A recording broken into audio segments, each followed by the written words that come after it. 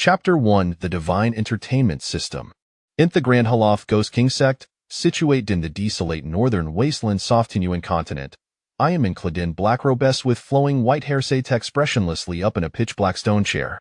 Before him, 10 individuals occuped the side of soft he halman and women, young and dadai the all shared owner, mistakable trait thated nadalortua souls. Master sect leader, yesterday who discover a dietana thrichus be within her bone through sect. Early this morning, if flayed him and extracted descendants, transforming isponis into magical artifacts, and his solus beninscan said within 10,000 souls banner. I will arrange for mediciple sto dispose of as remain sat radiant sunsect tomorrow morning. Asked the gun-telder seated secondant he left uttered these words, the and man atop the stonacher involuntarily which at his eyelids. However, Thetis course did not seize a theer. Soon, a robust Mancladina bloodry drobe, completely bald, erupted into laughter. Master sect leader, yesterday iled mediciples from the blood blade sect he slaughter the disciple soft herichisking fanctemple, leaving no noth their third generation dispulse alive. Event that prodigy with thunder rutois spurs nalis, struped off a spiritual essence sebi me hand. What an exhilarating experience! Had it not been forte told Kut King Wayun expected limerging from exclusion, would have left no tassing o noft hoserichus alive. Up in hearing this, the man and Theblack Rob felt an unsettling sensation creeping over him. Yet, in the next moment, Ackerming woman Cladina black veil, with a black lotus woman gone her forehead, giggled and chimed it.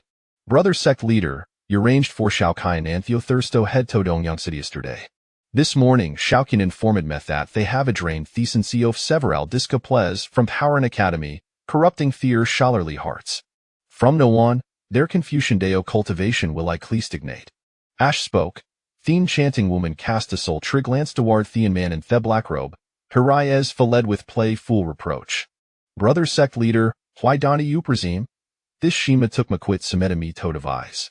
Before a Thela ring woman cooed finish hair words, a corpulent mid-legedman, Hawas fiddling with an abacus, stood up.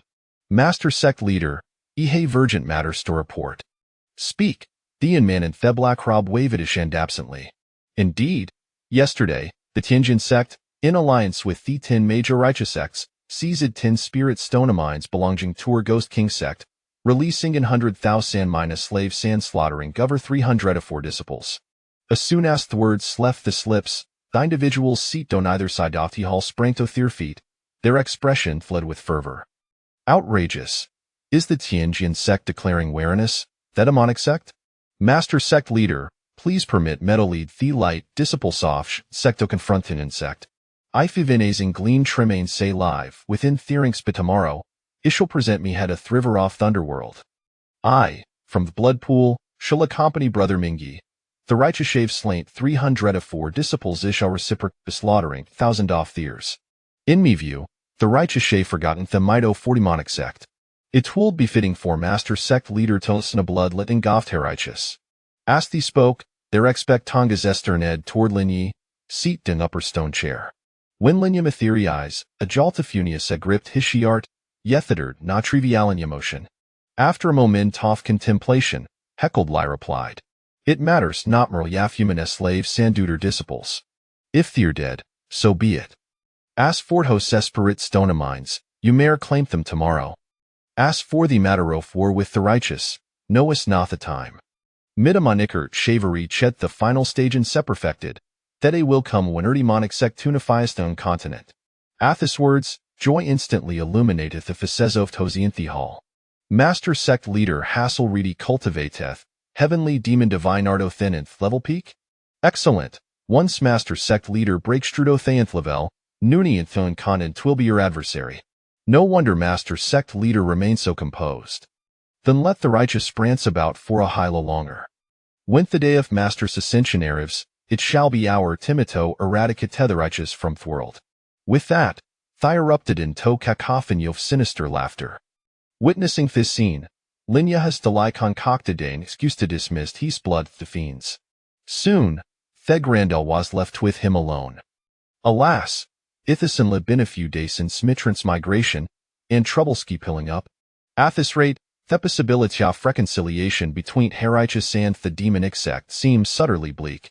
Surely, it cannot lead to an all-out war. At that moment, Linya felt throbbing pain in his shed. Truly, I am cursed. Notenly he vitrans migrate das the big boss off to demon insect, but this free boss is suspicient with righteous. Once war breaks out, is shall beth the first to perish. After all, haves lane more righteous cultivators than in Unil Satoten my current position. If those within the demon insect were to discover my true identity, would be hunted be both sides. Even in me current of great ascension, would likely not withstand pursuit. Based on the cultivation sped off this body, breaking through to thanth level oft heavenly demon divine art will require at least 100 years. Recalling the various scroll methods employed be the major demonic sects under the Ghost King sect, Hesha dared involuntarily. No, I absolute like an Italo the third battle between Herighteous and the demonic sects to erupt. It must prevent the righteous from growing stronger and ensure thought those from the demonic sect do not continue thy ring, herded righteous derito, slaughtering their talentedisur iples. In need both sedesta calmdone, allowing me amplitude to gradual enhance my cultivation. Butho can I achieve at that? Asha pondered this dilemma, a sudden prompt coed in his mind. Ding! The system mass detecteth the host transmigration to an alternate world. The divine entertainment system mass being successful abound. Scanning current world environment. Environment scan successful. Establishing basis interstellar internet. Establishment successful. Theory than 1,000,000 kilometers softy host's location is no covered with Starlink network. Loading spatial material transmission function. Listening to the continuous prompts in his mind, Linya was momentarily stunned, then quick clyrig in discomposure. The essential golden finger of transmigration has finally arrived. But is it Nemeth divine entertainment system? Surely there has been a mistake. Thy sissa cultivation world, notener banrealm. Grumbling aside, Hestil sought out he system interface nestled within his mind. Upon glimpsing the system interface, his previous lying shirt finally settled. What kind of system is this? Itis evident lie a massive marketplace, and thedums with an ariuter lie, unrelated to the cultivation realm. Scanning the offerings, have found a plethora of entertainment applications. Among them were social media, audiovisual, gaming, and shopping categories. Some of familiar applications and popular games from his past life, such as Douyin, QQ, and Green Bubble, were ill present. What is Cedo a hay for these? Can't I jet something practical? Moreover, these world lacks an internet connection. Asha found himself overwhelmed by the exasperation. Two new prompt saberply appeared. Considering this is the host's first binding GovT system, the host will receive EF replication, enjoying a 10 rebate on user charges. Theft replication obtained by the host is the pure enjoyment version of Douyin, and the marketplace has a debt hitum TNG Model 1 mobile phone. Upon reading these trois prompts, Linya's expression shifted dramatically. Douyin? Ario you telling me that Taika news Douyin in the cultivation realm? This seems ratherless. Furthermore, what is this mobile phone? Curiosity piqued, has searched the marketplace and indeed found the so-called TNG Model 1 mobile phone. There was 7 a price listed 1 spirit stone. After some hesitation, he ultimate retrieved desperate stone from his storage pouch. Just Asha wondered how to make the purchase. Thesperate stony and hishened transform it into idolite that pierced into the system screen before him, while his right hand weighs enveloped in a chilling sensation. Looking down, he discovered a mobile phone resembling Thefrutfin from his previous life first ingenious balm. Instinctively, he pressed the side lock button, and the screen illuminated instantly, revealing a familiar musical note icon. Chapter 2 Douyin. Recruiting female streamers. Gazing at the familiar application on Thefone screen, Linyi, Hoa Dreviously harbored some disdain for this so-called system, no felt a flicker of comfort. Well, even if this system proves stobalest unuseful, at least I want Bebered no more.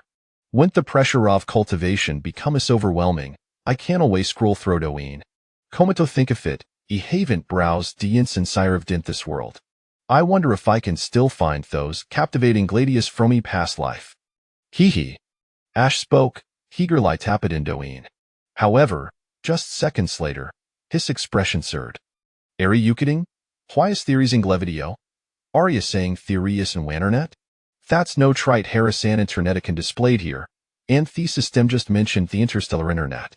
After a fruitless investigation, Linya's sudden light hot of fapis ability. Right? I am the only one in this world who possesses a mobile phone, so naturally, there are an avidios to browsing Douyin. To verify his hypothesis, he hurriedly clicked the plus sign below to enter shooting mode. To his astonishment, the music and special effects from his past life were still available. Choosing a random piece of music, he recorded a 15-second video of his fashioned prompt lie selected to publish it. Without any surprises, the video was instantly published, even faster than 5 networks of his previous life. When he returned to the homepage, he indeed found the video he had just recorded. It seems my guess was correct. The error in a video simply because Anuna has published anything, not due to a lack of internet. If that's the case. At that moment, Linya suddenly consivedema thoughto alavia tension between Herich's and demonic factions, while simultaneously reducing the competition.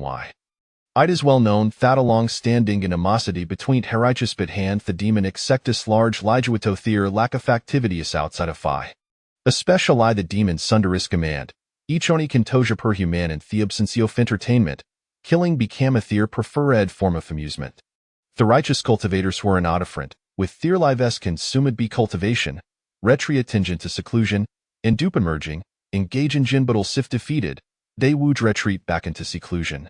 If they could be offered more means of entertainment to pass tea time, they would certainly not, but preoccupied with a fight incessantly.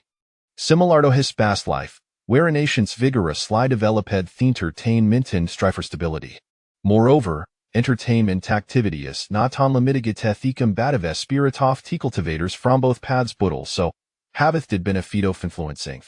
Rather than enhancing an easel, why not affect others? I foders cultivation speeds is low down, I tudiquitito an acceleration of his own progress. With this thought, asmala creptanto linyes lipsici media, lyriopined the marketplace interface. Heathen spent 10,000 spirit stone estoppercha setten thou san mobila finis onego. Like the phone she had acquired earlier, these two were connected to the internet and had been installed. During this process, lineal so testet the devis and was pleasant, ly surprise seto find, their quality quite commendable, reaching the standard of ordinary magical artifacts. Not only were thedro persistent, but they were also proof fire proof, and thrive in charge at themselves as be absorbing the spiritual energy from the air.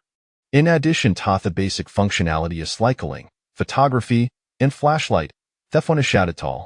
What surprised Linyethi most was that these phones required a prepaid plan, with a basic monthly consumption of spirit stone, with additional charges for calls and text messages. Upon realizing this, Hisius lit up immediately, a sitmiant that with enough pp owning finis, hekudra substantial words. However, tofully promotephones, hekud not rely solely on their calling features, given that in continent was not lacking in communication artifacts. Next, in need to find a way to produce more video content. With that, Hestordelton thou sand phones into historage big and strode towards Thegre the Lexit. Asheri chet hintrancy of Tegre thou, a black demontager they that been lying gaunt the stone a step slowly stujapanda prochetham, rubine jits mazaviet against Linyespati. This jit black demontager washes mount, the king of nether tiger, a nathtirn bean beast, equivalent to a latestage transformation god cultivator. Duetto a blood-pact Meta be his previous incarnation, the nether tiger weighs exception litically in Linya's presence. After giving the tiger engage until pay the head, Heliopodon's back. Let's go, Tothchana sect. No sooner has spoken thanth nether tiger king swift Liliopedon the air, transforming into a Gustav demoniquind. In less than a minute, Thepper arrived at Tasiran mountain peak, alive with bird song and fragrant flowers. This was the residency of the Chanu sect, O Naftiate major sect soft to demonopathy.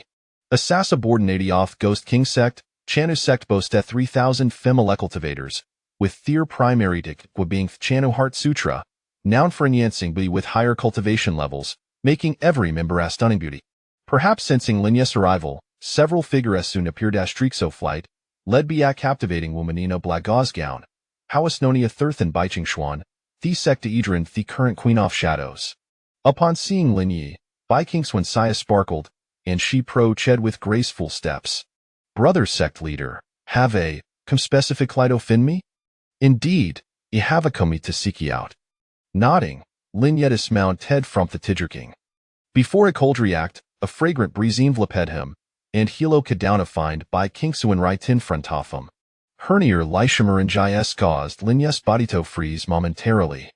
Brother sect leader, have you decided to cultivate dual cultivation with him? Note exactly I am here to day for an important matter concerning the survival of 40 monarch sect. We can discuss dual cultivation latter. Up in hearing this, Bai Kingsuan's expression shifted o disappointment. Very well then. However, I am quite curious about what matter could pertain to the life and death of the demonic sect. I will explain that shortly, but first, gather all the talented and graceful skipple soft in a sect. Thuff unsure will Lin Yisu had such a command. Bai Kingsuan complied knoweth. When Lin Yu was sledden ta Thegrandalof Chanus sect, he was met with the sight of 100 soft striking, beautiful female cultivators, each onemera perfect than the last. Anyone off Tim could outshine at he most popular internet celebrities from his previous life. Moreover, dueta their cultivation off Chano Heart Sutra, even when they stood still without any gestures or expressions, thixed an alluring charm that was difficult for ordinary plea to resist. After surveying the room, a satisfied smiley appeared in Lin Yes' face. Excellent. Very good. Keep off these. As soon as Shooter read this, the female cultivators below exchanged excited glances, their expressions indicating Gaitas a retotavor Lin Yu whole. Bai Ching Xuan, standing toth aside, looked at him in surprise. Brother sect leader, Arya Jirat body can handle these? Cough, cough, you misunderstood, that's not what I meant. Linny waved at Shandan produced the phone she had purchased earlier. Distribute these magical devices among them. What is this?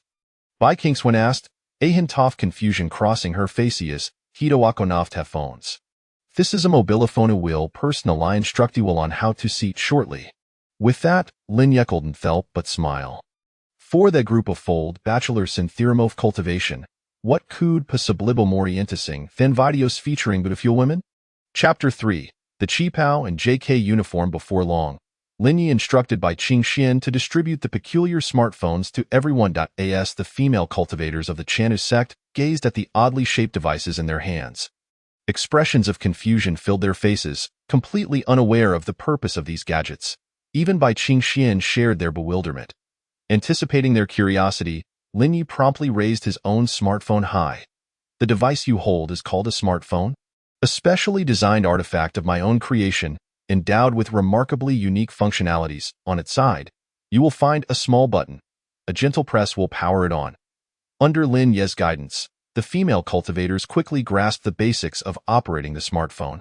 Next, let us open the Douyin app. Yes, precisely. Do you see the cross at the bottom?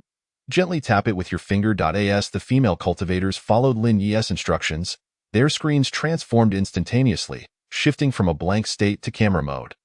In that moment, their eyes widened in disbelief as they beheld the image of their fellow disciple on the screen. How can this be? Junior sister, how do you appear on my phone screen? And the image moves. This smartphone artifact is truly astounding. Yet, was this all the artifact could do?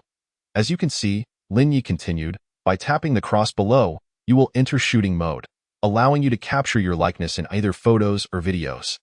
With that, Lin Yi aimed his smartphone at Bai Qing Xian and began recording. After capturing a brief 15-second video, he promptly published it. Behold, this is a video I just filmed for your esteemed empress. You merely need to click the return key in the upper left corner to view it. Listening to Lin Yi's explanation, the disciples eagerly complied, and sure enough, they soon found the video of Bai Qing Xian on the Douyin homepage. Having lived their lives in relative isolation, they had never encountered such an extraordinary phenomenon, their eyes sparkling with curiosity. This, however, was merely the most basic of functionalities. We could also enhance our videos with music, effects, and text, making them far more engaging. Capitalizing on the atmosphere of curiosity among the crowd, Lin Yi swiftly commenced advanced training. He meticulously taught them how to shoot and upload videos, add voiceovers, effects, text, and even beautify their appearances. Thanks to the remarkable comprehension abilities of the female cultivators, they quickly mastered the use of Douyin and began producing their own works independently. Soon, they became engrossed in the various beauty effects and voiceovers, filming one clip after another. Seeing their enthusiasm, Lin Yi couldn't help but reminisce about his past life, recalling the elderly women who had recently discovered Douyin. The only difference was that these disciples were 1,000 times more enchanting. Thus, even their casual recordings, devoid of any technique, were a visual delight. In less than 10 minutes, thousands of videos had emerged on Douyin. Observing this, Lin Yi promptly declared, "All right, everyone, let us pause for a moment. I must explain some important matters regarding Douyin. The first point is that you must refrain from indiscriminately shooting and uploading content. Once you publish a video, it will not be seen solely by yourselves. A moment's carelessness could lead to the exposure of your personal privacy or that of our sect." As these words left his mouth, the expressions of the female cultivators shifted. While the risk of exposing their own privacy might not be significant, revealing secrets of the demonic sect would spell disaster. Secondly, when registering your accounts, you must never disclose your true identities. Avoid using your real names for nicknames, and do not use your actual photos for avatars. The final point is, do not send me messages recklessly. "I am speaking to you," he shot a glare at Bai Qingxian, who had inundated him with hundreds of messages in a mere moment, all filled with cute emojis from Douyin, akin to a child. All right, I shall cease my messages," Bai Qingxian replied with a look of feigned innocence. However, as soon as she finished her sentence, curiosity overtook her. "Brother Sect Master, what does blocking mean?" Upon hearing this, Lin Yi shook his head in resignation. After deep contemplation, he ultimately decided to create a user manual. Otherwise, it would take an extensive amount of time for these individuals, akin to primitive beings in this otherworldly realm, to fully navigate Douyin. Without hesitation, he retrieved a blank jade slip and meticulously inscribed the various functionalities of Douyin, along with some basic shooting and editing techniques, filling it with over 10,000 words. With this comprehensive guide, even those who had never used Douyin could swiftly become proficient after a brief review, making it an exemplary instructional material. Once the jade slip was completed, he proceeded to make multiple copies and distributed them to everyone present. In the future, should you encounter any issues, feel free to consult the jade slip. As for now, he continued, "I have an important task for you. As Lin Yi spoke with utmost seriousness. The disciples immediately straightened their posture. "Starting today, each of you must film and upload no fewer than 5 Douyin videos, and the content should not be overly simplistic. It can be song performances, dance displays, or other forms, such as costume changes." "Brother Sect Master, what is a costume change?" When Bai Qingxian posed this question, curious glances were also cast by the other disciples of the Chanu sect. Lin Yi, upon hearing the query, could not help but smile slightly. "I recall that aside from their proficiency in music and dance, the Chanu sect is also skilled in textile arts. Is that not so?"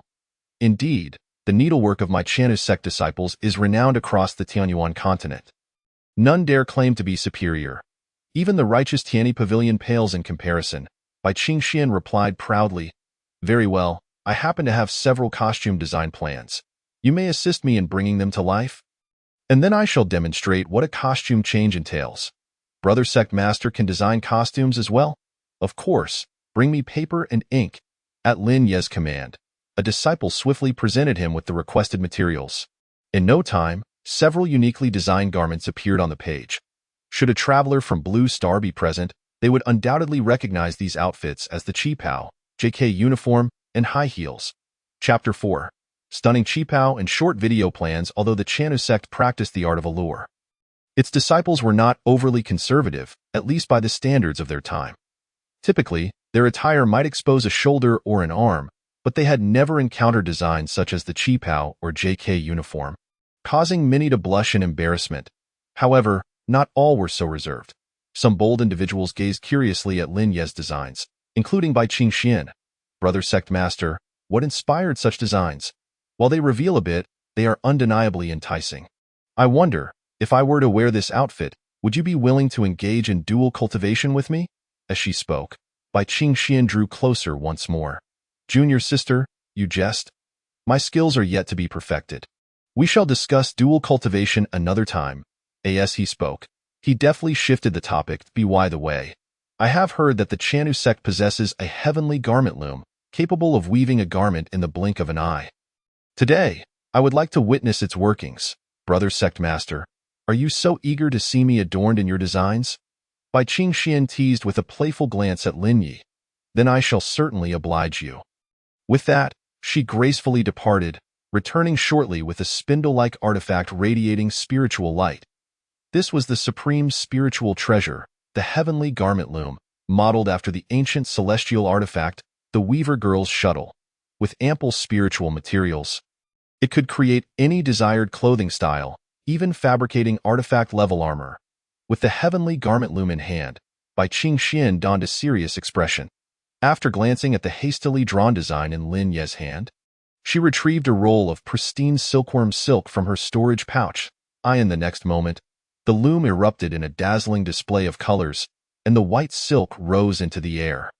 To Lin Ye's astonishment, the loom operated at an unimaginable speed. Within mere seconds, a black embroidered qipao gracefully descended into Bai Qingxuan's hands. Subsequently, she commanded the loom to weave a JK uniform and a pair of black high-heeled shoes made from animal hide in the same manner. "Please wait a moment, brother sect master. I shall go change and show you," Bai Qingxian said with a charming smile before disappearing with the freshly crafted garments. Moments later, the sound of high heels striking the ground echoed from the side of the grand hall. As Lin Yi turned his gaze towards the source of the sound, he immediately beheld a stunning woman clad in a black embroidered qipao, her figure exquisitely graceful, striding elegantly towards him in high-heeled shoes. This voluptuous beauty, exuding an air of regal charm, was none other than Bai Qingxian, who had just taken her leave.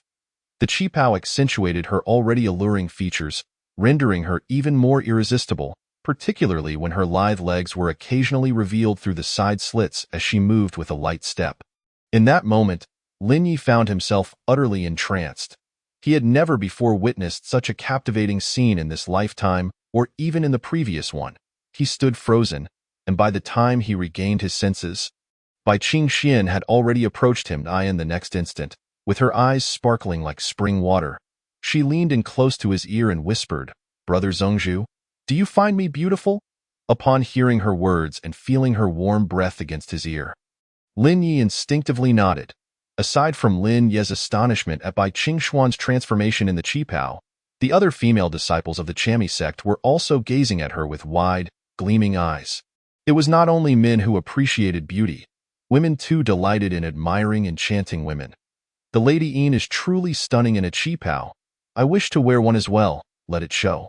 As long as it looks good, that's what matters." Indeed, who would have thought that a qipao paired with high heels could be so captivating? No wonder it was designed by our esteemed Zhongzhu. In an instant, the disciples of the Chami sect altered their previous opinions on qipaos. Just then, Bai Qingxian prepared to change into a JK outfit, but Lin Yi stopped her. "Let us pause on the outfit changes for now. We need to discuss the short video project. You must be quite curious as to why I have assigned you these tasks." Upon hearing this, Bai Qingxian shot him a reproachful glance. "Brother Zhongzhu, are you not hoping for us to please you? As long as you speak, we would do anything for you." "Ahem, what do you take me for? Do you think I am someone who indulges in feminine allure?" Lin Yi replied with a serious tone. "The reason I invented the mobile phone and had you shoot short videos is for the grand plan of our demonic sect. I intend to secretly distribute these phones in the territories of the righteous sections. Just imagine, if the righteous disciples come across these videos, how would they react?" As the leader of the Chami sect, Bai Qingxian quickly grasped his intentions. Brother Zhongzhu wishes to sway the righteous disciples' resolve, allowing them to become distracted by beauty and neglect their cultivation. Precisely. Righteous cultivators are still human, with their own desires. The allure of beauty can be a double-edged sword. If they become enamored, they may grow lax in their cultivation, and at critical moments, face inner demons. As Lin Yi laid bare his ambitions, the disciples of the Chami sect stared at him in awe and admiration. Though the Chami sect had previously contemplated using beauty to influence righteous disciples, their efforts had yielded little. The limited number of disciples and the risks involved, should their identities be discovered, hampered their attempts. However, by employing mobile phones and short videos, these challenges could be surmounted. Of course, beyond what I have just mentioned, short videos hold other significant implications, which I will elaborate on later. For now, I must visit a few other major sects, so you all focus on filming. I shall reward the one with the highest number of likes on their video with a prize of 10,000 spirit stones. With this proclamation, Lin Yi transformed into a gust of dark wind and vanished from the grand hall of the Chami sect, leaving Bai Qingxian with a look of discontent. Imph! Running off so quickly. Are you afraid I might consume you? If you want to let me change into this outfit, I'll just have to unleash a video upon you later with that. She turned her attention to the disciples before her. Did you all hear what our esteemed Zhongzhu just said? Let us film diligently. This concerns the future of our demonic sect, though not shy away from revealing flesh. Think of our sisters who met tragic fates at the hands of the righteous. What we are doing now is avenging them. Upon hearing her words, the female cultivators of the Chami sect nodded vigorously, promptly embarking on their journey of short video creation. Meanwhile, Lin Yi, armed with mobile phones, traversed the 8 major sects of the demonic realm. Chapter 5. Selling mobile phones. The demonic sects, with the Guiwang sect at their helm, included the Xianin sect, Bloodblade sect, Beast Spirit sect, Corpse Soul Valley, Chami sect, Bone Spirit sect, Flame Mountain, and the Kaishan Hall. Each of these 8 sects had its own specialties. The Xianin sect excelled in various sinister spells. The Bloodblade sect mastered body refinement. The Beast Spirit sect was adept at taming demonic beasts. The Corpse Soul Valley specialized in manipulating corpses and souls. The Chami sect was proficient in seduction and music. The Bone Spirit sect excelled in creating zombies and puppets. Flame Mountain was known for its alchemy and artifact refinement, and the Kaishan Hall was renowned for its wealth accumulation and business ventures throughout the Tianyuan continent. After departing from the Chami sect, Lin Yi proceeded to the remaining 7 sects, distributing mobile phones as he had done before, and teaching them how to use the devices and the Douyin app. He then assigned them filming tasks tailored to their specialties. Not every righteous cultivator was interested in videos of beautiful women, so he arranged different content based on each sect's strengths. For instance, the Bloodblade sect, filled with muscular body refiners, could follow a similar edge as the Chami sect, showcasing their muscles and striking poses to captivate the righteous female cultivators. The Beast Spirit sect could record the daily lives of adorable demonic beasts, while Flame Mountain could simply film alchemical tips and tricks. Once he had assigned tasks to the first 7 sects, Lin Yi arrived at the Kaishan Hall. As soon as he stepped in, a robust middle-aged man wielding a golden abacus appeared before him. This seemingly harmless man was the master of the Kaishan Hall, Gue Kaishan. Upon meeting him, Lin Yi got straight to the point. I have a task for you. Find a way to sell these artifacts in the territories of the righteous sects, and the more you sell, the better. As soon as he finished speaking, numerous mobile phones flew out from Lin Yi's storage pouch. Looking at the phones, Gue Caishan's face was filled with confusion. What are these, Zhongzhu? These are artifacts I specifically developed to counter the righteous sects, named mobile phones. He then briefly introduced the functions and uses of the mobile phone while outlining his plan. Upon understanding his intentions, Gue Caishan's eyes lit up. Zhongzhu, your brilliance is astounding. To devise such a method to hinder the cultivation of righteous disciples is truly remarkable. Let us not dwell on that. Do you have the channels to sell these mobile phones to the righteous disciples? Lin Yi inquired once more. Of course, Gue Kaishan replied proudly. I want to hide it from you. Zhongzhu, we have shops in every cultivator city and even in the mortal realms across the Tianyuan continent. Even the renowned Jinding commercial firm is one of our partners. If I wish to sell, I could ensure every cultivator in the extreme north wilderness has one. Excellent. There are 100,000 phones in total. Your task is to sell them all. Here is a manual for their use. Make sure to explain it well to the buyers. Rest assured, Zhongzhu, I will complete this task. Gue Kaishan assured him once more. Then I shall leave this matter to you. By the way, here is my Douyin account. Please follow it. If there are any issues, you may message me directly. As Lin Yi pulled out his phone, a private message suddenly popped up. Upon glancing at the sender, he saw it was by Qingxian, and the message contained a video. As he opened the video, he nearly spurted blood in surprise. There, Bai Qingxian, clad in a JK uniform, was striking various enticing poses. This little enchantress, he lamented. If only the heavenly demonic art weren't a virgin cultivation technique. No. I must focus on my training and reach the 10th layer of the heavenly demonic art as soon as possible. Resolving himself, he swiftly closed the video, planning to savor it later, and added Gue Kaishan as a friend. After completing these tasks, he prepared to leave the Kaishan Hall. Just then, Gue Kaishan asked, Zhongzhu, how much should these mobile phones be sold for? After pondering for a moment, Linyi replied, 2 spirit stones each. Why is such a treasure being sold so cheaply? 1 T that be a loss. Fear not. While the initial profits are modest, once the phones become widespread, the earnings will multiply. Without further elaboration, Linyi vanished from the spot, while Gue Kaishin immediately summoned 10 of his wealth-distributing assistants and relayed the details about the mobile phones and Douyin. You must quickly take these phones to the territories of the righteous sects and do everything possible to sell them all. I grant you a span of 10 days. Should you fail to sell all the phones within this time frame, you are well aware of the consequences that await you. As he spoke, a flicker of malevolence flashed across the plump face of the ghostly god of wealth, causing the 10 wealth-bearers before him to reveal expressions of profound trepidation. Half an hour later, having adeptly mastered the usage of the phones and Douyin, they departed the god of wealth's palace, each carrying 10,000 phones and relevant instruction manuals, and then they soared off in 10 distinct directions. As the backbone of the god of wealth's palace, each wealth-bearer possessed the cultivation of the nascent soul stage, enabling them to traverse thousands of kilometers with a mere technique of evasion. Before long, one of the wealth-bearers landed outside a colossal coastal city known as Wuyang. Upon alighting, he had already transformed into the guise of a middle-aged affluent merchant clad in satin and silk, his appearance drawing no notice from the surrounding populace, save for 2 golden core cultivators stationed at the city gates, who greeted him with expressions of deference. Master Jean, where do you venture this time? Master Jean, does the 4 Seas Merchants Guild still have Shunlu pearls for sale? The last batch of exotic female cultivators within those pearls was truly captivating. Upon hearing their remarks, Jean Buhuan suddenly wore a mysterious smile. Heh, this time I have stumbled upon something truly remarkable. In comparison, the Shunlu pearls are merely trifles. This proclamation, the 2 golden core cultivators instantly became intrigued. Something superior to the Shunlu pearls? Could it be an illusory map? The illusory map pales in comparison to my treasures. If you wish to learn more, you may come to my 4 Seas Tower after your shift. But I must warn you, should you arrive late, it may no longer be available. With that, Jean Buhuan swaggered into the city, leaving the 2 golden core cultivators in a state of anxious anticipation. Chapter 6. No purchase, no continued viewing in the bustling market of Wuyang City.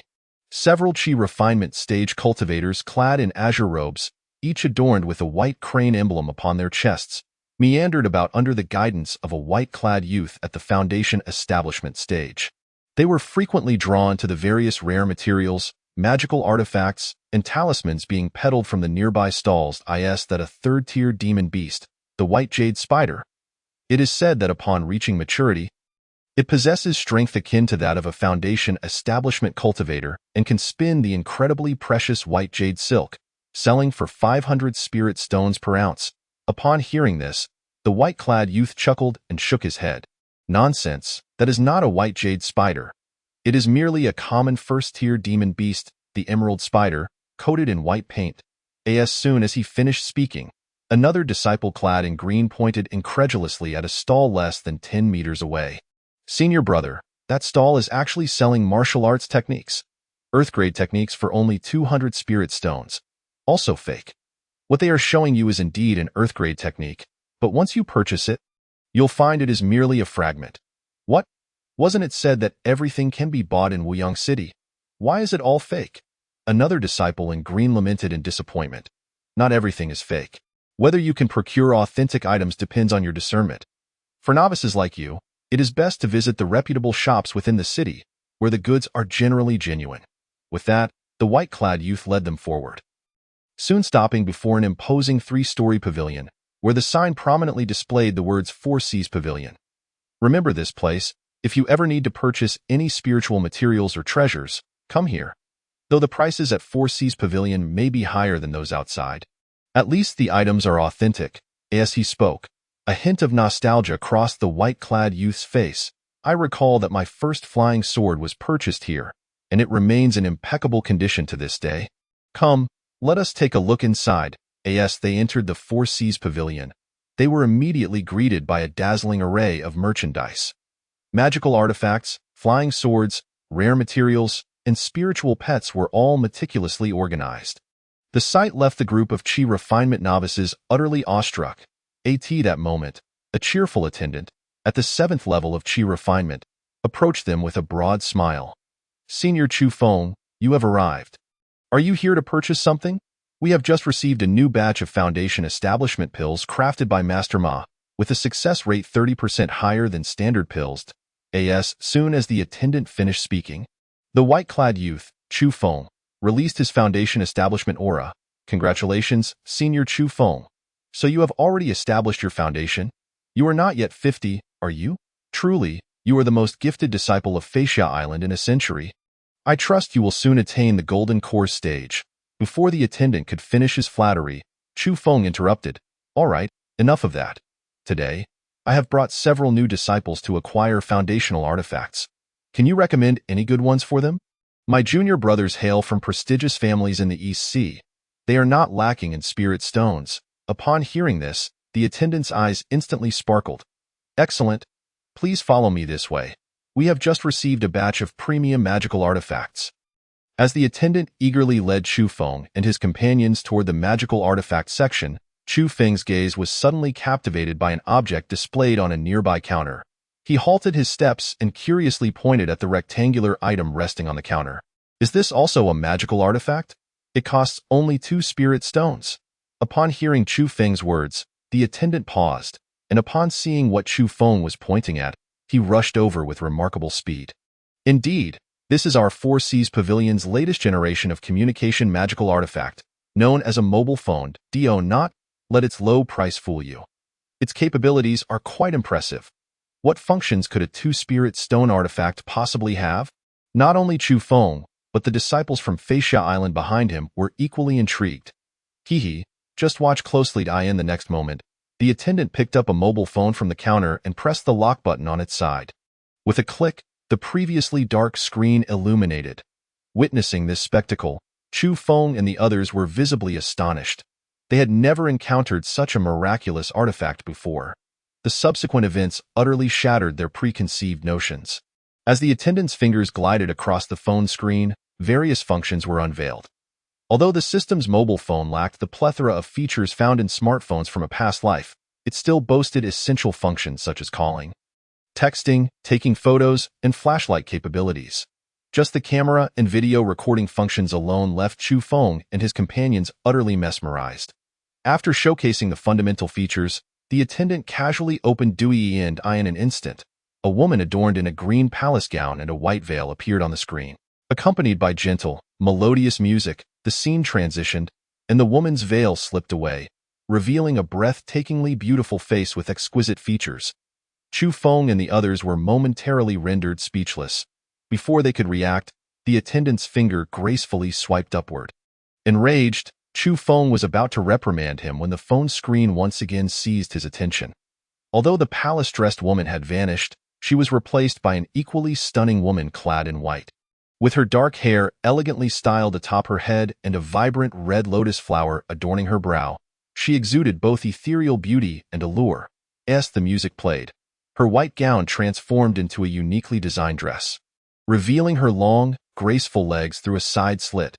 This singular motion ignited a fervor within Chu Feng and his companions, causing their blood to surge and even their internal energies to feel unruly.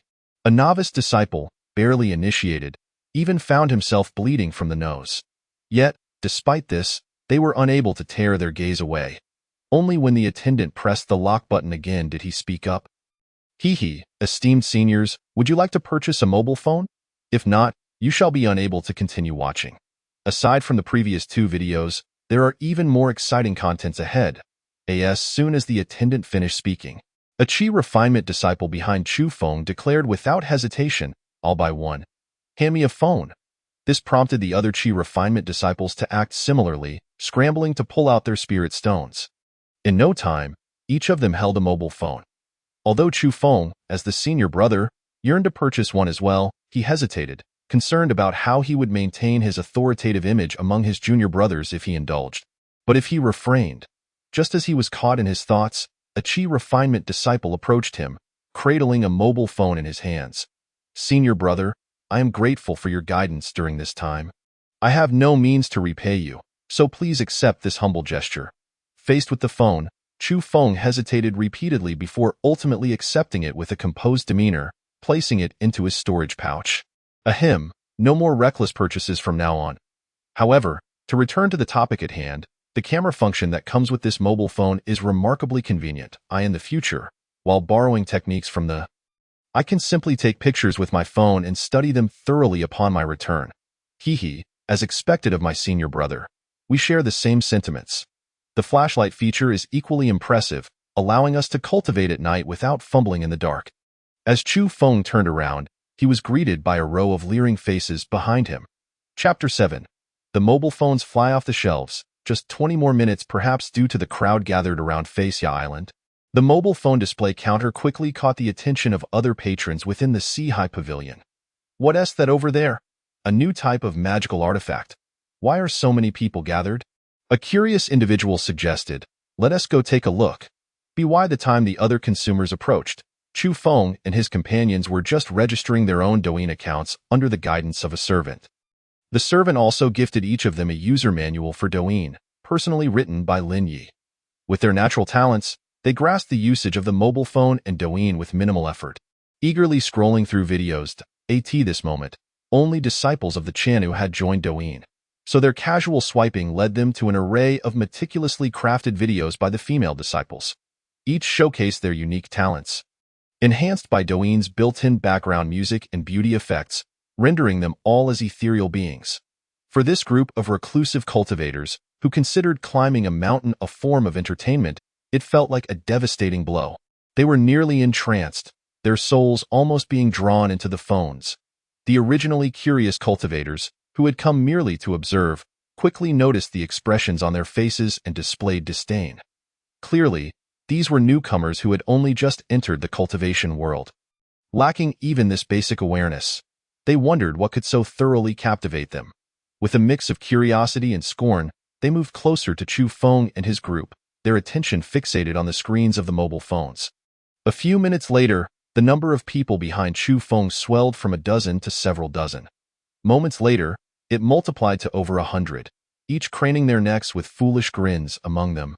Most were at the qi refining stage, though a fair number had reached the foundation establishment stage. Sensing something amiss, Chu Feng and his companions, who had been engrossed in their phones, snapped back to reality, casting wary glances at the crowd behind them. What do you want? Are you spying on our phones? Trying to see what we bought? As they spoke, they pressed the lock screen button and tucked the phones away into their storage bags. The cultivators behind them couldn't help but display sheepish expressions upon witnessing this. That moment, a polite middle-aged cultivator at the late foundation establishment stage approached Chu Feng. Fellow Taoists, is the mobile phone in your hands the one from the counter ahead? Indeed, Chu Feng replied courteously. It only costs 2 spirit stones to view what you just looked at. No additional fees? None whatsoever. Then I shall have one as well as soon as he finished speaking. The foundation establishment cultivator produced 2 spirit stones from his storage bag and handed them to the servant. Inspired by this, other cultivators in Sea-High Pavilion quickly followed suit, each hastily extracting their spirit stones, anxious that they might miss the chance to purchase a mobile phone. Within 10 minutes, over 500 phones had been sold. With accompanying user instructions, these cultivators swiftly learned how to use the phones. Many, like Chu Feng, eagerly began scrolling through Douyin. Some even started recording short videos themselves, creating a lively atmosphere within Sea-High Pavilion. However, this was merely the beginning. As these cultivators exited the pavilion, news of the mobile phones and Douyin began to spread throughout Wuyang City. The affordable prices, powerful features, and the allure of viewing enchanting beauties akin to celestial beings drew a throng of cultivators into the Sea-High Pavilion. In less than a day, the 10,000 mobile phones brought to Wuyang City by Jinbu Huan had completely sold out. Witnessing the influx of cultivators eager to enter Sea-High Pavilion, Jinbu Huan, the decision-maker of the pavilion, immediately addressed 2 golden elixir stage attendants. Close the doors, quickly. As soon as he finished speaking, the 2 golden elixir stage attendants swiftly took flight, using their formidable strength to shut the pavilion's doors and hang a sold-out sign. With the doors securely closed, Jinbu Huan let out a long sigh of relief. The success of these mobile phones exceeded his expectations. They sold out less than a day after the 10-day deadline set by the wealth god had passed. I must report this matter to the wealth god at once. With that, he ascended to the third floor of Sea-High Pavilion and instinctively retrieved a bronze conch shell, his previous means of communication with the ghost god of wealth. Wait, I have a mobile phone now. What do I need this for?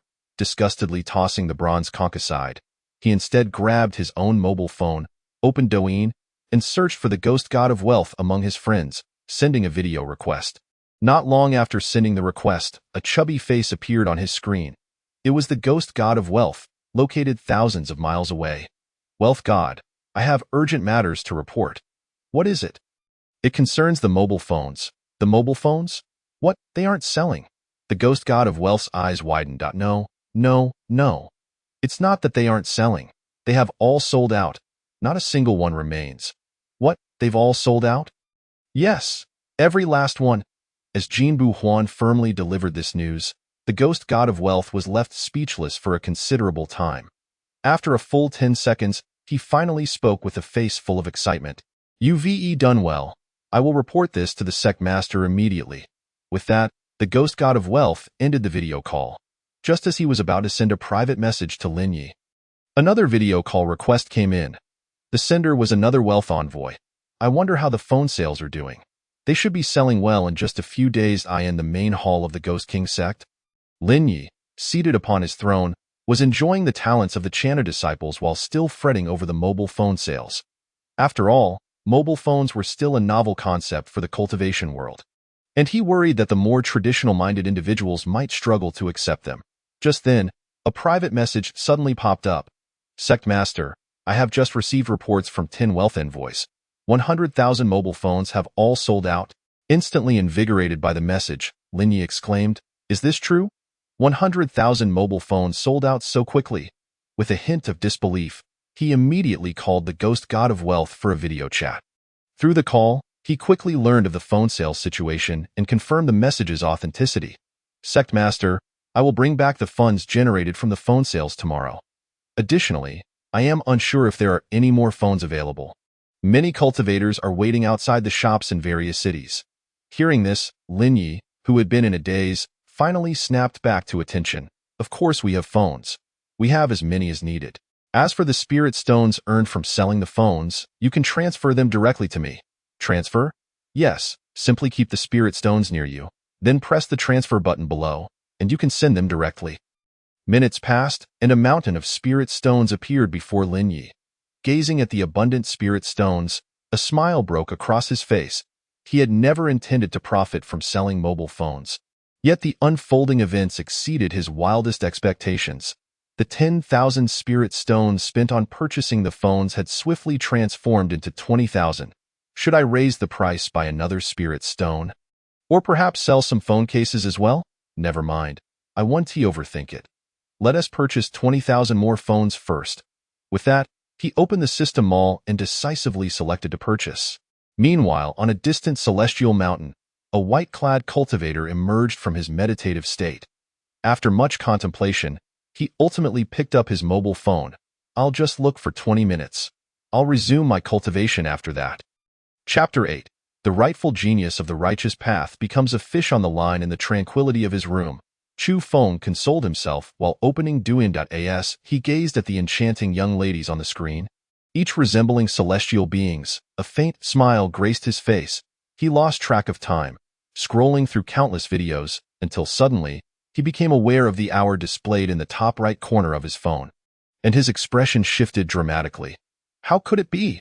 Over an hour had slipped away in the blink of an eye. No, this cannot continue. If I watch any longer, the entirety of tonight will be squandered. Chu Feng, you are devoted to pursuing the path of immortality. How can you be so entranced by such frivolities? With that, he resolved to set his phone aside. Just then, a new video popped up, featuring a stunningly beautiful female cultivator dancing gracefully to an exhilarating tune. As the music played, her sheer garments slowly fell away, unveiling a uniquely styled outfit beneath. The attire accentuated her exquisite figure, particularly her long legs that extended to her thighs, capturing Chu Feng's soul with a single glance. Enraptured, he found himself clicking fervently on the screen, even venturing into the comments section to pin his thoughts. To his surprise, after submitting his comment, the user named CNG promptly replied, albeit with a simple soybean emoji. Yet, this simple gesture sent Chu Feng's heart soaring. She responded to me. She actually acknowledged my comment. He pondered what to reply, considering a smiley face, but quickly dismissed the idea, fearing it might appear too trivial. After a moment of contemplation, he finally crafted a response. I am Chu Feng from Faxia Island. It is a great honor to behold your celestial beauty. He poured his heart into a lengthy message, and upon posting it, he awaited her reply with a beaming smile. Meanwhile, in the depths of the demonic realm, within the Chanu sect, a young disciple clad in a JK uniform was engaged in discussions with her fellow sisters on how to enhance their video productions. At that moment, she noticed a new message notification and, upon reading it, burst into laughter. Sisters, come quickly. We have a fool here claiming to be a disciple of Faxia Island. He has revealed his true identity right off the bat. What a simpleton.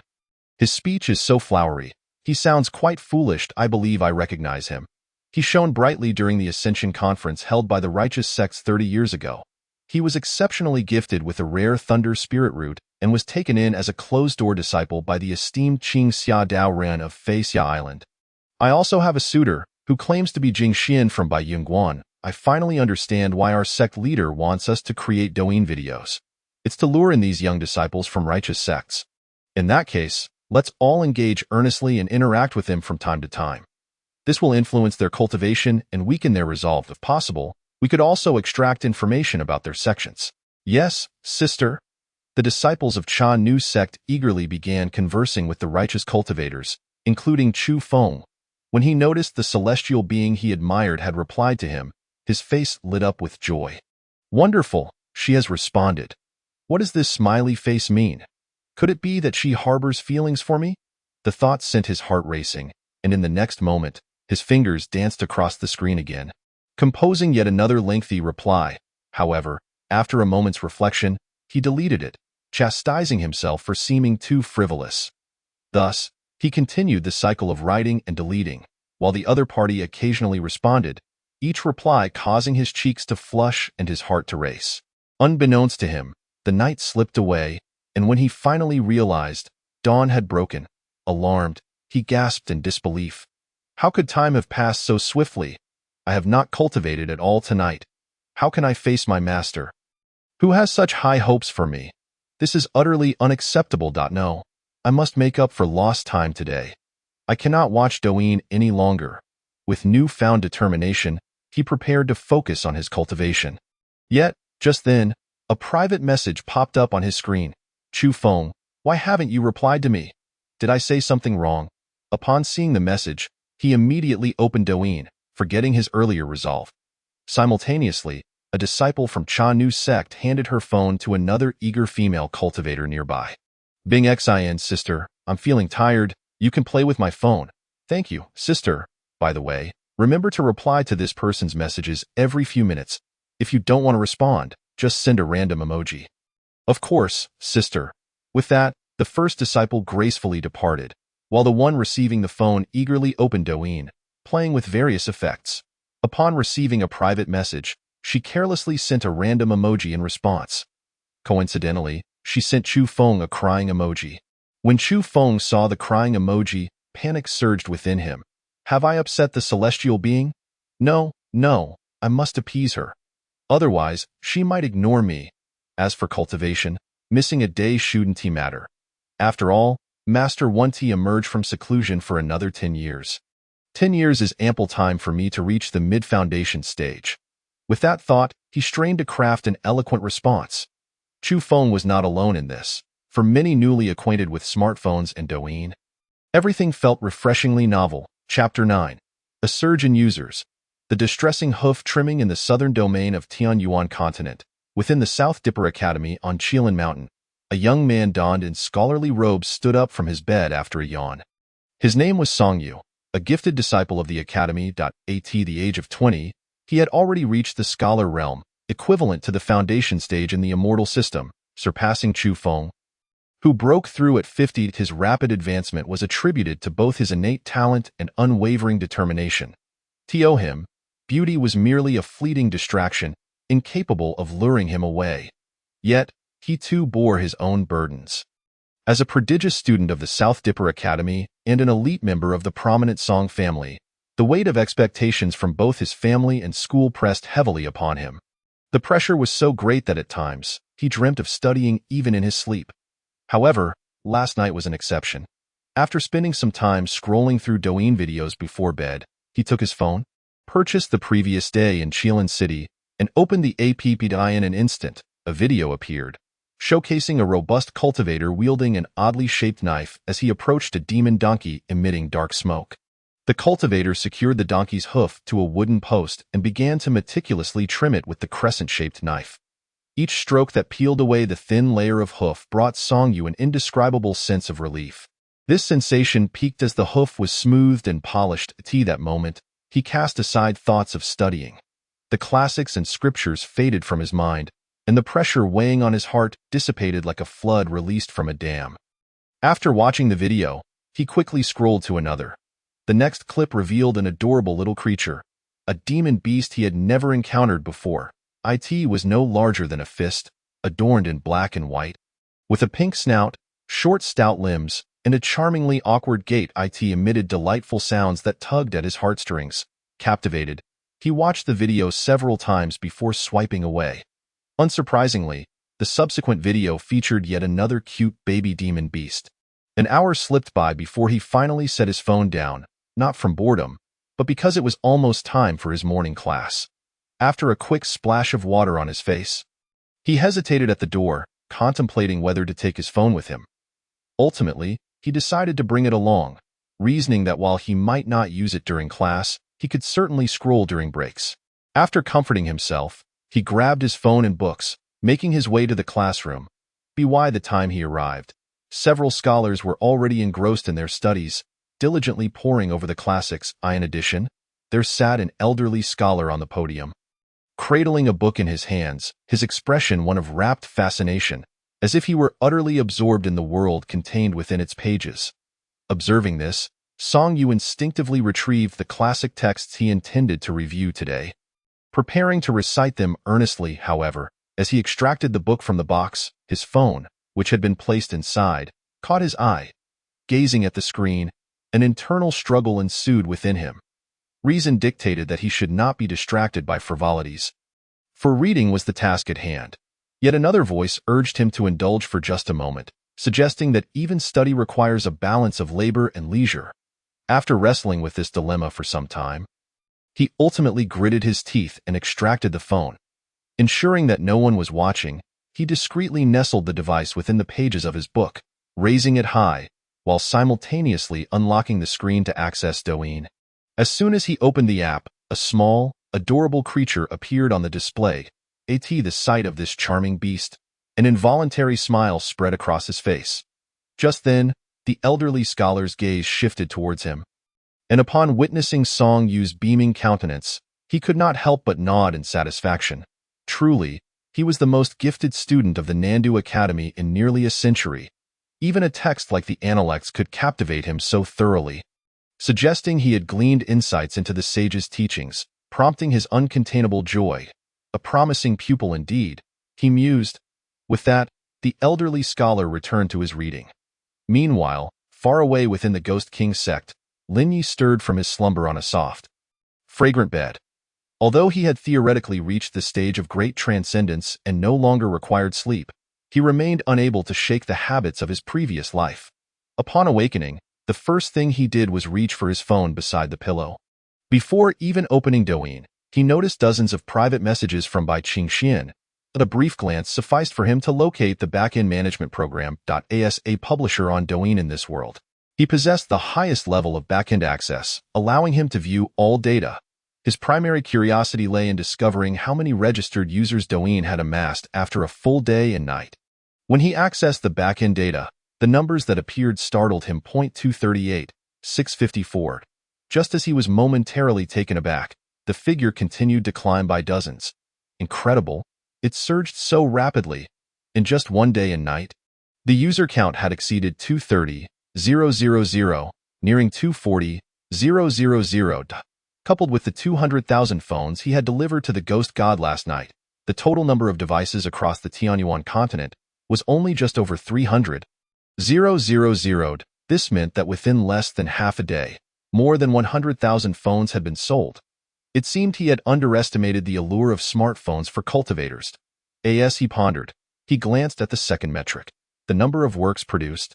Upon a cursory look, he found himself questioning whether he had misread the figure. 867, 489 entries. What on earth? How had over 5 million works emerged so quickly? This was absurd. With over 200,000 users, averaging 25 works each. Impossible. I must see what these individuals are creating. Driven by curiosity, he promptly exited the backend and began to scroll through the homepage. The first videos he encountered were those filmed by disciples from the 8 major sects, including musical dances and Risku clips from the Chani sect and adorable creature videos from the Beast Spirit sect.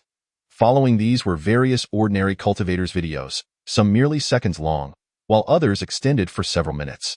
The majority of the content was remarkably simplistic, akin to that produced by rural grandmothers, either close-up selfies with an array of quirky effects or recordings of trivial daily activities, such as cultivation or traveling. Clicking on the profile of a user named Hualong Zhenren, Linyi was astonished to discover that this individual had filmed over 100 videos, each with the beauty filter maximized and adorned with rather tacky effects. No wonder the quantity of works had escalated so rapidly. It was all due to this phenomenon. This cannot continue.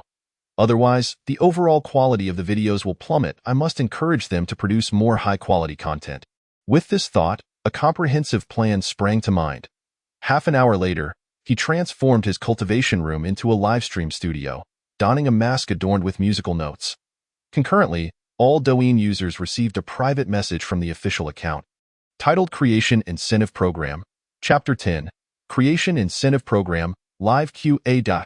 Within the fire cloud cave of the Crimson Flame Mountain in the western regions of the Tianyuan continent, a middle-aged cultivator with hair and beard as red as flame, and a countenance that could only be described as unattractive, was using the beauty filter on his newly purchased phone to snap selfies. With the enhancements from the beauty camera and Douyin effects, his previously hideous visage appeared surprisingly handsome. Witnessing this transformation, Hualong Zhenren grinned widely and recorded a video exceeding 1 minute, which he quickly published, then patiently awaited responses. After a minute, a notification popped up. Qian Ku Caves Ku Mu San Ren has liked your work. At the sight of this notification, Hualong Zhenren's smile broadened. As a golden core cultivator and a master of crafting, his reclusive nature was exacerbated by innate flaws and the nature of his cultivation. For centuries, he had lived in isolation, engaging with no one aside from periodic visits to the nearby Han Hai city to procure materials. Yet, this did not imply a lack of social desire. On the contrary, he yearned for recognition from others. Thus, upon discovering Douyin, he became utterly engrossed. Douyin not only masked his physical imperfections, but also provided him with praise from unfamiliar cultivators, greatly satisfying his inner self. One more video, just one more, before I begin crafting again. I wonder if I can produce a low-grade spirit tool today. After a hearty laugh, Hualong Zhenren prepared to film another short video. But just then, a new private message appeared. Instinctively thinking it was another like, he eagerly opened it, only to find his expression shift slightly. Creation Incentive Program? What does this mean?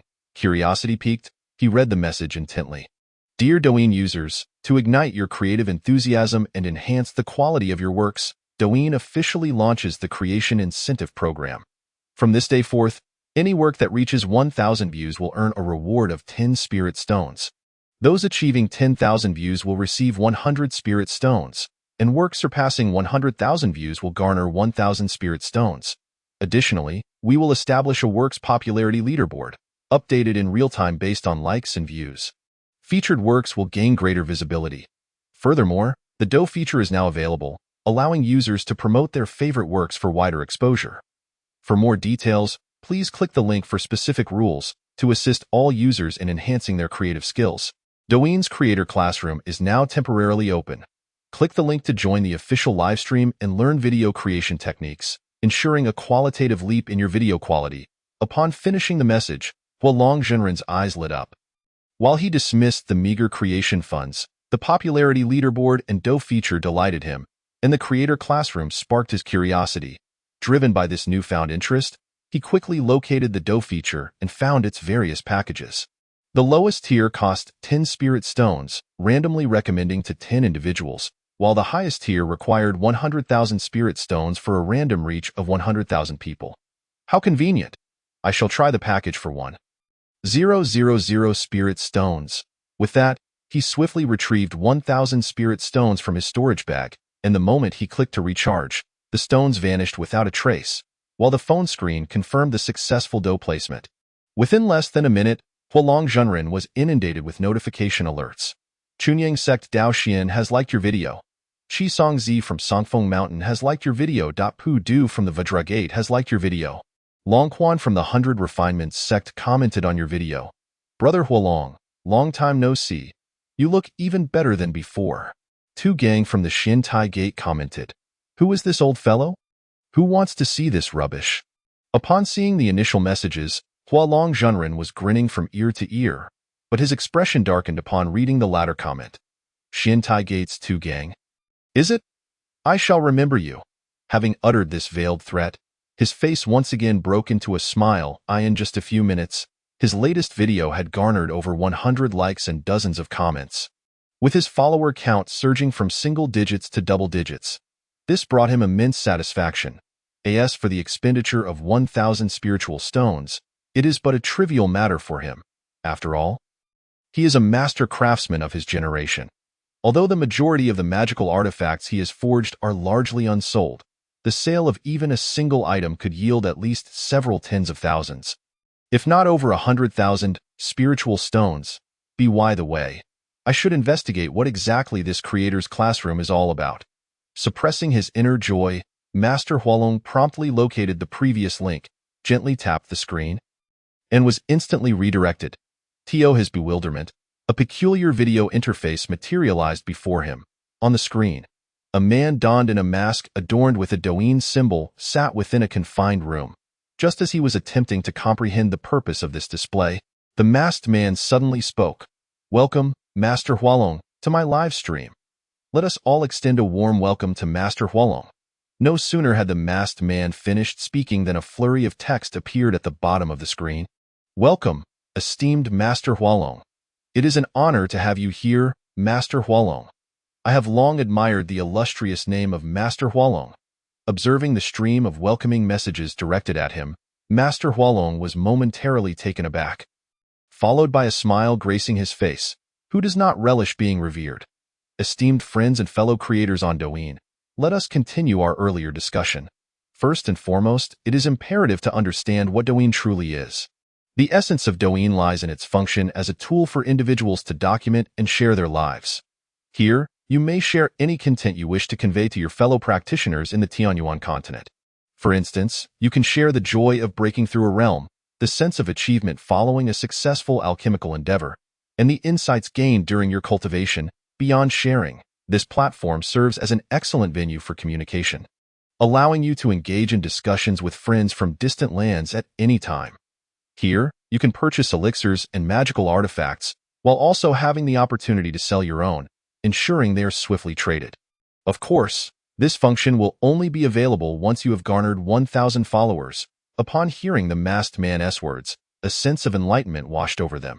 Admittedly, most among them had purchased their phones merely to view questionable videos. But upon learning of Douyin's other functionalities, they swiftly recognized what it could offer them. When they discovered that one could even sell goods on Douyin, their expressions transformed significantly. Some quick-witted individuals immediately sensed a business opportunity. As the masked man continued to expound, the number of online viewers in the live stream steadily climbed, soon surpassing 100,000. Chapter 11. The Celestial's Guidance. The path of short videos unveiled. The response has exceeded my expectations. Lin Yi mused, observing the surging popularity of the live stream within the Ghost King sect's training chamber. His intentions for hosting this live stream were twofold. Firstly, to ignite the creative enthusiasm of Douyin users, and to unearth more quality video creators. After all, one cannot perpetually rely on the disciples of the 8 major sects of the Demon Gate.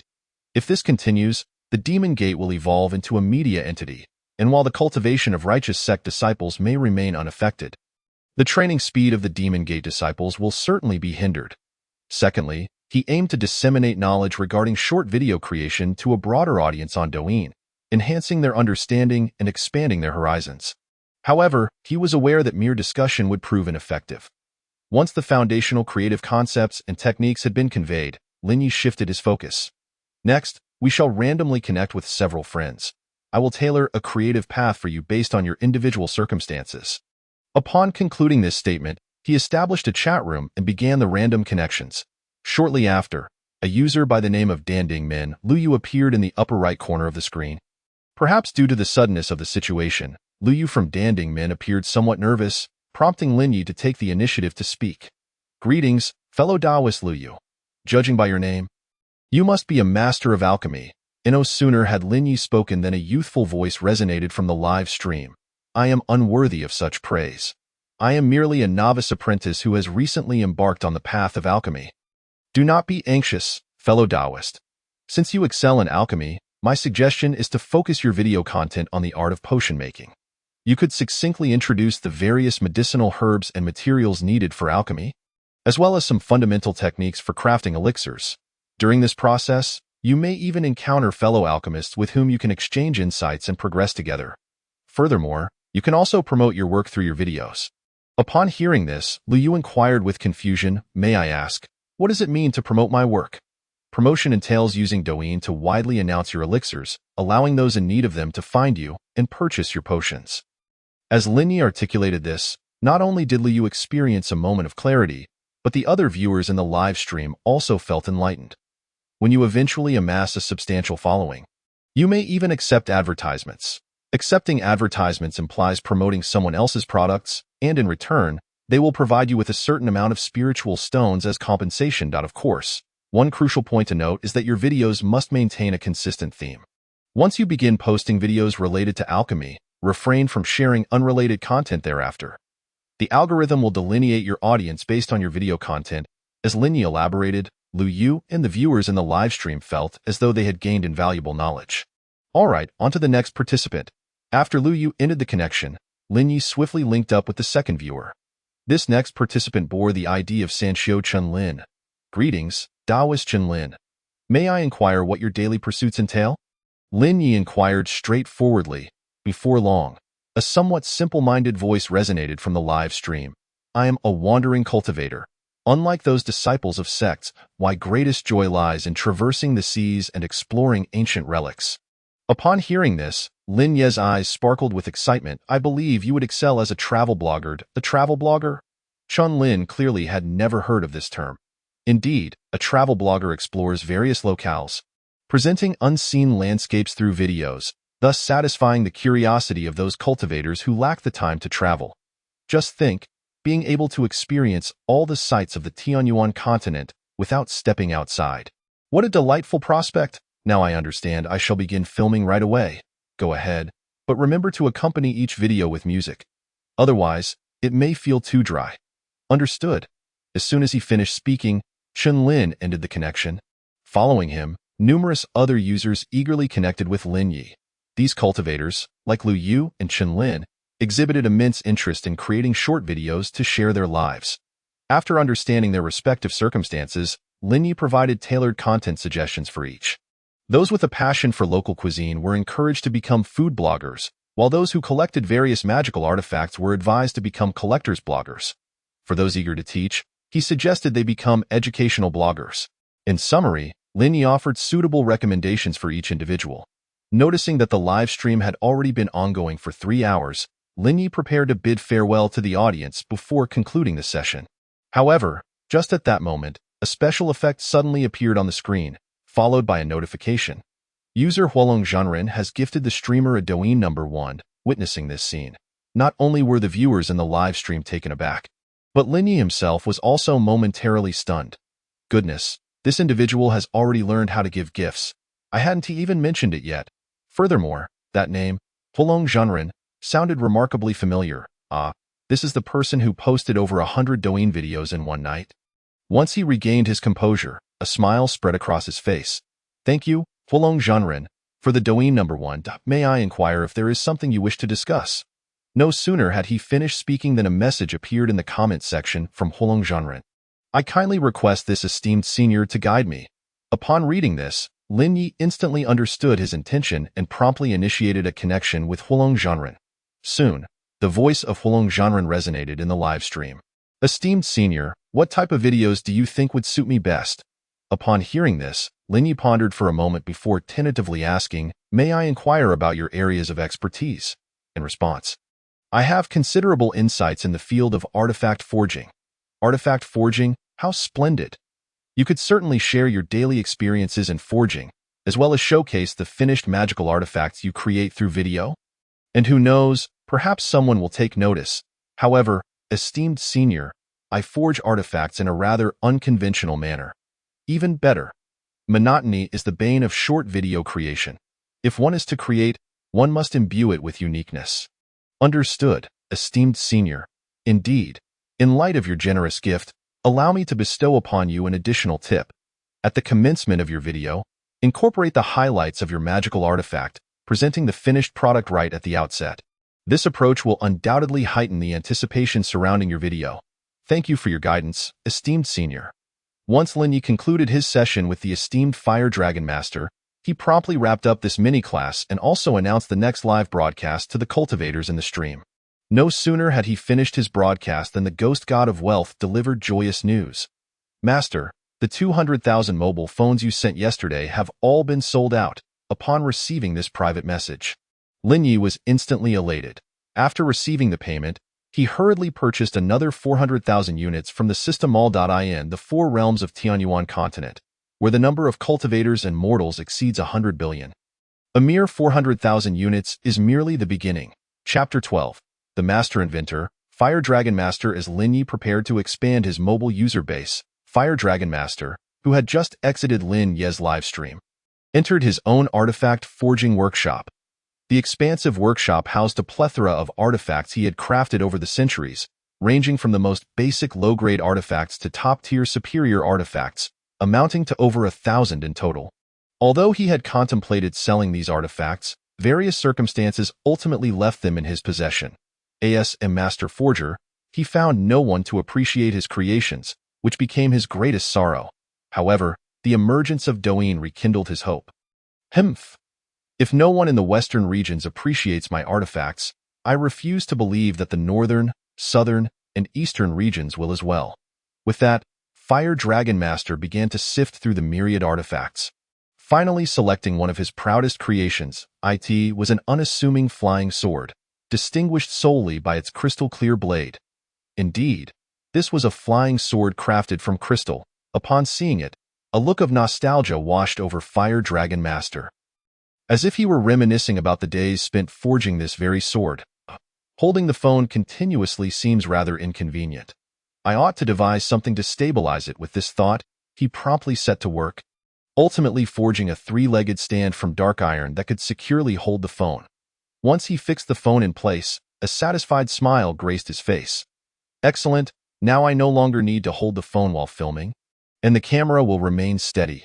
With that, he approached the phone and pressed the recording button, swiftly appearing before the camera. Greetings, fellow cultivators. I am Fire Dragon Master. I wonder, when exploring secret realms or caverns, have you ever encountered situations where dim lighting inadvertently triggered hidden traps, or perhaps missed treasures lurking in shadowy corners due to insufficient light?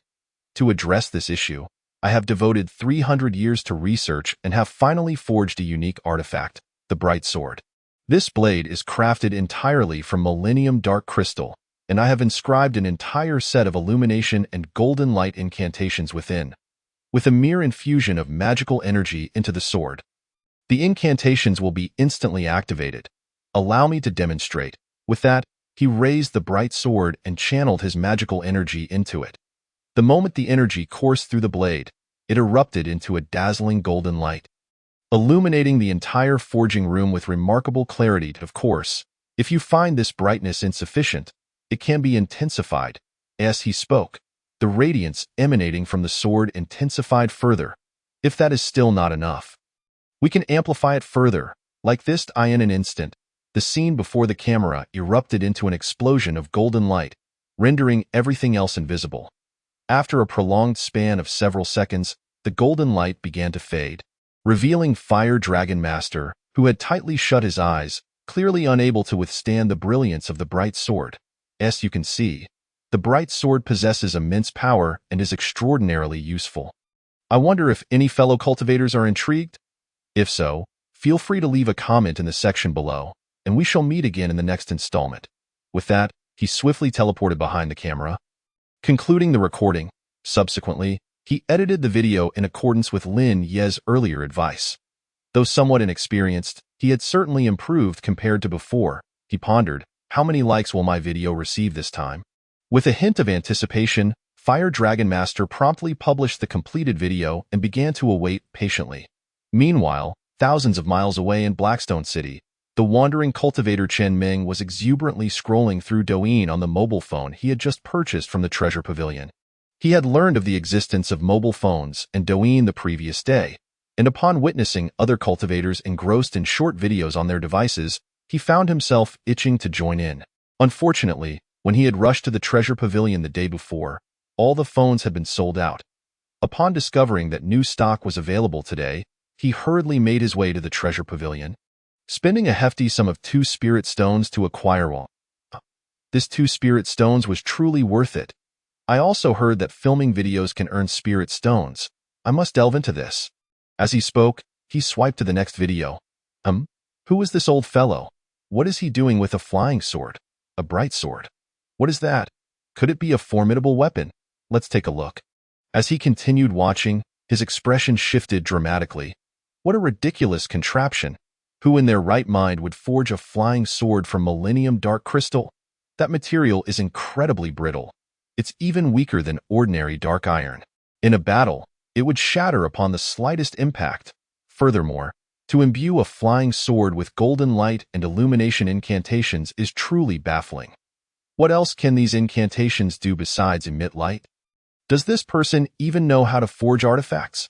If not, he should refrain from attempting it. Despite his incessant criticism, he ultimately chose to continue watching, curious about the unconventional flying sword's ultimate effect. However, in the next moment, the screen erupted in a blinding flash of golden light, rendering him unable to open his eyes. "Oh, my eyes. I'm going blind." Was he layering 10 tiers of golden light and illumination incantations onto the flying sword? Is there something wrong with his head? What sane individual would purchase such an artifact? Once the golden light finally subsided, he glanced back at the screen, his expression shifting from bewilderment to a slight smile. After all that, is this it? So, aside from illumination, this flying sword serves no other purpose. What a complete waste of an artifact. With that, he prepared to scroll away, but upon further reflection, he ultimately decided to give the video a like. Although the artifact showcased was utterly useless, the video itself had amused him greatly, as such utterly impractical artifacts are typically beyond his reach. Clearly, he was not alone in this sentiment. Within an hour, Fire Dragon Master's video amassed 1,000 likes and garnered hundreds of comments. "Master, you are truly talented. How could you conceive of such an artifact? This is hilarious. Is this artifact serious? Layering golden light and illumination incantations onto a single artifact? It isn't entirely without merit. During a confrontation, deploying such a flying sword could easily blind the opponent, allowing for a surprise attack, as no one would expect a flying sword to shine so brightly. Does the master have any other such artifacts? Enlighten us further." As he witnessed the likes and comments on his video soar, Fire Dragon Master felt invigorated. "I knew it. I knew there would be those who appreciate the artifacts I craft."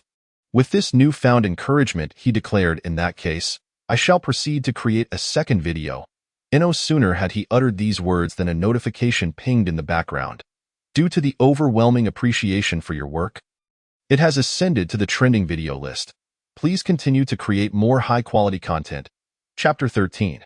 The first 10,000 follower influencer, Little Yellow Car, having tasted the sweetness of his initial video, Fire Dragon Master immediately set about crafting the second installment. This time, he selected another of his proudest creations, a massive iron cage.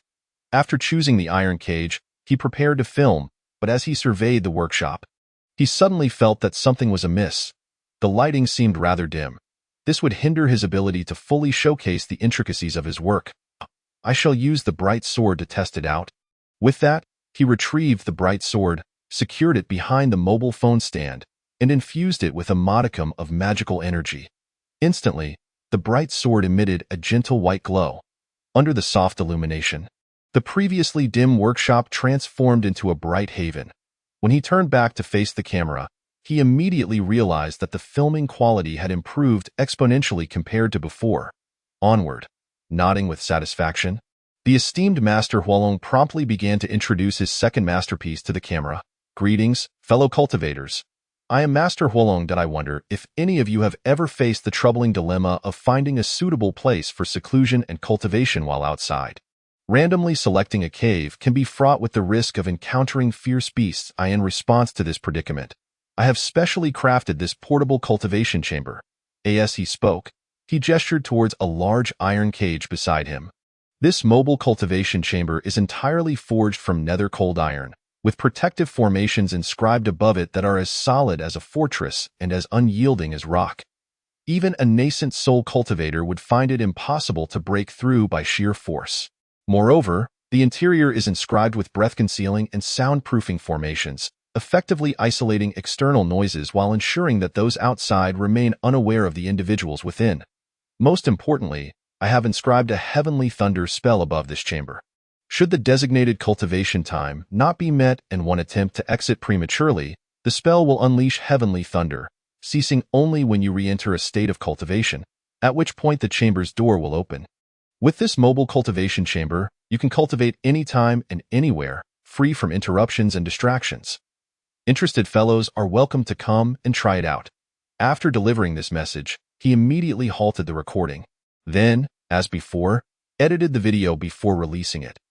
Unsurprisingly, his video quickly garnered a significant amount of attention from cultivators upon its release, with view counts, likes, and follower numbers skyrocketing.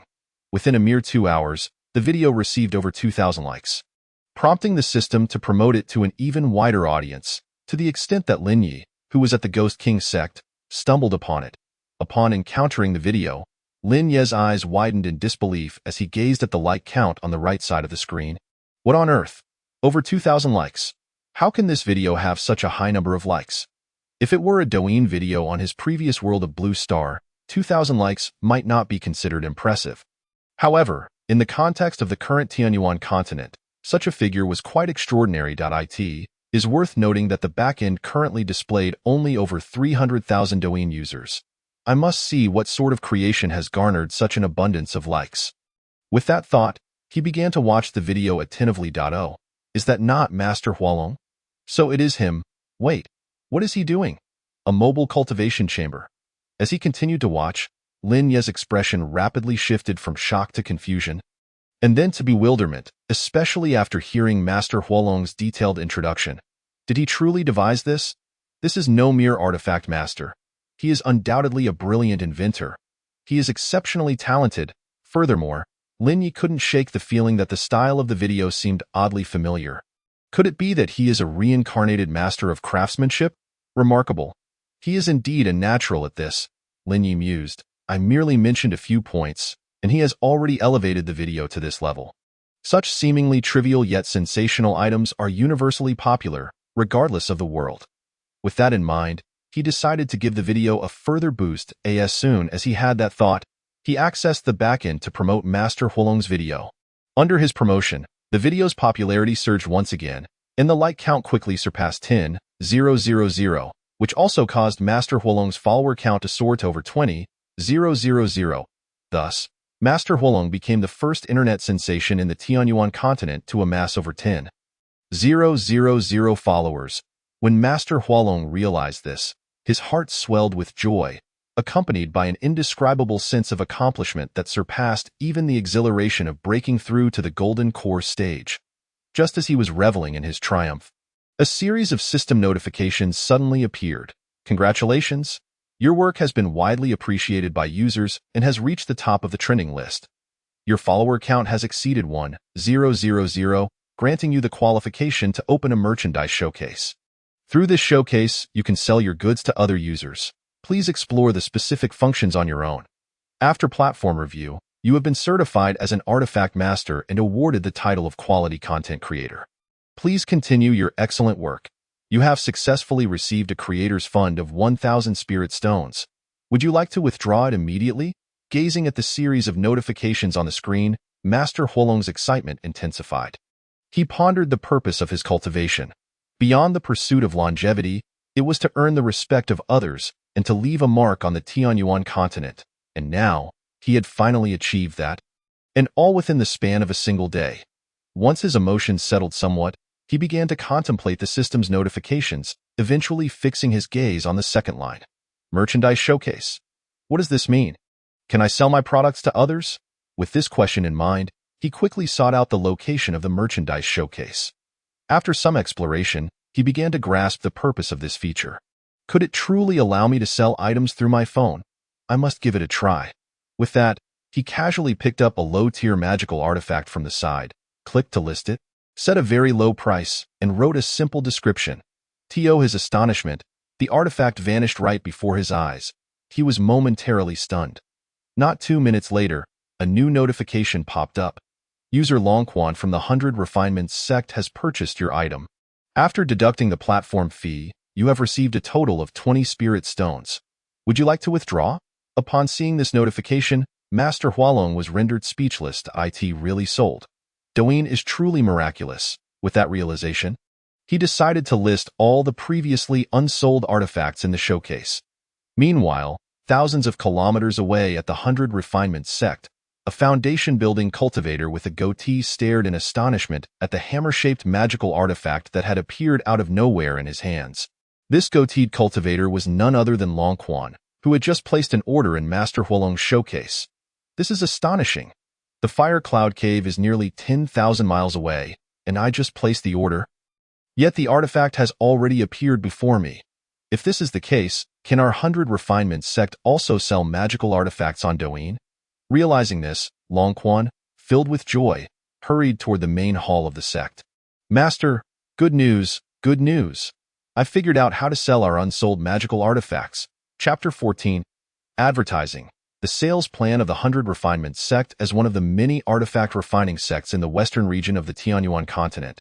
The 100 Refinements sect had once produced over 10 renowned artifact masters. In fact, 30% of cultivators in the western region possessed at least one magical artifact crafted by the 100 Refinements sect. However, their obsession with artifact refinement had led to their downfall. Their average cultivation level was not high, and none of the artifact masters managed to break through to the nascent soul stage, ultimately succumbing to a lifespan of merely 500 years. For nearly a century, no new artifact masters had emerged from the 100 Refinements sect, and with the aggressive rise of the sword-casting manor in the southern region, their produced artifacts faced severe oversupply. A substantial quantity of magical artifacts remained unsold in the sect's warehouse, leading to a financial crisis, and the mid- to high-level members of the sect had not received their monthly spirit stone subsidies for decades. As the chief disciple of the 100 Refinements sect, Longquan was naturally quite anxious. However, he had just caught a glimmer of hope, an opportunity that could pull the sect out of its current predicament. What is the matter with such haste? Were you not sent to Han Hai City to negotiate with Master Ma of the Kewuxuan regarding the consignment of our magical artifacts? Why are you back so soon? As he finished speaking, an elderly man with a white beard and a robust physique appeared before Longquan. This man was Zhang Shaoqing, the current sect leader of the 100 Refinements sect and one of the 3 artifact masters currently recognized in the sect. Upon hearing his master's words, Longquan respectfully bowed before hurriedly explaining, Master, I visited Han Hai City yesterday and met with Master Ma of Kewuxuan. However, he made it clear that they currently source all their magical artifacts from the sword-casting manor and several designated artifact masters. If our 100 Refinements sect's artifacts wish to be displayed in their store, we would need to pay a listing fee of at least 100,000 spirit stones per month, in addition to a 20 commission on every artifact sold. What? Such outrageous terms! Zhang Shaoqing's fury ignited instantly, flames erupting from his body, and the aura of a golden core cultivator pressed down on Longquan, forcing him to stagger back several steps. Master, please calm your anger. Although I was unable to reach an agreement with Kewuxuan, My trip to Han Hai City was not entirely fruitless. I have found a new channel through which we may be able to sell our unsold magical artifacts. Long Chuan's words caused the flames surrounding Zhang Shaoqing to dissipate, and a glimmer of curiosity appeared in his eyes. Oh? Are you suggesting that we take our 100 refinement sects artifacts to the eastern and northern regions to sell? It seems that this approach may not be feasible. The eastern domain is the territory of the Flame sect, where they have deeply entrenched themselves over the course of a millennium. Almost all major shops have partnerships with them. The northern domain belongs to the Blood Refinement sect. Although their crafted artifacts are not renowned, they excel in affordability. Unless we can reduce our costs below theirs, there is simply no profit margin to speak of. Master, the channels I refer to are not limited to these. Suddenly, Longquan smiled mysteriously and then took out his phone. This is an artifact that I purchased yesterday in Han Hai City for 2 spirit stones. This artifact is quite unique. As he spoke, Longquan recounted the details of the phone and the concept of Douyin to Zhang Shaoqian. Upon hearing that one could instantly sell their products thousands of miles away through a phone, disbelief flickered across Zhang Shaoqian's face. Impossible, utterly impossible. How could such a trivial object yield such results? Longquan, seemingly having anticipated Zhang Shaoqian's skepticism, promptly produced the artifact he had just bought from the Fire Dragon Master. Master, look, this is the artifact I just acquired from the Fire Dragon Master's showcase. You should recognize it immediately. Zhang Shaoqian took the artifact from Longquan's hands and scrutinized it carefully. Indeed, this is unmistakably crafted in the style of the Fire Dragon Master, the only one in the entire Tianyuan continent capable of producing artifacts so rudimentarily. Did you truly purchase this from the phone? Indeed, Longquan affirmed with conviction. The Fire Dragon Master now boasts over 20,000 followers. Countless individuals have viewed his videos. If we manage to collaborate with him and have him mention our Balian sect's artifacts in his videos, and subsequently feature our artifacts in his showcase, we might just succeed in selling them. What is this called again? Ah yes, advertising. After Longquan explained in detail, Zhang Shaoqian fell silent for a moment, then nodded that it seems we have no other choice. However, before seeking out the Fire Dragon Master, you must first take me to purchase a phone. I am greatly intrigued by this device. Why don't you simply give me yours and procure another one for yourself? Without waiting for Longquan to respond, Zhang Shaoqian had already taken the phone from his hands. Witnessing this, Longquan's expression shifted to one of exasperation. Master, phones are currently quite difficult to acquire. You are unwilling to honor your master with such a trivial item worth merely 2 spirit stones? Of course, I am willing. I will go buy another one. With that, Longquan sheepishly stepped aside, while Zhang Shaoqian began examining the phone with utmost seriousness. Initially, he intended to investigate why this artifact was so extraordinary, but he soon found himself captivated by the short videos on the device, especially when he saw a beautiful female cultivator in a JK uniform dancing gracefully to music. A lecherous smile spread across his aging face. This truly is a marvelous treasure. I must study it thoroughly. Realizing his behavior was somewhat inappropriate, he quickly adopted a serious demeanor. Very well, you may leave now. Later, take my token to find the Fire Dragon Master. I have had some dealings with him in my youth, so he should not refuse you. Yes, Master. Furthermore, I advise you to limit your viewing of Douyin. Excessive consumption may hinder your cultivation. Upon hearing this, Longquan wore an expression of utter disbelief. I know what you intend to say. Unlike you, I am already 480 years old. I will undoubtedly never break through to the nascent soul stage in this lifetime. So I have no fear of any adverse effects. After laboring for most of my life, it is time to indulge a little. With that, Zhang Shaoqian strode toward a grand hall, laughing lecherously at the phone screen as he walked.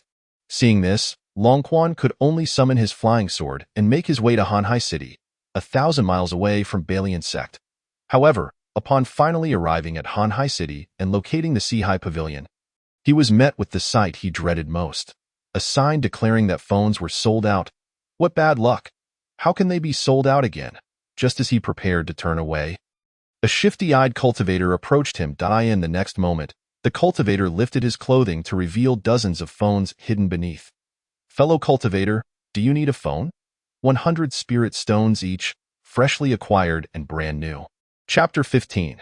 The reselling and distribution system master. A multitude of rogue cultivators has emerged across the various cities, reselling phones. They are purchasing our phones, originally priced at 2 spirit stones, and selling them at exorbitant rates. Inside the main hall of the Ghost King sect, Lin Yi had just opened his phone when he received a message from the Ghost Wealth God. Stunned, he read the message. What is this? Purchasing all our phones and selling them at high prices. Are there scalpers even in the cultivation world? Selling a 2 spirit stone phone for over 100. Well, they are robbing me of my meal. Amidst his surprise, anger began to brew within him. He picked up his phone, ready to issue a command to crack down on the scalpers, but paused and deleted the message instead. Perhaps it is unnecessary to target the scalpers. While they profit, it does not impede my own earnings, and they may assist in promoting the phones more swiftly. Regaining his composure, he promptly initiated a video call with the Ghost Wealth God. As soon as the call connected, the Ghost Wealth God eagerly began, "Master, you must be referring to the scalpers reselling phones. They are so audacious, profiting off our phones. I have already arranged for people to investigate, and we will deal with them severely." Before the Ghost Wealth God could finish, Lin Yi interrupted, "No, there is no need to take action against them. If they wish to resell, let them do so." "Huh? By the way, how many shops are currently selling our phones?" "Master, including the newly opened Evil Dragon City, there are a total of 12 cities selling phones." "And how many cultivators reside in these 12 cities?" "Approximately over 10 million. After a moment of contemplation, the Ghost Wealth God replied, "Over 10 million. Discounting those who are in long-term seclusion or have no interest in phones, we should still have around 7 million. We have sold approximately 600,000 phones thus far, which shows significant potential, but it is still not enough." "You mean we should continue to open more sales points? However, our influence in other cities is not substantial, and the power dynamics in those cities are intricate. If we attempt to sell phones aggressively, we will surely attract jealousy from local factions." The Ghost Wealth God expressed his concerns. His worries were not unfounded. In the past few days, due to the phone's booming sales, the sales of other products in the shops under the Wealth God Temple had also skyrocketed, increasing their revenue by more than 30%. Moreover, it had brought about a good reputation and foot traffic for those shops. In contrast, other shops in the same city experienced a significant drop in business. While those factions had yet to voice their grievances, it did not mean they were without thoughts of retaliation. "I never said we should continue opening more sales points. We can adopt a different approach." Lin Ye's voice echoed from the phone once more. "A different approach? Yes. We can further boost phone sales while allowing other shops to benefit, even enabling those small-time rogue cultivators to share in the profits. My intellect is limited. I humbly request you elaborate." "Master, actually, it's quite simple. Let's make other shops and rogue cultivators our distributors." Lin Yi spoke. A smile crept onto his face. The Ghost Wealth God appeared confused. He had no understanding of what a distributor entailed. A distributor is essentially authorized to sell our products on our behalf. For instance, if we sell a phone for 2 spirit stones, they can raise the price to 5 spirit stones after acquiring stock. For every phone sold, we take 1 spirit stone as commissioned. Of course, this is merely an example. The specific pricing and operational methods can be determined by them. We can categorize distributors into tiers. First-tier distributors may receive a quota of 100,000 phones monthly, second-tier distributors 50,000, and third-tier distributors 10,000. Those who perform well can be promoted, while underperformers may be demoted or even lose their distributor status. Additionally, we can designate regional distributors in each domain. As Lin Yi elaborated, he imparted all his knowledge of distributors to the Ghost Wealth God. Upon grasping the concept, the Ghost Wealth God's eyes lit up. "Now I understand, Master. Your brilliance knows no bounds. This approach is something I could never have conceived in 100 years. If we enlist local shops as our distributors, they will not only cease to resent us, but they will also become our most loyal allies. This strategy of turning foes into friends is simply exquisite. Moreover, the greatest delight of those wandering cultivators lies in traversing the vast expanse of the continent. With their presence, our mobile phones can even be sold within the barbarian tribes. Indeed, I share the same sentiment. Wealth is best enjoyed collectively, for only eternal interests exist, while eternal rivals are but a myth." Having concluded this discourse, Lin Yi promptly shifted the topic. How many flowing spirit stones are currently in the accounts of the Kaishan Hall? As soon as the question left his lips, the ghost Kaishan answered without hesitation. Currently, there are a total of 75 million flowing spirit stones. If we include the assets and goods of the Kaishan Hall across various regions, the total assets of the Kaishan Hall should amount to approximately 450 million spirit stones. Is there truly that much? Upon hearing the figure reported by the ghost Kaishan, Lin Yi could not help but feel a slight astonishment. However, the ghost Kaishan could not suppress a wry smile. This is not considered a large sum. The basic monthly expenditure of the entire demon sect reaches 10 million spirit stones. Coupled with various miscellaneous expenses, at least 25 million spirit stones are required monthly to maintain the normal operations of the demon sect. What miscellaneous expenses amount to 15 million? This time, the ghost Kaishan hesitated, stammering for quite some time before finally responding. Well, out of this 15 million, 12 million has been taken by you, revered sect master. Ah, I see. Upon hearing the ghost Kaishan's response, Lin Yi recalled that in his previous life, in order to control the development of the demon sect while enhancing his own strength, he indeed withdrew a substantial amount of spirit stones from the sect's public account each month. This extravagant habit, withdrawing over 10 million each month, left me with less than 500,000 upon my demise. After this bout of lamentation, he turned once more to the ghost Kaishan. In that case, transfer 50 million spirit stones to me. I intend to use these stones to continue refining mobile phones. Come back later to collect the goods. By then, I should be able to produce around 50 million phones. You must find a way to sell them swiftly. My goal is to ensure that every individual across the Tianyuan continent possesses a mobile phone. As Lin Yi articulated this grand ambition, the ghost Kaishan found himself momentarily bewildered. 50 million phones. How long will it take to sell that many? Yet, upon recalling Lin Yi's recently proposed dealership system, his heart brimmed with renewed confidence. Chapter 16. The soaring user count. The innate sales saint. Without further ado, Lin Yi immediately set to work procuring mobile phones in bulk from the system marketplace upon receiving the spirit stones transferred by the ghost Kaishan. In less than 10 minutes, 50 million spirit stones were exchanged for 50 million mobile phones.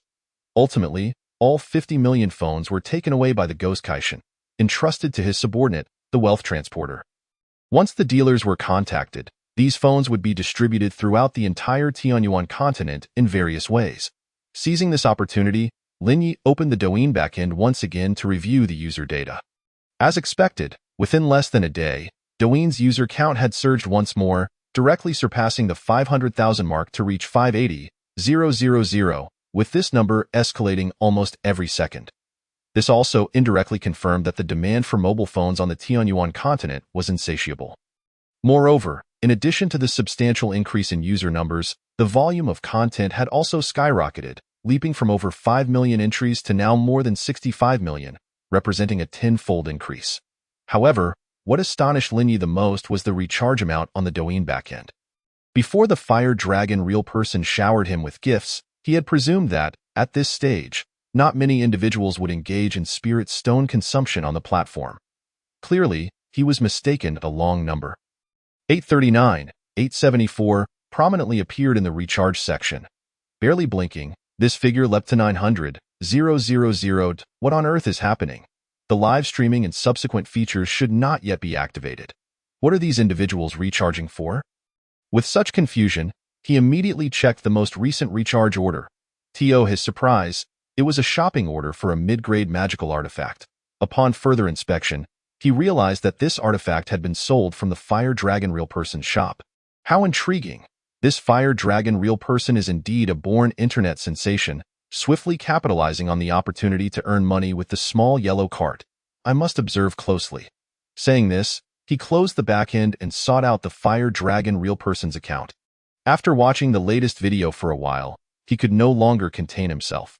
The most recent video mirrored the previous two viral hits, showcasing a flying magical artifact that boasted a speed 3 times that of normal sword flight, albeit at the cost of directional control and a certain risk of explosion. After earnestly detailing this rather subpar artifact, the Fire Dragon real person suddenly produced a seemingly ordinary magical artifact and presented it to the camera, stating, "Dear fellow cultivators, in our daily cultivation, We often encounter situations like the uncontrolled flying sword we just discussed, so we greatly require a self-activating protective magical artifact. The protective vest I hold in my hands possesses such functionality. It will automatically activate the defensive array above when you are attacked, without the need for your intervention. It can withstand a full-force strike from a foundational stage cultivator. This artifact originates from the prestigious crafting sect, the 100 Refinements sect, and was crafted by my friend, the contemporary master craftsman Zhang Shaoqing, ensuring quality assurance. Most importantly, its price is quite reasonable. This mid-grade artifact is only available for 76,000 spirit stones. If any cultivators are interested, feel free to click on my small yellow cart to place an order. It features not only this protective vest, but also a plethora of exquisite magical artifacts, each sold at cost price. Listening to the Fire Dragon real person's fluid introduction, Lin Yi once again questioned whether he was truly not a transmigrator. If he were not, how could he so swiftly seize the opportunity? What an innate sales saint. No, he must have only recently activated his product showcase. Is he already advertising? I wonder how much commission he earns from this sale. As he spoke, he clicked into the Fire Dragon real person's product showcase. Upon opening it, he was met with an array of dazzling magical artifacts.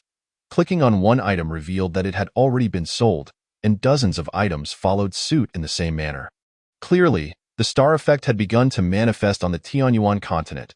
Trustworthy quality combined with affordable prices was enough to entice the cultivators following the Fire Dragon real person. Lin Yi naturally welcomed this development, as he, as the platform provider, would earn a share of the proceeds from each sale made by the Fire Dragon real person. Additionally, from the buyer's recharge, he would garner a share. For an artifact valued at 10,000 spirit stones, he could earn nearly 2,000 spirit stones. Such a rapid rate of profit was indeed remarkable. It seems I must devise a means to promote more creators like the Fire Dragon real person. Let me see who else possesses such potential. As soon as he voiced this thought, he opened the homepage and began searching the trending video leaderboard. Meanwhile, far away in a secluded mountain range, several youthful Qi refinement cultivators were desperately urging their flying swords, their faces etched with panic as they occasionally glanced back. Less than 1,000 meters behind them, a fearsome flying demon beast was closing in at an alarming speed. Given the comparative speeds of both parties, it was only a matter of time before the cultivators were overtaken. Senior Lingyun, it seems this Thunder Eagle has no intention of letting us go. What should we do now? It's all Xiao Lu's fault for wanting to touch the Thunder Eagle's egg. That creature must think we are egg thieves. An adult Thunder Eagle is equivalent to a mid-foundational stage cultivator. If it catches up to us, we are doomed. Listening to the terrified voices of his junior brothers and sisters behind him, Lingyun remained somewhat composed, though not fear. I have just shattered the communication jade pendant given to me by our second master. He should arrive shortly. As long as we can hold out until he arrives, this Thunder Eagle won't be able to harm us. However, barely had he finished speaking when the Thunder Eagle unleashed a bolt of purple lightning from its mouth. Crack! A nearby tree was instantly reduced to ashes by the strike. Witnessing this scene, Lingyun and his fellow cultivators turned pale. Before they could prepare themselves, several more bolts of lightning descended, nearly striking them. With no other choice, they descended from the air and dove into the forest, attempting to evade the Thunder Eagle's pursuit within the dense foliage. Yet ultimately, they were still caught up by the Thunder Eagle. A massive shadow loomed overhead, and death was imminent. A foundational stage Thunder Eagle could easily snuff out the lives of these fledgling Qi refinement novices with a single blow. Just then, however, Lingyun suddenly produced a mobile phone, and after a flurry of operations, a large bell materialized in his hand. As he infused his own spiritual energy into the bell, a golden light shield swiftly enveloped him and his fellow cultivators. Just as the Thunder Eagle's attack arrived, its razor-sharp claws, capable of shredding anything, struck the light shield. Ding! With a shower of sparks, the shield astonishingly withstood the Thunder Eagle's ferocious assault. This spectacle left the other cultivators present utterly dumbfounded. Chapter 17. The second elder of the Seven Birds sect, buying a phone at the moment the Thunder Eagle launched its assault. Everyone present believed they were doomed.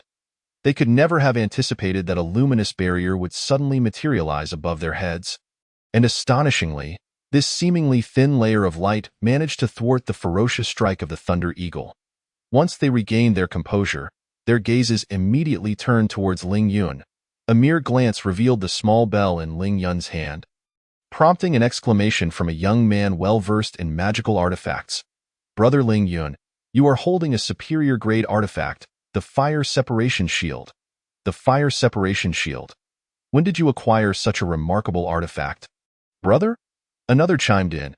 Indeed, brother, since you possess such a treasure, why did you not present it earlier? Wait a moment. I recall that your artifact was a green bamboo sword. When did you switch to this defensive one? Confronted with the confusion of his fellow disciples, Ling Yun continued to channel his spiritual energy into the small bell while calmly replying, I just bought it. Just bought it? Brother, are you jesting with us? Yes, we've been together all this time. When did you purchase this artifact? I truly have not left, but that does not mean I couldn't acquire an artifact. In fact, I never anticipated that I could indeed purchase this item through my phone. As he spoke, he displayed his phone to those present. The screen still lingered on the display interface of the Fire Dragon True Man, showcasing the product information for the Fire Separation Shield. Brother, are you implying that your Fire Separation Shield emerged from this small device? A young female cultivator inquired, her eyes wide with curiosity as she gazed at Ling Yun's phone screen. It did not emerge. It was purchased. This artifact cost me nearly 300,000 spirit stones, yet it was worth every penny in other places. A superior-grade artifact like the Fire Separation Shield would easily fetch at least 500,000 spirit stones. Today, I truly stumbled upon a great bargain. As he spoke, a look of relief spread across Ling Yun's face. By a stroke of luck, he had acquired a phone, and he had become quite enamored with it. Spending an entire night browsing. The videos of the Fire Dragon True Man had him in fits of laughter, and during his viewing, he had unknowingly encountered an advertisement for the Fire Separation Shield. Initially skeptical about how such a small device could deliver magical artifacts to buyers, he began to believe after reading some comments in the video section, though he still had no intention of purchasing. It wasn't until he was pursued by the Thunder Eagle that he decided to take a chance and ordered the Fire Separation Shield, thinking it was a last-ditch effort. The outcome was just as it had been moments ago. The Fire Separation Shield not only appeared in his hand, but also successfully saved their lives. As Ling Yun recounted his tale, his fellow disciples gazed at his phone as if they had never seen such a thing. Seeing this, Ling Yun couldn't help but smile slightly. All right, enough staring. When we reach Qingshi City, I shall buy each of you one. Now, help me control the Fire Separation Shield while I record a video and give the Fire Dragon True Man a good review. With that, he handed the Fire Separation Shield to a nearby junior disciple while he aimed his phone at the Thunder Eagle outside the shield to begin filming. The Thunder Eagle continued to display its ferocity, relentlessly attacking with its claws and occasionally unleashing purple lightning from its mouth. Yet, no matter how it struck, it could not breach the defenses of the Fire Separation Shield. Who knows, this video might just go viral. Once I reach 1,000 followers, I can open a storefront and sell items like the Fire Dragon True Man. If I gain even more followers, I could receive advertisements. I heard he earns a commission for every magical artifact he sells for the 100 Refinement sect. As Ling Yun finished filming, he quickly edited the video with some text before posting it. Remarkably, shortly after the video went live, he received 10 likes and 5 comments. Friend, at a time like this, you're still filming TikToks? Are you trying to get yourself killed? Is that a Thunder Eagle? Its demon core is a premium material for crafting lightning-based artifacts. Could you tell me where it is? I shall go and slay it immediately. Do not worry. This friend has summoned the Fire Separation Shield. As long as his spiritual energy holds, that wretched creature cannot harm him in the slightest. Do you need assistance? My cultivation is modest, but I can easily deal with a mere Thunder Eagle. You're quite boastful. Do you think you are a golden core cultivator? Apologies, senior. I did not realize you were indeed a golden core cultivator. I misspoke. As Ling Yun prepared to respond to the comments, a piercing cry suddenly echoed from the sky, followed by a fierce bird that dwarfed the Thunder Eagle descending from above, with a single blow. The Thunder Eagle was grievously wounded and quickly fled the scene. Witnessing this, Ling Yun and the others felt no fear. Instead, joy spread across their faces. It is our second master uncle. We are saved. Before their words had fully settled, A middle-aged man dressed in blue with a horse-like visage leaped down from the back of the fierce bird. He was none other than Zhou Chen, the second elder of the Seven-Bird sect, a golden core cultivator with a beast companion equivalent to a human golden core beast, the Scarlet Owl. You lot are incredibly bold, venturing into a gathering of demon beasts without the company of senior sect members. Had I arrived even a moment later, you would surely have become the Thunder Eagle's meal. Upon reaching Ling Yun and the others, Zhou Chen scolded them with a stern expression. Hearing his reprimand, the disciples of the Seven-Bird sect lowered their heads, except for one female disciple who approached Zhou Chen with a playful smile. Master, we were merely eager to possess our own beast companions like you. Besides, with Brother Ling Yun's fire separation shield, that Thunder Eagle couldn't possibly harm us. Indeed, Second Master Uncle, you should have seen how furious that Thunder Eagle was. We owe our lives to Brother Ling Yun. If he hadn't bought the fire separation shield from TikTok, we would have been doomed. I want to buy a phone too. Brother Ling Yun, please tell us where you purchased it. The fire separation shield? TikTok? Phone? Clearly, Zhou Chen was unfamiliar with these terms, and he quickly turned his attention to the fire separation shield in Ling Yun's possession. Ling Yun, where did you acquire this fire separation shield? I do not recall any such artifact existing within the sect. Upon hearing Zhou Chen's inquiry, Ling Yun hurriedly recounted how he had purchased the fire separation shield from TikTok. When Zhou Chen learned that a mere phone could connect cultivators from all corners of the world and allow them to sell their goods, his eyes immediately lit up with interest. The next moment, he spoke with a serious demeanor. Let us go. Take me to the place where they sell phones. Chapter 18. The influence of the phone, the Seven-Bird sect, could be considered a third-rate sect in the vast Tianyuan continent. With a consistently sparse population, a primary reason for this was the scarcity of cultivators who chose to tame beasts. Beast tamers lacked the charisma and destructive power of sword cultivators, the formidable physique and defense of body cultivators, and the financial gain of talisman, artifact, or alchemy cultivators. Furthermore, the threshold to become a beast tamer was high. The stronger the beast one could control, the stronger the tamer became. Without a suitable beast, one might even struggle against an equally ranked alchemist. As a result, the entire Seven-Bird sect had not accepted a new disciple in 10 years. If this continued, the sect might become the first to perish due to a lack of recruits in the entire Tianyuan continent. Upon learning about the existence of phones and TikTok from Ling Yun, Zhou Chen's mind lit up with inspiration. Half an hour later, Zhou Chen and the group arrived at Qingshu City, riding on the back of his Scarlet Owl. As soon as they stepped through the city gates, they were taken aback by the scene before them.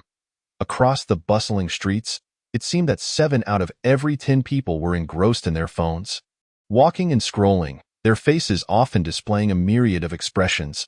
Hee, Yuan Fairy has updated her video again. Her dance in this episode is simply exquisite. Humph. I say Baiha Fairy is the true paragon of beauty. Friends, you are still young. Wait a few hundred years, and you will come to know that Yaoguang Fairy is the true gem. I wonder what the name of the outfit that Liu Fairy is wearing is. I would love to buy one for my partner. I think it's called a Qipao, right? TSK. The Tianfu sect truly is something else.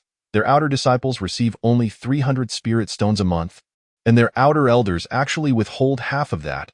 Truly despicable. If it weren't for that outer disciple exposing the matter in a video, who knows how long it would have been kept under wraps. Did you see that video too? I was considering taking the entrance exam for the Tianfu sect, but after watching that, I'm too scared to go. Indeed, TikTok is incredibly convenient. News from thousands of miles away can be known in an instant. It is indeed quite good. Yesterday, while scrolling through Douyin, I stumbled upon a video showing my Dao companion strolling through the streets with someone else. Were it not for Douyin, I would have remained oblivious to this deceit for who knows how long. Observing the expressions of the group of cultivators and listening to their discussions, Zhou Chen's countenance shifted repeatedly, leading to a deepened understanding of Douyin in his heart. That moment, a casual cultivator, whose cultivation was merely at the qi refinement stage, approached them with a beaming smile. Esteemed seniors, may I inquire if you are here to purchase mobile phones?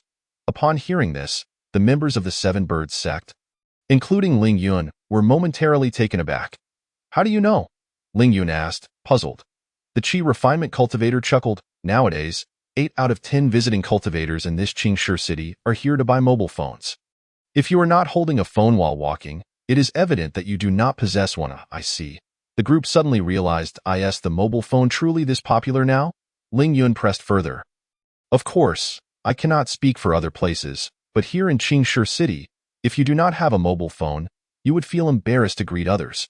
Aside from those old seniors who rarely emerge from seclusion, even the city lord's residence has begun to embrace mobile phones. Hearing this, Ling Yun and the others were once again astonished. Hasn't the mobile phone only been introduced recently? How could it spread so rapidly? Ah, you seem to be unaware, the Qi refinement cultivator replied, pulling out his mobile phone. Just consider Douyin. By simply scrolling through short videos, you can learn about events happening all over the Tianyuan continent. As he spoke, he swiped up on the screen, revealing a young female cultivator in a JK uniform dancing energetically to vibrant music. Apologies, I swiped the wrong video. Not this one. After a brief, awkward chuckle, the Qi refinement cultivator opened his favorites, which were filled with various dance videos, except for the very first one. Look here. This is a video I just came across. A casual cultivator captured footage of an ancient cultivator's cave dwelling emerging at the South Sea Dragon Bay. Such news, in the past, would have taken us days to receive, even being thousands of miles away. But now, with Douyin, we can know immediately. He then opened the trending list and clicked on a video where two groups of cultivators, dressed differently, were engaged in battle. This is a recent event. I heard that the people from the Han Yuan sect and Tai Chi sect clashed over recruitment matters. Both sect leaders were present, and several Foundation establishment cultivators lost their lives on the spot.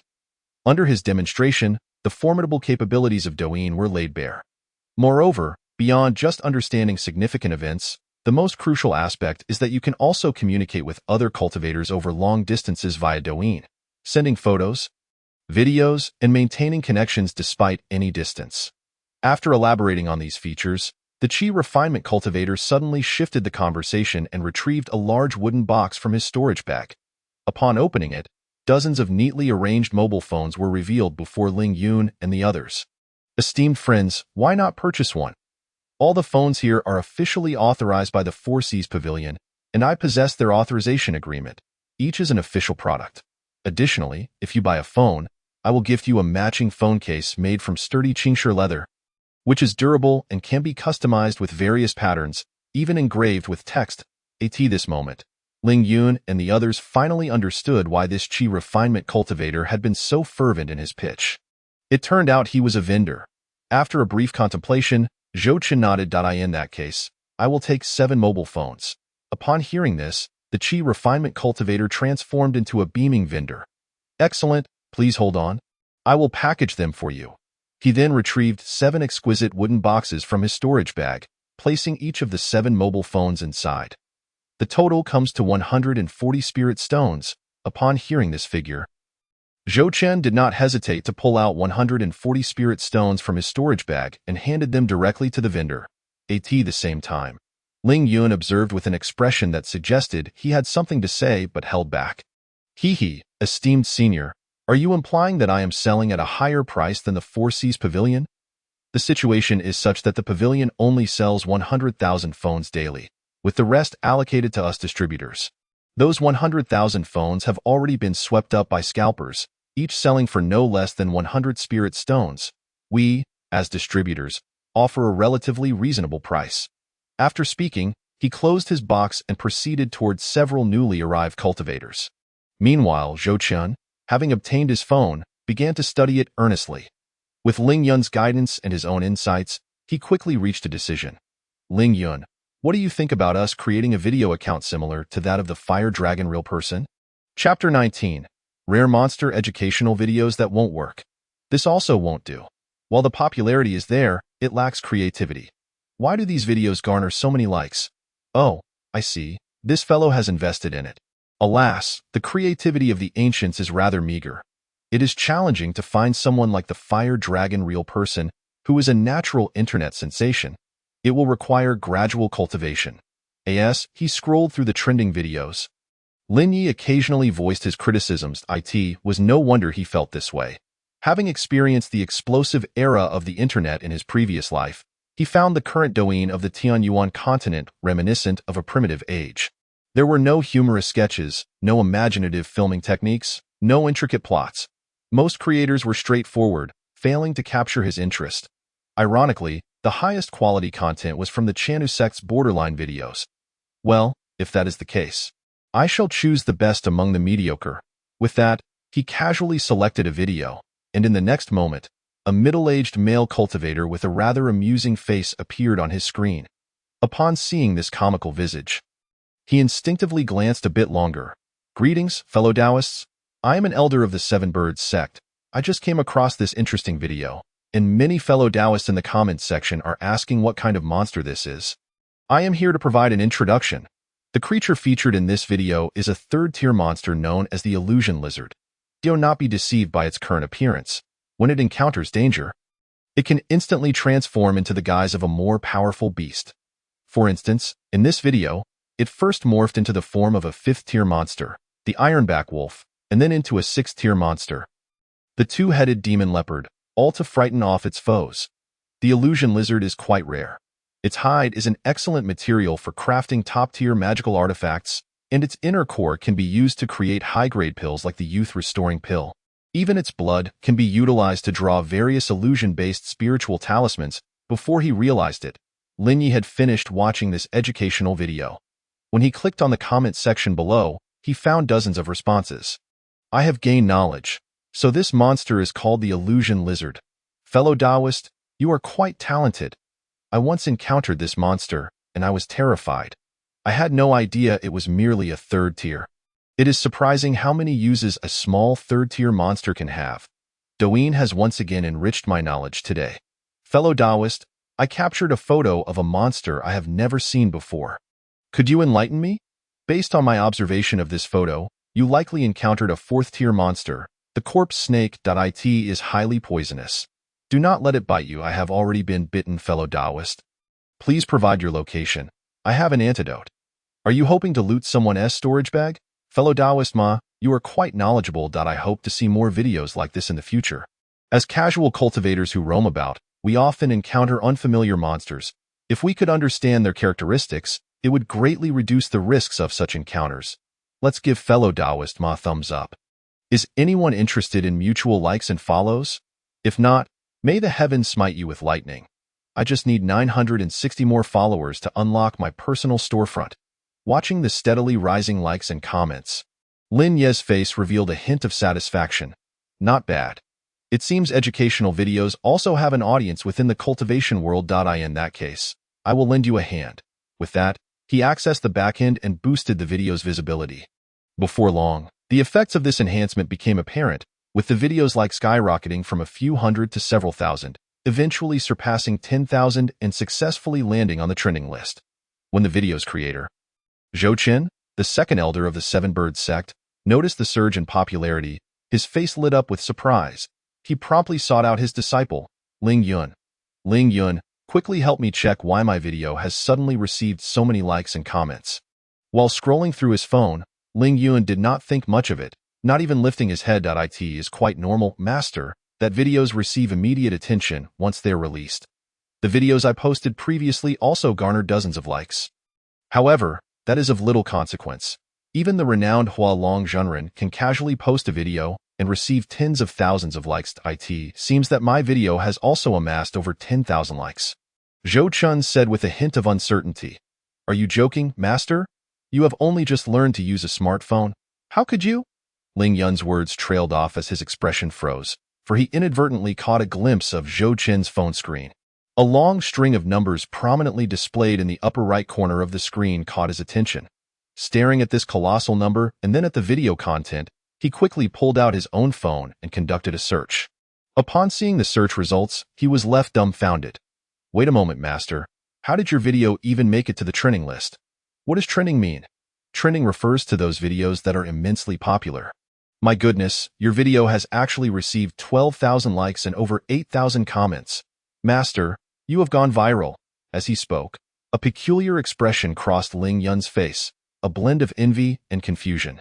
After all, it was only a few hours ago that he had accompanied Zhou Chen to purchase a phone, teaching him the methods of shooting short videos along the way. He had assumed his master would merely dabble in it.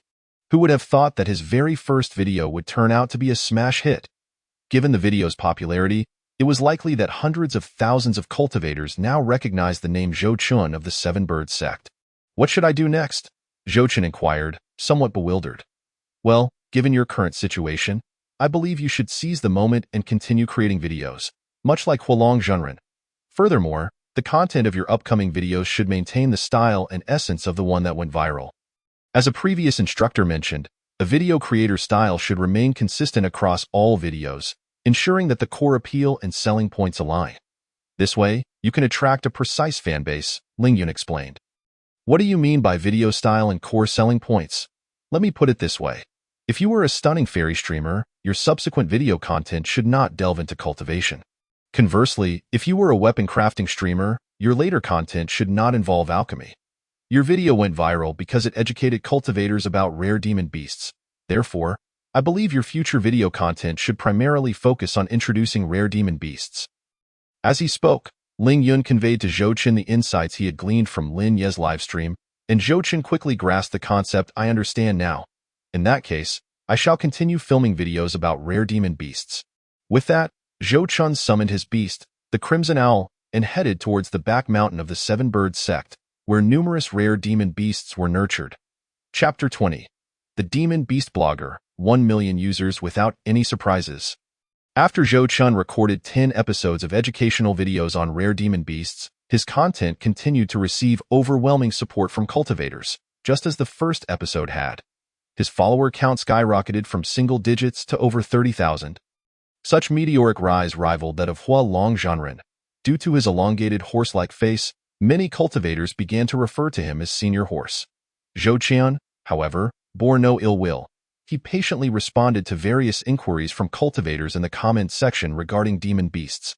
Senior Horse, my second-tier demon beast, the Desert Spirit Cat, has been experiencing digestive issues lately. What could be the cause? If a demon beast is having digestive troubles, I recommend feeding it a first-grade pill. The body fortification pill, ground into powder and administered as a drink. Senior Horse, why are my two demon beasts not reproducing, and why do they fight whenever they meet? It seems both of your beasts are male.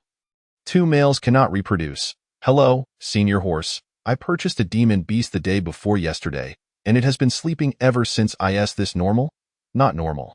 From the photo you've sent, it appears it has been dead for at least 2 days. Dispose of it. Keeping it any longer will cause it to rot. Greetings, Senior Horse. How can I become a beast cultivator? You may come to the Seven Birds sect for a free assessment if you pass. You will possess the potential to become a beast cultivator. Thank you, Senior Horse, for clarifying my doubts yesterday.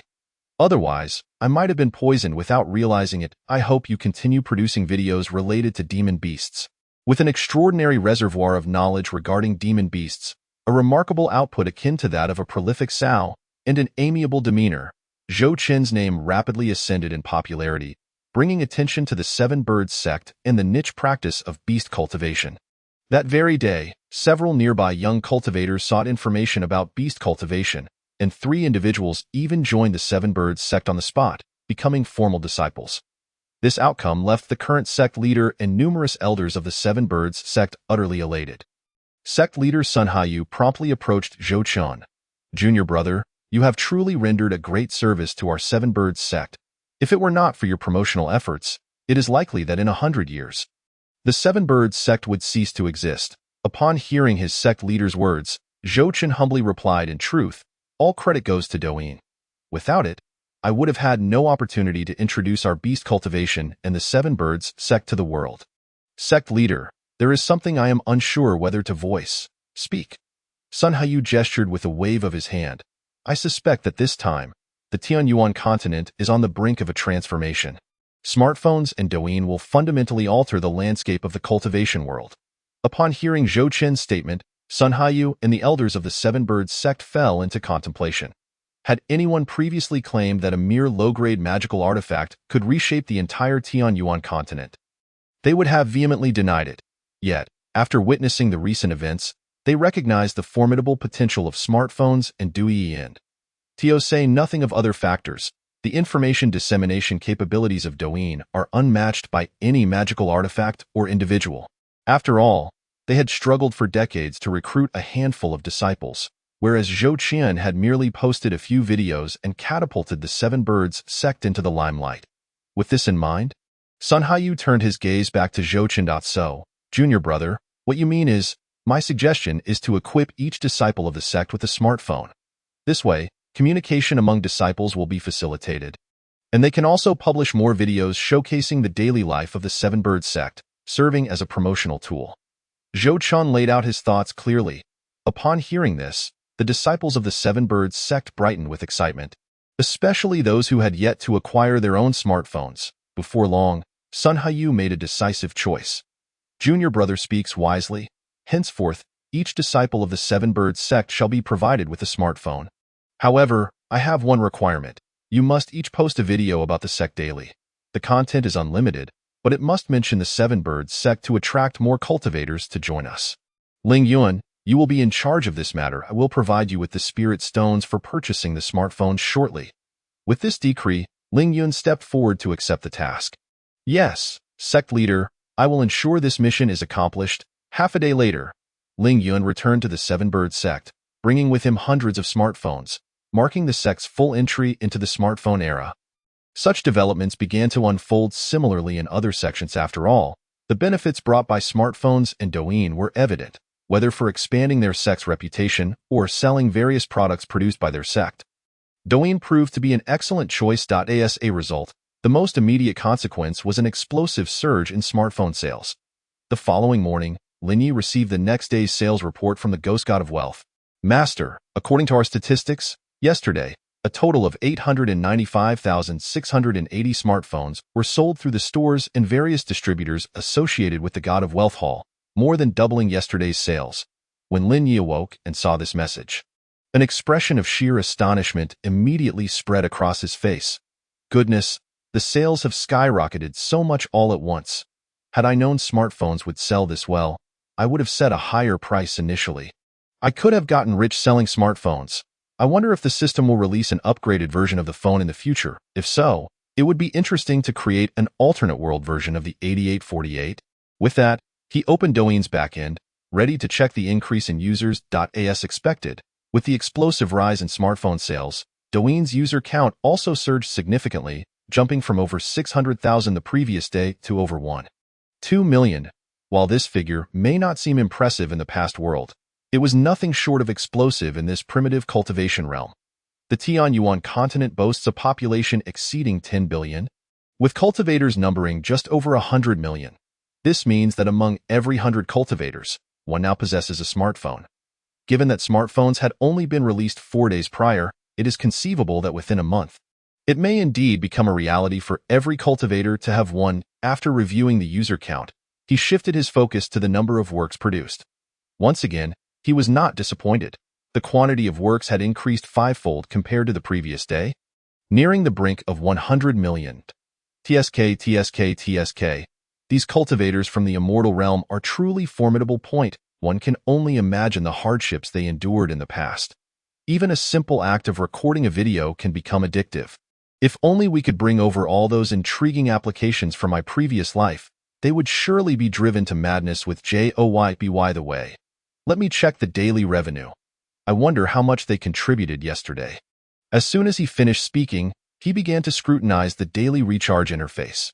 Just one glance left him astounded by the figure displayed, 23, 453, 871. Even if he could only withdraw 10, that would still amount to 345,000 spirit stones. Earning over 2 million spirit stones in just a day is indeed astonishing. Chapter 21. The popular influencer Lu Ruyan. How was this over 20 million spirit stones generated? Staring at the data on his phone screen, Lin Yi fell into deep contemplation. In the Tianyuan continent, spirit stones are both a consumable for cultivation and a form of currency. Typically, disciples from sects receive around 300 spirit stones as a monthly stipend. If we equate this to the wages of my previous life, one spirit stone would be roughly equivalent to 10 yuan, making 20 million spirit stones equal to 200 million. To unravel this mystery, he immediately delved into the back-end analysis. The data revealed that out of the 20 million spirit stones in recharge, 15 million originated from various influencer storefronts. Among them, The Fire Dragon Master alone sold 8 million worth of magical artifacts, while the remaining 7 million came from dozens to hundreds of recently opened storefronts. Lin Yi casually browsed through the offerings. There was a plethora of items for sale: elixirs, ores, cultivation manuals, spirit beasts, and pets. Essentially catering to every type imaginable, it was evident that these individuals had grasped the secret to wealth through Douyin, leveraging the platform for commerce. Naturally, Lin Yi wholeheartedly supported such endeavors. He realized this was merely the beginning. Once live streaming commenced, genuine profits would follow. Perhaps I should demonstrate a live stream to astound these locals. Now, whom shall I choose as the first host? He certainly wouldn't appear on camera himself. Firstly, he lacked the time, and secondly, his influence was minimal, thus the audience might not be inclined to engage. The optimal approach would be to select one of the female cultivators from the Chanu sect to serve as the host. It seems a visit to the Chanu sect is in order. Resolute, he stood and exited the main hall, mounting the Tiger King and heading toward the Chanu sect. Upon his arrival, the sight before him made his heart race and cheeks flush. Everywhere he looked, there were stunning female cultivators clad in high-slit kipayos and various styles of JK uniforms. The moment they spotted Lin Yi, they eagerly gathered around him. "Greetings, esteemed sect leader. Please rise. Where's Lady Yinho?" "So, the sect leader has come to find Lady Yinho. Does the sect leader not miss us at all?" "Indeed, sect leader. Do you think my outfit looks good?" Before Lin Yi could respond, a fragrant breeze enveloped him, and a sharp voice rang out from a distance. "You flirtatious vixens, hurry up and return to your cultivation. If you don't, I shall strip the skin from your backs." At this remark, the disciples clinging to Lin Yi promptly scattered. Shortly after, Bai Qingxian, adorned in a sleek black qipao with striking beauty and grace, gracefully landed before Lin Yi. With a light leap, she mounted the Tiger King's back, facing Lin Yi. "Brother sect leader, you finally remembered your humble servant. Yesterday, I sent you a private message, but you did not reply." Bai Qingxian pouted playfully. "Ahem, I was asleep. Now quickly dismount. I have serious matters to discuss with you." With that, Lin Yi leapt down from the Tiger King, Bai Qingxian following closely, though she landed directly in his arms. "Brother sect leader, if you have any unseemly matters, you can always find your humble servant." With a flirtatious glance, she teased. Upon seeing this, Lin Yi hastily set her down. Enough. Go summon the disciples under your command. I have important arrangements to make. You truly lack romance." Turning, Bai Qingxian brought forth a throng of disciples. After surveying them, Lin Yi spoke. "Those with over 1,000 followers, raise your hands." Upon hearing this, every female cultivator in attendance eagerly raised their hands, leaving Lin Yi momentarily dumbfounded. Goodness, are there so many lecherous souls on Tianyuan continent? Indeed, skirting the edge is the way to go. After this revelation, he continued, "Those with over 5,000 followers, step forward. In the next moment, over half of the hundreds present moved to the front. Those with over 10,000 followers, please step forward. At this point, the numbers dwindled significantly, yet over 10 still remained. Each of these female cultivators possessed unique traits. Some were innocent, others seductive, some mature, and some youthful. However, they all shared a commonality. They were exceptionally attractive and well-proportioned. Indeed, the discerning eye of the masses is sharp, and the public's aesthetic sense is unified. Murmuring to himself, he pointed to the 10 or so with over 10,000 followers and commanded, "Now, each of you tell us how many followers you currently have." "Greetings, esteemed sect leader. I have over 13,000 followers." "Greetings, esteemed sect leader. I have over 15,000 followers." "Esteemed sect leader, I possess 18,000 followers." "Esteemed sect leader, I have 30,000 followers." The last speaker, a tall, pure-looking disciple with an alluring figure, a prominent bosom and hips, and a tear mole at the corner of her eye, spoke with pride.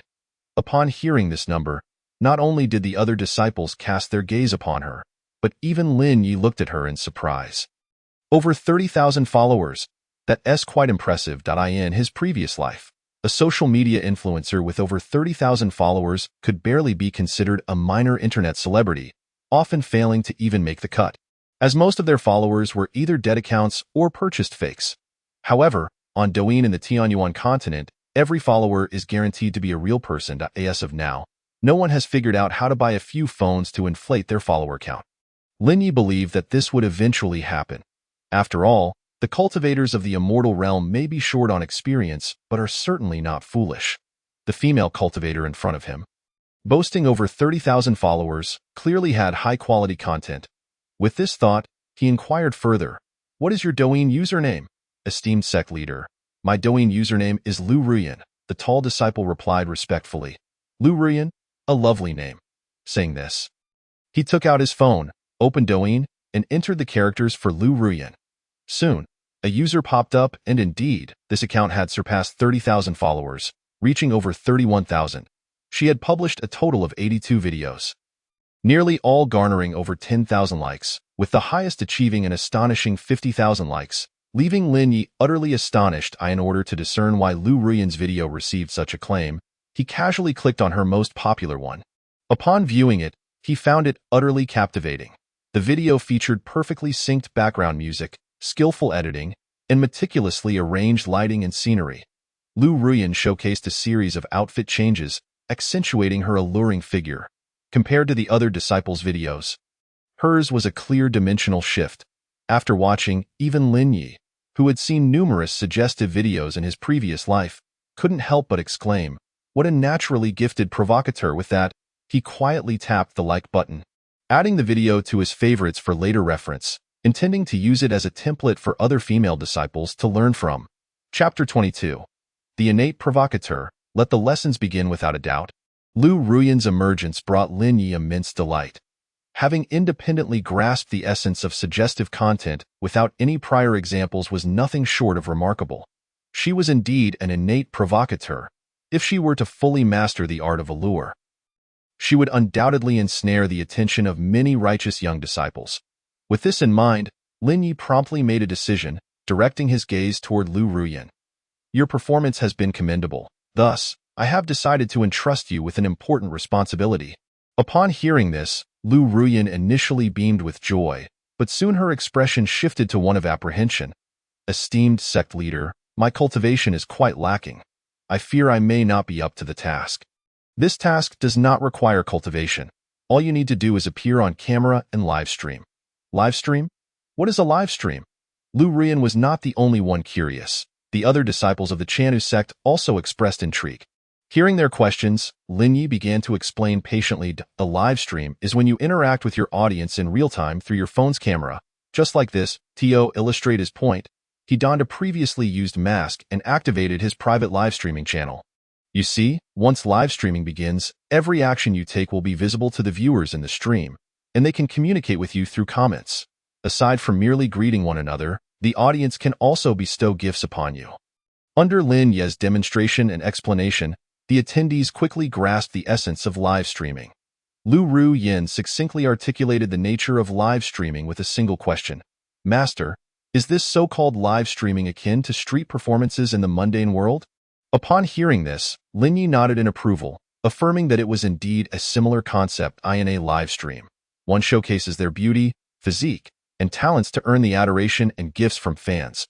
With your current fan base, as soon as you start streaming, even if you do not display any particular talent, simply engaging in conversation with your fans will likely result in them showering you with gifts, all of which will belong to you personally. For instance, if someone gifts you an item worth 1,000 spiritual stones, you can withdraw that amount at any time. As soon as this was mentioned, Lu Ruyan's eyes sparkled, and the others present felt the same excitement.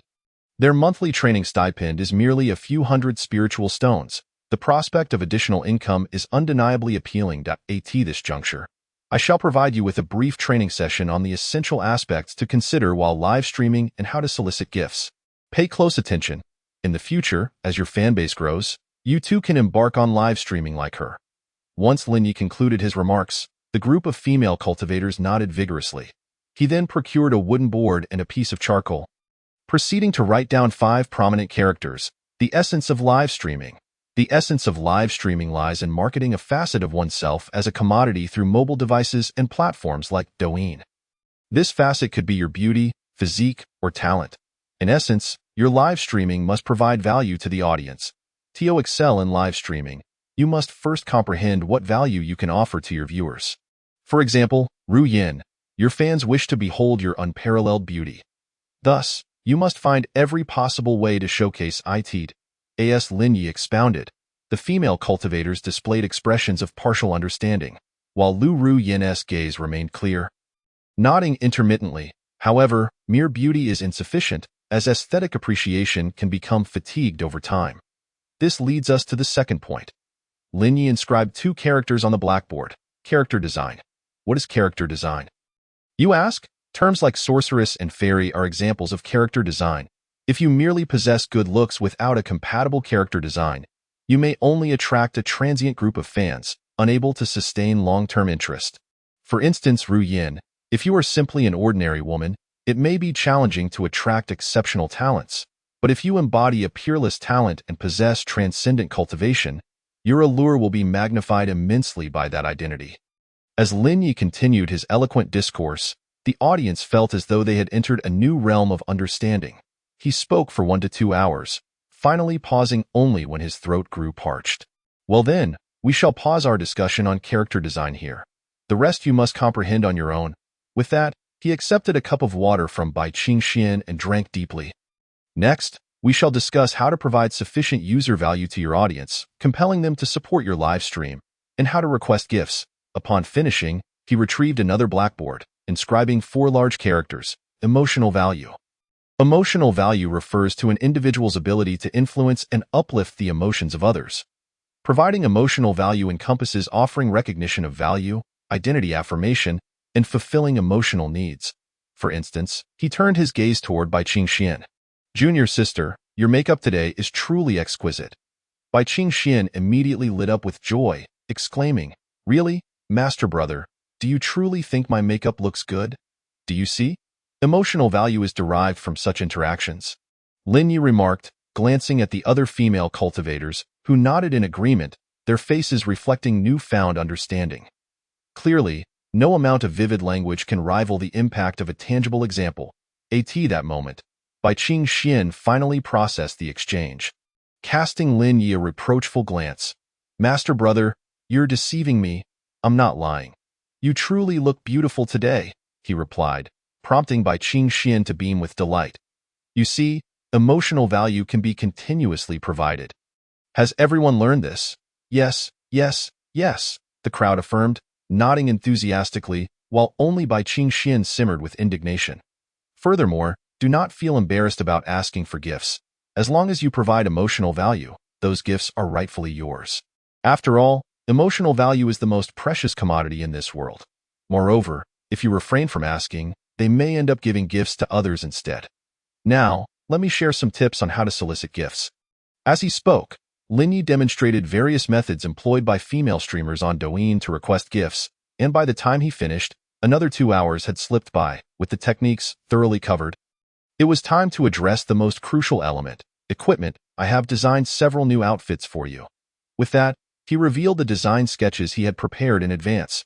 Among them was a striking design for sheer black stockings. Chapter 23. The Design of Stockings, a dimensional shift to truly capture the hearts of those LSPs in the cultivation world. Relying solely on software is insufficient. Hardware is equally essential. Clothing, accessories, and even hairstyles are vital for a beauty influencer.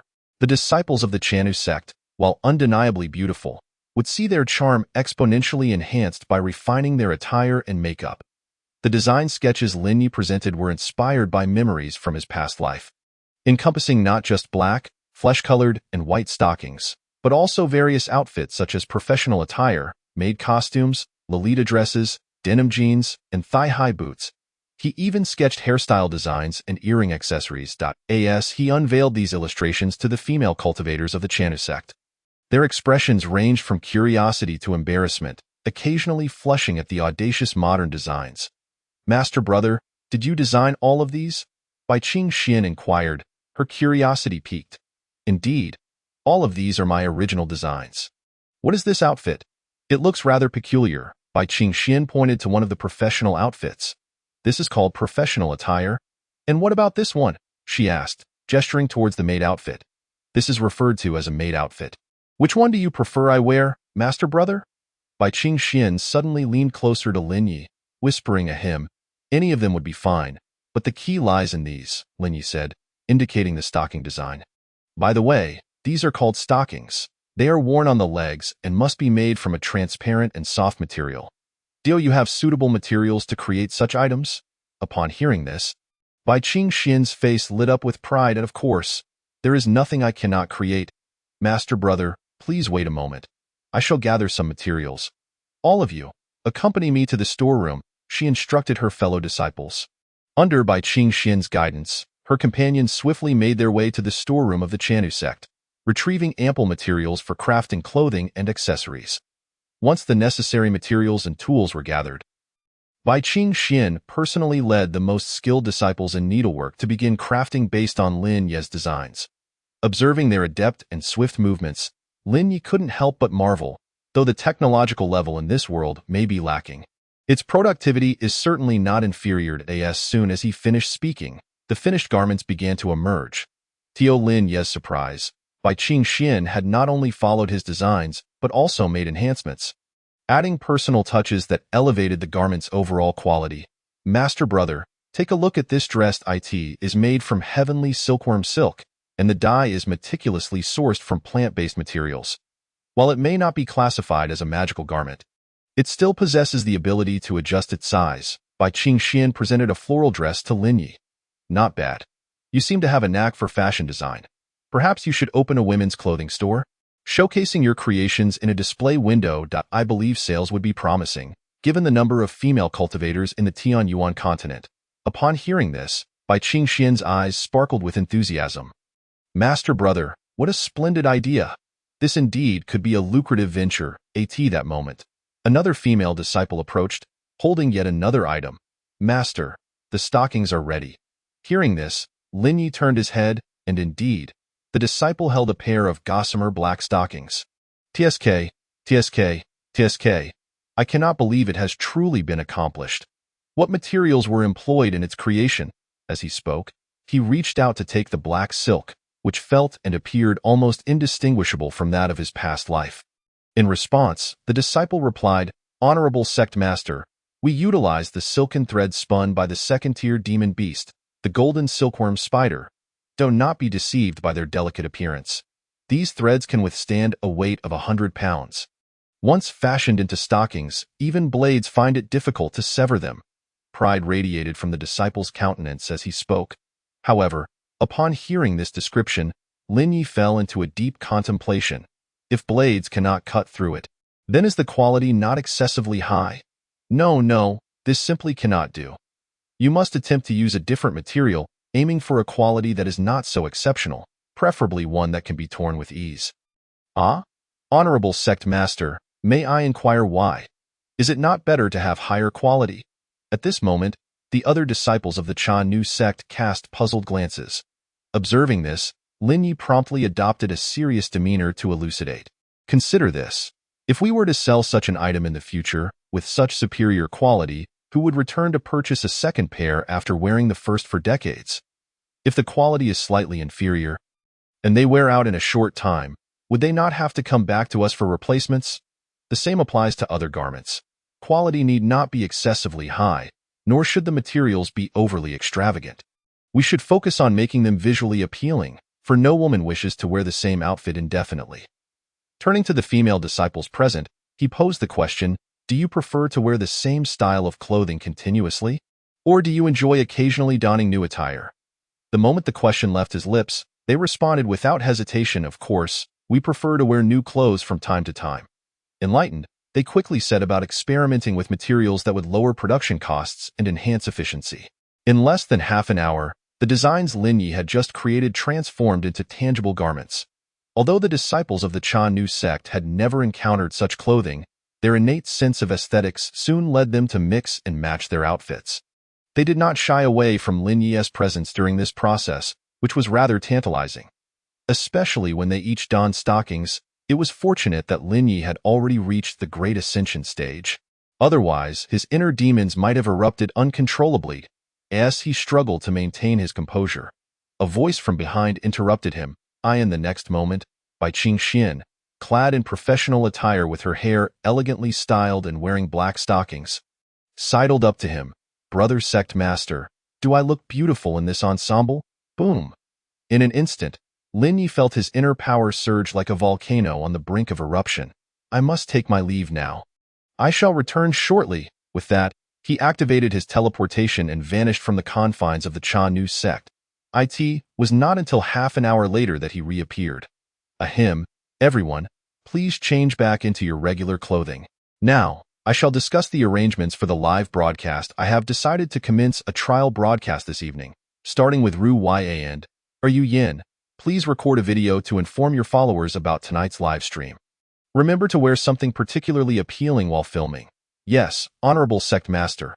Also, the backgrounds of your videos are too dim. Do you possess any luminous magical artifacts to enhance the lighting during filming? Additionally, you might consider taking selfies in front of a mirror. I recall that the Cha Nu sect possesses crystal mirrors. Chapter 24. The first broadcast begins. Terrifying LSP on Facia Island in the East Sea. Chu Feng, the leading figure of the younger generation, sat upright in the training room, attempting to enter a meditative state, but after several attempts, he ultimately failed. Each time he neared a state of concentration, a captivating figure would inadvertently flicker into his mind. Her every smile and frown enough to ensnare his senses, leaving him unable to focus on his cultivation. Alas, it seems I am once again unable to cultivate today. Perhaps it is true that cultivation cannot be rushed. Forcing it may yield no results and could even provoke inner demons. In light of this, he decided to scroll through Douyin for a while, wondering if Ru Yin had updated her video today. A sudden thought crossed his mind, and a sweet smile illuminated his face as he casually picked up his phone from the nearby table.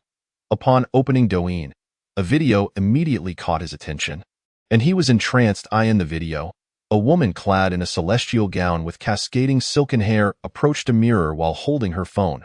Just as she reached the mirror, a burst of colorful smoke enveloped the scene. As the smoke dissipated, her attire transformed into a figure-hugging floral gown, the side slit revealing her long legs clad in black stockings and delicate feet.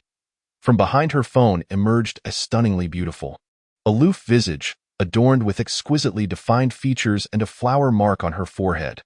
Though no words were spoken, she captivated Chu Feng entirely, rendering him breathless. After a considerable time, he finally regained his senses. The first thing he did being to fervently like the video.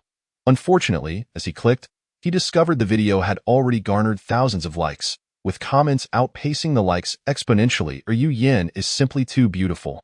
Her beauty renders me spellbound. Suddenly, he felt that cultivating held no appeal whatsoever. All he wished to do was watch Ru Yan's video. Fellow Taoist upstairs, you are not alone. I feel the same way. Were it not for stumbling upon Ru Yan's video, I could hardly fathom such a beauty existing in the world I just entered. And how are there already so many comments? Ru Yan, I am Qin Shujun from Qinjianmen. Might I have the honor of meeting you? It would be even better if I could have a moment of your grace. What nonsense, Qinjianmen. You think you can meet Ru Yan? Dream on. To dare to defile the immortal.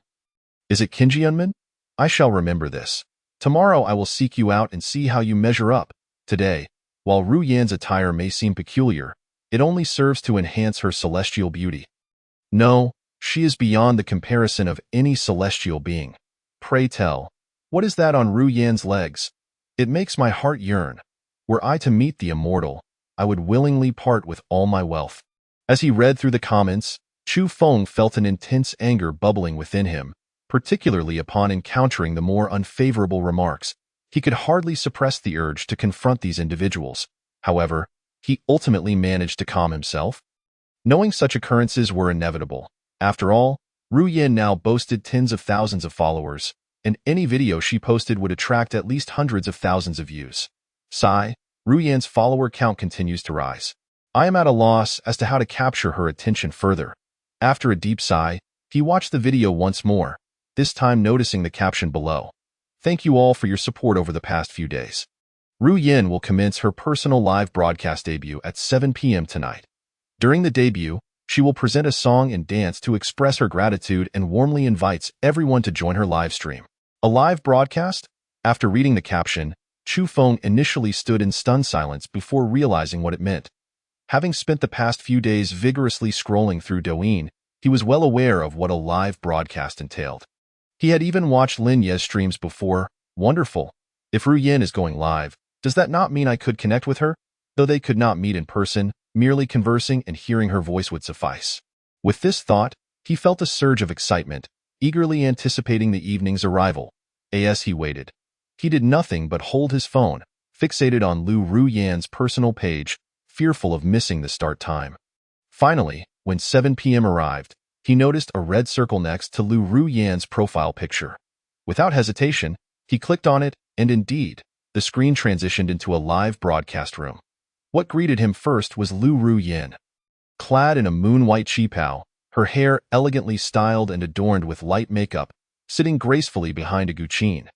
Her long, slender legs, clad in white stockings, were crossed elegantly, showcasing her exquisite figure. Behind her lay a breathtaking backdrop of ethereal beauty, with a gentle stream and a bright moon illuminating the scene, accompanied by the faint sounds of strings and bamboo wafting through the air. The combination of beauty and scenery nearly captivated Chu Feng's very soul. Yet this time, he quickly regained his composure and sent a comment. As soon as his comment was sent, Lu Ruyan smiled charmingly at the camera. "Welcome, fellow Taoist Chu Feng, to the live broadcast." In that moment, Chu Feng felt it was all worth it. Even if he had to wait for hours, it would be worth it. Just as he prepared to send a second comment, the number of comments flooding the screen surged rapidly, while the number of viewers in the upper right corner climbed at an astonishing rate. He had yet to fully comprehend the situation when the number of viewers in the live broadcast surged to over 7,000, only to escalate to more than 10,000 shortly thereafter. How stunningly beautiful Lu Ruyan is! She appeared even more radiant during the live session than in her videos. I fear I shall never fall in love with another in this lifetime. Truly, she seems like a celestial being descended from the heavens. After waiting all afternoon, the broadcast finally commenced in the long, endless night. The companionship of Lu Ruyan is a delightful blessing, at this very moment. Despite Lu Ruyan having spoken only a few words, the atmosphere in the live room had already reached a fervent intensity, with male cultivators from various regions and sects of the Tianyuan continent wishing they could leap through their screens. Within a mere 2 minutes of the stream's initiation, the number of online viewers had already surpassed 50,000. Lin Yi, who had been monitoring the data in the background, could not help but exclaim once more. The power of LSP is indeed formidable. It appears Lu Ruyan is destined to secure her position as the Queen of Douyin. This is beneficial. Henceforth, all righteous cultivators will be entranced by her beauty. Leaving little room for their cultivation pursuits, it would be best to devise ways to extract their wealth. Just as he was pondering this, Lu Ruyan spoke again. Chapter 25. The Frenzied Young Master of the Starry Pavilion. Dear friends, this is my first time broadcasting, and as a token of sincerity, I would like to present a song. Hoping to elicit a smile from you all. With that, Lu Ruyan began to play the guqin, and in an instant, enchanting music filled the live room. The viewers went wild, the barrage of comments flooding upwards. Had this been on Blue Star, such talent would hardly have garnered attention, perhaps failing to spark the interest of most. Yet, in the Tianyuan continent, where the entertainment industry is severely lacking, it was enough to leave the cultivators spellbound. The reason Lu Ruyan chose this particular talent for her debut was due to Lin Ye's guidance. He understood that the joy experienced by individuals has a threshold. If one presents an extraordinary program at the outset, subsequent ordinary performances would struggle to retain the audience's attention. Gradual progression is the key. Moreover, they must be encouraged to part with their wealth. Observing the soaring popularity of the live broadcast, a wicked smile crept across Lin Ye's lips.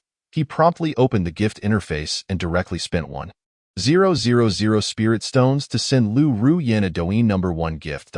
To avoid recognition, he even swapped to a new phone to create a secondary account.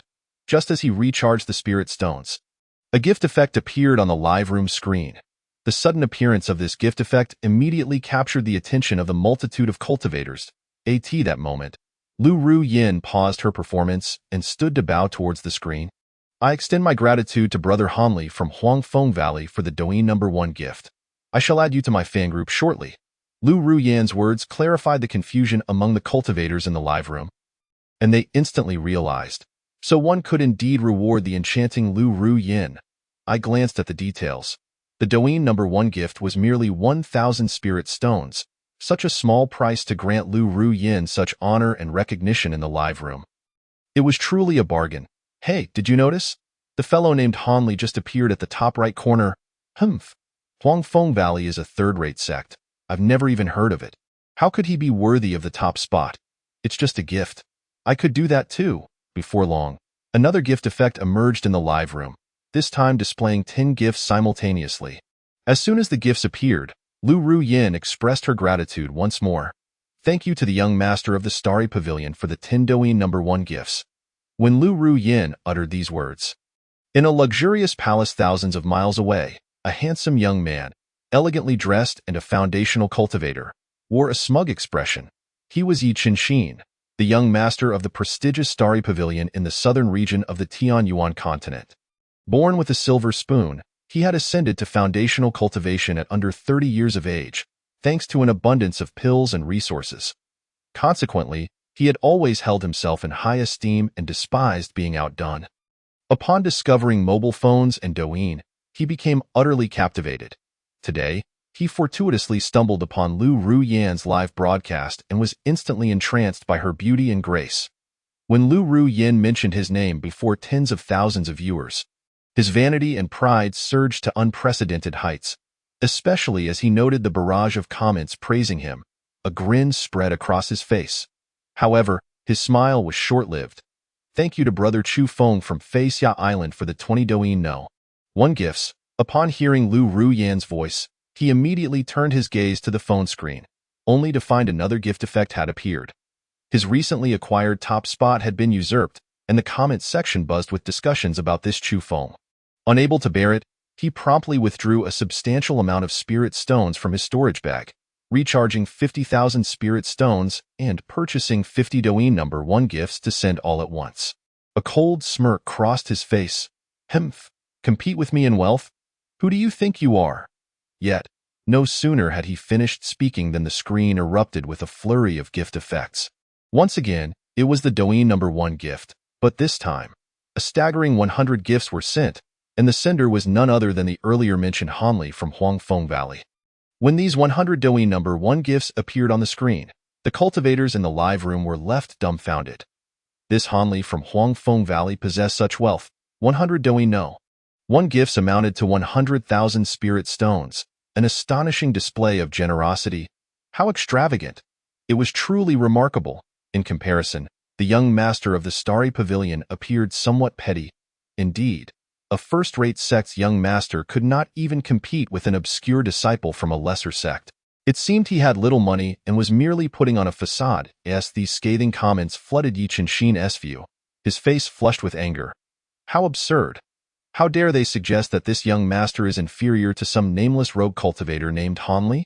Very well, let me show you the true might of this young master. With that, he continued to inject spirit stones into Douyin, recharging 30,000 at once, and began to shower the screen with various gifts, sending whatever was valuable.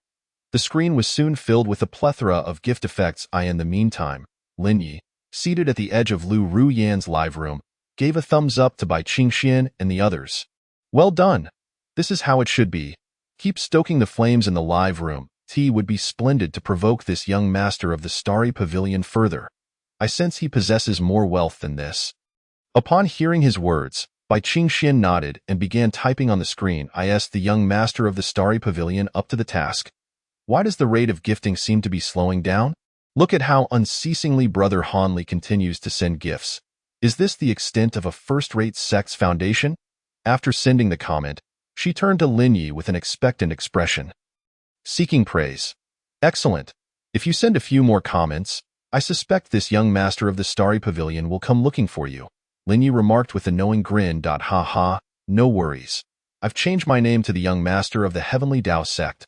So let him seek trouble with the Heavenly Dao sect later. Bai Qingxian replied with a laugh. Upon hearing her words, Lin Ye's eyes sparkled with inspiration, and a myriad of ideas began to form in his mind.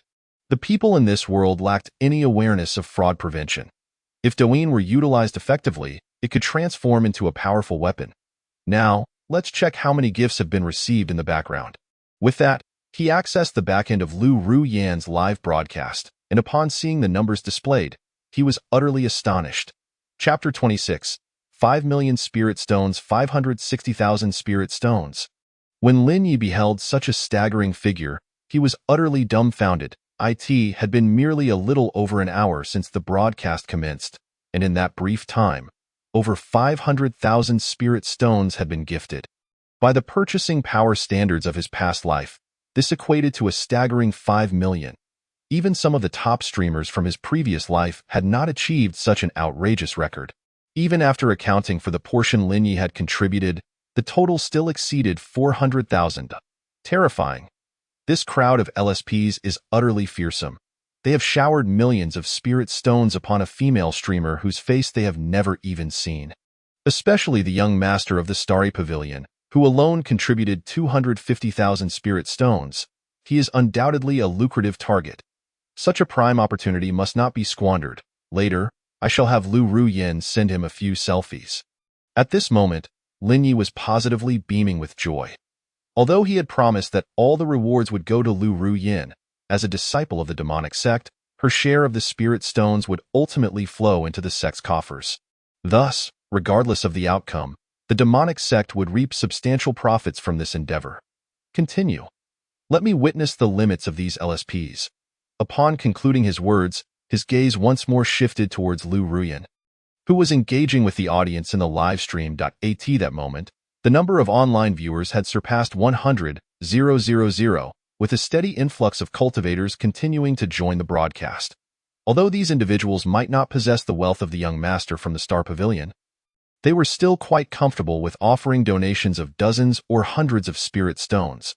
Theo elicited a smile from a beauty as extraordinary as Ruyan with a mere handful of spirit stones, while simultaneously gaining notoriety across the entire Tianyuan continent, was undoubtedly a remarkable bargain. Thus, it was not long before the live screen became inundated with various gifts, and the total value of donations in the back end was consistently reaching new heights. This outcome not only left Lin Yi astounded, but also evoked a sense of admiration among the multitude of cultivators from the Tianyuan continent who were watching the stream.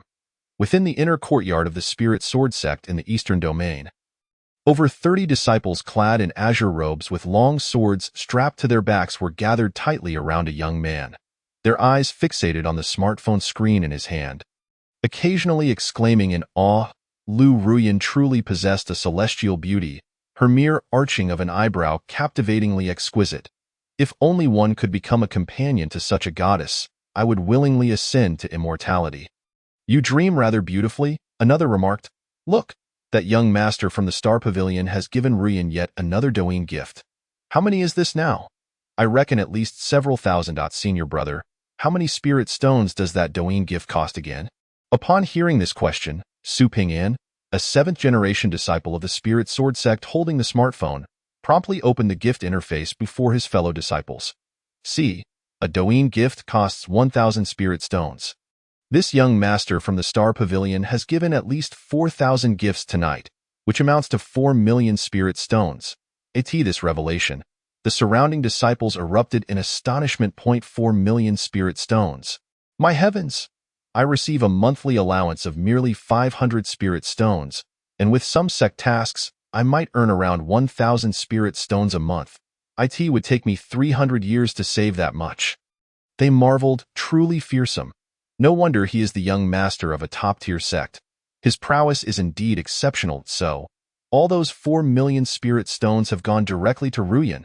That means she could earn 4 million spirit stones from this live stream alone. Not quite.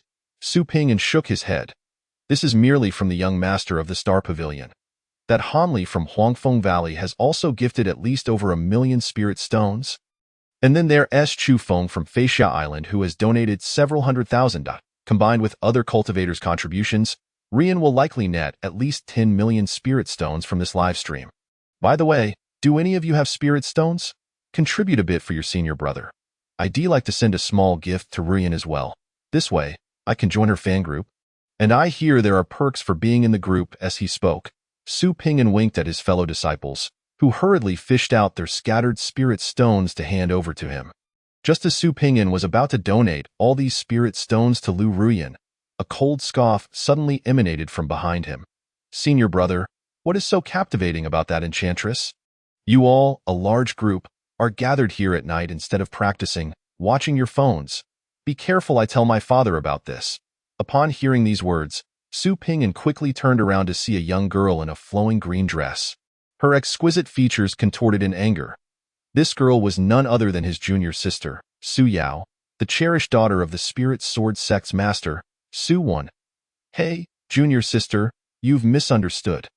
We're merely enjoying a lively spectacle during our break from cultivation," he replied. "Enjoying a spectacle?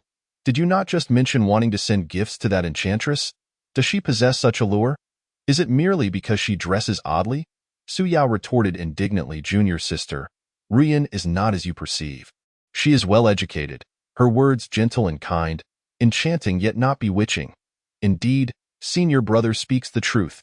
Merely listening to Ruyan speak is a delight." Despite the throng in the live stream, Ruyan responds to every comment. "Calling us family, I've never had a family, and she calls me family. Moreover, even though that young master from the Star Pavilion has gifted her millions of spirit stones, Ruyan remains dignified and gracious." Hearing the disciples of the Spirit Sword Sect defend Lu Ruyan, Su Yao was left speechless, especially when she heard Su Pingyan's praises. "Humph! Not a single one of you men is worth anything." With that remark, she spun on her heel and stormed away. Once she returned to her chamber, she retrieved the phone she had bought with Su Pingyan earlier and opened Douyin to find Lu Ruyan's live stream. "I must see how this enchantress entices men, having bewitched my senior brother and his friends," she spoke. Her gaze turned fiercely towards Lu Ruyan in the live stream, scrutinizing her from various angles in search of imperfections. Yet, she soon realized that not only was Lu Ruyan stunningly beautiful with a perfect figure, but her demeanor was also impeccable, her every smile and frown radiating charm. Furthermore, she had the ability to enlighten some cultivators in the live stream with her words, which were filled with humor and philosophy, lifting one's spirits. Crucially, she played the zither exquisitely and sang beautifully, maintaining an enchanting atmosphere throughout the live stream. As Su Yao watched, her anger dissipated, replaced by genuine admiration for Lu Ruyan. Is there truly such a perfect woman in this world? However, she couldn't help but admire the clothes and accessories Lu Ruyan wore. "If only I could dress like her, perhaps my senior brother would take a liking to me." As she murmured to herself, her gaze fell upon the white stockings encasing Lu Ruyan's legs. Just then, while interacting with her fans in the live stream, Lu Ruyan suddenly shifted the topic. "I noticed some family members inquiring about my daily attire and accessories. After the stream concludes, I will be placing some of the garments and accessories I personally crafted into the little yellow cart. If anyone is interested, feel free to place an order." Upon hearing this, Su Yao's eyes lit up. "Wonderful. I can wear the same clothes and accessories as her." Chapter 27. The total gift amount in millions. The women's boutique. As the clock struck 11, after 4 hours of continuous streaming, Lu Ruyan finally concluded her broadcast. The moment she signed off, Lin Yi immediately led the disciples of the Women's Sect in a round of applause for her. Instantly, the specially designed live stream room for Lu Ruyan erupted in enthusiastic applause. And upon hearing it, Lu Ruyan's face displayed a look of astonished delight. The applause lasted a full minute before it finally subsided. "Ruyan, you have worked hard. This live stream was exceptionally successful. According to the back-end data, over 400,000 cultivators watched your stream tonight, with a peak of 150,000 viewers. The total gifts amounted to 12 million spirit stones." Wow! When Lin Yi announced the figure of 12 million, both Lu Ruyan and the hundreds of disciples present from the Women's Sect were left utterly astonished. As disciples of the Women's Sect, their monthly allowance was approximately 600 spirit stones. A figure like 12 million was something they had never even dared to dream of. Furthermore, Lin Yi's next statement caused their expressions to change drastically. To express recognition, I have decided to grant all 12 million spirit stones to Ruyan personally. Furthermore, starting today, Ruyan will officially become a reserve saintess of the Women's Sect. Upon hearing this, Lu Ruyan was momentarily stunned. Although Lin Yi had previously stated that all the gifts she received during the broadcast would belong to her, she had never anticipated such a monumental sum. This was not just 1,200 spirit stones, it was 12 million spirit stones, an amount that represented nearly the entire monthly income of the demonic sect. However, that was not the crux of the matter. The real significance lay in the identity of the saintess. The women's sect had always followed a lineage system, where the saintess was chosen from among the disciples after the current leader stepped down. This meant that Lu Ruyan had abruptly transitioned from an ordinary disciple to the heir of the women's sect, a drastic shift that left her mind in a state of disarray. It took her quite a while to finally regain her composure. With a thud, she knelt before everyone present. "Thank you, revered sect master. Thank you, revered sect master. I cannot take credit for this. The success of this live stream is entirely due to your guidance. Thus, I humbly request that the 12 million spirit stones be submitted to the sect." Upon hearing Lu Ruyan's words, a glimmer of appreciation appeared in Lin Yi's eyes. It seemed she possessed not only beauty and intelligence, but also high emotional intelligence. After a moment of contemplation, Lin Yi immediately adopted a serious demeanor. "This is a gift bestowed upon you. The words I speak cannot be retracted. These spirit stones belong solely to you. Not only is it like the ephemeral smoke, but from now on, the gifts received during your live broadcasts will also be at your own discretion." When Lin Yi made this pronouncement with a grand gesture, the disciples of the Chanu sect present were overjoyed. It would be a lie to say they were not envious after watching Lu Ruyan's live stream filled with gifts, for in this world of cultivation, spirit stones are everything. Now, hearing that they too could receive gifts like Lu Ruyan and retain all the earnings for themselves, how could they not feel exhilarated? However, I must remind you of an important principle. Regardless of how many gifts your fans bestow upon you or how much heartfelt sentiment they share, you must never meet them privately nor develop genuine feelings for them. This is a fundamental taboo for a broadcaster. Only by adhering to this boundary can you forge a path further ahead. Additionally, I have a few phrases for you to remember. Do not initiate, do not refuse, do not promise, do not take responsibility. As soon as Lin Yi finished speaking, the women present nodded in agreement. Simultaneously pondering the implications of those phrases, Lu Ruyan, as a naturally gifted body for the edge of sanctity, began to chant them repeatedly, her face soon lighting up with a look of sudden enlightenment. After imparting this wisdom to the Chanu sect's female cultivators, Lin Yi turned his gaze to Bai Qingxian, who at that moment was sketching in her notebook with a charcoal pencil, exuding a certain charm with her mature and intellectual appearance combined with her earnest demeanor. After a brief moment of admiration, Lin Yi approached her and discovered that Bai Qingxian was indeed drafting a set of women's clothing designs, which artfully blended classical and modern elements, boldly showcasing the female form while maintaining an air of elegance. "Junior sister, you truly possess the innate talent of a fashion designer," he remarked. Upon hearing this, Bai Qingxian, who had been deeply engrossed in thought, instantly beamed with delight. "Of course. Master brother, do you find this outfit appealing? It is exceptionally beautiful, but I believe we could enhance the neckline with a touch of lace detailing." "Lace detailing? What is that?" "Like this." With that, Lin Yi took Bai Qingxuan's delicate hand and began to trace the design on the paper with the charcoal pencil, causing the millennia-old cultivator to become entranced. It wasn't until Lin Yi completed the drawing that she snapped back to reality. "There it is. This design can be applied to many women's garments. You should experiment with it more often." After saying this, Lin Yi shifted the conversation to another matter. "I noticed that the audience in the live stream is not solely composed of male cultivators. There are also numerous female cultivators present. Therefore, I believe you must pay attention to women's clothing, as their purchasing power may even surpass that of their male counterparts." Upon hearing this, Bai Qingxian quickly nodded. "Understood, master brother. I will take it to heart. Remember, every spirit stone we earn from righteous cultivators will reduce the number of talismans directed against us during the impending battle between righteousness and evil. Well then, it is getting late. I must take my leave. You all should review Lu Ruyan's live stream later and glean insights from it." With that, Lin Yi vanished from the Chana sect, leaving Bai Qingxian gazing after him with wide, shimmering eyes. "Did you all hear what our master said?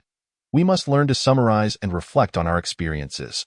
When we return, we will thoroughly rewatch Lu Ruyan's recent stream. Additionally, Luoli, Yin Shi, you all gather your people and hasten the production of women's clothing. Yes, my lady. The rest of you should contemplate the personas you wish to establish and how to arrange your live streaming space. Let us get to work. With Bai Qingshuan's command, the already bustling Chanyu sect became even more industrious as night fell. Simultaneously, Lin Yi, back in his room, was not idle either. Lu Ruyan's live stream had undoubtedly been a success, and he intended to leverage her triumph to draw more individuals into the realm of broadcasting, demonstrating that one could alter their fate not solely through diligent cultivation, but also through platforms like Douyin. After much contemplation, he finally retrieved a new phone, registering a fresh account titled Douyin by Xiaosheng. Chapter 28. The stimulated cultivators Lin Yi had already conceived the content for this Douyin by Xiaosheng account, envisioning it as an official news outlet that would compile various news stories and trending events occurring on Douyin. Gradually brainwashing the cultivators of the immortal realm, he also planned his first video. A few minutes later, he sat before the camera, holding a folding fan and wearing a mask. Good evening, fellow cultivators. Today marks the debut live stream of our Douyin's #1 female internet celebrity, Lu Ruyan. The data is in, and I am here to provide a brief overview. Facing the camera, he analyzed the data from Lu Ruyan's live stream, particularly highlighting the astonishing sum of spirit stones she earned that night. Once the video was filmed, he made some minor edits and released it, taking care to utilize his back-end privileges to promote it. As expected, the video rapidly gained traction, with likes and comments exceeding 5,000 in under half an hour. Across the various immortal mountains and sects in the 4 regions of Tianyuan continent, cultivators holding phones were left astonished upon viewing the video. In a way, she made over 10 million spirit stones in a single live stream. My heavens, is this for real? How can live streaming be so lucrative? I've toiled for a century cultivating spirit herbs and only earned over 1 million spirit stones. This disparity is staggering. This must be a hoax, right? Would anyone genuinely gift such a sum to a stranger? It's true. I was in the live stream room at the time, watching the entire thing unfold. 10 million spirit stones is no exaggeration. I was there too. The gifts kept pouring in during the stream. That young master from the Starry sect donated millions. As per this by Xiaosheng, all of the 10 million spirit stones belong to Lu Ruyan alone. Her earnings for the night nearly rival that of some major sects for an entire year. What do I need to do to make money on Douyin? Is there a fellow cultivator who can guide me? I wish to start live streaming too. How can I obtain live streaming permissions? Just a few days ago, I heard that Master Hua Long's merchandise can sell for millions in a single day. It seems Douyin truly can alter one's fate. Let's mutually follow each other. 1,000 followers for merchandise, 10,000 to go live. Let's genuinely support each other. If you don't follow back, you're a turtle. As Linya's video went viral, more cultivators who had just acquired phones and registered on Douyin realized its potential was far greater than they had ever imagined. Many already boasting thousands of followers began adding products to their shops and reaping the rewards. Some with over 10,000 followers eagerly embarked on their own live streaming journeys. However, due to the overall scale, those with a few hundred or thousand followers remained a minority. Yet, Lin Yi believed that it wouldn't be long before the trend of short videos and live streaming swept across the entire Tianyuan continent. Time for bed. After glancing at the comments and video metrics, Lin Yi collapsed onto his bed.as for his cultivation. He felt no urgency. He could always invest heavily in resources once he accumulated enough spirit stones. With sufficient spirit stones, he could consume pills for cultivation as if they were mere candy. Meanwhile, far away in the central region, within the Starry sect, a cacophony of anguished cries suddenly erupted. Father, please stop beating me. I know I was wrong. I truly understand now. You're my only son. If you kill me, the Starry sect will have no successor. I swear I will make you pay. Do you realize what that 5 million spirit stones was meant for? It was intended as an offering to the Tianji sect. Without their channels, how will we sell our Starry sand? If the Starry sand doesn't sell, how will the 5,000 disciples of the Starry sect receive their subsidies? As he spoke, Yi Tianlong swung his whip toward Yi Qinshin's back. Stripped of his magical powers, Yi Qinshin was akin to a mere mortal. The lash tore through his skin, eliciting cries of agony. Yet, he understood this was his just deserts. Earlier, In a bid to win a smile from Lu Ruyan during her live stream, he had squandered tens of thousands of spirit stones, and later, out of spite, he had taken 5 million from the Starry Sect's public account. Once he had gained access, he had lavished all of it on Lu Ruyan. Initially, he thought his father, Yi Tianlong, would not be so petty over the 5 million spirit stones. Considering the Starry Sect was a first-rate sect with a whole starry sand mine, generating at least tens of millions of spirit stones monthly, however, he overlooked one critical fact. All sales channels for starry sand were controlled by the Tianji sect. Without their involvement, they could not sell a single grain. By the time he realized this, it was too late. Crack! With another lash of the whip, Yi Qinshin emitted a pained cry once more. Just as he expected Yi Tianlong to continue the beating, Yi Tianlong unexpectedly tossed the whip aside and sank despondently to the ground. Alas! It is all due to my failure as a father that such a grave mistake has occurred. Upon hearing Yi Tianlong's words, Yi Qinshin felt a tumult of emotions within him, but when his gaze inadvertently fell upon a nearby mobile phone, a spark of inspiration flashed through his mind. Father, I believe I may have conceived a channel through which we can sell the star sand without going through the Tianji pavilion. As soon as these words left his lips, Yi Tianlong, who had previously appeared utterly dejected, lifted his head with a mixture of skepticism and curiosity. You seldom venture beyond the confines of our home. Where could this channel possibly come from? Moreover, star sand is not an ordinary refining material. It is of little use to most cultivators. Sensing his father's disbelief, Yi Qinshin, while wincing from the pain in his rear, picked up the phone and approached Yi Tianlong. Father, the channel I speak of is through Douyin, where we can sell our star sand. Douyin. Is that not the platform where you were deceived into gifting that enchanting woman? Father, Ruyun is not an enchanting woman. I willingly gifted her. Yi Qinshin protested loudly. Furthermore, Douyin is not as simplistic as you perceive. Ruyun received gifts worth 10 million spirit stones in a single night of live streaming. And the products displayed in her shop are sold almost as soon as they are listed. In just that brief moment, she sold at least several 100,000 spirit stones worth of goods. Not only Ruyun, but even the likes of Master Hualong and several other influencers are successfully selling various magical tools and elixirs through their shops. As he spoke, he casually opened the shop of an influencer with 1,000 followers before Yi Tianlong's eyes. In the shop, there was only one product, second-tier spiritual herb, blue spirit grass, which could mildly enhance cultivation speed whether refined into pills or consumed directly. The price listed was 50 spirit stones per stalk. Father, look here. He has sold 10,000 stalks of blue spirit grass, which means he has earned at least 500,000 spirit stones from this venture. If he can do it, why can't our star pavilion? As Yi Qinshin spoke, Yi Tianlong's expression shifted immediately. Moreover, today it has become common knowledge that I gifted 500 million spirit stones in Ruyun's livestream, granting me a certain level of fame across the Tianyuan continent. If I were to start streaming now, I would undoubtedly attract a significant audience. I have already formulated a plan for what to stream. Chapter 29. Yi Qinshin's plan, the fortune bag before his father. Yi Qinshin laid bare his strategy. Father, I bestowed several million spirit stones in Ruyun's live stream, and anyone who witnessed it now knows my name. In just that brief time, my follower count has surged by several thousand. If I seize this momentum to release a video, gaining over 10,000 followers will be effortless. At that point, I can not only activate a shop to sell our star sand, but also promote it through live streaming. Upon hearing this, Yi Tianlong inquired with confusion, what do you mean by promoting it?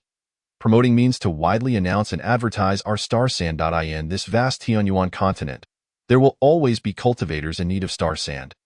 The Tianji Pavilion sells a single unit of star sand for 10 spirit stones. Without their overhead costs, we can easily sell ours for 5 spirit stones. Even the dullest cultivators will know where to purchase. However, before we proceed, I must boldly request another 100,000 spirit stones from you. Father, at this, Yi Tianlong shot an incredulous glare at Yi Qinshin. You do not intend to gift that enchanting woman again? Do you? No, no, no.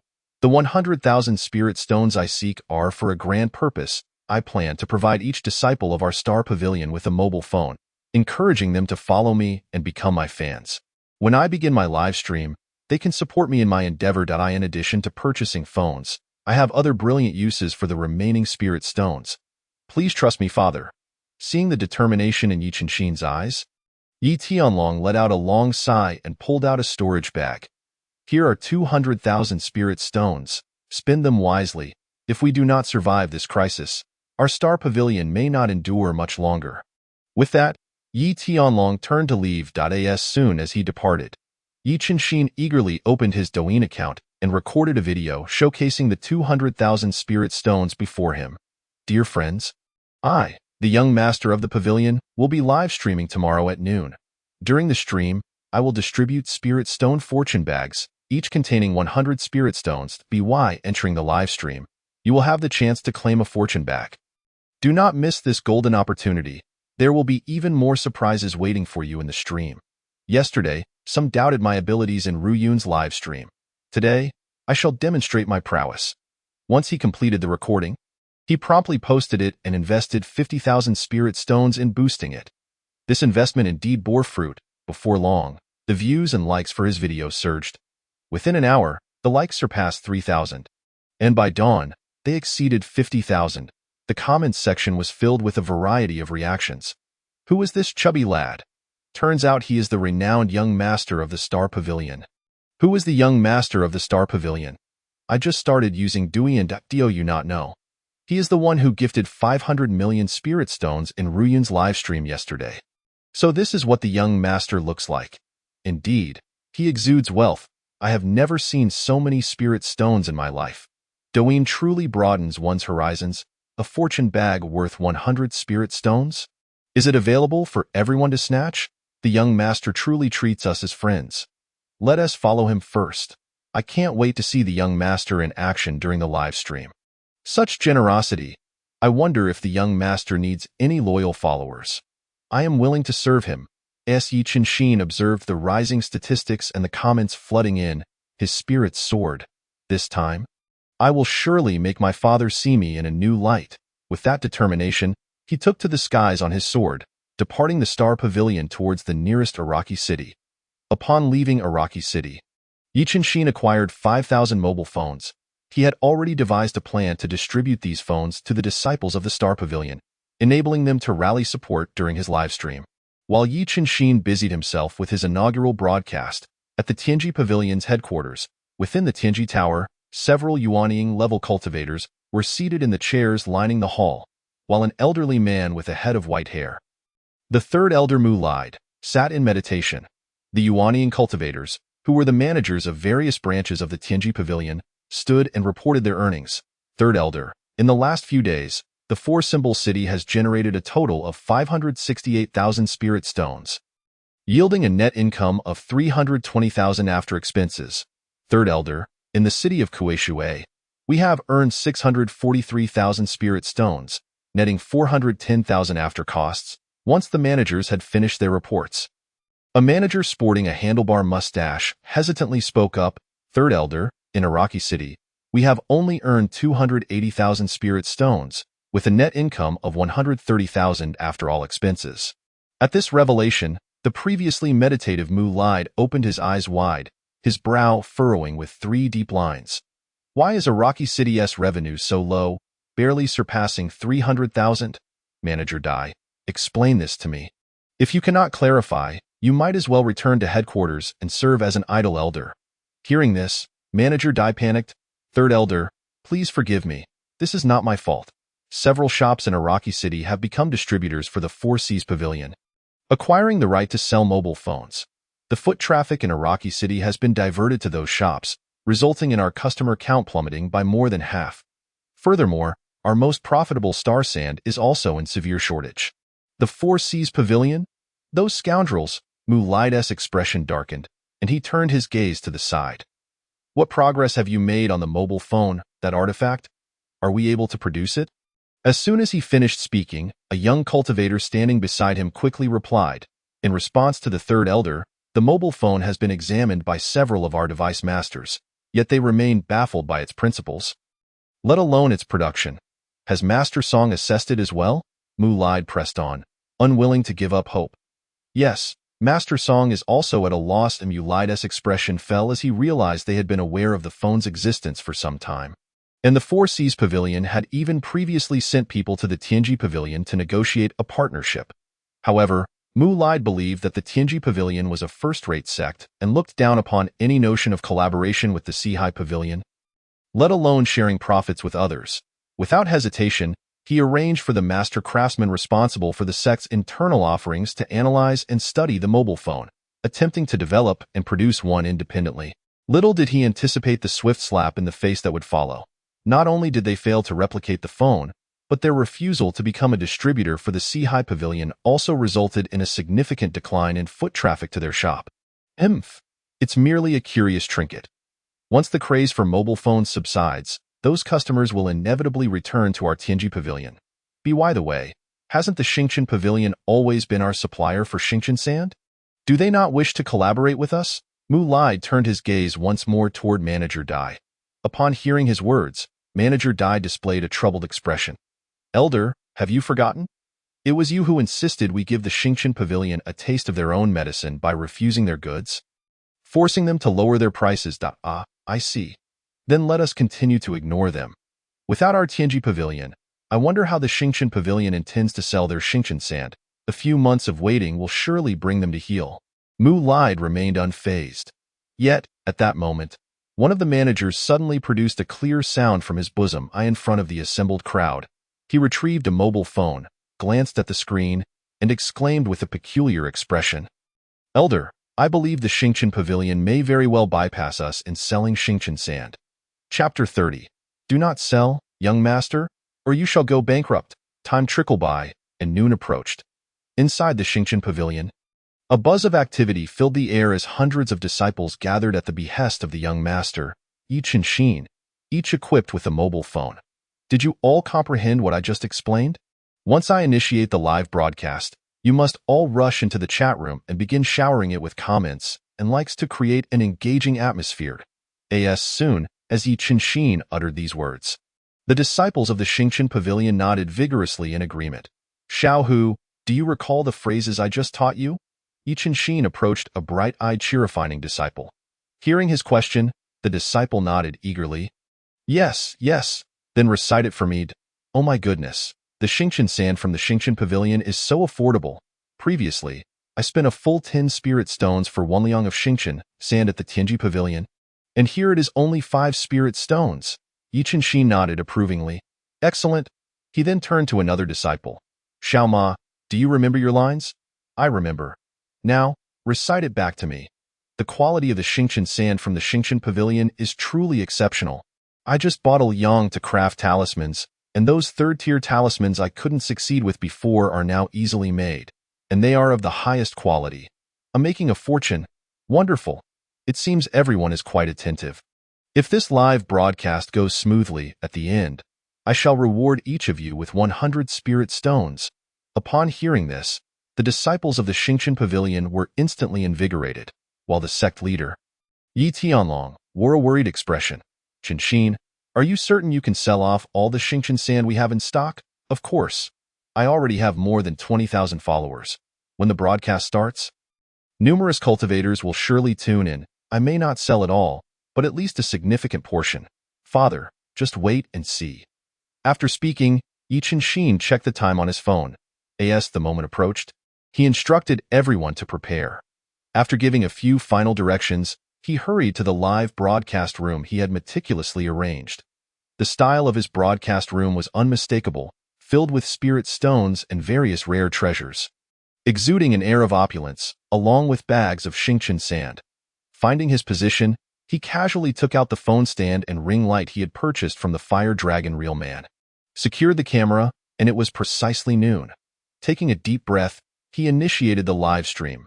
As he anticipated, a flood of viewers poured in the instant he went live, and within just a few minutes, the online count surged past 10,000. Seeing this, Yi Qinshin wasted no time and distributed red envelopes, each containing 100 spirit stones. He tossed out 10 at once. The already lively atmosphere of the broadcast room became even more frenzied. Ha, thank you, young master. I got one. 100 spirit stones is almost as much as my monthly allowance. The young master is so generous. I thought he would say something profound upon starting, but he immediately threw money. Others are talent streamers, but the young master is a wealth streamer. I always said the young master is the most capable in the Tianyuan continent. If given the chance, I would truly like to join the Xingqian Pavilion. I didn't get one. Young master, please toss out a few more. As he witnessed the desired effect materializing, Yi Qinshin continued to scatter spirit stones while once again releasing 10 more red envelopes. Every 5 minutes, he distributed 10, maintaining an impeccable rhythm. Thus, even without uttering a word, the number of online viewers continued to soar. While the Tianyuan continent has many wealthy cultivators, there are even more impoverished ones. And 100 spirit stones remain a significant temptation. After distributing over 200 red envelopes, the online viewership of the broadcast surpassed 100,000. Noticing this, Yi Qinshin finally spoke up. Esteemed friends, today, this young master is here not for any other reason but to make friends with all of you. The earlier red envelopes were merely an appetizer. The main event is yet to come. As he spoke, he picked up a bag of Xingqian sand from the nearby table, gently scooping a handful of the dazzling, multicolored grains that sparkled like stars into his palm. Surely, you are all aware that our Xingqian Pavilion is renowned for its abundant Xingqian sand, which is an immensely valuable refining material, applicable in crafting tools, drawing talismans, and even in formations. However, most cultivators cannot afford it, as Xingqian sand is quite expensive, often selling for at least 10 spirit stones per liang in larger shops. This should resonate deeply with all of you. As soon as he finished speaking, the chat room erupted in agreement. Indeed, the last time I went to the Tianji Pavilion to buy some Xingqian sand, they wanted to sell it for 12 spirit stones per liang. I need at least 10 pounds to craft a low-grade magic weapon. Who can afford that?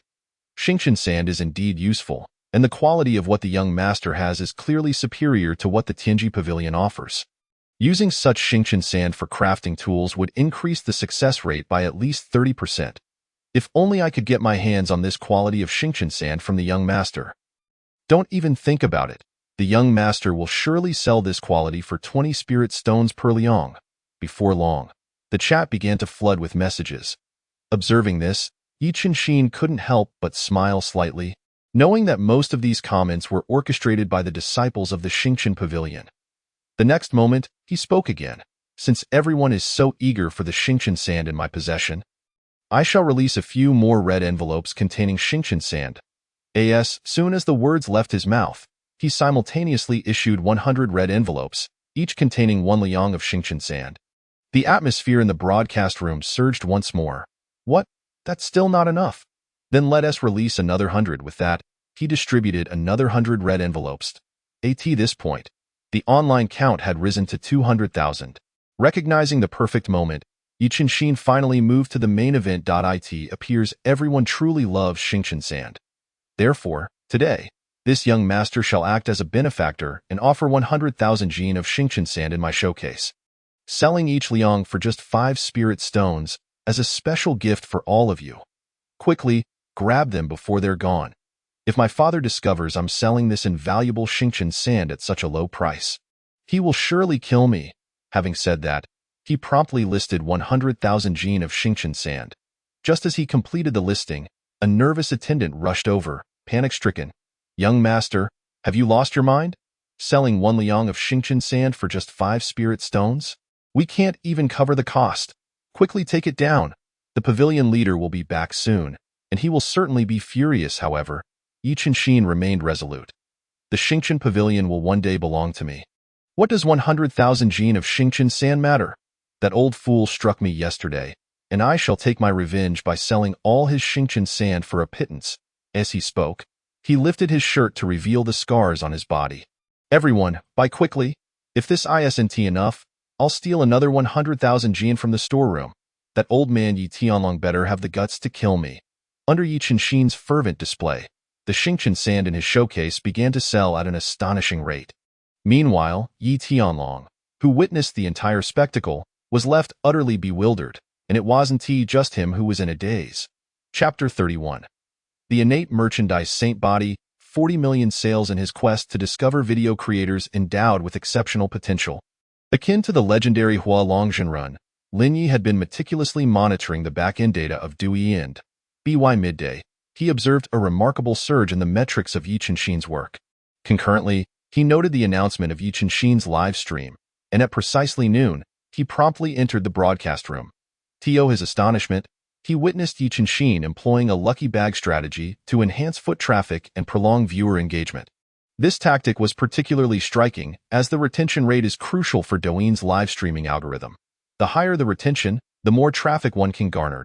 Yi Qianxin's ingenious use of the lucky bag method effectively leveraged the flow of traffic.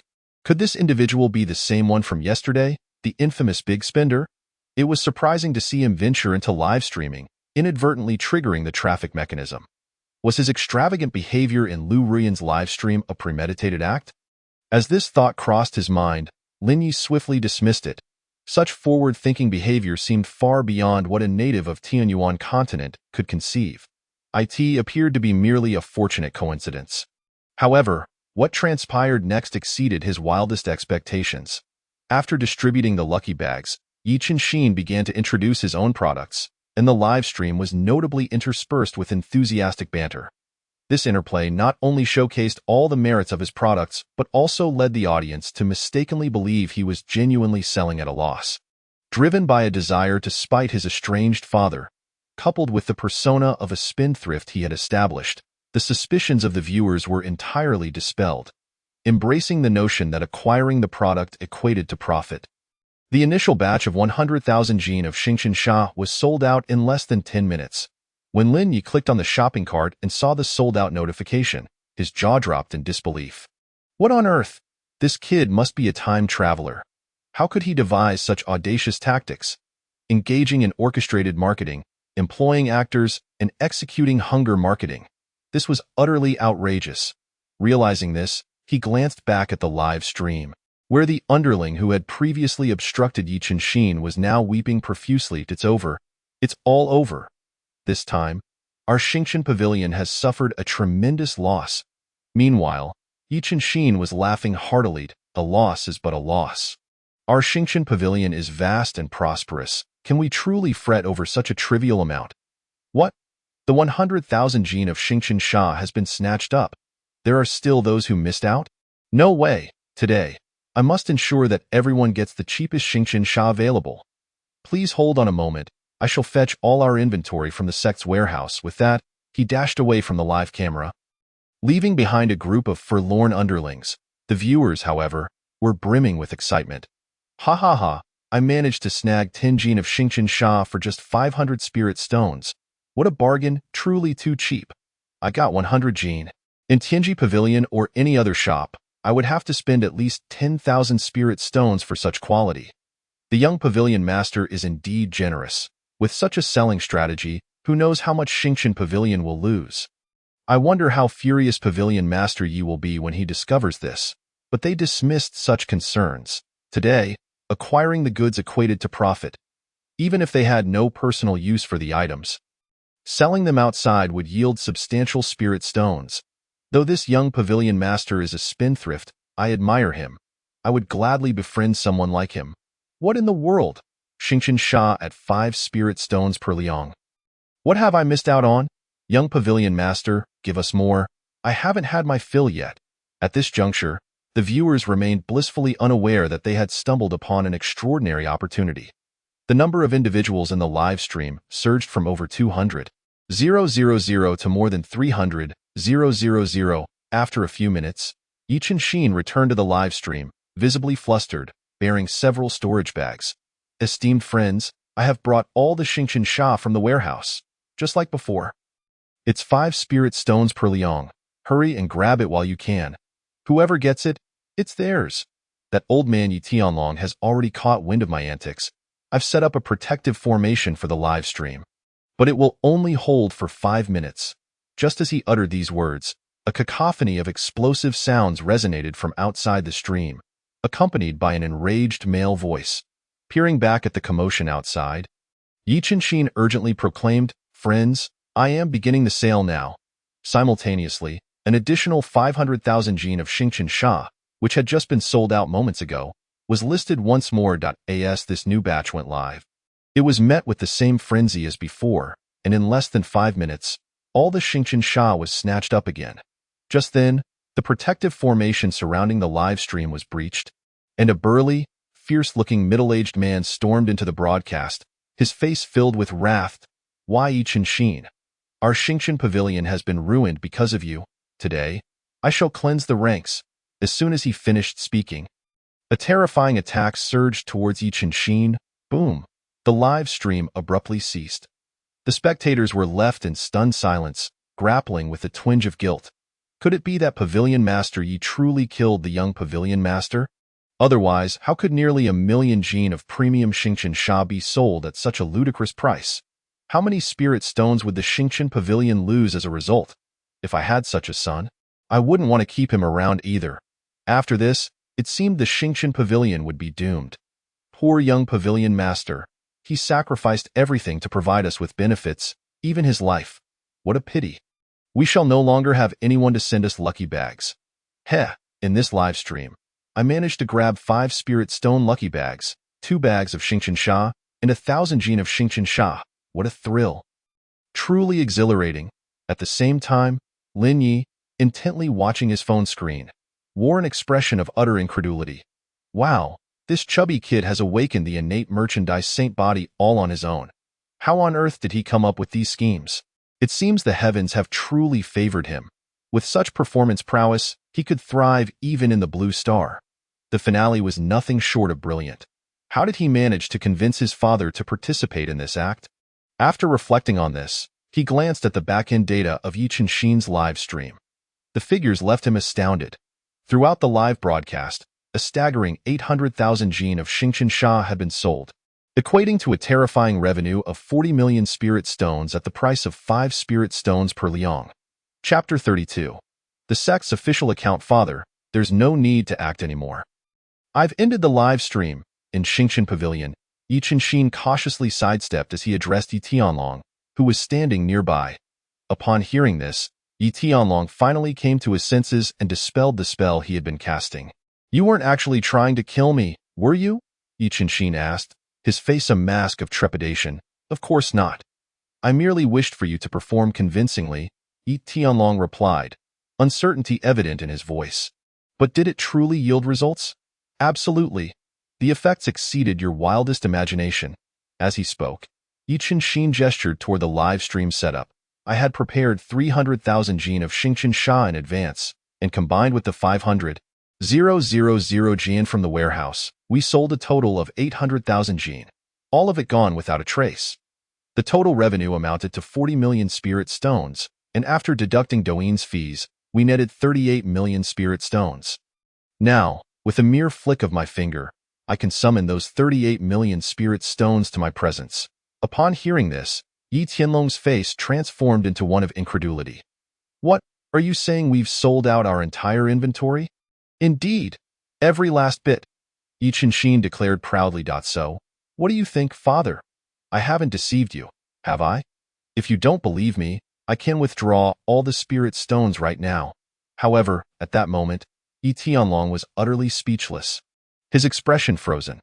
Although Xingqian Pavilion possessed a rich deposit of Xingqian Sha, the lack of a sales channel meant they were often forced to sell at depreciated prices to Tianji Pavilion, resulting in dwindling profits year after year. When Yi Qinshin first suggested selling all their inventory through Douyin, Yi Tianlong had been skeptical. He couldn't fathom how such a vast quantity of Xingqian Sha could be sold to thousands of cultivators merely through a small phone. Yet, Yi Qinshin's recent live stream shattered his preconceptions.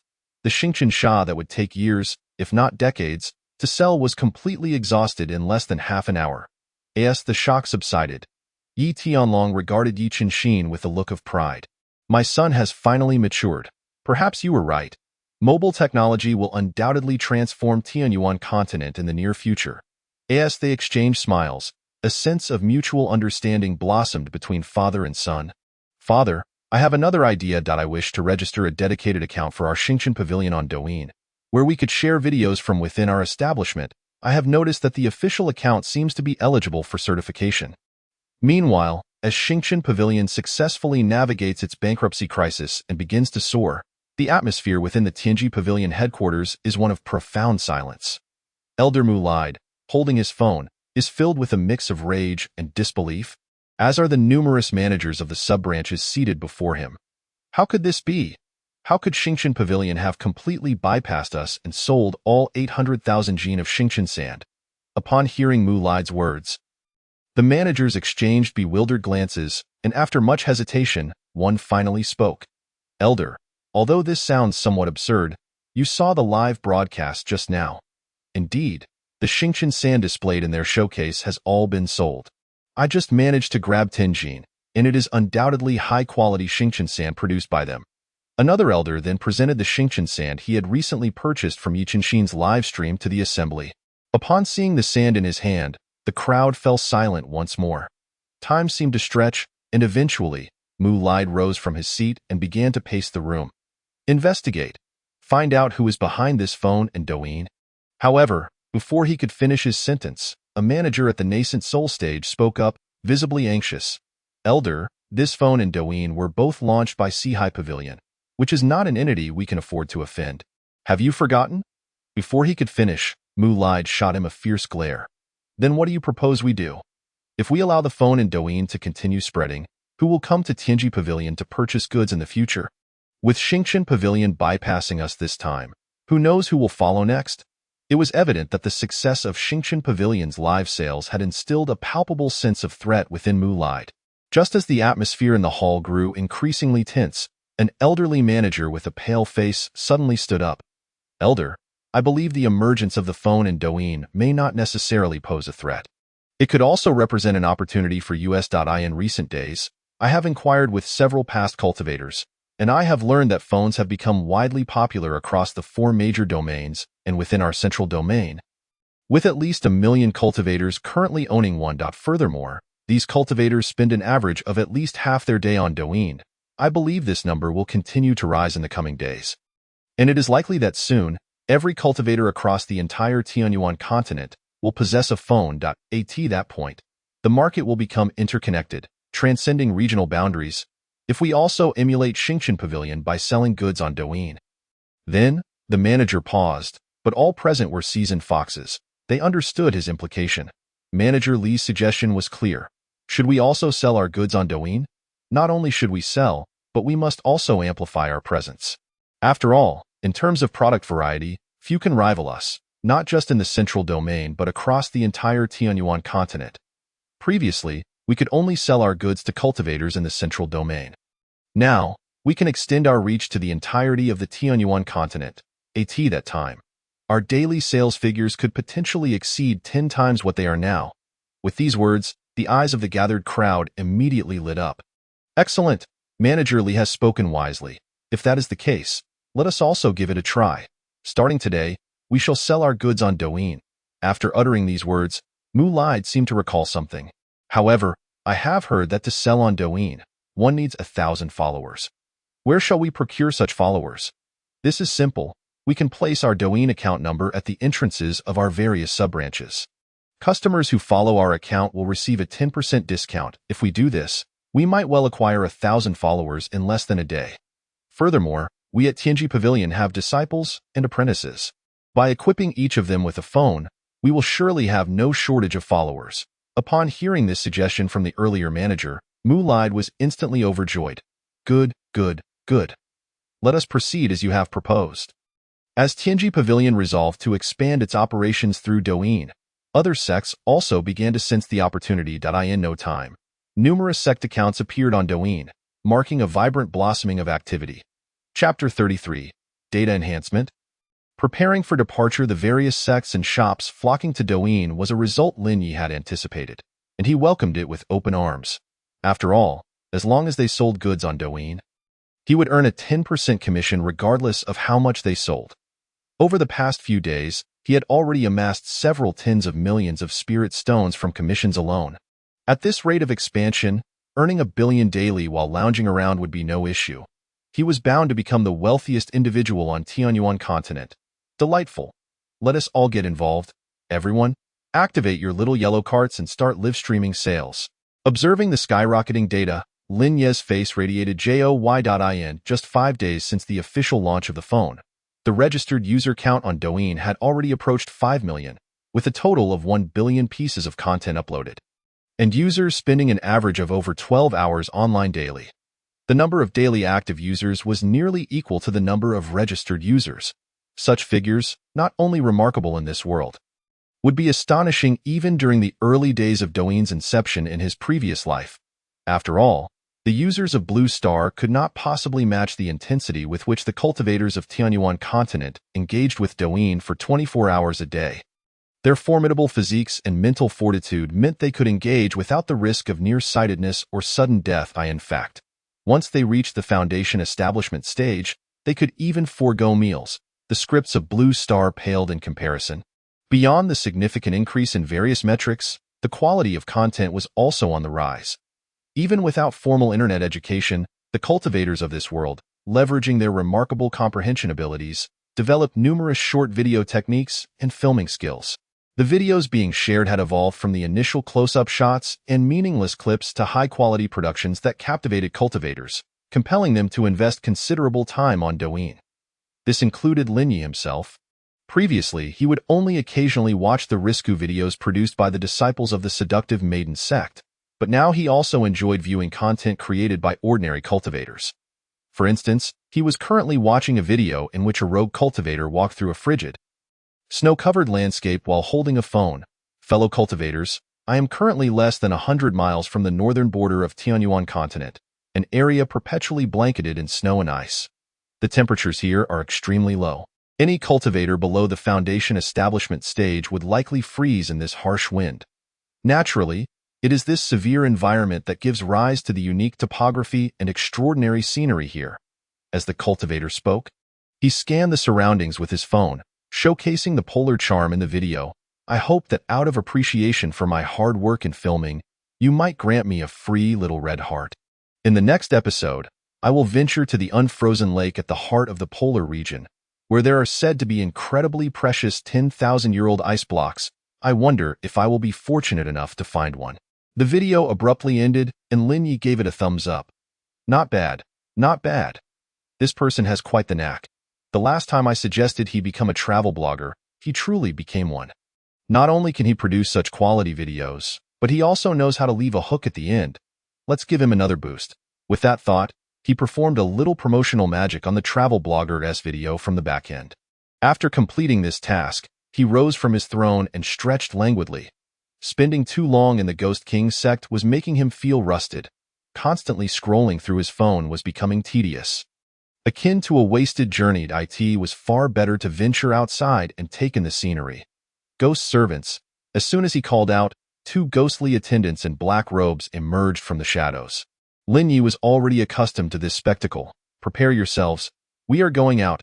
Yes, esteemed sect master. Where would you like to go? One of the attendants, donning a white ghost mask, inquired respectfully. What is the nearest city to the Ghost King sect?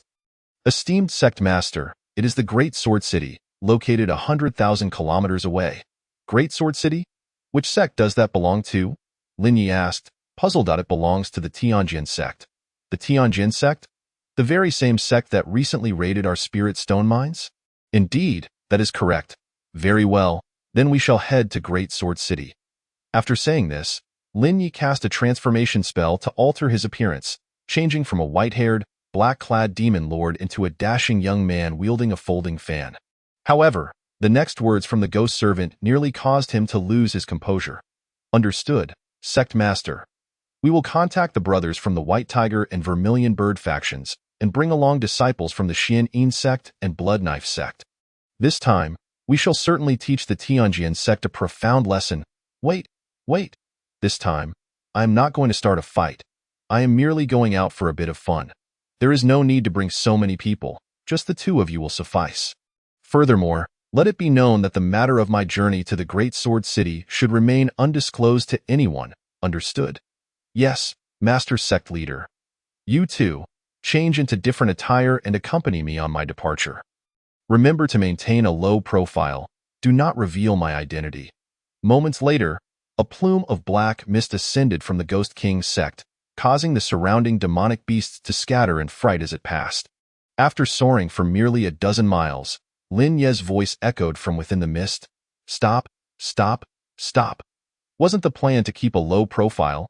Are you attempting to ensure that everyone knows I am affiliated with the demonic sect? Change to another artifact. Understood, Master Sect Leader. As soon as the words were spoken, a ghostly servant transformed into a middle-aged man and retrieved a skull from his storage bag, tossing it into the air. In the next moment, a massive skeletal artifact floated before Lin Yi. Upon seeing the eerie skull artifact, Lin Yi was rendered speechless. It was even more absurd than the preceding black cloud. Is there truly no other, more conventional mode of transportation within our Ghost King sect? At his remark, the two ghostly servants shook their heads in unison. Fine. I shall not rely on you two any longer. I will procure one myself. With that, he opened Douyin and searched for flying artifacts. Soon, a Douyin video appeared before him, featuring a Portly Foundation establishment cultivator introducing a flying sword. Greetings, fellow cultivators. I am Zhang Hu from the Linlang Pavilion. In the comments of my previous video, many friends requested I review the most suitable flying artifact for Qi refinement cultivators, and today, it has arrived. The flying sword we are observing is the low-grade flying sword. Pafeng, produced by the Ming Jian Mountain Manor. Do not be misled by its low-grade status. It boasts a flight speed comparable to that of high-grade flying swords. More importantly, it has a unique characteristic. It conserves spiritual energy.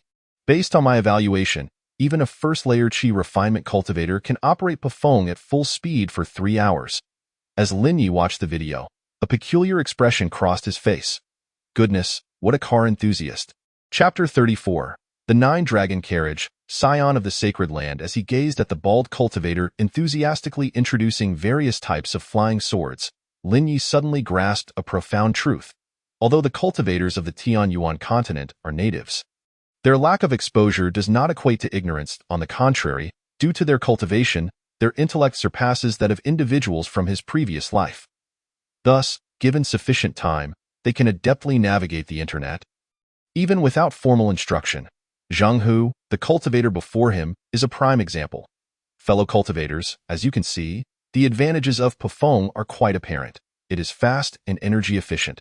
However, it also has its drawbacks. Its offensive capabilities are virtually non-existent. It serves solely as a means of transportation. Therefore, I shall now introduce a flying artifact that combines both attack and speed. This exquisite high-grade flying sword, Zhu Lang, from the Forging Sword City.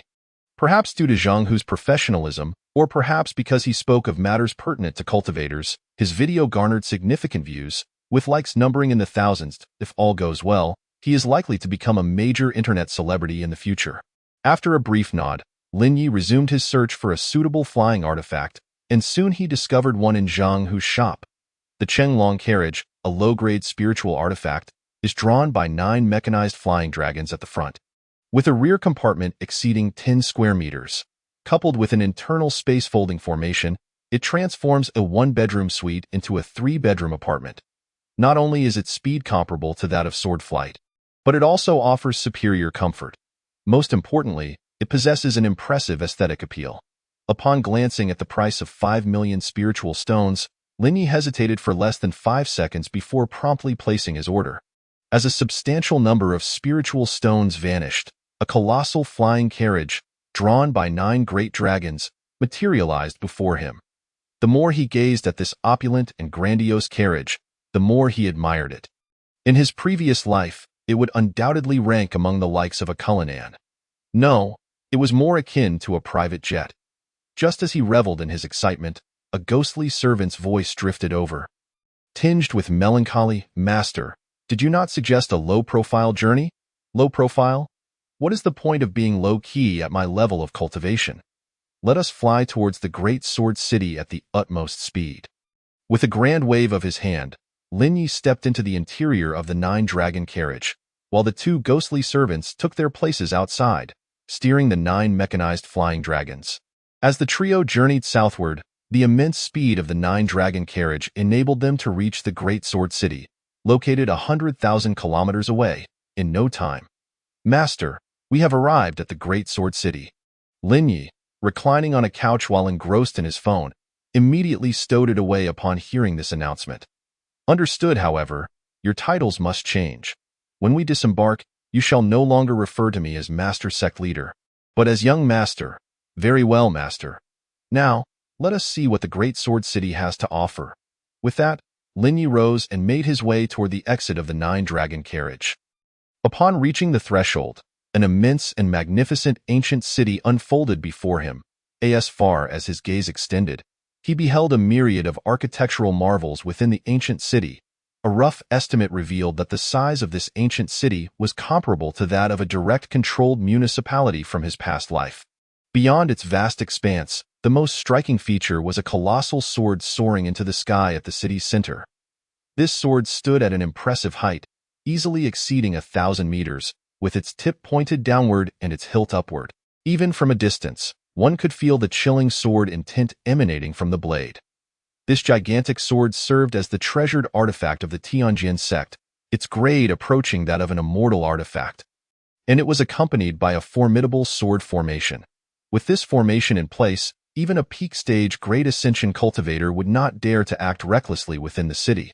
The Great Sword City appears rather promising. There should be many intriguing things to explore.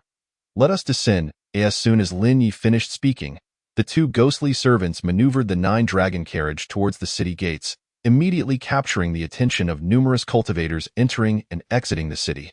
It was inevitable. The nine-dragon carriage was simply too eye-catching. Other cultivators either traveled by wind, rode flying swords, or had their own mounts. It was akin to a group of individuals on bicycles and electric scooters suddenly witnessing a private jet descend from the sky. Is that the nine-dragon carriage? By heavens, I never expected to see a genuine nine-dragon carriage. What is a nine-dragon carriage? You don't know what a nine-dragon carriage is. It is a spiritual artifact-level flying artifact worth 5 million spiritual stones. Had it not been for the video posted by Zhang Hu yesterday, I would have been oblivious to the fact that a flying artifact could be priced so extravagantly. I, too, learned about the nine-dragon carriage through Zhang Hu's video. To spend 5 million spiritual stones on a flying artifact that is more about appearance than functionality. One can only imagine the identity of such an individual. What could his identity be? He is either a second-generation heir of a major sect or a shopkeeper from a prominent merchant house. Those veterans of the cultivation world would never sell such items.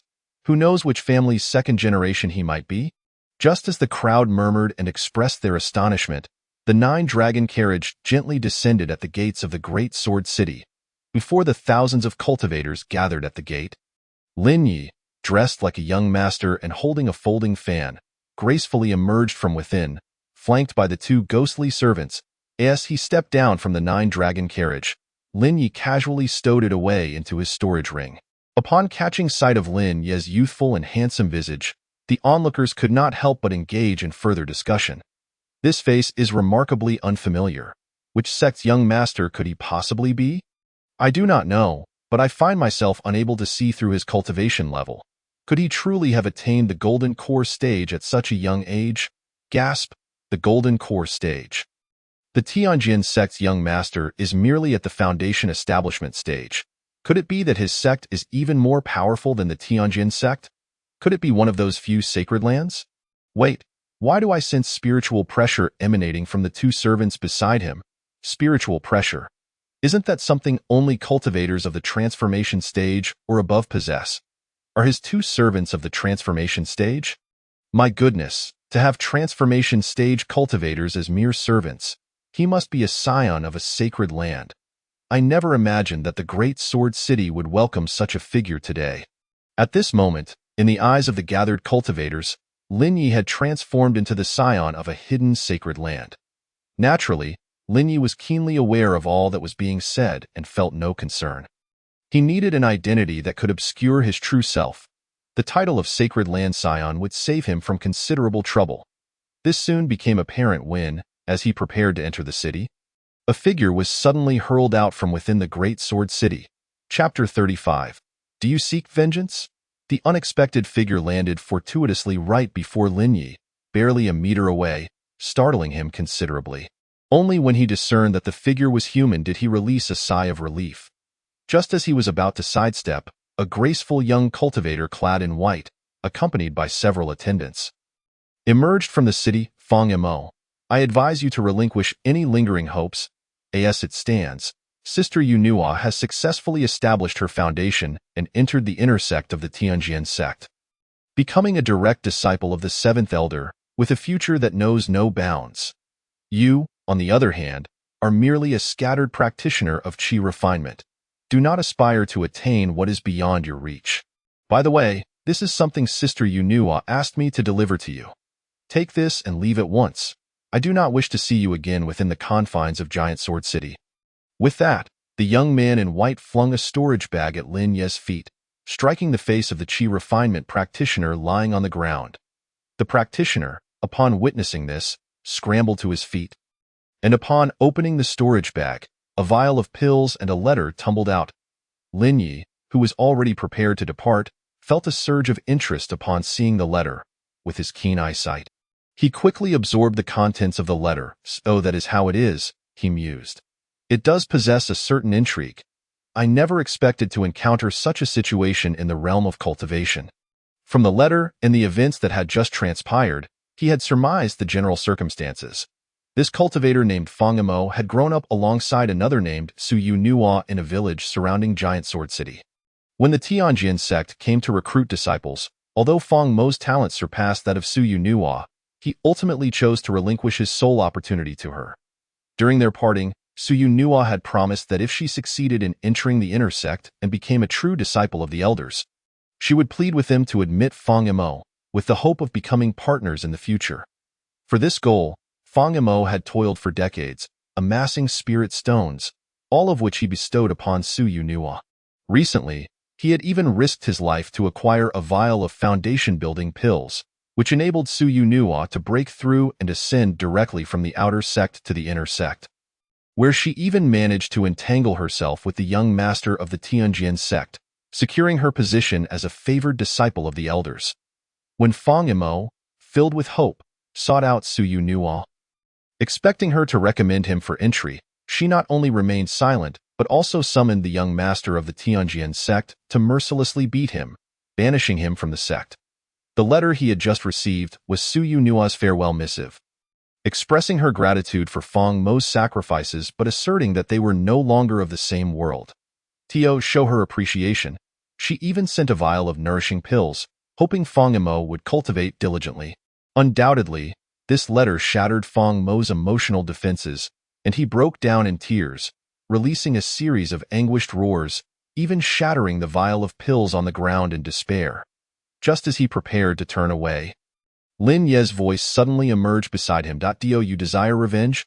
Upon hearing this, Fang Imo froze in place, shaking his head in response. Impossible. The Tianjin sect is a first-rate sect, with thousands of disciples. Even a single inner sect disciple could crush me. I am but a powerless scattered practitioner. Seeking revenge would be akin to an ant attempting to shake a tree. Moreover, I have missed the prime time for cultivation. I fear I shall never break through to foundation establishment. With that, he continued forward, his back laden with hopelessness. The surrounding cultivators observed him with a mix of sympathy and derision. As Fang Imo had stated, he was merely a qi refinement practitioner facing a formidable first-rate sect. Even if he devoted hundreds of years to cultivation, it would hardly bridge the chasm between them, rendering revenge a mere jest. Yet, Lin Ye's voice rang out once more. You need only say whether or not you wish for revenge. If you do, I shall provide a means for you to vent your frustration. Fang Imo halted again, a flicker of struggle appearing in his once hopeless eyes. Do you truly wish to see that woman, who could only establish her foundation thanks to your support, sail through life unscathed? Do you wish to witness those Tianjin sect disciples who humiliated and beat you turn your plight into their entertainment? Do you not desire for them to pay a price? With those three questions, Fang Mo's resolve was finally stirred. I want them all to pay the price. What must I do? Upon hearing his affirmative response, Lin Yi immediately smiled. It's quite simple. You need only follow my instructions. As long as you comply, they shall receive their due recompense. By the way, do you possess a mobile phone? At this question, Fang Imo promptly shook his head. No, I have given every spirit stone I saved to Yunhua. I have no means to purchase a phone. In that case, I shall gift you this phone. As Fang Imo gazed on in astonishment. Lin Yi retrieved a mobile phone from his storage bag and tossed it to him. Upon receiving the phone, Fang Emo was momentarily at a loss for words. First, register a Douyin account, and then familiarize yourself with the phone. Hastily nodding in response to Lin Ye's instructions, Fang Emo was perplexed as to how the matter of revenge had suddenly pivoted to a mobile phone. Are you wondering how revenge relates to a mobile phone? Lin Yi seemed to read his mind, chuckling as he spoke. Do not underestimate the power of that device in your hand. It will be crucial to your quest for vengeance. Rely on it? Fang Emo found it hard to believe. Indeed. Now, follow me into the city. After we find a place for you to settle, I shall explain everything in detail. With that, Lin Yi led Fang Emo, still bewildered, along with his ghostly servant into Giant Sword City. Upon entering, they sought out an inn and checked in. Until this moment, Fang Emo remained oblivious to Lin Ye's plan for avenging him. Do you understand how to post on Douyin? In their inn room, Lin Yi inquired while sipping tea. I understand. Then proceed as I instructed. Fix the phone in this position, sit in front of the camera, and recount the events between you and Su Yunhua. Also, narrate the persecution you suffered at the hands of the Tianjin sect disciples. Begin with, I, Fang Emo, officially report. Under Lin Ye's guidance, Fang Emo swiftly followed the instructions, and before long, a video was completed. Afterward, Lin Yi took the time to edit and enhance the video before uploading it. Now, all you need to do is wait patiently. It won't be long before your grievances are avenged. Upon hearing this, Fang Mo's face was filled with disbelief, as if he could hardly fathom that a simple video could enable him to exact revenge. Father, behold, this is the official account of the Seven Birds sect. You may not have even heard of this sect before, yet they now boast over 50,000 followers, all drawn in by the illustrious Beastmaster. Senior Ma. Presently, any work they post garners thousands of likes effortlessly, and I've heard that in recent days, the influx of individuals participating in tests at the Seven Birds sect has nearly overwhelmed their gates. Listening to Liao's account, Li Mubai furrowed his brow while simultaneously clicking on a work published by the Seven Birds sect. The content primarily showcases the daily practices and living conditions of the disciples. Although the video lacks any significant highlights, it resonates deeply with many loose cultivators and lower-tier practitioners. Wow, what a heartwarming environment for a sect. Those senior brothers and sisters appear so amiable. Setting aside other matters, the location of the Seven Birds sect is truly splendid. Surrounded by mountains and water, it lacks the ostentation of larger sects, yet possesses a quaint charm. In such an environment, one's mood during cultivation is undoubtedly uplifted. Is this the unique cultivation method of the Seven Birds sect? Engaging daily with various adorable and handsome magical beasts is decidedly more enriching than the mundane practice of sitting in solitude. Incredible! Outer disciples have their own cave abodes, and there are even low-level spirit gathering arrays.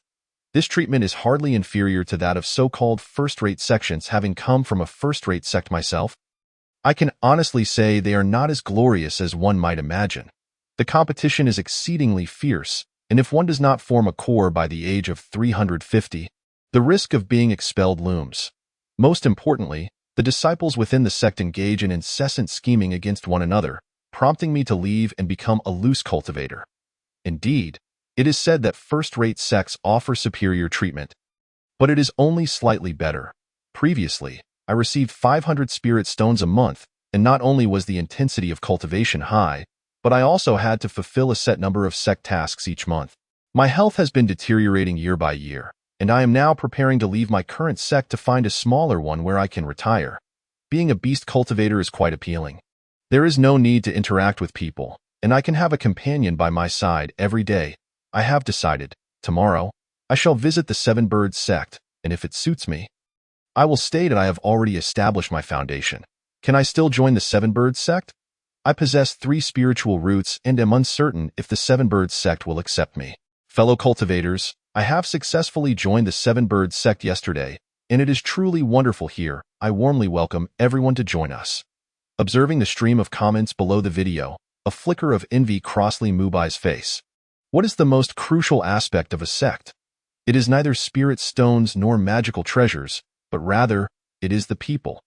If there are no people, what use is it to possess exquisite techniques and artifacts? Yet, ironically, This most vital resource is precisely what the Heavenly Sword sect lacks. There are two reasons for this predicament. First, the remote location of the Heavenly Sword sect, less than 100,000 kilometers from the extreme north wasteland, naturally results in a smaller population. Second, in recent years, the Heavenly Sword sect has failed to establish a reputation on the Tianyuan continent, and without fame, few come seeking us. However, the video from the Seven Birds sect has sparked a glimmer of opportunity in Li Mubai's mind. At this moment, Li Ao spoke up again. Father, it's not just the Seven Birds sect. Several other sects have also launched their official accounts on Douyin. From what I know, there are Xingqian Pavilion, Tianji sect, Balian sect, Qingyun sect, and Feihua Valley, some of which have garnered tens of thousands of followers. My proposal is for our Heavenly Sword sect to establish our own official account, provide our disciples with mobile phones so they can all follow us, and then emulate the Seven Birds sect by posting promotional videos. It would be best to invest some spirit stones for a Douyin promotion as well. By doing so, once our account gains traction, we need not fear a lack of new disciples joining the Heavenly Sword sect. With an increase in numbers, we may just cultivate a few prodigies. Upon hearing Li Ao's analysis, Li Mubai nodded in agreement. You make a compelling argument. In that case, I shall entrust this matter to you. Understood, Father. You can rest assured that I will handle this splendidly. With that, Li Ao prepared to depart. Just then, Li Mubai recalled something. I heard there is a female disciple in the outer sect who has recently established her foundation? Yes, Father. Li Ao replied without a moment's hesitation. I heard she hails from a humble background with no connections. Correct. In that case, let's use her as a promotional example to inform those loose cultivators that anyone, regardless of their origins, can successfully establish their foundation at our Heavenly Sword sect. Upon hearing this, Li Ao's eyes gleamed with excitement. You are indeed thoughtful, Father. Go ahead. Certainly. In the next moment, Li Ao turned and left. Chapter 37. Sect promotional video. Following his father's orders, Li Ao promptly created an official account for the Heavenly Sword sect and invested heavily in purchasing mobile phones for all disciples within the sect. Consequently, it did not take long for the follower count of the Heavenly Sword sect's official account to surpass 10,000. Overjoyed, he immediately made his way to the residence of the inner disciples. Upon entering a small courtyard, he was greeted by a young woman dressed in a flowing white gown, possessing both beauty and grace. Upon seeing her, a mischievous smile crept across Li Ao's face, and he approached her, wrapping his arm around her slender waist. Unbeknownst to him, as he embraced her, a flicker of distaste flashed in the woman's eyes. However, she did not resist his advances, instead leaning closer to him. Yunhua, you are now a direct disciple of the Heavenly Sword sect's elder. I have put in considerable effort for this, so how do you intend to repay me? As soon as Li Ao finished speaking, Su Yunhua, who was pressed against him, blushed and replied, Since I am already yours, young master, you may do as you please. Li Ao was thoroughly pleased with Su Yunhua's response. In the next moment, he retrieved several items from his storage bag. These are garments I purchased from the live stream of the immortal Lady Ru Yan. Would you wear them for me tonight? Upon hearing this, Su Yunhua glanced at the items in his hands and realized they were several pairs of stockings and a few extremely revealing outfits, one of which could hardly be called clothing at all. Instantly, her expression shifted, but she quickly masked it, and a moment later, she blushingly replied, I shall comply with your wishes, young master. Splendid. Since you are so obedient, I shall assign you another important task. With that, he explained the plans for the Heavenly Sword sect's official account to Su Yunhuo. My idea is for you to serve as the official streamer for the Heavenly Sword sect, and I intend to portray you as a model of perseverance hailing from a humble background to attract more loose cultivators to join us. Come, let us retreat indoors to discuss the details.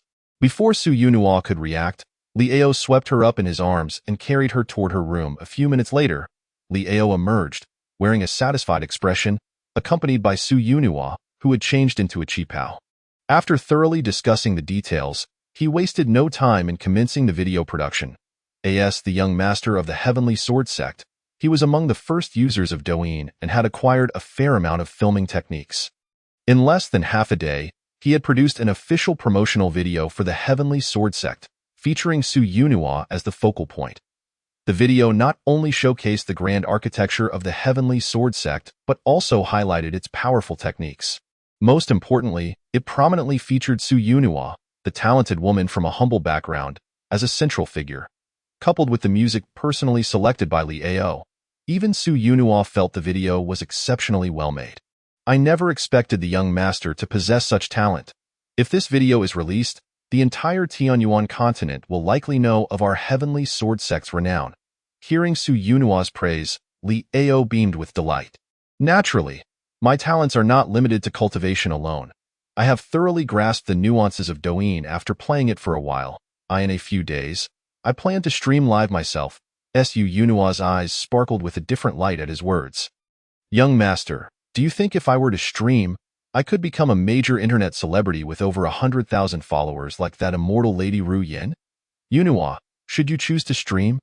I will certainly support you. However, your foremost task now is to assist me in fulfilling my father's wishes. With that, Li Ao turned his attention back to uploading the promotional video for the Heavenly Sword sect onto Douyin. After completing the upload, he did not forget to invest 100,000 spirit stones for promotion. Once all was done, he promptly shared the news within the internal group of the Heavenly Sword sect via Douyin's group chat feature. This functionality had only recently been discovered, and since its introduction, many sects and loose cultivator organizations that had adopted mobile phones had begun utilizing it. This feature proved to be extremely useful. By sending a single message, everyone in the sect could receive it, far surpassing the efficacy of previous communication artifacts. Attention all disciples of the Heavenly Sword sect, I have just released our promotional video. Please remember to give it a thumbs up and leave a comment praising our Heavenly Sword sect. This matter pertains to the future of our sect, so I urge everyone to take it seriously and respond promptly. As soon as this message from Li Ao was sent, a multitude of disciples began to reply. Almost all members of the Heavenly Sword sect picked up their phones at that moment.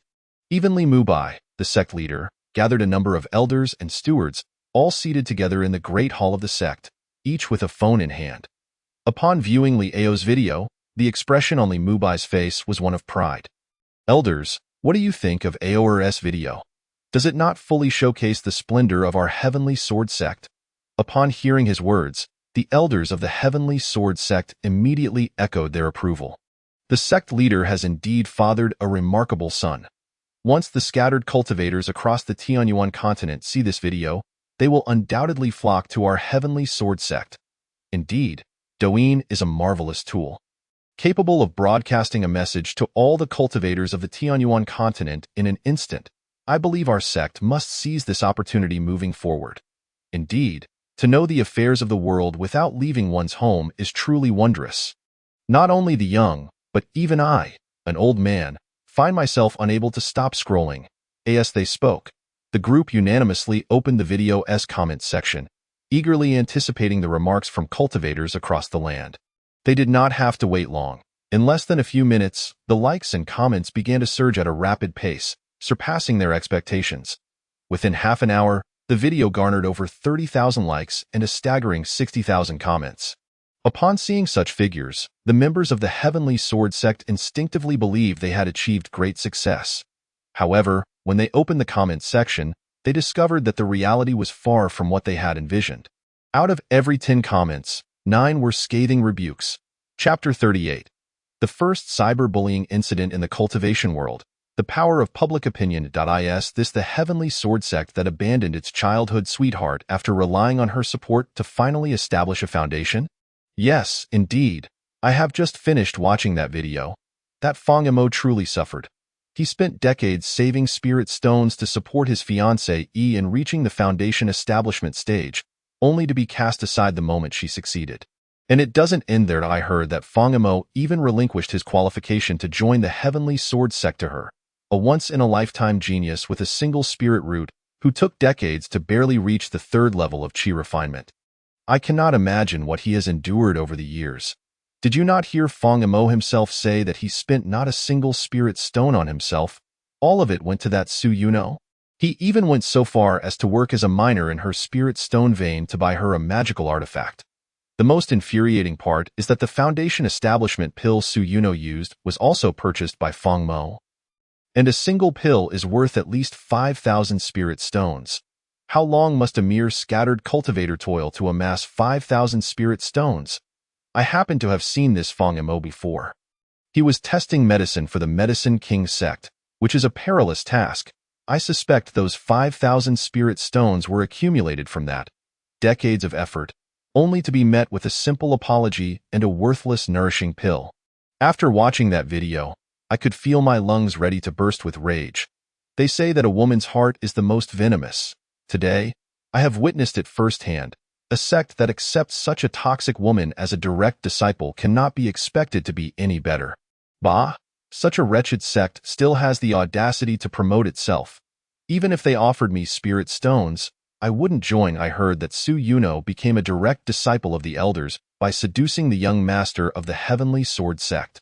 What kind of cultivation sect is this? It is clearly a den of vice. How shameful! Anyone who joins the Heavenly Sword sect will be a laughingstock for life. The woman in the video must be Su Yuno. She clearly doesn't appear to be a good person. She even had someone beat up Fangamo. How vicious!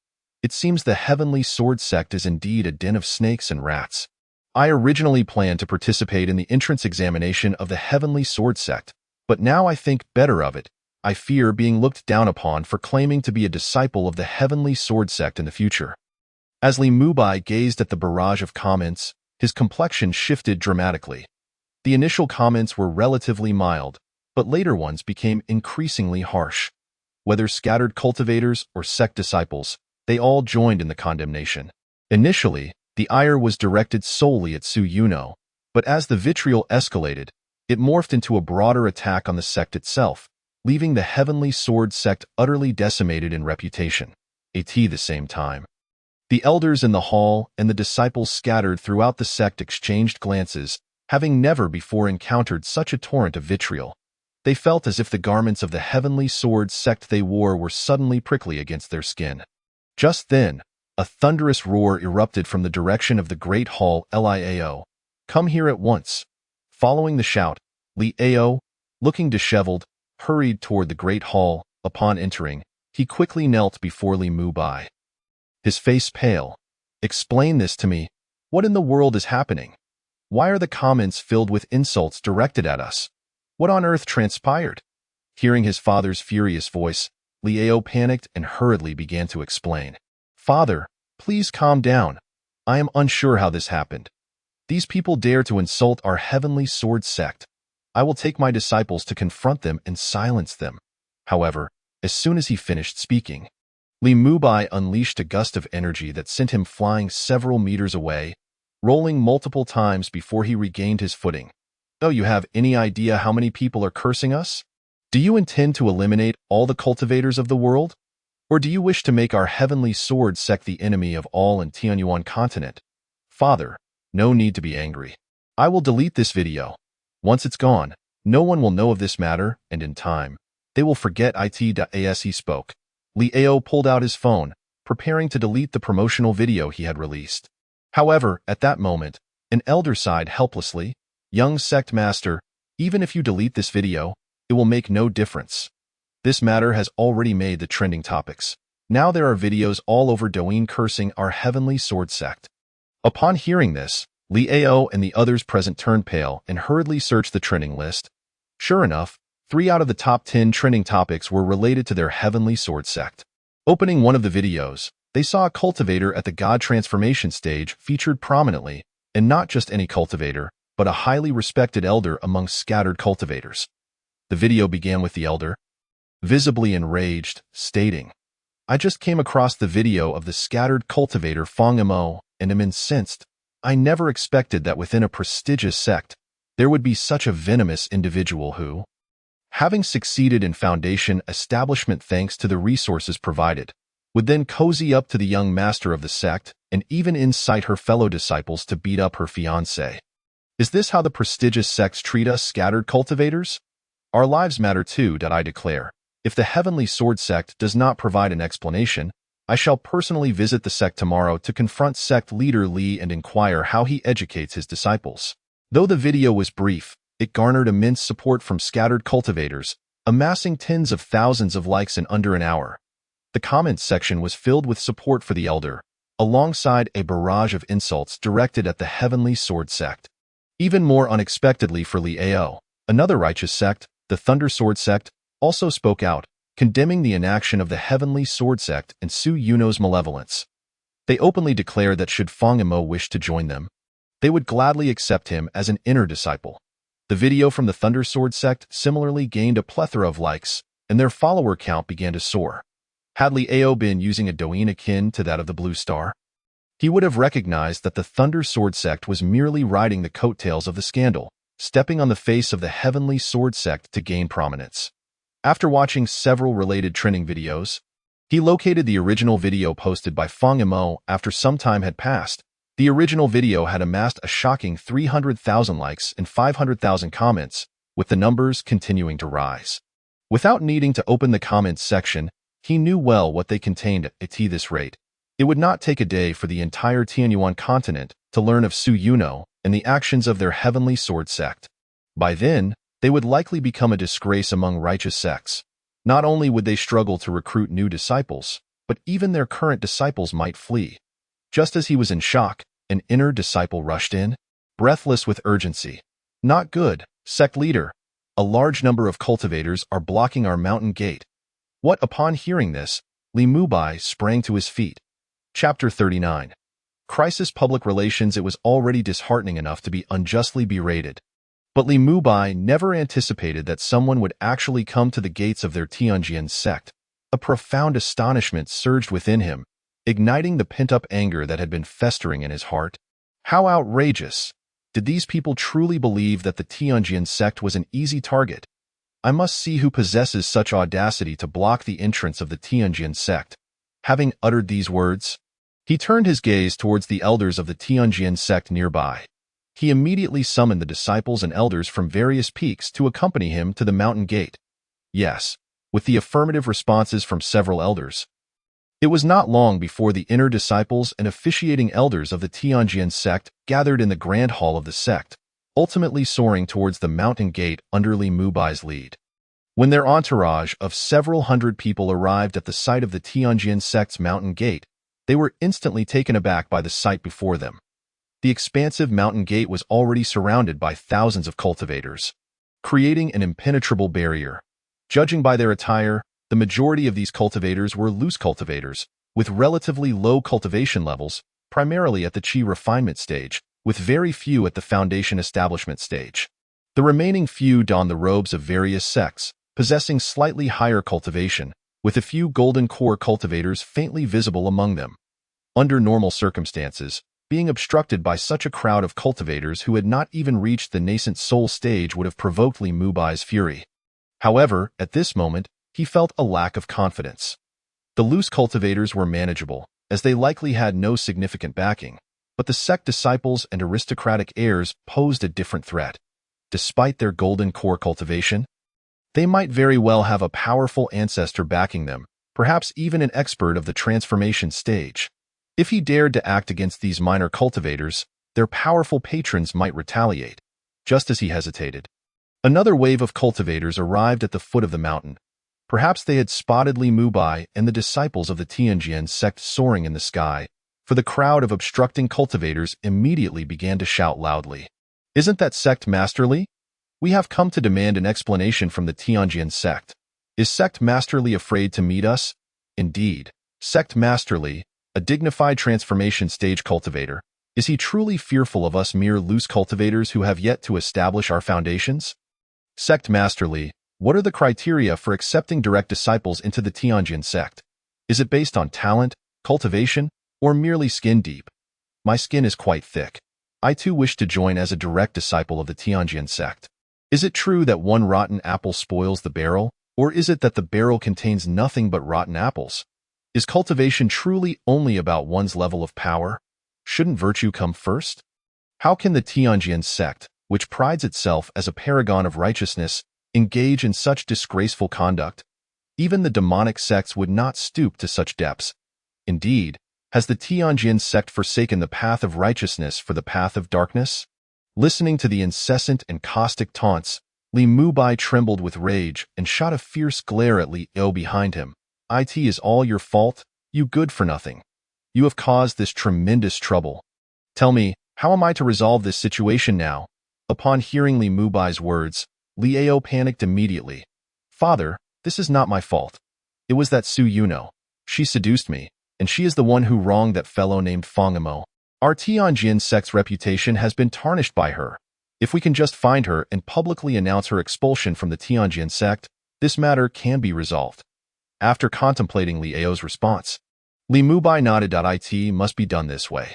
You must immediately find someone to bring Su Yuno here, and also bring along those inner disciples who assaulted Fang Amo for the sake of the Tianjin sect's reputation and future. We must provide an explanation to the cultivators of the world. If this incident is not resolved properly, I fear our disciples will become pariahs. Upon hearing his words, the expressions of the elders and inner disciples present darkened. Previously, information on the Tianyuan continent circulated slowly. Even if there were negative incidents, they would not spread far and would soon be forgotten. However, now that Douyin exists, any information published can instantly sweep across the entire Tianyuan continent. Unless they avoid going out for training or refrain from wearing the Tianjin sect's attire and using its techniques, as long as they reveal themselves as disciples of the Tianjin sect, they will undoubtedly face scorn and, in extreme cases, even attacks. After 10 minutes, Liao returned to Li Mubai's side, accompanied by a pale-faced Su Yuno and a few trembling inner disciples. Clearly, they had learned about Fang Mo's incident through Douyin. Sect Master, we were all manipulated by Su Yuno. We have no enmity with that Fang Mo. Everything was orchestrated by Su Yuno. Yes, Sect Master, we did not use lethal force. We merely taught him a lesson. Sect Master, gazing at the kneeling inner disciples pleading for mercy, Li Mubai's fury ignited. Without granting them the opportunity for further explanation, he cast a sealing spell on each, rendering them mute. Finally, he turned his gaze towards Su Yuno. It is you, vile creature. You have destroyed the 1,000-year reputation of my Tianjin sect. As his words fell, Su Yuno shuddered violently. Take them away. I shall punish these despicable individuals in front of the cultivators of the world today. In the next moment, several enforcing disciples sealed the magical powers of Su Yuno and the inner disciples, then carried them to the square in front of the mountain gate. Li Mubai, having regained his composure, descended alongside them. As he landed, the cultivators who had been blocking the entrance immediately surged forward, raising their phones to film the scene. Seeing this, Li Mubai promptly adopted a sorrowful demeanor. Fellow cultivators, it is my negligence and oversight that has led to such disgraceful events within the Tianjin sect.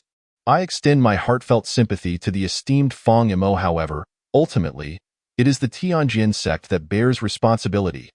To demonstrate our contrition, from this day forth, we shall expel that venomous woman, Su Yuno, from the Tianjin sect, stripping her of all her cultivation, ensuring she can never set foot in the Tianjin sect or Jianshu city again. Furthermore, the inner disciples who committed offenses shall be uniformly demoted to outer disciples. Additionally, for the injuries suffered by Fang Mo, the Tianjin sect shall provide a compensation of 30,000 spirit stones and a perfect foundation establishment pill. If Fang Mo is willing, I would be honored to accept him as my direct disciple and do my utmost to make amends for the harm he has endured over the years. Moreover, my son has also committed a grave error in this matter. As punishment, I shall personally seal his cultivation and demote him to a servant disciple for 30 years of reflection. As Li Mubai publicly repented before the gathered cultivators. Lin Yi, dressed as a wealthy young master and holding a folding fan, could not help but express a hint of admiration. Truly, the leader of a great sect possesses extraordinary situational awareness. Demoting one's own flesh and blood to a servant disciple is indeed a bold and decisive move. Such actions, while not entirely erasing the negative impact on the Tianjin sect, would certainly quell the anger of cultivators worldwide. But do you think this is the end? With a smile, Lin Yi turned his gaze towards Su Yuno, who stood behind Li Mubai, her eyes filled with resentment. Chapter 40. The end of the Tianjin sect. Before long, videos of Li Mubai addressing the offending disciples and stripping Su Yuno of her cultivation while expelling her from the Tianjin sect were uploaded to Douyin by some of the cultivators present at the scene. Once released, these videos immediately attracted the attention of a vast number of cultivators. The view counts and likes surged rapidly, and the comment section was soon filled with remarks from cultivators across the land. Delightful, Simply delightful. After watching Feng Mo's video, I was nearly furious enough to storm the Tianjin sect and deal with that vile woman myself. I never expected the sect master to respond so promptly. Indeed, stripping her of her cultivation and expelling her from the sect is a cathartic development. Such a punishment is likely more unbearable for that venomous woman than death itself. Though the Tianjin sect angered me this time, I must commend Sect Master Li for his swift action. He did not spare even his own son. This is the mark of a true leader of a righteous sect. Kudos to Sect Master Li. Upon reflection, such incidents are not uncommon. Which sect is devoid of such issues? It's just that, in the past, without Douyin, they remained hidden. Every large sect will inevitably harbor a few parasites. Indeed, this matter is fundamentally the fault of Su Yuno herself and does not reflect poorly on the Tianjin sect as a whole. As long as Sect Master Li addresses the wrongdoers, all will be well. With this perspective, it is clear that Douyin is a remarkable tool. It can expose any unsavory matters. Exactly, therefore, scrolling through Douyin is not a waste of time. Wouldn't you all agree? Undoubtedly, after Li Mubai took appropriate actions, the reputation of the Tianjin sect began to recover, especially with the emergence of numerous guiding comments. Upon witnessing such results on his mobile phone that day, Li Mubai of the Tianjin sect let out a long sigh of relief and turned his gaze toward Li Ao beside him. Your intellect truly serves you well. With the comments you've orchestrated, it won't be long before this matter is resolved, he remarked. Heh, the child may lack in cultivation talent, yet his wits are sharp, Li Ao replied with a smug smile. By the way, father, why don't we seize this opportunity to win over some loose cultivators? We could specifically seek out those impoverished practitioners, provide them with certain cultivation resources, and take the chance to shoot a few videos. As Li Ao eloquently laid out his series of plans to restore the Tianjin sect's reputation, Li Mubai nodded in agreement from time to time. Meanwhile, at the foot of the Tianjin mountain, a pale-faced woman with blood at the corner of her mouth staggered to a stream. Upon catching a glimpse of her delicate visage in the water's reflection, she suddenly smiled sadly. This woman was Su Yuno, who had just been stripped of her cultivation and cast down the mountain by the Tianjin sect. The thought of her transformation from a once exalted woman to a mere cripple filled her eyes with a deep resentment. She loathed Feng Mo for exposing her through his video, and even more so, she despised the Tianjin sect for discarding her like refuse and obliterating her path to immortality in the past. As a mere cripple, she could never have avenged such a grievous wrong. But now everything was different. In the next moment, she took out her phone, opened Douyin, and imitated Feng Mo's earlier actions to record a video. I am Su Yuno, the fiancé of Feng Mo. I hereby publicly accuse Li Mubai, the sect master of Tianjin, of not being the virtuous gentleman he appears to be. In truth, he has been practicing demonic arts secretly.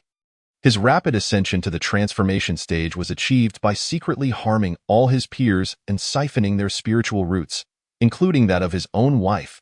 In front of the camera, she revealed the greatest secret she had learned while at the Tianjin sect.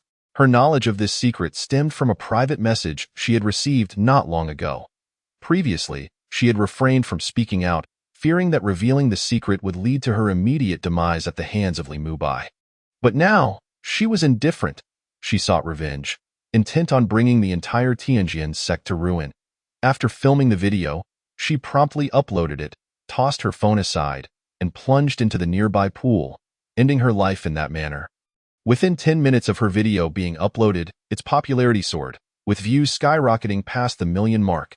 The likes and comments exceeded 100,000, causing an explosion in the comments section. My heavens! Is this truly happening? I thought the Tianjin sect's troubles had come to an end, but it seems there is more to unfold. Terrifying, utterly terrifying, the esteemed Li Mubai, who has always prided himself on being virtuous, is secretly practicing demonic arts and has even killed his own peers and wife. No wonder the Tianjin sect is in such disarray, with not a single Yuanying disciple left.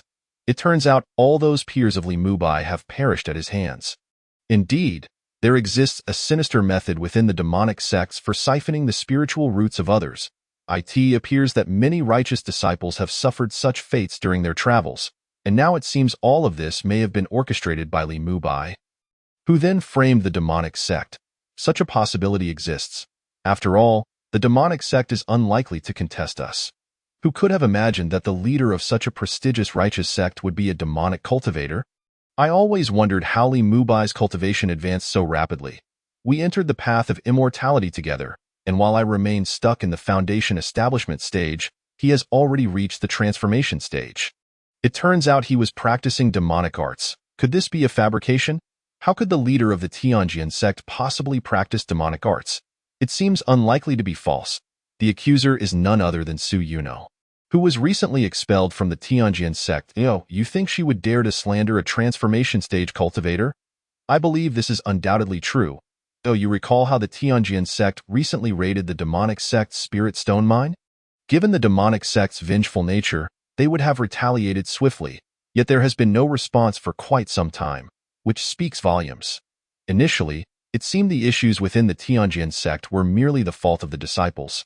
But now it is evident that the corruption runs deep. As time passed, the video's popularity continued to rise, capturing the attention of nearly all Douyin users. Even those cultivators without phones or Douyin accounts learned of the unfolding drama through their friends. The entire righteous path was thrown into an uproar, with numerous righteous sects stepping forward to take advantage of the situation, especially the neighboring Leijian sect, which vocally demanded justice from Li Mubai. Even within the Tianjin sect, the atmosphere turned tumultuous. Elders and disciples alike were filled with trepidation, leading many inner disciples to seek various excuses to leave the sect, fearing they might share the same fate as their predecessors. When Li Mubai learned of this news, it felt as if he had been struck by lightning. He could never have anticipated that his deepest, darkest secret would be thrust into the public eye, causing such a widespread stir. Yet, he lacked the energy to delve into this matter further, for he understood that the Tianjin sect was irreversibly doomed. Centuries of legacy had crumbled in an instant. Not due to a formidable enemy, but because of a mere low-grade magical artifact. Chapter 41. The Dog-like Blogger, MCN. On the following day, a Douyin video released by a user claiming to be an outer disciple of the Tianjin sect quickly ascended to the trending charts. The video's content was straightforward. A sweeping shot revealed that the once bustling Tianjin sect was now deserted, with many buildings in ruins, and occasionally, disciples clad in Tianjin uniforms were seen discarding their attire and fleeing on their swords. The video concluded with the disciple lamenting, "It's over. It's all over." Sect Master Li Mubai fled last night with his son, Li Ao, taking with him all the valuable items in the sect's treasury. The elders have vanished as well. Now, all that remains are us lowly outer disciples and miscellaneous workers. The sect still owes me several hundred spirit stones. I never expected to struggle my way into the sect only to end up as a loose cultivator. Is there any kind-hearted sect willing to take me in? I am well versed in spiritual plant cultivation and herbal medicine, and I have some knowledge of alchemy. The video ultimately conveyed a single message: the Tianjin sect had collapsed, with Sect Master Li Mubai absconding with all the sect's assets. After the video went viral, Douyin erupted in chaos, as many were astonished by the rapid developments. Just yesterday, Li Mubai had faced ruin, and today he was on the run. A prestigious sect with a 1,000-year legacy had vanished overnight. When Lin Yi awoke that morning and saw the video, a slight smile crept across his face. Li Mubai was indeed decisive. Within less than a day, he had fled, demonstrating a certain aptitude for demonic cultivation. He then called out to the outside, "Bring Fang Imo to me." Shortly after his words, a ghostly servant led a cautious Fang Imo into Lin Ye's room. "I have seen the young master," Fang Imo said. "No need for formality. You must have seen the news as well. Su Yuno's tragic demise in the wilderness, and the complete downfall of the Tianjin sect. Your vengeance has been avenged. Are you satisfied with this outcome?" Upon hearing Lin Ye's words, Fang Imo knelt before him. Previously, he had doubted that a mere Douyin video could facilitate his revenge until the Tianjin sect publicly stripped Su Yuno of her cultivation and expelled her. It was then he realized the true power of the video Lin Yi had urged him to post. What astonished him even more was that in just a day and a night, the once mighty Tianjin sect had been reduced to history, and the illustrious Li Mubai had become a pariah. All of this had exceeded his expectations. Yet, he was acutely aware that his ability to exact revenge was not due to his own efforts, but rather the man before him. It was he who had brought Su Yuno to disgrace. and it was he who had caused the Tianjin sect's collapse. I will forever remember the great kindness you have shown me. Young master, Fang Emo proclaimed, bowing deeply. Lin Yi merely smiled in response. Rise. The sins of the Tianjin sect have been addressed. Assisting you in your revenge was but a trifling matter. By the way, what are your plans moving forward? Still kneeling, Fang Mo's eyes reflected a moment of confusion. After pondering for a while, he shook his head. I do not know what I am, but a loose cultivator, and having missed the best time to cultivate, I fear I shall never establish my foundation. Perhaps I will seek out a desolate place to live out my days in solitude. However, no sooner had he uttered these words than a storage bag was tossed before him. Inside are 100,000 spirit stones, along with a longevity pill and a foundation establishment pill, sufficient for you to establish your foundation. Since you currently lack a goal, allow me to bestow upon you a new one. You have witnessed the potential of Douyin, and I believe that with your past experiences as a devoted admirer, you could effortlessly transition into a comedic content creator.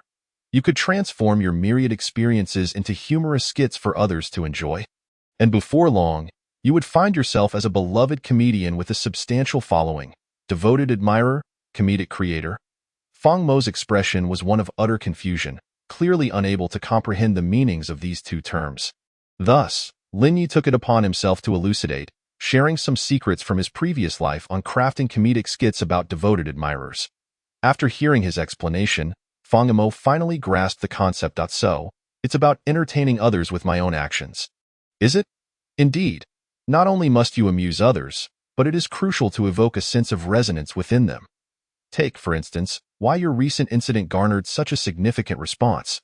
A large part of the reason is that your story resonated with many wandering cultivators, stirring their emotions. Thus, resonance is the essence of a comedic skit. You are already recognized as the foremost devoted admirer in Tianyuan continent, so you should fully embrace that aspect of yourself. When you succeed in the future, amassing hundreds of thousands of followers, your influence will rival that of even the most formidable beings of the transformation stage. In fact, even the so-called righteous sects will treat you with utmost respect. At that time, you could leverage your influence to recruit more promising creators under your banner and establish your own multi-channel network, MCN, which you may consider a unique sect. As Lin Yi painted this grand vision, Fang Mo's expression brightened considerably. I understand, my lord. I know what I must do next. I will rent a venue here in Great Sword City and invite a group of wandering cultivators to act as my crowd. Go forth, and I shall await your good news. Without delay, Fang Mo turned and departed. Lin Yi hoped this young man would achieve something noteworthy, though he mused that comedic skits in the world of cultivation might be challenging to produce, given the scarcity of amusing content. After dismissing the thought, he turned to his ghostly servants.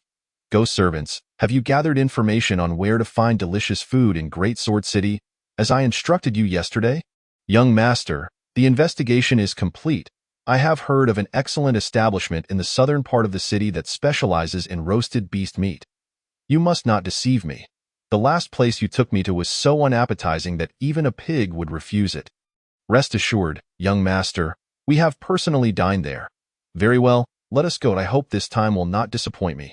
With that, Lin Yi rose and made his way with his two ghostly servants towards the inn.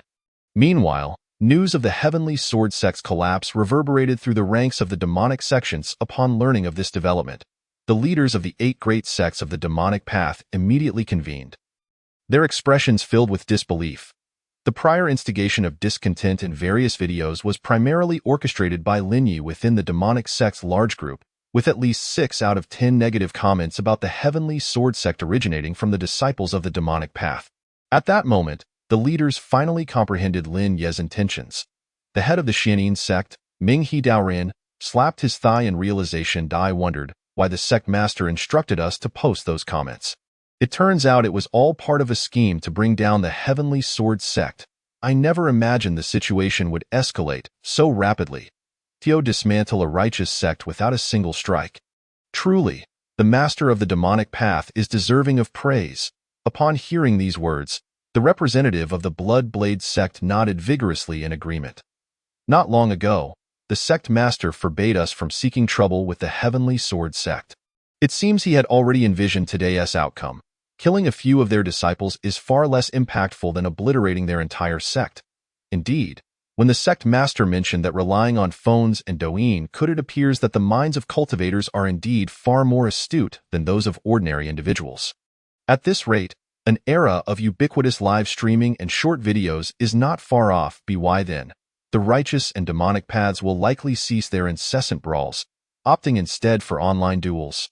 After a slight smile, he turned his gaze towards the counter, ready to place his order, only to be taken aback by the appearance of the chef not far away. It was not due to any grotesqueness or fierceness, but rather because this individual bore an uncanny resemblance to a renowned food blogger from his previous life. Could it be? How could this person look so much like Master Wang Gang? Chapter 43. Imparting Culinary Skills, the Birth of a Food Blogger. Esteemed guest, what would you like to order?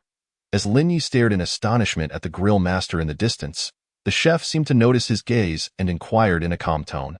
Upon hearing this question, Lin Yi snapped back to reality and, after a moment of contemplation, responded, "Please bring me a serving of your finest wine and dishes. Please wait a moment, young master," the grill master, resembling Wang Gang, replied nonchalantly before returning to his grilling.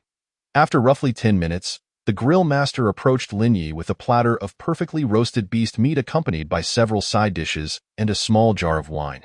"Here are the items you requested, young master. Enjoy your meal, thank you."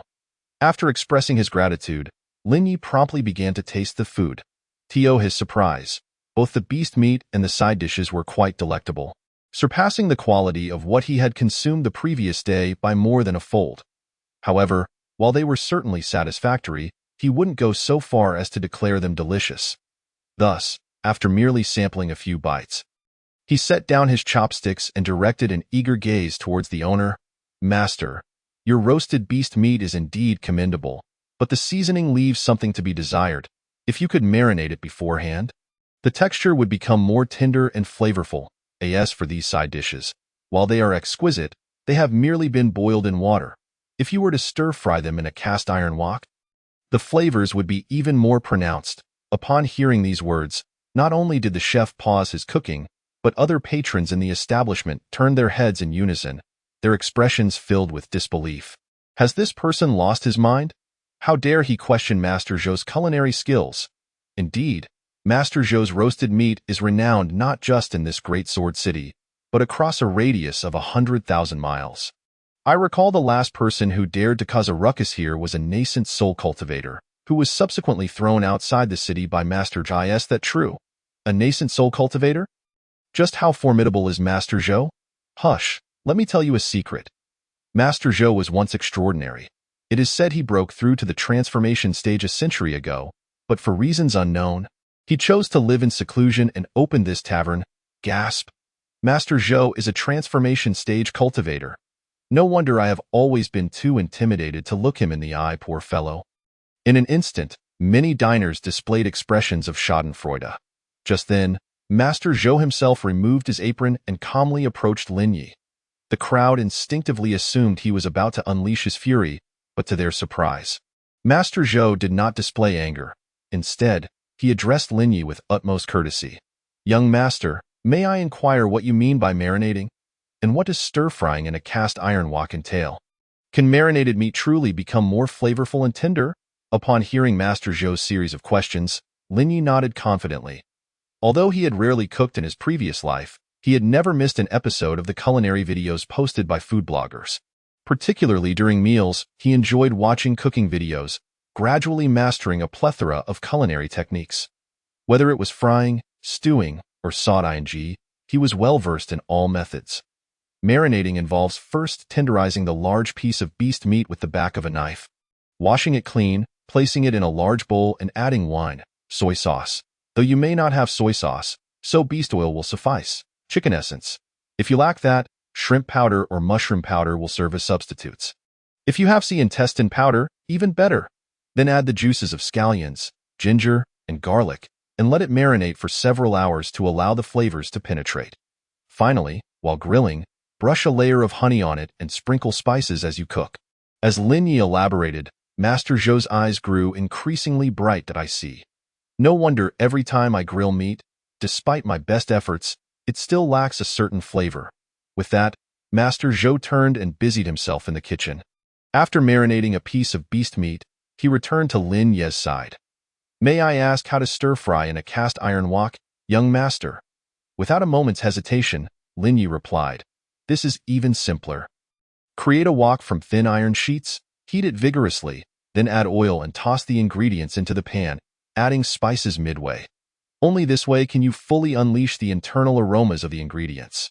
After speaking, he worried that Master Zhou might not grasp the concept, so he took out a piece of fine iron from his storage bag and melted it with his own true fire, crafting a wok before the astonished eyes of all present. Once he had completed the wok, feeling it lacked a certain flair, he casually retrieved the most basic spirit-gathering array plate and a fire spirit array plate.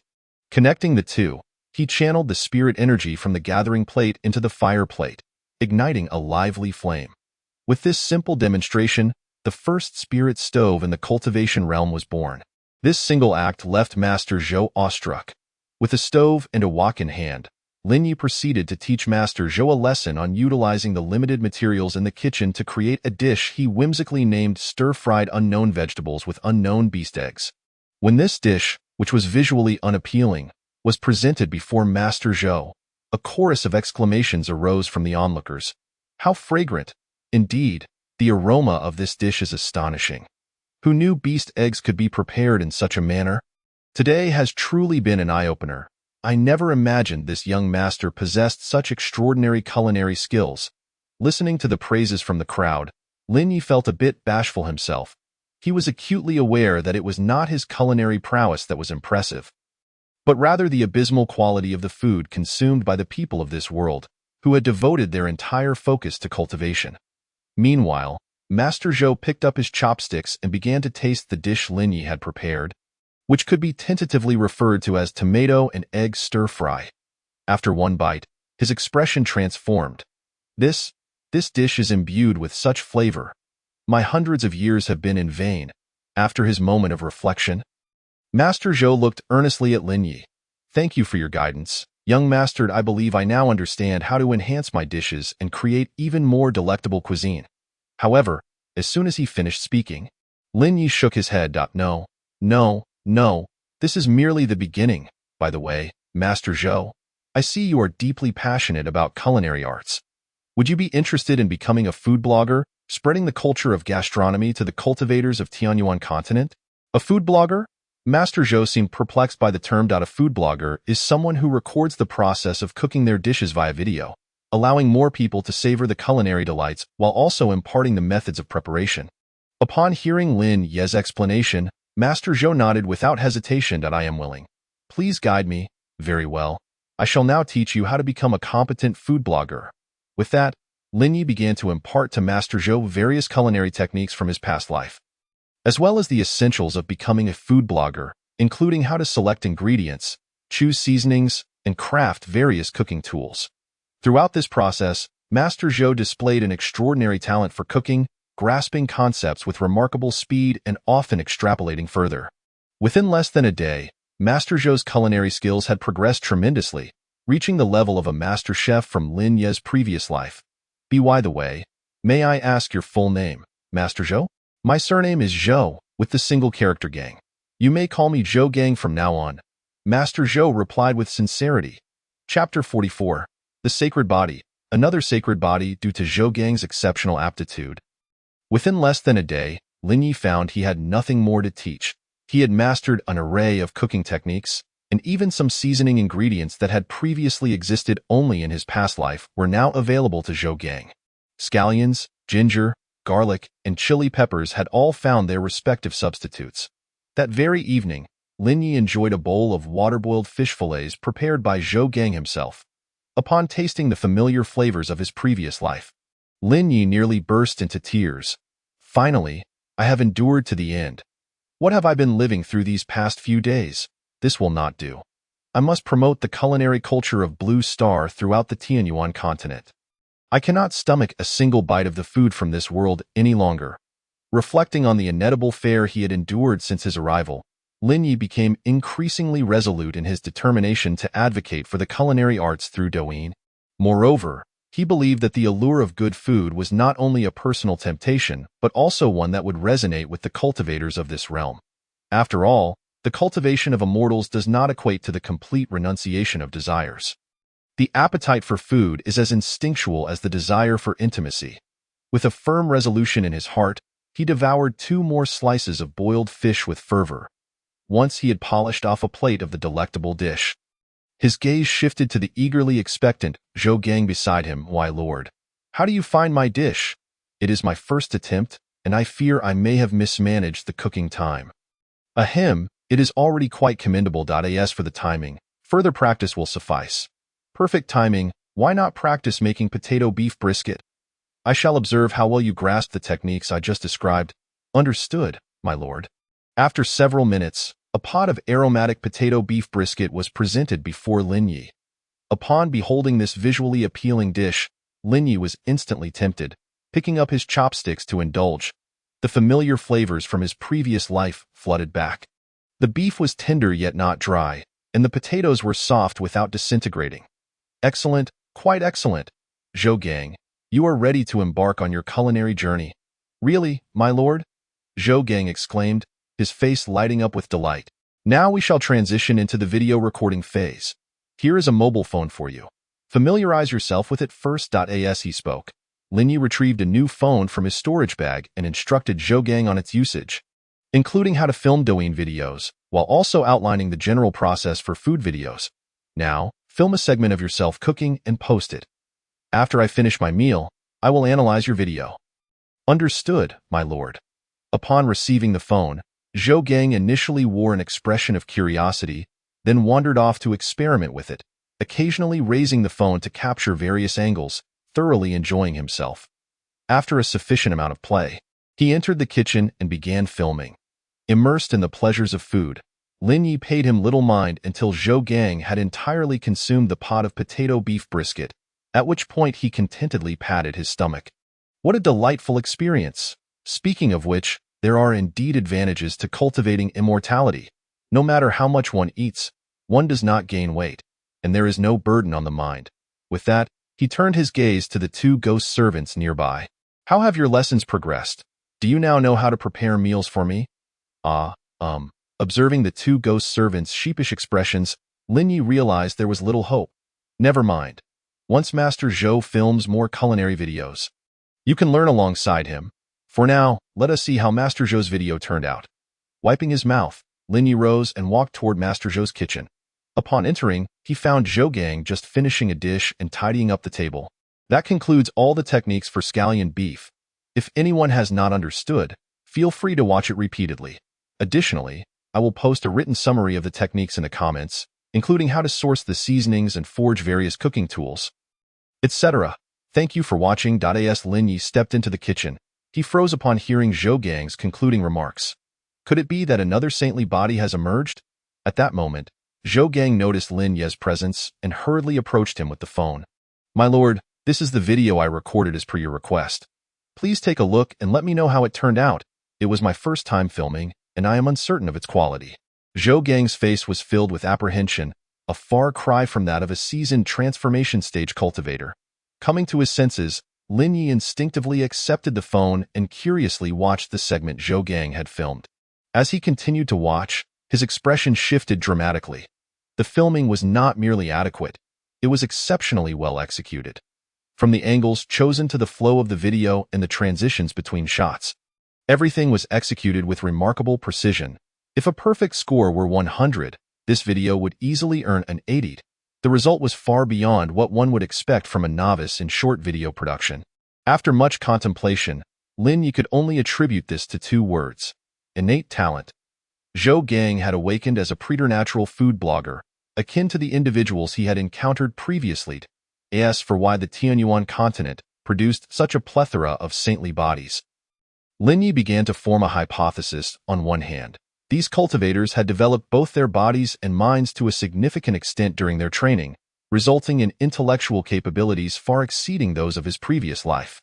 Even unfamiliar concepts could be grasped swiftly upon exposure. On the other hand, many of these individuals possessed decades, if not centuries, of accumulation and experience, merely lacking the final push. now that Lin Yi had provided that push. They naturally awakened in an instant. However, he would certainly refrain from voicing these thoughts in front of Zhou Gang. Ahem, this is quite well done, but the overall video is a tad lengthy. Some unnecessary shots could be edited out. Additionally, you might consider adding brief explanations during the cooking process to inform viewers why each step is undertaken. Listening to Lin Ye's critique, Zhou Gang nodded vigorously. I understand. Thank you for your guidance. My lord and I will make the necessary improvements. As soon as he finished speaking, Zhou Gang immediately set to work. Although the process took some time, the final product became increasingly refined.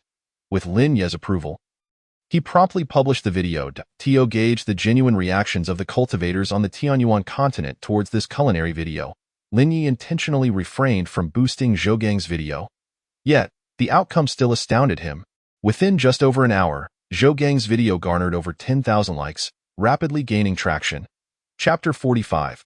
Reflection prompted by culinary delights. Culinary season activity. Lin Yi was aware that food videos had a market, but the speed at which this one gained popularity far exceeded his expectations. 10,000 likes in an hour was remarkable, even considering that the total number of Douyin users on the Tianyuan continent had surpassed 8 million.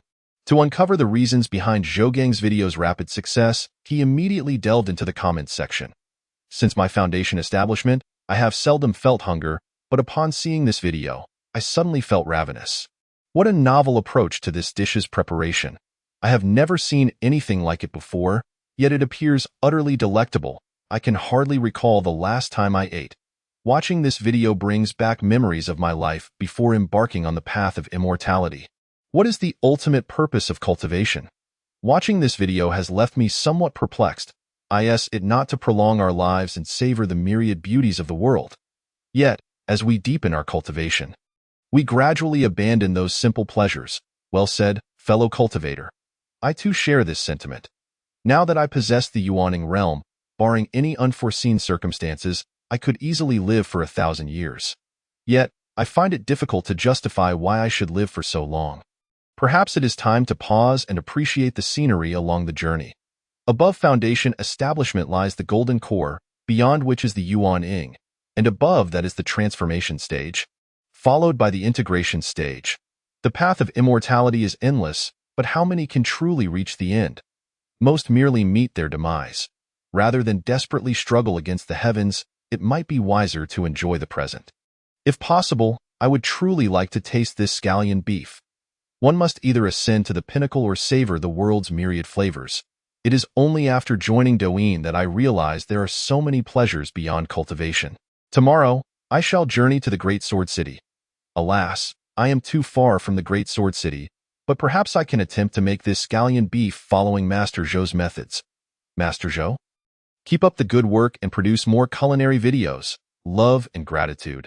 After perusing the comments section, a look of understanding appeared on Lin Ye's face. So, it seems the cultivators in the immortal realm also engage in reflection and awakenings. It is fascinating how a single dish can extend to the meaning of cultivation. It appeared that the pressures of cultivation were indeed considerable. With a smile, he thought to himself, this is beneficial. If everyone delves into the art of cooking, they will have little time for internal strife. However, Zhou Gang alone could not accomplish this. An event was in order. With that thought, he bid farewell to Zhou Gang and returned to the inn where he was staying. Accompanied by the two ghost servants, opening the Douyin backend, he swiftly posted an event video through the official account, accompanied by a written announcement. The Douyin culinary season is here. Capture and upload your culinary experiences on video. The top 1,000 users by likes will each receive 1,000 spirit stones, along with culinary blogger certification and a commemorative trophy. The top 100 users by likes will each receive 10,000 spirit stones, along with culinary master certification and a commemorative trophy. Subsequent videos will receive favorable traffic support from the platform. The top user by likes will receive 1 million spirit stones, culinary god certification, a culinary god trophy, and a chance for homepage recommendation. Additionally, any food-related videos will receive a boost in traffic. As soon as the video was published, over 8 million registered Douyin users simultaneously encountered the announcement. Upon finishing the video, each viewer's expression immediately transformed. Douyin has been launched for over 7 days now, and in light of the various occurrences on the platform during this time, The majority of users have long since realized that Douyin is not merely an entertainment tool. It possesses the power to alter one's destiny. Some small sects, on the verge of collapse, have managed to resurrect their reputations through Douyin videos, such as the Qichin sect. Meanwhile, other sects that face dissolution due to stagnant sales of their products have successfully sold long-unsold magical artifacts and spiritual medicines through Douyin, exemplified by the Balian sect. Moreover, numerous independent practitioners have earned spiritual stones they could have never imagined, attaining recognition that once seemed unattainable, much like Huolong Zhenren. Cases abound, such as Lu Ruyan, who earned millions of spiritual stones in a single night of live streaming, becoming an overnight success. Consequently, many independent practitioners and disciples of sects have grown dissatisfied with merely watching others' short videos and live streams. They are eager to find ways to participate themselves. Some have even abandoned their cultivation entirely, devoting all their energy to shooting short videos. However, for various reasons, their videos have not yielded results in a short span, nor have they garnered a substantial following. Yet, a recent video from the official account has ignited hope within them. Is this a new initiative from Douyin? Simply filming food videos to gain traffic support? How marvelous! My heavens, the first prize offers a reward of 1 million spiritual stones. Such a sum is beyond my wildest dreams. Even if I do not secure the top position, merely placing in the top 1,000 would still grant me 1,000 spiritual stones, which is no trivial amount. The key is the potential for platform recommendations. If I can trend even once, I might gain several thousand followers. I have been filming monster videos for 2 days, and the best one has only garnered over 200 likes. It seems I must switch to food content, but how should I film food videos? What qualifies as gourmet food? It is advisable to watch Master Zhou's videos. His recent one went viral, and I can learn from it. However, based on my observations over the past few days, typically, if a particular type of video becomes popular, replicating it is unlikely to yield the same success. I have an idea. Though I cannot cook, I am an enthusiastic eater, and I can consume copiously. If I set a table full of food in my live stream and eat continuously, would anyone watch? How could that be? Who would want to watch someone just eating? That idea seems futile. That I also have another notion. I could traverse the Tianyuan continent on my flying sword, filming culinary delights from different regions, sampling one delicacy per video. Would that have a chance to go viral? It might be wise to find a secluded mountain or wilderness, eating whatever I catch each day, preferably something bizarre to attract attention. While others feast on monsters, I could consume poisonous insects, raw, of course. After all, our cultivator bodies are resilient and can withstand it. I appreciate the guidance from the friend above. I shall give it a try tomorrow. In no time, a multitude of Douyin users began to pivot towards becoming food bloggers. With immediate results. The next day, culinary-themed content surged explosively, leading to a dramatic transformation in the food culture across the Tianyuan continent within mere days. Lin Yi quickly took note of this remarkable change. Goodness, in just one night, there were 200 million new pieces of content. Are these individuals truly filming Douyin videos all night long? Observing the data from Douyin's backend, Lin Ye's face was awash with disbelief. Since the user count surpassed 5 million, the average daily video volume has risen by around 100 million. This figure is indeed astonishing, equivalent to each user posting 20 videos a day, a feat that even the previous Blue Star could not achieve. The overnight increase of 200 million videos was undeniably a result of the recent initiative he had launched. The evidence was clear. Scrolling through Douyin's main interface, at least 4 out of every 10 videos were food-related, with the remaining 3 being borderline content, one featuring adorable pets, and another a reading video. The sole reading video was anything but ordinary. It showcased a female cultivator from the Yaoqi sect, clad in an ancient, elegant gown, reciting passages from a book. Despite revealing no skin and reading from a legitimate text, she attracted a considerable number of admirers, including Lin Yi himself. The popularity of this Yeli fairy skyrocketed, gaining 300,000 followers in just 2 days, and she may soon rival Lu Ruyan. I should keep a close eye on her. Such an exceptional talent deserves nurturing. With a casual tap, he saved the video and followed her. Then continued scrolling, only to encounter yet another enticing food video. Upon a brief glance, he felt intrigued. This individual possesses quite the creative spark, a notion I would not have anticipated. The video featured a delicate cheer-refining female cultivator displaying dozens of monstrous animal legs on her table. Each leg had been roasted to a golden hue, glistening with juices. The female cultivator remained silent, casually seizing one enormous leg, seemingly weighing dozens of pounds, and taking a hearty bite. The scene unfolded in a repetitive grand spectacle. Within 10 minutes, she consumed what must have been over 1,000 pounds of beastly leg meat. By the end of the video, Linyi was left in astonishment. My goodness, could this girl be a transformed beast? How is she capable of consuming so much? Even with a cultivator's enhanced digestion, it seems implausible. And no wonder this video garnered so many likes. It is truly deserving of her talent, a veritable innate eating broadcast prodigy. He then ventured into the comments section, where, unsurprisingly, every remark expressed admiration and awe. I have followed her. This girl shows tremendous potential. As long as her content remains on point, she is bound to become a top-tier influencer in the future. I wonder if I should establish an MCN company to gather all these promising talents and cultivate them, enhancing the overall video quality across Douyin. The moment this idea struck, Linyi promptly added it to his agenda. After all, relying solely on himself to advance the internet landscape of the Tianyuan continent is far too slow. Having additional assistance would undoubtedly be beneficial. Lin Ye's ultimate aspiration is to elevate the internet environment of the Tianyuan continent to the level of his past life. Naturally, this encompasses not only the internet landscape, but also the culinary culture and various entertainment forms from his previous existence. Such efforts would not only astonish these primitive natives, but also satisfy his personal desires. After all, he is the formidable demon lord, yet lives like a recluse. Surely, this crossing would have been in vain. With this in mind, he promptly shut off his phone and addressed his 2 ghost attendants, saying, "Let us venture outside for a stroll, to see what delights await us in the great sword city. It is a bustling metropolis with a population of over 1 million. Surely there must be something entertaining here." With that, he led his ghost attendants out of the inn, and as they strolled through the bustling streets of Great Sword City, they encountered cultivators of various ranks alongside numerous mortals catering to their needs. Initially, he had hoped to witness some entertaining drama involving bullying or encounter some arrogant antagonists to alleviate his boredom. However, after touring the city, he found none such encounters. The vast majority of passers-by were preoccupied with their phones, laughing to themselves. What is happening? Is the atmosphere in Great Sword City really so harmonious? This is not how it is portrayed in novels.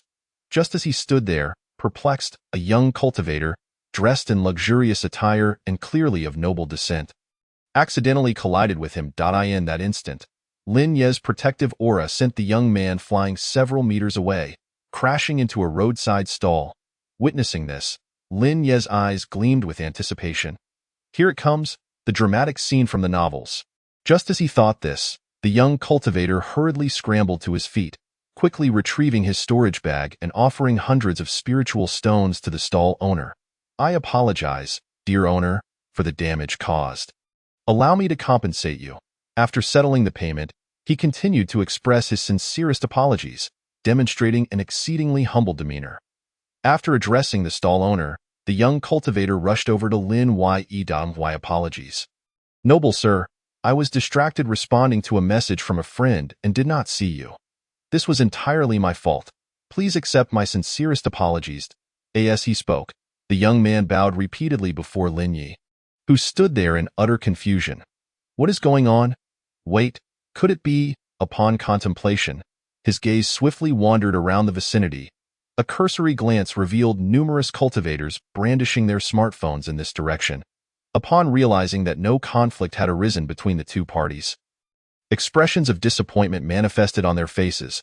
Witnessing this scene, he suddenly grasped the situation. So, it turns out they were apprehensive about being recorded and subsequently posted on Douyin. It was likely the affairs of the Tianjian sect that instilled fear in these sects and noble families. With a clearer understanding of the circumstances, Lin Yi felt a mix of astonishment and disappointment, as he yearned to leverage his great ascension cultivation to deliver a resounding lesson to those arrogant offspring of immortals. Ideally, he envisioned their elders intervening, allowing him to deal with them as well. Alas, it was a missed opportunity for ostentation and vindication. as his great ascension prowess had no venue for display. After shaking his head, he continued to meander through the city with his ghostly servant. After a leisurely stroll, he ultimately arrived at a conclusion. Smartphones are indeed entertaining. Tomorrow, he would change to another city. Today, he would return to the inn to indulge in his smartphone. Not long after his return to the inn, a long-awaited system notification unexpectedly popped up. Ding, congratulations, host. Douyin's registered user count has surpassed 10 million. As a reward, the system will unlock the second application, tomato-free novels. Subsequently, the host will receive 10 of the reading profits from all works within tomato-free novels and all back-end permissions. Gazing at this sudden notification, Lin Yi was momentarily stunned, followed by elation. Chapter 47, Tomato-Free Novels. Looking at the familiar icon before him, Lin Ye's eyes sparkled with excitement. He was exceedingly familiar with tomato-free novels, having spent considerable time on it in his previous life. It wasn't that the application was particularly remarkable. Rather, every novel on it was free, allowing readers to choose any book they wished to read. Although the quality was often lamentably poor, humorously referred to by countless readers as panning for gold and excrement, it truly required no financial investment. In fact, one could even earn money from reading novels, and occasionally receive discount vouchers for purchasing books, allowing one to buy a book for merely a penny. He had certainly taken advantage of such opportunities. Thanks to this feature, tomato-free novels had surpassed the leading competitor, Douyin, in daily active users within a few short years. While the influence of novels and short videos could not be compared in magnitude, they were equally detrimental in their own ways. He vaguely recalled starting to read novels in middle school, initially indulging in physical copies before transitioning to ebooks. Originally a top student, he nearly failed to gain admission to a regular high school after 2 years of excessive reading. Fortunately, he realized the need for moderation in high school and reduced his reading time, where he might have found himself working in an electronics factory, tightening screws. The profound impact of such novels stemmed from their addictive nature. One could easily find themselves engrossed for an entire night without realizing it. Additionally, many novels were mindlessly simplistic, leading to a degradation of cognitive faculties. He himself had succumbed to this fate. However, these drawbacks had transformed into advantages in the current context. Douyin now boasted millions of users, yet the average daily online duration was merely 12 hours. This indicated that a portion of users maintained strong self-discipline, dedicating at least half of their time to cultivation, something that needed to change. He was determined to ensure they devoted all their time to their smartphones, making them understand that cultivation paled in comparison to the allure of mobile entertainment. Yet, he wondered if there were any novels left within tomato-free novels. He hoped it wasn't entirely barren. A sense of foreboding crept into Lin Yi's heart as he hastily opened the tomato-free novels application. Upon entering, his heart sank. The main interface, which should have been filled with various novels, was utterly vacant. Indeed, it was as he feared. What use was a novel application devoid of novels? It couldn't be that he had to write them all himself.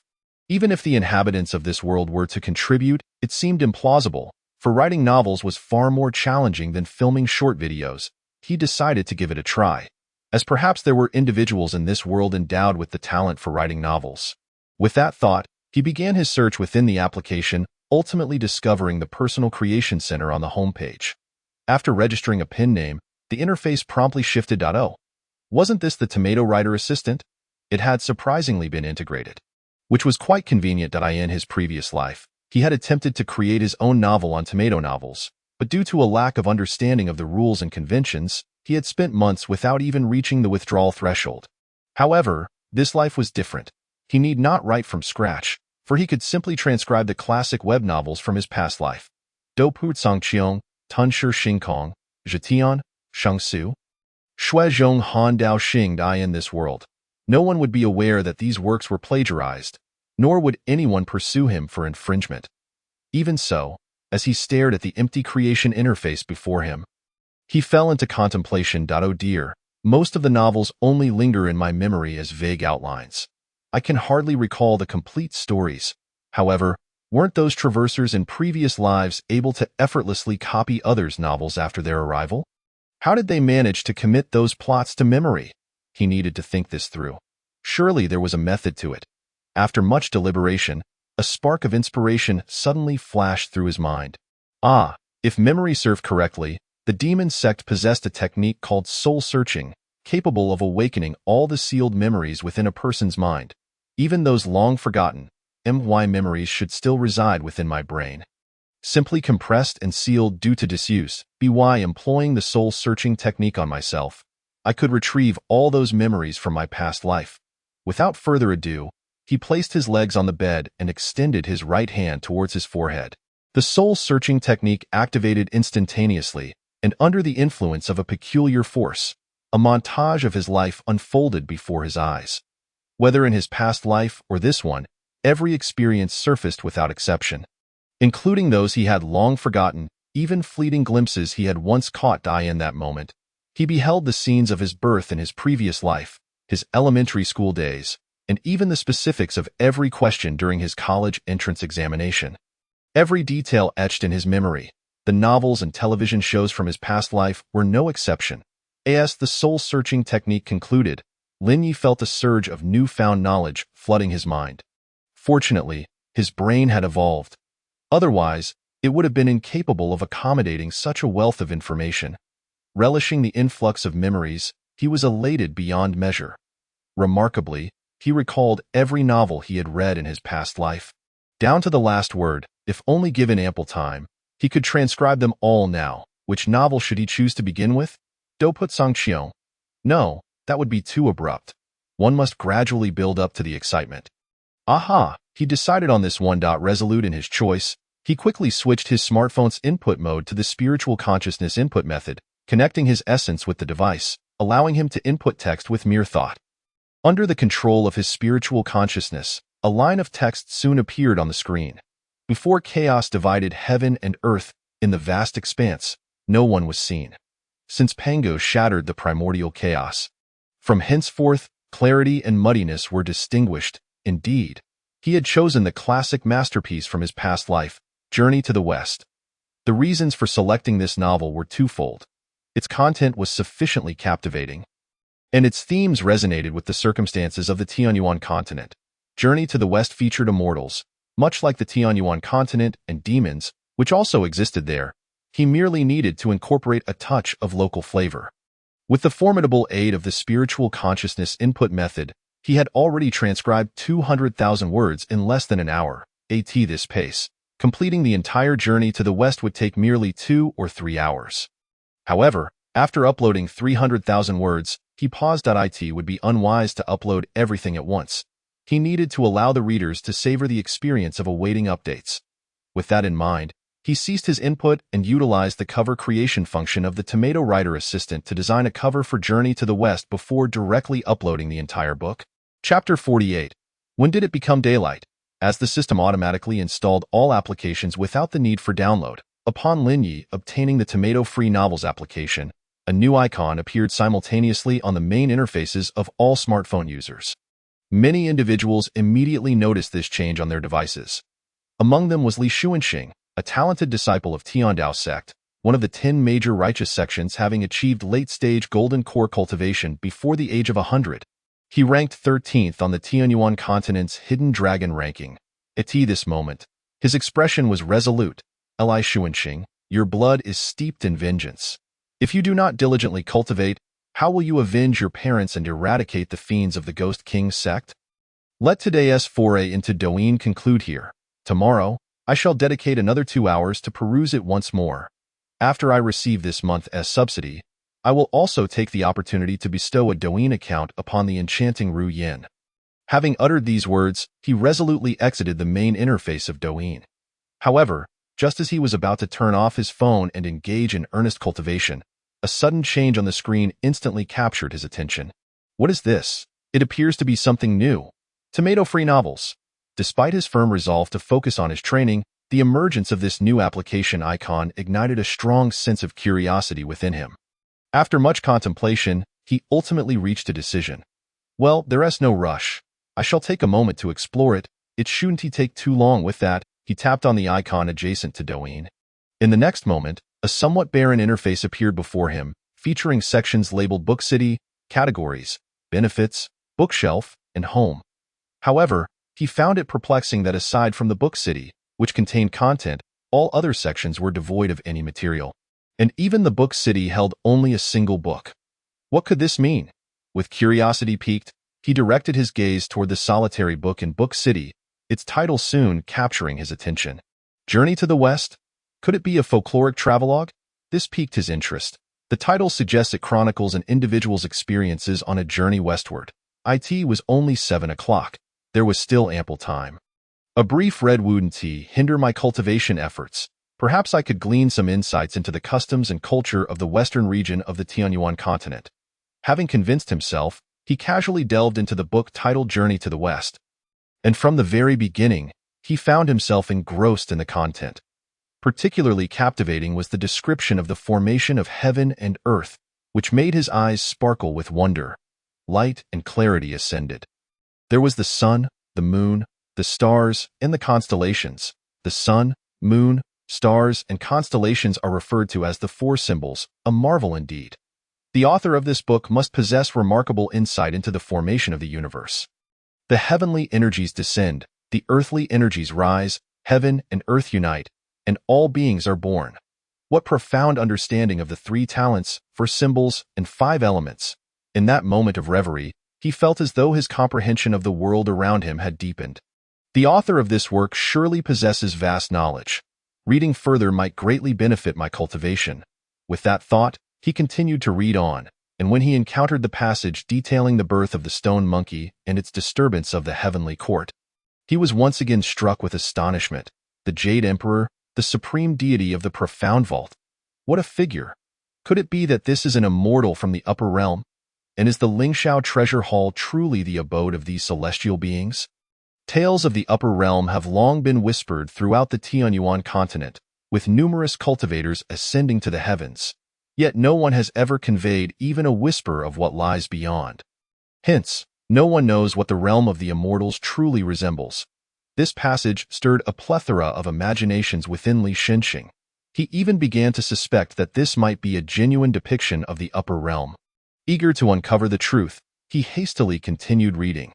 Upon seeing the stone monkey enter the water curtain cave and be hailed as the beautiful monkey king by the other monkeys, a smile involuntarily crept across his face. And when he read that the stone monkey was bestowed the name Sun Wukong and successfully became a disciple of the patriarch Bodhi, a flicker of anticipation arose in his heart. He was keen to discover what would transpire next, yet he feared it might encroach upon his cultivation time. With this thought, he quickly glanced at the upper right corner of the screen. Thankfully, only 10 minutes had passed. 10 minutes would hardly make a difference. I shall read for another 10 minutes, and then I will commence my cultivation. Successfully persuading himself, he proceeded to swipe to the next chapter, the title of which appeared before him, Comprehending the Wonderful Principles of Bodhi, Returning to the Essence and Uniting the Spirit. Merely this title had already ignited his interest. Upon delving into the text, his expressions fluctuated uncontrollably, at times astonished, at times perplexed, at times elated, and at times bewildered. He was astounded by the extraordinary phenomena that accompanied the teachings of Patriarch Bodhi. Merely imparting wisdom could conjure such wonders as flowers raining from the sky and golden lotuses erupting from the earth. What level of cultivation must this Bodhi patriarch possess? Surely, even those at the great ascension stage could not achieve such feats. He must be a true immortal from the upper realm. How fortunate is this Sun Wukong to casually become a disciple of such a celestial being. If only I had such an opportunity, as he mused, a hint of envy flickered in his gaze. Yet, when he observed Sun Wukong's indiscriminate learning, he began to feel anxious for the monkey. It was only when Sun Wukong entered the Patriarch's chamber at midnight to receive the teachings of longevity that a smile returned to his face. However, as he smiled, his expression subtly shifted, especially after he scrutinized the incantation imparted by the Patriarch. The secret method of perfect unity in the esoteric and exoteric. How precious is the cultivation of life! All is ultimately essence, energy, and spirit. Cautiously preserve and guard against leaks. Could this incantation truly contain the essence of the great Tao? He muttered the incantation repeatedly, and as he did, a flash of enlightenment surged through his mind. I understand. I finally comprehend that to transform the embryo, One must not only refine qi but also essence and spirit. Only through the unity of the three can one forge a perfect golden elixir. No sooner had he finished his thought than he set his phone aside and commenced his practice.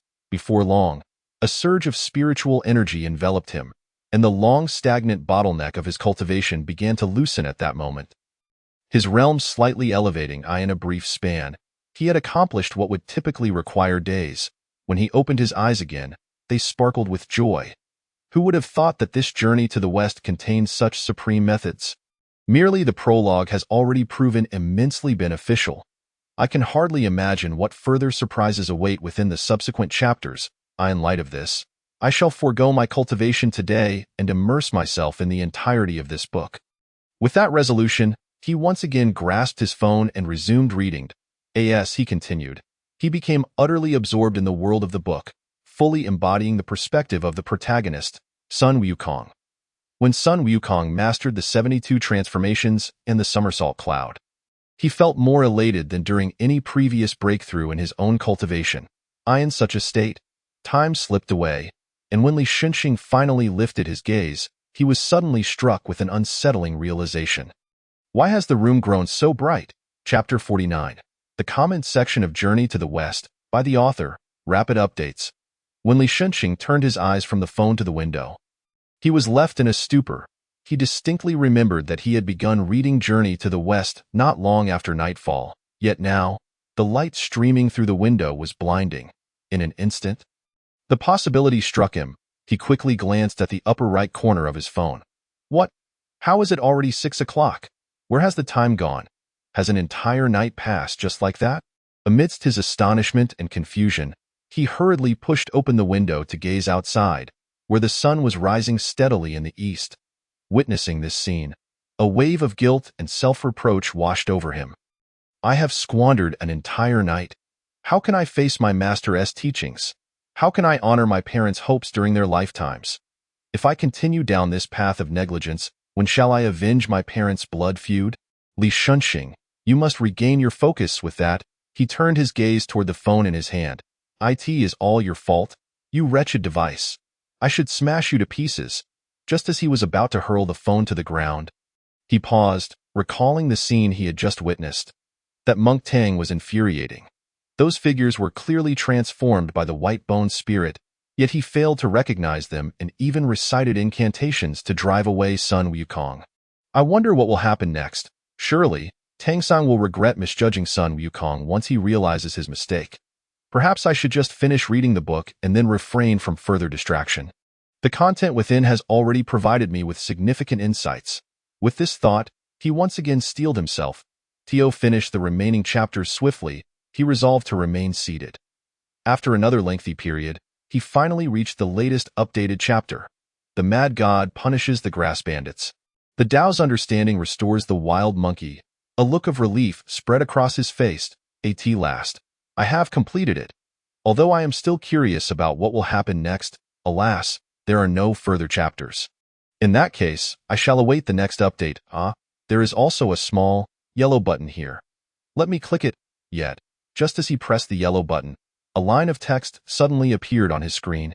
The author has uploaded the latest chapter, and it is currently loading. Before he could react, a new chapter materialized before him. Flipping to the next page, a hint of conflict appeared on his face. To read or not to read? Surely, reading one more chapter wouldn't take too long, so I shall indulge. With that, he settled down to read once more. Simultaneously, on the other side, Linyi was using a spiritual consciousness input method to upload the remaining content of Journey to the West in one go. Upon completing the upload, he glanced at the back-end data, expecting to see minimal engagement since the book had only just been uploaded. However, the data before him startled him immensely. The number of readers stands at 289,816, with 288,816 actively engaged, 12,000 comments accumulated, 227,000 added to bookshelves, 53,000 urging updates, and 289,816 pursuing the latest chapters. What is this phenomenon? Did so many people truly view the content I uploaded last night? Moreover, the figures for those adding it to their shelves and urging updates are astonishingly high. If only the novels I penned in my previous life had garnered such statistics, I would have undoubtedly achieved golden status. Raking in countless riches daily, in the wake of this shock, curiosity began to swell within him about how the indigenous people of this world might react to the classics of his past life. With this thought in mind, he promptly delved into the comments section of Journey to the West. Scanning through, he found nothing but 5-star reviews. Today, he unexpectedly discovered a new application on his phone called Tomato Novels. Initially unaware of its purpose, he entered to find a book titled Journey to the West. Assuming it to be a mere travelogue, he soon realized the stories contained within were nothing short of captivating. Keeping him awake all night until he finished it by morning, he was eager to learn what lay beyond. The content of the book was immensely intriguing, and he yearned to discern whether the narratives were rooted in truth. Had the heavens truly been carved into existence in such a manner? Did the upper realm genuinely exist as a place known as the heavenly court? He felt as if the book depicted a tangible world. Or perhaps stories from ancient times, with the 4 continents mirroring the 4 major domains of the present-day Tianyuan continent, and the heavenly court representing the immortal realm. That I share this sentiment. The Jade Emperor is indeed the immortal emperor. Yet I remain curious about the cultivation level of that Bodhi ancestor. The writing in this book is simply exquisite, and I sense that the author must also be a senior practitioner of the immortal path. After deeply contemplating the longevity method imparted to Sun Wukong by the Bodhi ancestor, my own cultivation has significantly progressed. It appears that others share my discoveries, and I, too, have reaped substantial rewards after reading. It is astonishing to encounter such convoluted and extraordinary tales. I am eager to know what tribulations Tang Song and his disciples will face next. Is there anyone else who feels a desire to deal with Tang Song harshly? Just seeing him ignites my ire. After all, Sun Wukong is at least a golden immortal level powerhouse.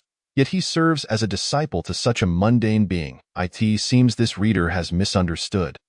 Tang Song is no ordinary mortal. He is a reincarnation of an ancient powerhouse. This book unveils a completely new world to me, and even after finishing, my heart remains unsettled. Those monsters with a background were ultimately taken back, while those without were swiftly vanquished. What difference does this bear to our current world? Sleepless, I urge the author to update swiftly. After perusing these comments, Lin Yi finally grasped the perspectives of the practitioners in this world regarding the classics of his previous life. To summarize, art knows no borders and can transcend dimensions. A good work can shine brightly in any realm. Resonating with readers, it appears that the practitioners in this world are far more receptive to novels than I had anticipated. In just a few short hours, I have already garnered such a following. Yet this is merely the beginning. The number of mobile users has surpassed 10 million, and with so few having read Journey to the West, a promotional push is essential. With this thought, a clever idea sparked in his mind. How did Tomato Novels rise in prominence in my previous life? It relied on the streaming power of Douyin, which should be exceedingly easy for him now. The method of promotion is quite simple. Merely select a relaxing video and pair it with content from the novel to create a short video. He chose a previously made video about the Beast Spirit sect and seamlessly integrated chapters from Journey to the West, crafting a promotional video lasting about 10 minutes with little effort. After clicking publish and manually boosting the video's visibility, he settled in to await the outcome. He did not wait long. Merely 10 minutes passed before the video's popularity began to surge and the comments flooded in, all inquiring about the subsequent chapters. Seeing this, Lin Yi couldn't help but smile slightly. At their reading pace, they would likely finish Journey to the West within a day, and it was time to consider what novel to upload next. He couldn't afford to let them idle. After a few days, once their literary acumen solidified, he would begin teaching them how to write web novels, allowing them to taste the bitterness of failure. How delightful. Chapter 50. Ascension is merely becoming a lackey within the confines of the Luo Fu sacred land in the eastern domain. Elder Du Yi sat high upon a cloud platform. Beneath him gathered the elite disciples of the inner sect. To become an inner sect elite of Luo Fu sacred land, the basic requirement was to establish a foundation before the age of 30 and form a core before 50. It is no exaggeration to say that any one of those present could be a candidate for the position of sect leader among first-rate sections. Due to this, Luo Fu's sacred land held them in high esteem, periodically dispatching elders to answer their questions. This time, they sent Elder Du Yi, who possessed early-stage Great Ascension cultivation. Once Elder Douyin concluded his prepared discourse, he scanned the assembly of inner sect disciples. "Do any of you have questions about what I just discussed? Feel free to raise any inquiries." Upon hearing this, the disciples of Luo Fu's sacred land responded in unison. "We disciples have no questions. Thank you, Elder, for your teachings." Pleased with their response, Elder Douyin nodded. "Good, very good. Though you may not be the best batch of disciples I have taught, you are certainly the most obedient. If you maintain this momentum, Luo Fu's sacred land will undoubtedly shine at the upcoming Intersect Exchange Conference in 3 months." After saying this, Elder Douyin appeared to recall something, and his expression turned grave. "Recently, I have heard that a device called a mobile phone has emerged on the Tianyuan continent, featuring an application known as Douyin. Once opened, it steals away time unknowingly, and spirit stones mysteriously dwindle. Such a harmful device should not exist among you disciples of Luo Fu's sacred land." As his words fell, subtle changes appeared on the faces of many of the over 1,000 disciples below, some tense, some guilty. Although these expressions were faint, they did not escape Elder Douyin's keen observation. However, he chose not to expose them on the spot, instead adopting a serious tone. "You are all talented individuals gathered from various regions by Luo Fu's sacred land, and your goal is to ascend to the immortal realm and attain greatness. Do not be deceived by such external temptations. Strive to learn from Qi Tian and aim to achieve the nascent soul breakthrough before the age of 120. Having said this, he gracefully departed, leaving the inner sect disciples kneeling for a while before they finally stood up from their cushions. Some immediately flew away on their swords, while others remained, reflecting on Elder Douyin's teachings. Others clustered in groups. Amidst this throng, a tall disciple with prominent brows and eyes, boasting mid-stage golden core cultivation, suddenly beckoned 2 fellow disciples nearby. "Dongyang, Qianyu, come over here." Upon hearing his call, the 2 disciples hurriedly approached. Once the 3 were gathered, they simultaneously displayed mischievous expressions. The next moment, they retreated to a corner, each taking out a mobile phone. "I tell you, I discovered a beautiful fairy yesterday. Not only was she clad in black silk, but she also wore a set of clothes I had never seen before. I'll share it with you. I found one too. This fairy named Yu is absolutely stunning, with a voice so sweet. I sent her 10 spirit stones yesterday, and she even sang a song for me. How lowly of you. How can you all be so trivial? I, on the other hand, prefer reading. Did you watch the latest reading video of the Yuli fairy? Her voice and expressions were simply exquisite. That reading? I don't want to burst your bubble. It's not because of that recent video where she wore white silk. Although she didn't expose her legs, just her feet, I believe she will surely show more in the future. I have something amusing as well. I've already commented for you below the video." Just as the 3 were engrossed in their lively conversation, a tall, slender youth with a cold expression and a faint layer of fuzz on his face approached them. Spotting the phones in their hands, he scoffed, indulging in distractions, lacking ambition. "Did you not hear what the elder just said?"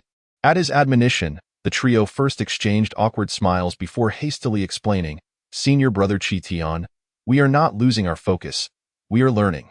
"Yes, we are learning. Besides, continuous cultivation is not enough. We must balance work and rest and occasionally clear our minds." Suddenly, the previously mentioned tall disciple interjected, "I don't believe ascension to the upper realm is necessarily a good thing." Upon hearing this, Qi Tian emitted a cold snort. "What we, as cultivators, aspire to is nothing less than to ascend to immortality and live freely. Is it not? How could ascending to a higher realm not be a boon? Spare me your excuses for your own laxity. It is not only Qi Tian who harbors such thoughts. The other 2 companions also gaze at the young man with thick brows in confusion. Yet, at that moment, the young man suddenly adopts a serious expression and declares, "Do you truly believe that once we ascend to the higher realm and become immortals, we will live without a care? Have you considered that upon our ascension, we will transition from the pinnacle of the cultivation world to the very bottom of the immortal realm, where those who ascended before us have already established a new order?" The gravity of his words caused the 3, including Qi Tian, to change color simultaneously. They all understood that ascending to the immortal realm was their ultimate goal, yet what the immortal realm truly entailed was a mystery to them. It was likely a conundrum even to the elders of their cultivation world. Strangely enough, the young man's theory was strikingly reasonable. Much like the mortals of Tianyuan continent who ventured into the cultivation world. Regardless of their status in the mortal realm, once they entered the cultivation world, they became the lowest of the low. They would either toil as mining slaves or begin as lowly disciples in various sections. Seeing that the three had been swayed by his words, the young man promptly retrieved his phone and opened a video. Behold, this is a clip I stumbled upon this morning, addressing matters concerning the higher realm. It mentions that those who ascended to immortality have established a place called the Heavenly Court, where laws are strictly enforced and hierarchy is meticulously observed, far from the carefree existence we envision. Moreover, I suspect that the lowest-ranking heavenly soldiers are composed of us ascendants from the lower realm. Is your ultimate goal in cultivation merely to become foot soldiers in the higher realm? The three fell silent once more. After a long pause, Chi Tian finally spoke. What does this video entail? Is there more? Indeed, there is more. This content is from a novel titled Journey to the West. The video merely showcases a small excerpt. The complete version can be found on a platform called Tomato Free Novels. I only managed to glimpse a bit of it earlier. Journey to the West? Tomato Free Novels? Yes, come with me to my cave abode. I shall show you something remarkable. As soon as the young man finished speaking, he noticed several individuals had gathered beside him. Brother Yang Lin, what is this remarkable thing?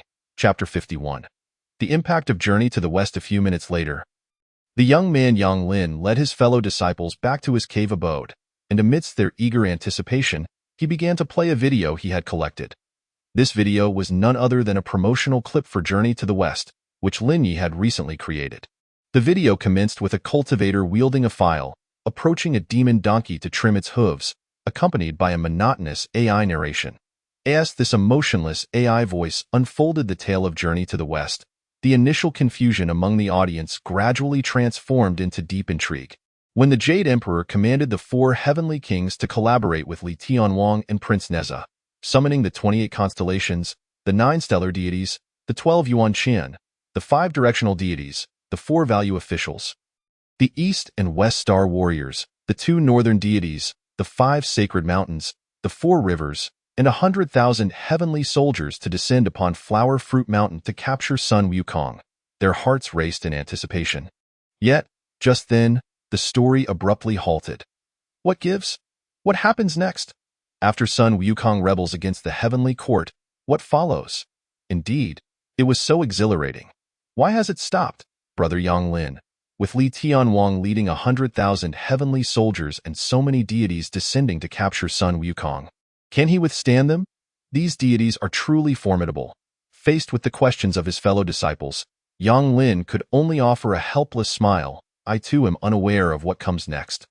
I stumbled upon this video just this morning and was summoned for class before I could delve into that tomato-free novels. However, many comments in the video section claim to have read it and found it quite splendid.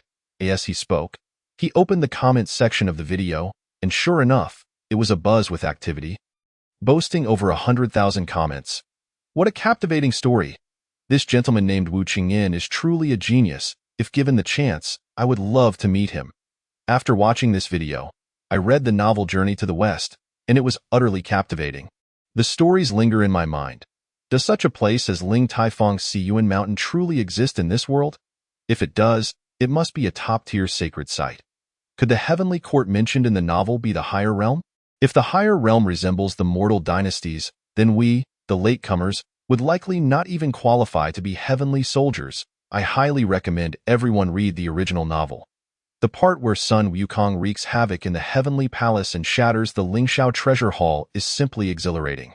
If only I could possess such abilities. If you found that exhilarating, then brace yourself for the latter parts. It may not be as enjoyable, but the story is truly unforgettable. I have spent an entire day and night finishing the novel. Feel free to ask any questions. The crowd, already brimming with anticipation for the subsequent content, felt an undeniable itch after perusing those comments. Only Chi Tian wore a peculiar expression, still lost in thought over the explanatory video he had just seen. Upon witnessing Sun Wukong's tale, he drew parallels to his own existence. Unlike ordinary mortals, he was not a pure human but a hybrid of the demon and human races, allowing him to empathize deeply with Sun Wukong's feelings of exclusion upon entering the heavenly court. Eager to uncover what transpired next for Sun Wukong, he turned his gaze towards Yang Lin. "Brother Yang Lin, may I borrow your phone to finish reading the rest of Journey to the West on tomato-free novels?" As he spoke, he seemed to worry that Yang Lin might refuse, hastily producing a pill from his storage bag. "This is the enlightenment pill my master bestowed upon me recently." Before Qi Tian could finish, Yang Lin quickly interjected, "Brother, there is no need for such formalities. You are making me feel embarrassed. Here, I happen to have another phone.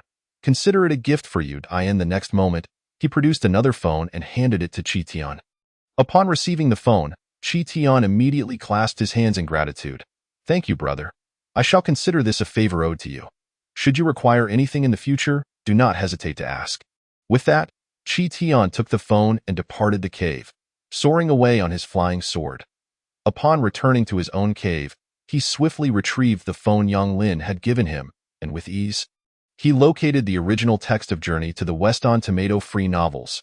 Filled with excitement, he began to peruse the pages, soon immersing himself in the world of the novel. As he personally encountered the descriptions of the heavenly court, he recalled Yang Lin's earlier words. "Does ascending to the higher realm and cultivating to become an immortal truly grant one freedom? If the destination was merely a place akin to the heavenly court, then the pursuit of cultivation seemed to lose all significance. Impossible, this is merely a novel. The events recorded within may not be true. How could the immortal realm be so grim? Surely, the deities cannot be as indulgent as depicted in the story." Although still skeptical, the seeds of doubt had already taken root in his heart, as well as in the hearts of those cultivators who had read Journey to the West. Suppressing these thoughts, he continued to read the subsequent content. He felt more anxious than Sun Wukong himself when witnessing him being captured and thrown into the 8 trigrams furnace, and he was genuinely thrilled when Sun Wukong emerged unscathed, gaining the ability to see with fire-like eyes. When he learned that Sun Wukong was trapped under the 5-finger mountain by the Buddha for 500 years, he felt an overwhelming urge to confront the Buddha himself. Simultaneously, similar events unfolded in different corners of Tianyuan continent.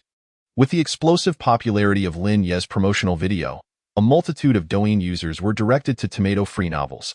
The back-end data surged dramatically, with comments and chapter reviews easily surpassing hundreds of thousands.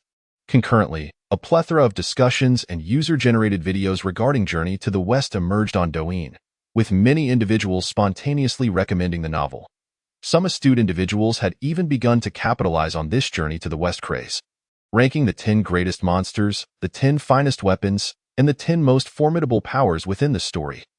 Any video tagged with Journey to the West garnered immense views and likes, leading to an increasing number of people delving into the content of the novel. One video, in particular, achieved over 500,000 likes, prompting Lin Yi to exclaim in disbelief upon viewing it. Chapter 52. The investiture of the gods. Enthralled by the novel, these individuals were indeed quite idle, as they had swiftly begun to engage in various interpretations of the narrative akin to those from a past life. Following Lin Ye's gaze to the screen, one would behold a prominent title displayed there. The video thoroughly shared details and personal insights that the creator had unearthed from Journey to the West. For instance, the creator asserted with conviction that the world depicted in Journey to the West was, in fact, the Tianyuan continent, with the 4 great continents corresponding to the 4 great domains of Tianyuan, and the heavenly court representing the celestial realm. Furthermore, he posited that Sun Wukong had actually been slain as the 6-eared macaque during his time at Ling Mountain, with the more obedient 6-eared macaque usurping Sun Wukong's position. Additionally, he speculated that the mantra imparted by Bodhi Patriarch to Sun Wukong contained profound cultivation techniques, with even the introductory phrases encompassing the ultimate truths of heaven and earth. His analyses quickly sparked extensive discussions, garnering considerable agreement from many viewers. Among the comments, one particularly piqued Lin Ye's interest, amassing over 100,000 likes. It stated that ascending to the upper realms was not necessarily a boon.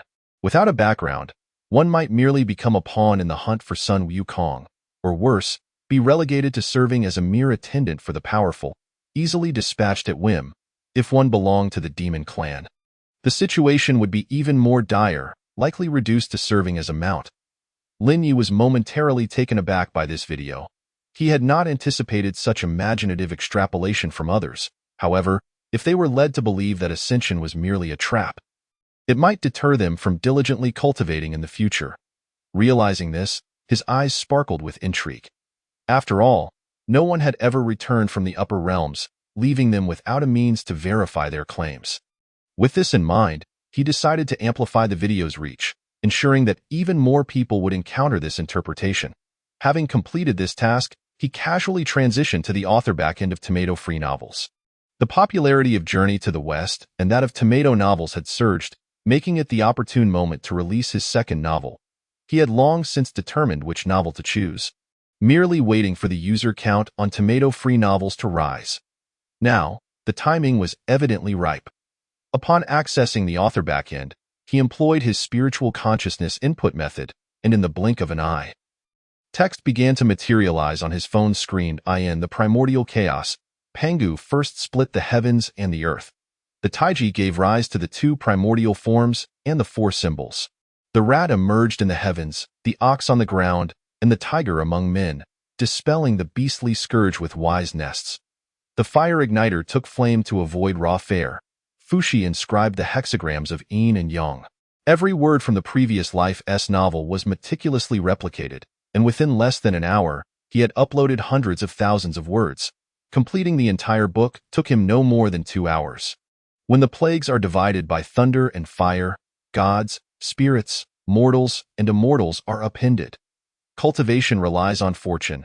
Thus the teachings eradicate the filth of the tyrant. As the final passage of the novel was uploaded, Linyi stood up from his chair, stretching languidly. Finally finished uploading. This lucky bunch won't need to wait for updates. They can read the entire book at once. With that, he clicked publish, and shortly thereafter, the homepage of Tomato Free Novel showcased a new book titled The Investiture of the Gods. The instant this book appeared, it captured the attention of numerous users, some having just completed Journey to the West, while others were drawn to Tomato Free Novels via TikTok. A new novel has been added. Wonderful. I just finished Journey to the West and was wondering what to do next. Let us see how this Investiture of the Gods reads. The Investiture of the Gods? What tale does this narrate? No, I must resist. I've already squandered a day on tomato novels. Fine, I'll just take a peek at the story. It shouldn't take too long. Even if I cultivate to become an immortal, I'd merely end up as a servant to the celestial beings. Why bother? I might as well enjoy life down here, reading novels. I'll resume my cultivation tomorrow. It's only a day lost. No harm done. Scrolling through TikTok in the morning and reading novels in the afternoon is the life. What was I even doing before? Instantly, countless cultivators who were about to put down their phones picked them up once more, soon becoming engrossed in the world of the novel. Compared to the world of Journey to the West, the realm of the Investiture of the Gods undoubtedly provided them with a profound shock. Meanwhile, as these cultivators across the land reveled in the novel, the architect of this phenomenon, Linyi, had already stepped outside with his two ghostly servants, arriving at the bustling streets of Giant Sword City. It was evening, the most vibrant time within the city, with cultivators from diverse regions traversing the streets and alleys. Compared to just 2 days prior when Linyi had first arrived, the ownership of smartphones had significantly increased. Previously, out of 10 cultivators, approximately 6 possessed smartphones, whereas now, at least 9 out of 10 were seen with one. Observing this scene, Linyi felt immense satisfaction. At this rate, it wouldn't be long before every individual in the Tianyuan continent would possess a smartphone. As he continued forward, he occasionally overheard snippets of conversation near him. Eligu, have you watched Journey to the West? Of course. I'm nearly finished. Who do you think is the strongest monster in it? It has to be the golden-winged Great Pong. I disagree. It should be the 9-spirit primordial saint. You're both wrong. The 6-eared macaque is the most formidable. You're talking nonsense. I highly recommend you all check out the newly released The Investiture of the Gods. It's far more captivating than Journey to the West. After reading The Investiture of the Gods, I realized that immortals are not the most powerful. The true might lies with the saints. How fortunate. I've just begun reading The Investiture of the Gods. The artifacts within it are truly remarkable. If only I could obtain one. I read The Investiture of the Gods, but I still think Journey to the West is superior. I must respectfully disagree with your opinion. Zhang Xiong, I heard there's a ghost market opening outside the city today, filled with treasures. Want to check it out together? No, I've only read a few chapters of the Investiture of the Gods. I want to finish the rest. Besides, at 7 o'clock, Fairy Ru Yin is going live. I heard she is going to dance today. Really? In that case, I won't go either. After all, I can buy anything I want on TikTok now. Nearly every individual wielding a smartphone was engrossed in discussions revolving around Lin Ye's uploaded novels. In response, a smirk of disdain crept onto Lin Ye's lips. This is merely the beginning. Wait until they encounter those mindless, indulgent narratives that would surely leave them awestruck. Barely had he spoken when a familiar figure emerged a short distance ahead. The unmistakable figure was Fang Imo, the most renowned sycophant in the Tianyuan continent, who was currently filming something with a few loose cultivators at a street corner. As Lin Yi observed with intrigue, his eyes widened in astonishment. By heavens, isn't that the Dragon King's cringe-worthy skit? Although the plot is somewhat thin, it captures the essence perfectly. Aren't they supposed to be filming sycophant segments?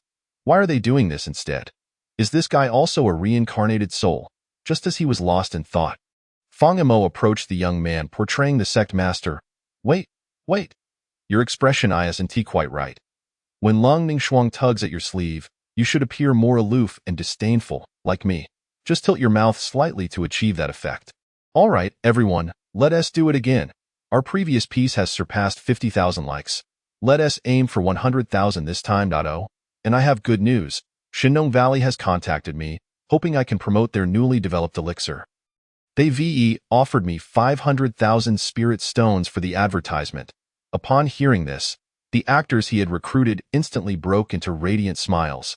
Lin Yi, having witnessed the entire scene, couldn't help but marvel in secret. Goodness, he has even landed an advertisement. A single ad for 500,000 spirit stones. He is certainly doing well for himself. And why does that crooked smile look so familiar? After watching for a few minutes, Fang Imo and his companions completed their shooting. Upon lifting his gaze, he saw Lin Yi smiling nearby. His face immediately lit up with excitement, and he rushed over to Lin Yi. Young master, I never expected to encounter you here. It just so happened that I was wandering nearby. Are these the actors you found? Indeed, my lord. The words you spoke the other day enlightened me profoundly, and I immediately discovered the meaning of my existence. With the spiritual stones you provided, I purchased a courtyard in the city and gathered a few fellow wanderers like myself. As he spoke, Fang Imo recounted the events of the past 2 days to Lin Yi in detail. During this narrative, he proudly presented a short video he had previously filmed, akin to showcasing a treasure. Lin Yi initially anticipated it would be a typical sycophantic video, but to his surprise, the narrative took a turn, revealing that the seemingly obsequious protagonist was, in fact, a concealed powerhouse. This video, released just a day prior, had garnered over 50,000 likes and amassed hundreds of thousands of comments, qualifying it as a minor sensation.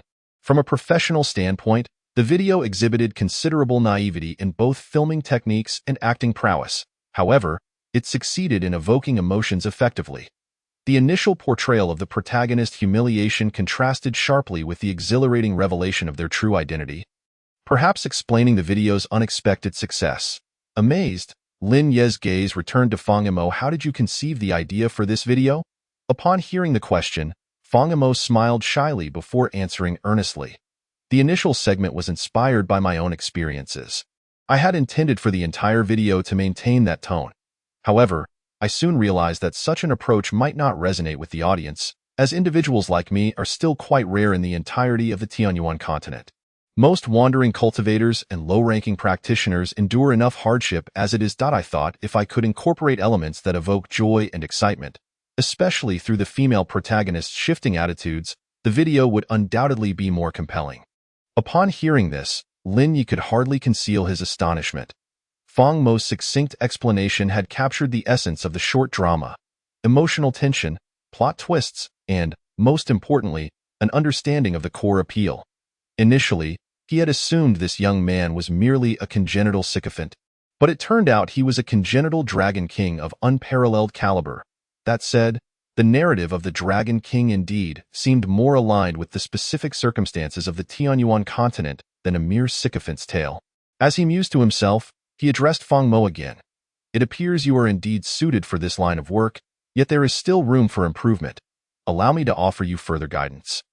Come, lead me to your residence. Upon hearing this, Fang Mo was elated.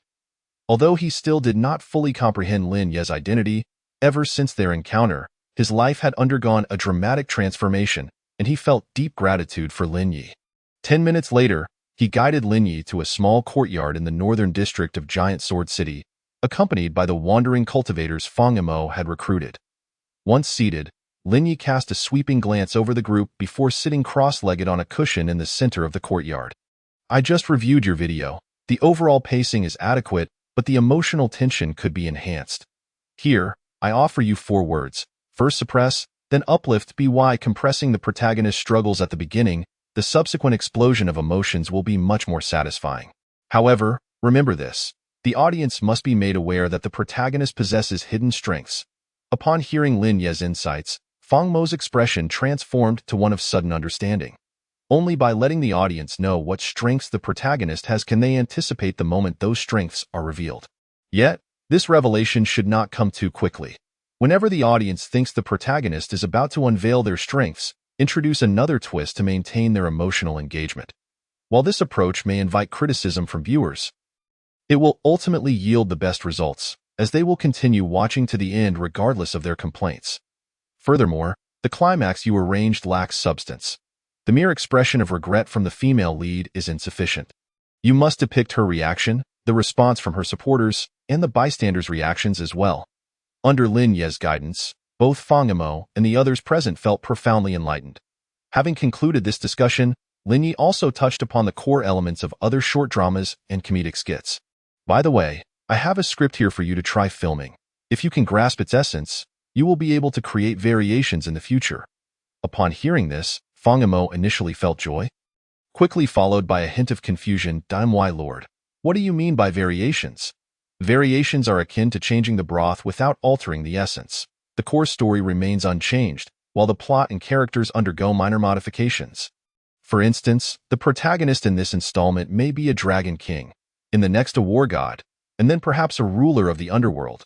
Names can be as extravagant as one desires. My lord, I understand. By the way, your crooked smile is quite effective.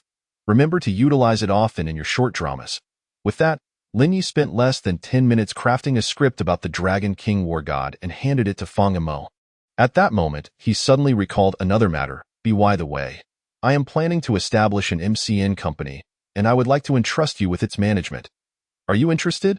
Upon hearing the term MCN again, Fang Mo's face lit up with curiosity. It wasn't until Lin Yi meticulously explained the details of the MCN company that he finally grasped its significance. So this is what MCN entails.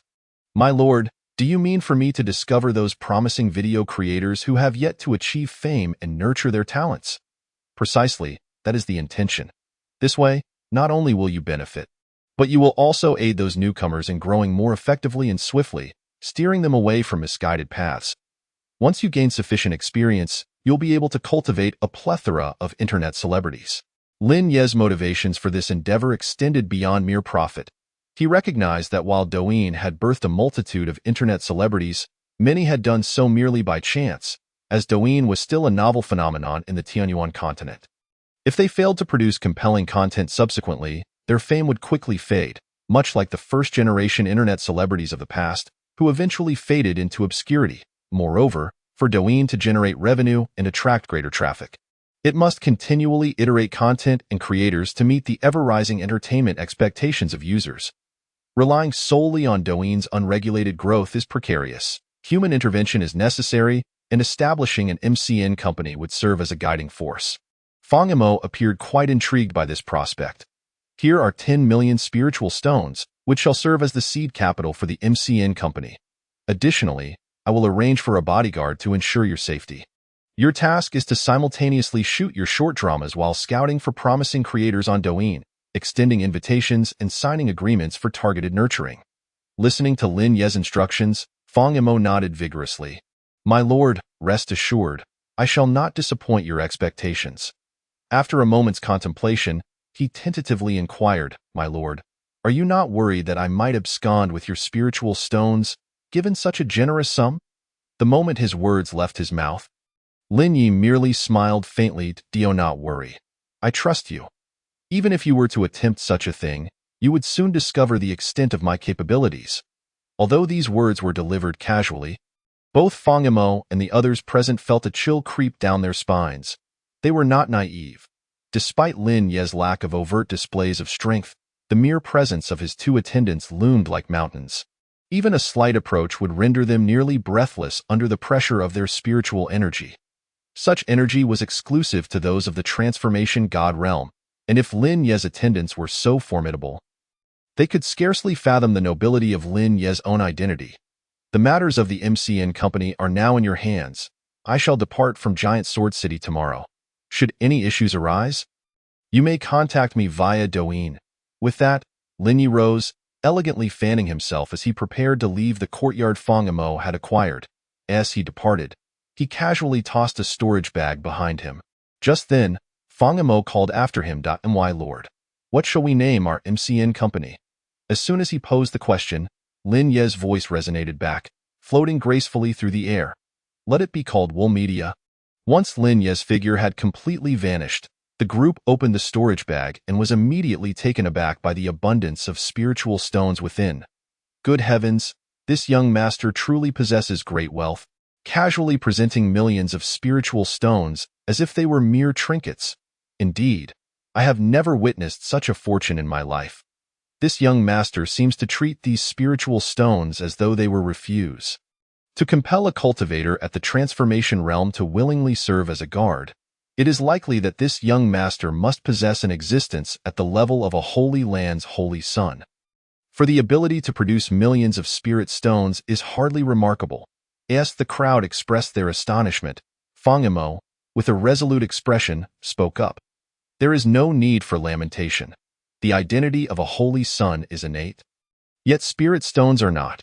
With the advent of Douyin, as long as we diligently create videos and achieve fame as internet celebrities, an abundance of spirit stones will pose no issue. Moreover, this young master has already illuminated the path for us. I believe this day is not far off." Upon hearing this, the crowd nodded in agreement. "Well then, the young master has just provided me with the script. Let us begin filming this short drama, Dragon King War God. I have a premonition that this piece will surely become a sensation." As he spoke, he took out the short drama script given to him by Lin Yi, and together with everyone present, they began to peruse it. Occasionally, various expressions would flicker across their faces: surprise, confusion, and doubt. Is this truly so absurd that anyone would watch it? Regardless, the young master's instructions must be followed. We shall proceed with the filming. Resolute in his decision, Fang Yimou immediately gathered the scattered cultivators under his command and commenced filming. Simultaneously, while he was fervently filming the short drama Dragon King War God, the recently uploaded investiture of the Gods on Tomato free novels began to skyrocket in popularity, becoming the second phenomenon-level novel following Journey to the West. Flipping to any chapter, one would find comment counts exceeding 99, with book reviews soaring continuously. Within just a few hours since Lin Ye's publication, the number of reviews had reached an astonishing 200,000 from the cultivators of the Tianyuan continent. In the review section, one could observe comments from cultivators of various levels: Chi Refining, Foundation Establishment, Golden Core, and Nascent Soul, among which were even numerous reviews from Transformation and Integration Realm cultivators. It turned out that the heavenly court depicted in Journey to the West had such origins. It seems the deities within the heavenly court were also pitiable, forsaking their carefree immortal bodies to become subjugated gods. Originally believing that achieving immortality was the ultimate goal, one realizes after reading Investiture of the Gods that becoming an immortal is merely the beginning. Without attaining the status of a saint, one remains a mere pawn, akin to ants, with immortals being but larger ants in comparison. Whether mortal or cultivator, or even immortal, one is but a piece on the chessboard of thought. Viewed in this light, the pursuit of the immortal path seems devoid of allure. The higher one ascends, the stricter the hierarchy. Suddenly, one feels content with the current state, for life is measured by quality rather than quantity.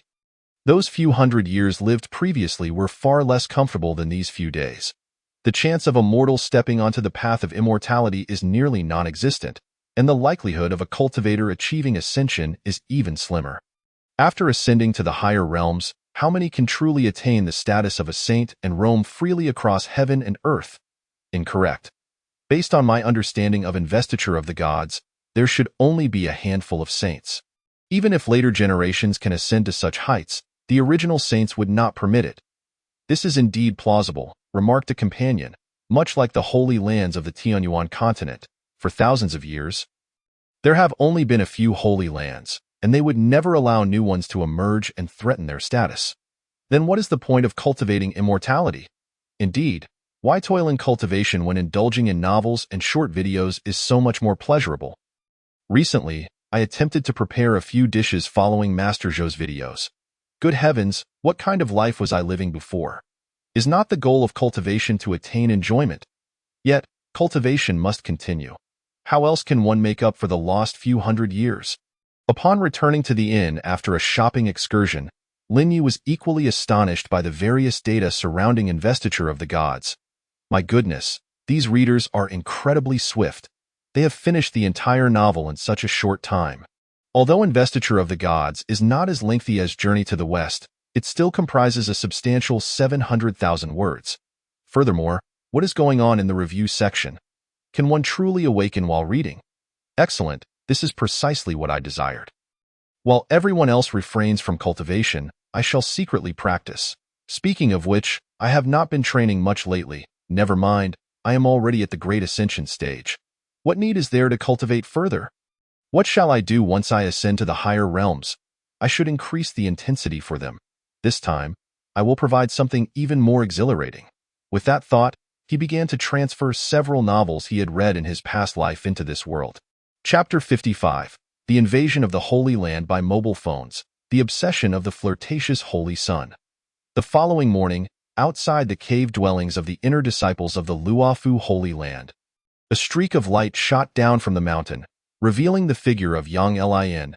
No sooner had he appeared than a throng of men and women clad in the uniforms of inner disciples gathered around him.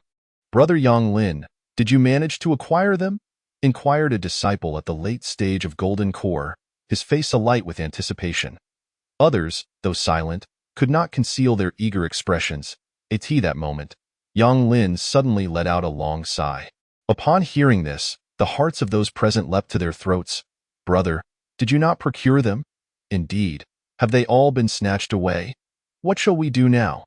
Are we to crowd into your cave and watch on your phone?" Just as disappointment began to wash over the crowd, a smile unexpectedly broke out on Yang Lin's face. In the next moment, a storage bag appeared in his hand. "Ha, I was merely teasing you. How could I, your brother, fail to procure them? This time, I made a special trip to Liang City, 200,000 kilometers away, to make the purchase."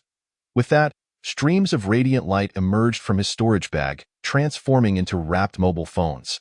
A total of 128 phones, complete with packaging and accompanying cases adorned with various delightful beast designs, were presented for the group to choose from. Additionally, I purchased the latest phone stands and lighting products from the renowned Longhuozhenren. Upon hearing this, the inner disciples of Luofu Holy Land could hardly contain their excitement as they eagerly seized the phones from the stone table before them. Due to the semi-closed management, unlike disciples from other sects, they seldom had the chance to descend the mountain. Although they were aware that mobile phones had become ubiquitous across the entire Tianyuan continent, they had never had the opportunity to possess one. Yang Lin, as an inner disciple responsible for purchases, had only recently acquired a phone for himself during a previous trip down the mountain. These past few days, whenever he played with his phone, a swarm of fellow disciples would gather around him like flies. Just last night, dozens had waited in his cave to watch an entire volume of Journey to the West with him. There was no other choice. He had to help his fellow disciples purchase a phone during his shopping trip today. Wonderful! I finally have my own phone. Indeed, watching Brother Yang Lin and the others play with their phones every day was torturous. Having my own phone is so different. I can play however I wish. Haha, Douyin is so entertaining, 100 times more engaging than cultivation. I want to reread Journey to the West. Witnessing his fellow disciples behave like country bumpkins, Yang Lin could not help but display a look of disdain. When you descend the mountain in the future, do not act so foolishly. The cultivators down there already possess nearly one phone each. For them, mobile phones are merely mundane items. Moreover, do not get stuck watching Journey to the West. This morning, several new novels have emerged on tomato-free novels, and I found them quite captivating. Really? There are other novels? I was just lamenting that I did not know what to do today. But isn't it unwise to become too engrossed in novels without cultivating? If we do, won't our Luofu Holy Land be at a disadvantage compared to other holy lands during the upcoming exchange conference? Indeed, I believe we should prioritize our cultivation and not become overly absorbed in our phones. As these words left their mouths, Yang Lin merely scoffed. Pfft. What are you all worrying about? I tell you. Such concerns are entirely unnecessary. Who says playing on the phone hinders cultivation? Cultivation involves not only refining qi but also nurturing the heart. If one becomes too fixated on improving their cultivation, it may lead to an unstable foundation and the emergence of inner demons. Have you forgotten Brother Yi Fan from 50 years ago? He established his foundation at 20, attained the golden core at 30, and reached the nascent soul by 50. He spent every moment since birth in cultivation. Yet what happened? At 200, while traversing the world, he was seduced by a demoness from the demonic sect and fell into depravity. I hear he has now joined the demonic sect, becoming a disgrace to the Luofu Holy Land. Why was he so easily seduced by the demoness? It was precisely because he spent every day in cultivation. Having seen no worldly affairs, and thus lacked heart cultivation. Look at me.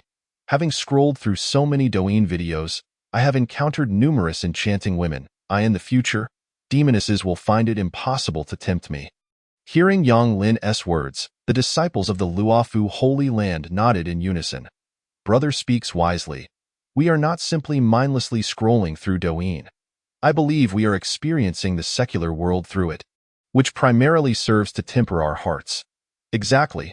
Rather than wait until we are 200 years old to venture out and risk being seduced by demonesses, it is far better to appreciate the celestial maidens on Douyin now. Honing our minds without ever leaving home. How convenient. Engage in the practice more frequently. Eventually, one becomes immune to it. I wonder which enchanting temptress would dare to seduce me. Hee, brother. A celestial fairy has replied to my message. The elders of our sect have also asserted that the path of cultivation is not solely about cultivation itself. It is entirely natural to be captivated by those celestial maidens on Douyin. Only when one reaches a level of indifference towards them can we consider our mindset to have matured. A promising disciple indeed. A promising disciple indeed. At this moment, Yang Lin nodded in satisfaction. A faint smile gracing his features. By the way, you mentioned the Sacred Land Exchange Conference earlier. There is no need for concern. Just take a look here and you will understand. As he spoke, Yang Lin opened his Douyin account in front of his fellow disciples and navigated to a user's profile. Upon opening the profile, the visage of a remarkably handsome male cultivator appeared before them. Initially, they were puzzled as to why Yang Lin was showcasing this, until he paused to allow them a closer look at the face within the profile picture. Do you not find this man somewhat familiar? Indeed, brother, now that you mention it, I cannot recall where I have seen him. Wait, I remember. Is he not that prodigy from Qinyuan Sacred Land? What was his name? Ah, yes, Xian Hongyu. It is indeed him, the unparalleled genius possessing a heavenly root and a natural sword body. He even visited our Luofu Sacred Land once. Precisely, it is he. I stumbled upon this by happenstance. Let me show you his list of likes. Yang Lin then opened this user's likes, revealing an astonishing collection of over 10,000 videos, all featuring various alluring beauties, with a significant portion clad in black or white stockings. Upon seeing this, the disciples of Luofu Sacred Land were left in stunned silence. Could it be? He is a candidate for the position of Saint Sun at Qinyuan Sacred Land. Yet he indulges in this? He is no longer a candidate. He officially became the Saint Sun at the beginning of this year. Over 10,000 likes. He must spend considerable time on Douyin. I suspect his phone has long since made its way into Qinyuan Sacred Land, where the disciples are likely akin to us. What is there to worry about? Not to mention, the Saint Sun possesses exquisite taste. These are all of my preferred types, leaving me with little need to search further. Consequently, the previously concerned disciples, who feared that playing on their phones would hinder their cultivation, were now completely at ease, promptly diving into their devices. Meanwhile, one disciple gazed in astonishment at his tomato-free novel's homepage. Huh? Xianpu. What novel is this? Chapter 56, 300 years east of the river, 300 years west of the river. Transitioning from Journey to the West and Investiture of the Gods, many cultivators transitioning from Douyin to tomato-free novels have developed a reading habit, with some even showing signs of addiction. Li Shunxing is one such individual. Fortunately, after a day of effort, he was down to the last chapter of Investiture of the Gods. Finally nearing completion. Once I finish this final chapter, I shall commence my cultivation. Yet, why do I feel an emptiness within? As he continued to read the final chapter, just as he prepared to exit tomato-free novels to scroll through a couple of short videos before formally beginning his cultivation, a previously unnoticed novel appeared before him. Xianpu. Is this a newly released novel? The title sounds incredibly powerful. No, I cannot read any longer. I have already neglected my cultivation for 2 days. In just half a month, the sect's grand competition will take place, and should I fail to achieve a commendable result, I shall not be able to obtain the Tianji Dan. With that thought, he gritted his teeth, stowed his phone in his storage bag, and exited his room, determined to head to the sect's cultivation chamber. He knew that if he remained alone, he would inevitably succumb to the temptation of his phone. However, the cultivation chamber was different. It served as a shared space for disciples of the Tiandao sect to cultivate together, allowing for the exchange of insights while fostering a better atmosphere for cultivation. After all, with everyone diligently engaged in their practices, it would be imprudent for him to slack off. With this mindset, he promptly arrived at the sect's cultivation chamber, located in the most spiritually rich area of Tiandao sect. The vast mountain had been leveled, with platforms established every few meters. Each platform, besides a meditation cushion and a small gathering array, was devoid of any other furnishings. At this moment, hundreds of elite inner disciples of Tiandao sect had already gathered on these platforms. Witnessing this scene, a sense of satisfaction spread across Li Shunxing's face. Finally, he could wholeheartedly dedicate himself to cultivation. He casually selected a spot and sat down. However, just as he was about to begin his practice, a dispassionate male voice suddenly resonated nearby. Chapter 1. The Fallen Prodigy, Celestial Power, 3 Stages. Gazing at the glaring 5 words inscribed on the Celestial Power Testing Monument, the youth's face was filled with bitterness. Initially, upon hearing this voice, Li Shunxing felt a surge of annoyance, intending to locate its source and admonish the speaker. Yet, as he listened further, his expression shifted, and he became engrossed in the unfolding narrative. His emotions ebbed and flowed in tandem with the story narrated by the male voice. 300 years east of the river, 300 years west of the river, do not belittle the impoverished youth. 300 years hence, Yenner shall go to Yunlan sect to cleanse today's humiliation. Upon reaching this point, Li Shunxing's heart surged with fervor. However, just as he awaited the story's progression, another voice suddenly interjected nearby. Excellent, well said. Xiao Yin has not brought shame to us men. What a splendid phrase. 300 years east of the river, 300 years west of the river, do not belittle the impoverished youth. It should be just so. That Nalan Yinran is exceedingly vexing. Brother, continue. I am thoroughly enjoying this. Indeed. What comes next? That is it. The latest chapter concludes here. What? Just like that? Damn. This author is truly infuriating. What a cliffhanger. Let us give him a nudge to update. I am eager to discover whether Xiao Yin avenges himself and whether he ascends to Yunlan sect. Speaking of which, I know of a second-rate sect in the southern region by the name of Yunlan sect. Is that true? If so, I would not mind assisting that young man named Xiao Yin in reclaiming his honor. Listening to the barrage of voices around him, Li Shunxing's face registered astonishment. He turned to see his fellow disciples, who should have been in a state of cultivation, now with their eyes wide open, passionately discussing what they had just heard. What is happening? Were they not all engaged in cultivation? Just as he pondered this, another disciple at the golden core stage inquired, Xinsong, what were you just listening to? Without hesitation, a disciple holding a phone responded, Xianpu. Are you all unaware? This book has only just been released. but it is already immensely popular.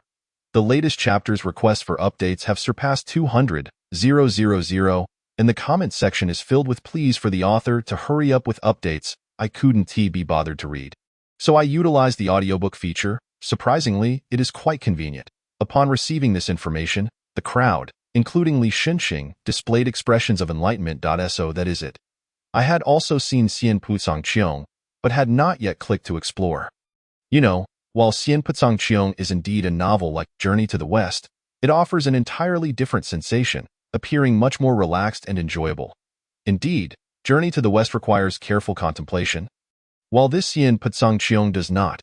Enough talk. I must read it myself. After all, there are only 7 chapters. It won't take long. I'll read it too. As they spoke, numerous disciples began to retrieve their phones, and soon they were immersed in the world of Xian Pucang Qiong. Witnessing this scene, uncertainty flickered across Li Xinxing's face. Never mind, as they said, there are only 7 chapters in total, and I can finish them swiftly. With that, he produced his own phone. In an instant, the Tiandao sect's cultivation chamber was illuminated by the soft glow of phone screens. After finally finishing the initial 7 chapters and preparing to set their phones aside, a disciple suddenly exclaimed with a hint of excitement, "Wow, it's updated. The author has released more content. Really? Truly? Yes, indeed." Another 7 chapters have been added, with the 8th chapter titled The Mysterious Elder. Splendid. I never anticipated the continuation would arrive so swiftly. As they spoke, the crowd resumed flipping through the subsequent chapters. Meanwhile, a similar phenomenon unfolded in other corners of the Tianyuan continent. Due to the unique narrative style and relaxed, concise prose of Xian Pucang Qiong, along with its strong sense of immersion, its impact far surpassed that of Journey to the West and Investiture of the Gods. Those cultivators engrossed in this book found themselves sharing in the protagonist's fury. Excitement at his fortuitous encounters and the departure from traditional literary tropes kept them utterly captivated. It is precisely due to this that the popularity of Xian Pucang Qiong on Douyin has swiftly surpassed that of Journey to the West and Investiture of the Gods. Chapter 57. The Cyberbullying of Yunlan Sect. Who is Nailan Yanran? Upon a celestial mountain in the southern region of the Tianyuan continent, the head of Yunlan Sect, Wan Jingshan, was leading several elders in a routine meeting. "Brothers," he began, "with the proliferation of smartphones in the Tianyuan continent, now an undeniable reality, I have heard that numerous sects have garnered considerable fame and spirit stones through the use of mobile phones and Douyin. Our Yunlan sect has been silent for a millennium. I believe we must seize this opportunity." As soon as Wan Jingshan finished speaking, the elders seated on either side of the hall nodded in agreement. Indeed, Master Brother speaks the truth. Although a smartphone is merely a low-grade magical tool, its formidable capabilities have connected the vast expanse of the Tianyuan continent, allowing news from thousands of miles away to reach us in an instant. Moreover, smartphones facilitate long-distance transactions. Sects and businesses that capitalized on this opportunity have amassed wealth beyond measure. Take the 100 Refinement sect, for instance. It is said they now earn millions of spirit stones daily, a truly astonishing feat. Nevertheless, one elder interjected, "I have also heard that many disciples have become so engrossed in their phones that they neglect their cultivation, squandering precious time. What can be done? If we prohibit our disciples from using them, they will inevitably find ways to sneak a peek. It's futile to try and stop them. Besides, smartphones are not entirely detrimental. They allow disciples to gain insight into the outside world, effectively serving as a means for them to experience the mortal realm and hone their minds. Overall, the benefits outweigh the drawbacks. Given the current situation of our Yunlan sect, where we can scarcely recruit a handful of disciples, we need not fear hindering their cultivation." After much discussion, the elders reached a consensus to provide each disciple with a smartphone and establish an official sect account to seek development on Douyin. "Since you all agree, I shall arrange for the procurement of smartphones," Wan Jingshan declared, "and simultaneously launch our Yunlan sect's official account."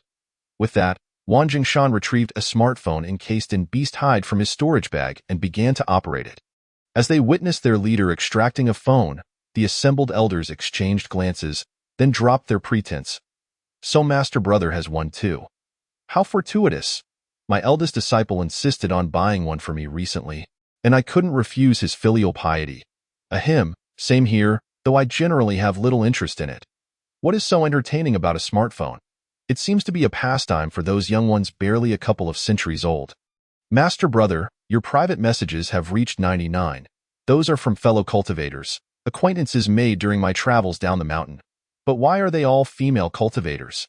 In a mere minute, each elder of Yunlan's sect had produced their own smartphone. Yet, as they scrolled through their devices, one young elder, using a single finger to swipe the screen, widened his eyes. Master Brother, how did our Yunlan sect make it onto the trending searches, and at number 10 no less? This revelation left not only Wang Jingshan but also the other elders in a state of confusion. Having clandestinely played with their phones for several days, they understood the implications of trending searches. There are two possibilities. One is favorable, and the other, unfavorable, that a positive trending search might showcase a sect's artifact saving a cultivator from danger, leading to an overnight success and a surge in followers. Conversely, a negative trending search could spell disaster, much like the recently collapsed Tianjin sect, which was overwhelmed by netizens due to its own trending scandal. Indeed, our Yunlan sect has made it onto the trending searches. But something seems amiss. What is this? Our Yunlan sect is accused of condoning a disciple's unilateral withdrawal from a betrothal. When did this happen? The members of Yunlan sect were utterly bewildered as they stared at the trending title.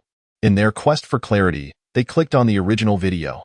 Upon viewing the comments, their confusion deepened. Yunlan sect is truly disgraceful, using its influence to oppress a junior at the third level of qi refinement.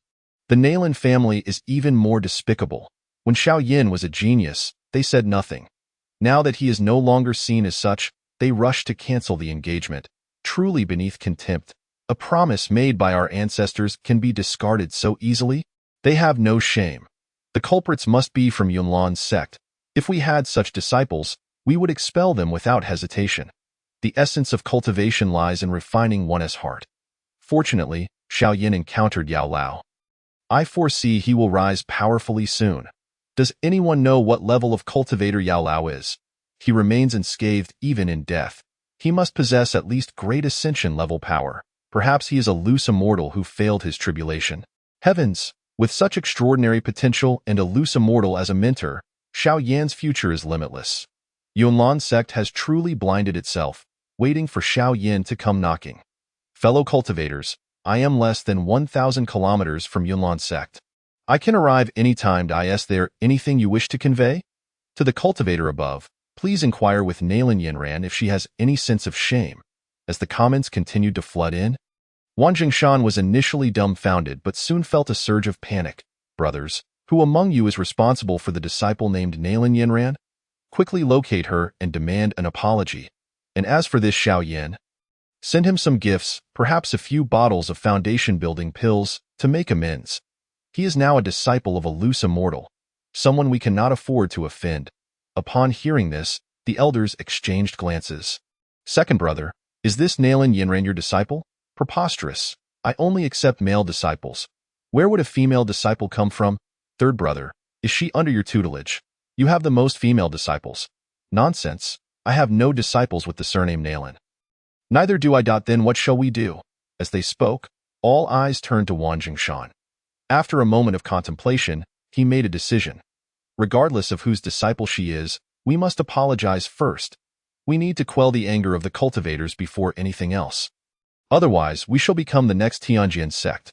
Very well, Master Brother, your reasoning is sound. By the way, let us also find out where Wutan City is. I will personally lead a group to the Xiao family to extend our apologies. Hoping that the esteemed loose immortal will not hold us accountable. Understood, Master Brother. Chapter 58. Even Black Red is still red. Yunlan sect issues an apology. Following Wang Jingshan's decision, Yunlan sect's official account released a video statement. The content was simple. Yunlan sect acknowledged its wrongdoing in condoning its disciples' oppressive behavior and was actively searching for the disciple named Nailin Yinran, along with others involved in the incident. Once found, they would be dealt with severely, without leniency. Additionally, the sect leader would personally lead a group to Wutan City to apologize to Xiao Yin. This video statement quickly went viral on Douyin, with views and likes soaring, reaching the trending searches within an hour. The comments section of the video was nothing short of spectacular. Yunlan sect has finally apologized. I am curious to see what Nailin Yinran looks like. Did they think an apology would suffice? Wait, is Nailin Yinran not a fictional character from Xian Pucangqiong? How can there be an actual Yunlan sect? Indeed, when I opened Douyin, I was baffled. How did Yunlan sect end up apologizing? This is straight out of a novel. What? This isn't real. I thought someone named Xiao Yin was truly forced into a cancellation of engagement by a disciple of Yunlan's sect. I just sent them a lengthy message of condemnation. I did the same. I was furious after finishing the novel and lambasted Yunlan sect's official account, only to realize later that it was all fiction. Surely it is false. I have traversed the Tianyuan continent for centuries and have never heard of Wutan City. Then why is Yunlan's sect apologizing? If they did nothing wrong, why apologize? I suspect it is indeed true. They must have been overwhelmed by your criticisms. Well, they cannot retract their words now after having spoken out. As the situation escalated, many cultivators began to realize that this Yunlan sect was not the one from the novel. However, as they said, they had already made their accusations, and it seemed they would continue to vent their frustrations on Yunlan sect as if it were the one from Xian Pucangqiong. In such circumstances, the official account of Yunlan sect skyrocketed from 0 to an astonishing 800,000 followers in less than a day, placing it at the pinnacle among all sects' official accounts. At this juncture, the members of Yunlan sect finally grasped the situation. Master, it seems we have made a mistake. I just searched the entire sect and inquired of all the disciples within. None of them have any knowledge of a person named Nailin Yinran. Indeed, not only is there no one named Nailin Yinran, but there isn't even a single disciple with the surname Nailin. Moreover, within a radius of 10,000 kilometers from our Yunlan sect, there is no place called Wutan City. And my search on Douyin yielded nothing. Master, I have just discovered that this matter originated from a novel titled Xian Pucangqiong, specifically from its opening plot, which has no connection to us. We merely share the name Yunlan sect. Upon hearing the findings from several elders, Wang Jingshan's expression shifted dramatically to so. You mean to say this matter has absolutely no bearing on us? Precisely, it is merely a coincidence of names. Then we have apologized for nothing and have been subjected to such scorn. This won't do. I must issue a video to clarify, lest we be compelled to change our sect's name. As Wang Jingshan prepared to pull out his phone to release a new statement. One elder interjected, Master, I believe there is no need for an explanation, nor for a name change. I just checked, and our sect's official account is rapidly approaching 900,000 followers, surpassing even Qichin sect and Xingqian Pavilion. And what of it? Wang Jingshan asked, perplexed. Master, I have recently discerned a pattern on Douyin. Traffic can be monetized, and this traffic, whether positive or negative, holds equal value. Most individuals are now aware that we are not the Yunlan sect from the novel. Their insults are merely a form of venting. If we host an online apology livestream at this moment, I am confident it will attract a substantial audience, and perhaps some might even express their displeasure by gifting us a token of appreciation. We could even showcase some of our sect's specialties for sale during the stream. With these words, the eyes of everyone in the hall brightened. They were acutely aware of the profitability of live streaming and were envious of the potential gains. Junior brother's son, please elaborate on how we should proceed. Wang Jingshan beamed as he approached the elder. It's quite simple. All you need to do is endure the insults, master. Besides, since they are searching for Nailin Yinran, we can find a female disciple and package her as Nailin Yinran, giving her a different account. As the elder spoke, he laid out the plan for the Yunlan sect's online apology event. Their execution was swift. That very day, they announced the live stream through their official account. When 8 o'clock that evening arrived, the Yunlan sect's live stream commenced punctually. The moment the room opened, a multitude of cultivators from all corners of the world flooded into the Yunlan sect's live stream. The viewership surged from 0 to over 100,000, instantly securing the top spot on the live stream popularity chart. When Wang Jingshan appeared on camera with a female disciple, who coldly claimed to be Nailin Yinran, the atmosphere in the live stream reached a fever pitch. The barrage of comments erupted, with insults pouring in like rain. Just as the elder had predicted, most participants were merely indulging in their need to vent, fully aware that this Yunlan sect was not the one from the novel, and after venting, they were quick to send small gifts. The disciple portraying Nailin Yinran skillfully maintained an aloof demeanor, yet continually expressed her gratitude, creating a stark contrast. Under such circumstances, the number of gifts increased, and the amounts grew larger. As the live stream neared its conclusion, Wang Jingshan was taken aback by the astronomical sum of gifts accumulating in the back end. Reaching several tens of millions, he had never anticipated that one could earn spirit stones through enduring insults. Very well, I shall accept this notoriety, so be it. With that, he addressed the audience. Fellow cultivators, we at Yunlan sect are aware of our missteps this time. And in appreciation for your support, we are offering our sect specialty, the Millennium Mica, as compensation. Originally priced at 1,000 spirit stones per liang, it is now available for just 50 spirit stones per liang. Limited to 1 order per person, no duplicate orders. Meanwhile, as Yunlan sect gained fame through insults, far away in a city of the eastern region, a seemingly adolescent boy gazed eagerly at the ring in his hand, attempting to converse with it. After several attempts, he tried channeling his spiritual energy into the ring. As soon as the energy entered, a chilling voice echoed from within. "You have awakened me?" The boy's heart leapt with joy upon hearing a voice emanate from the ring. "Senior, it is me. Since you have awakened me, you can only blame your ill fortune. Your body now belongs to me." As the words fell, the malevolent entity sealed within the ring completed its possession.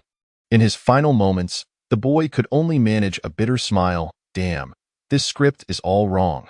Simultaneously, atop a celestial mountain, a transformation stage cultivator regarded a subordinate with utmost seriousness. "Are you certain the Wang family still has a young heir?" "Yes, sect leader. The young heir possesses mediocre aptitude and is unlikely to even establish his foundation in this lifetime." "Does he possess a ring?" "Indeed, he does have a ring." "Does he talk to the ring?" This subordinate is unsure, but it seems he might. Upon hearing this, the transformation stage cultivator's expression shifted dramatically.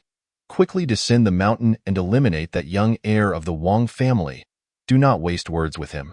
Strike swiftly and decisively." But I'm a nascent soul cultivator. How can I ambush a chi refining cultivator?"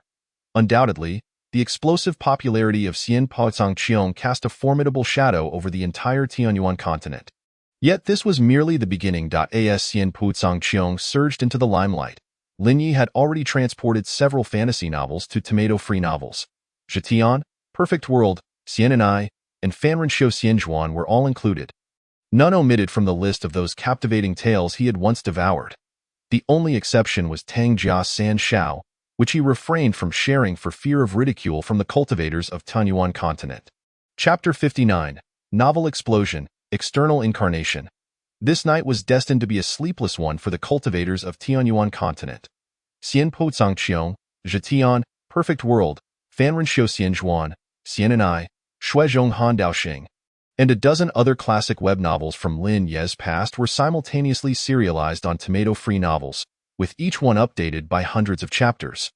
For those cultivators just beginning to explore web novels, it was nothing short of a feast, with stories, various settings, spells, and magical artifacts constantly challenging their worldviews. By the following day, discussions about these novels permeated every major sect and bustling city, and Douyin was no exception, overflowing with conversations centered around them. The trending topics were dominated by these novels, with each click yielding hundreds of thousands of comments. I highly recommend everyone read Fanrenshou Xianzhuan. It feels like looking into a mirror after finishing it. Indeed, I too began my journey as a mere mortal. I felt deeply moved while reading the earlier chapters of Fanrenshou Xianzhuan. I've read Fanrenshou Xianzhuan as well, but I found it rather bland. I prefer Xian Pucangqiong. Plus, I'm not fond of the protagonist of Fanrenshou Xianzhuan. He often retreats behind others. You don't understand. I rather like his character. It's not cowardice. It's about knowing how to avoid risks.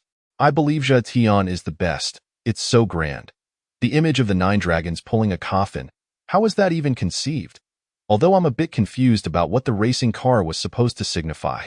Perhaps it's some sort of magical artifact? I strongly recommend Perfect World. Its worldview is far more expansive than what you're all discussing. Even though there are only about 100 chapters so far, I am eagerly anticipating what comes next. Xian and I is also quite good. The protagonist is decisive in his actions, loyal, and cautious. I particularly like that he comes from a poor farming background, just like me, and is not particularly gifted. No one talking about Shuizhong Handaoxing? This book is exceptionally well written. I read it all night. Heaven did not give birth to me, Li Chuan, I am so excited that I wish to become a sword cultivator immediately. Wah, I was just getting into it, and then the yellow button appeared. Who understands this, my friends? Me too. Xiao Yin is about to merge with the Blue Lotus Earth Heartfire, and then it just cuts off. If I knew where the author was, I would fly over and hold a flying sword to his neck, demanding he continue the story. The author of Xian Po Tsang Qiong is truly a genius. To think of using for cultivation, I want to try it too. I love reading novels so much. Give me another 100 books. I can never get enough, and as for cultivation, I apologize, but I have no interest in it at all. Indeed, it has been 3 days since I last engaged in my cultivation practice. On the first day, I felt a profound sense of guilt, lamenting the time I had squandered. By the second day, however, my remorse had diminished, as I observed that my fellow disciples were also neglecting their training.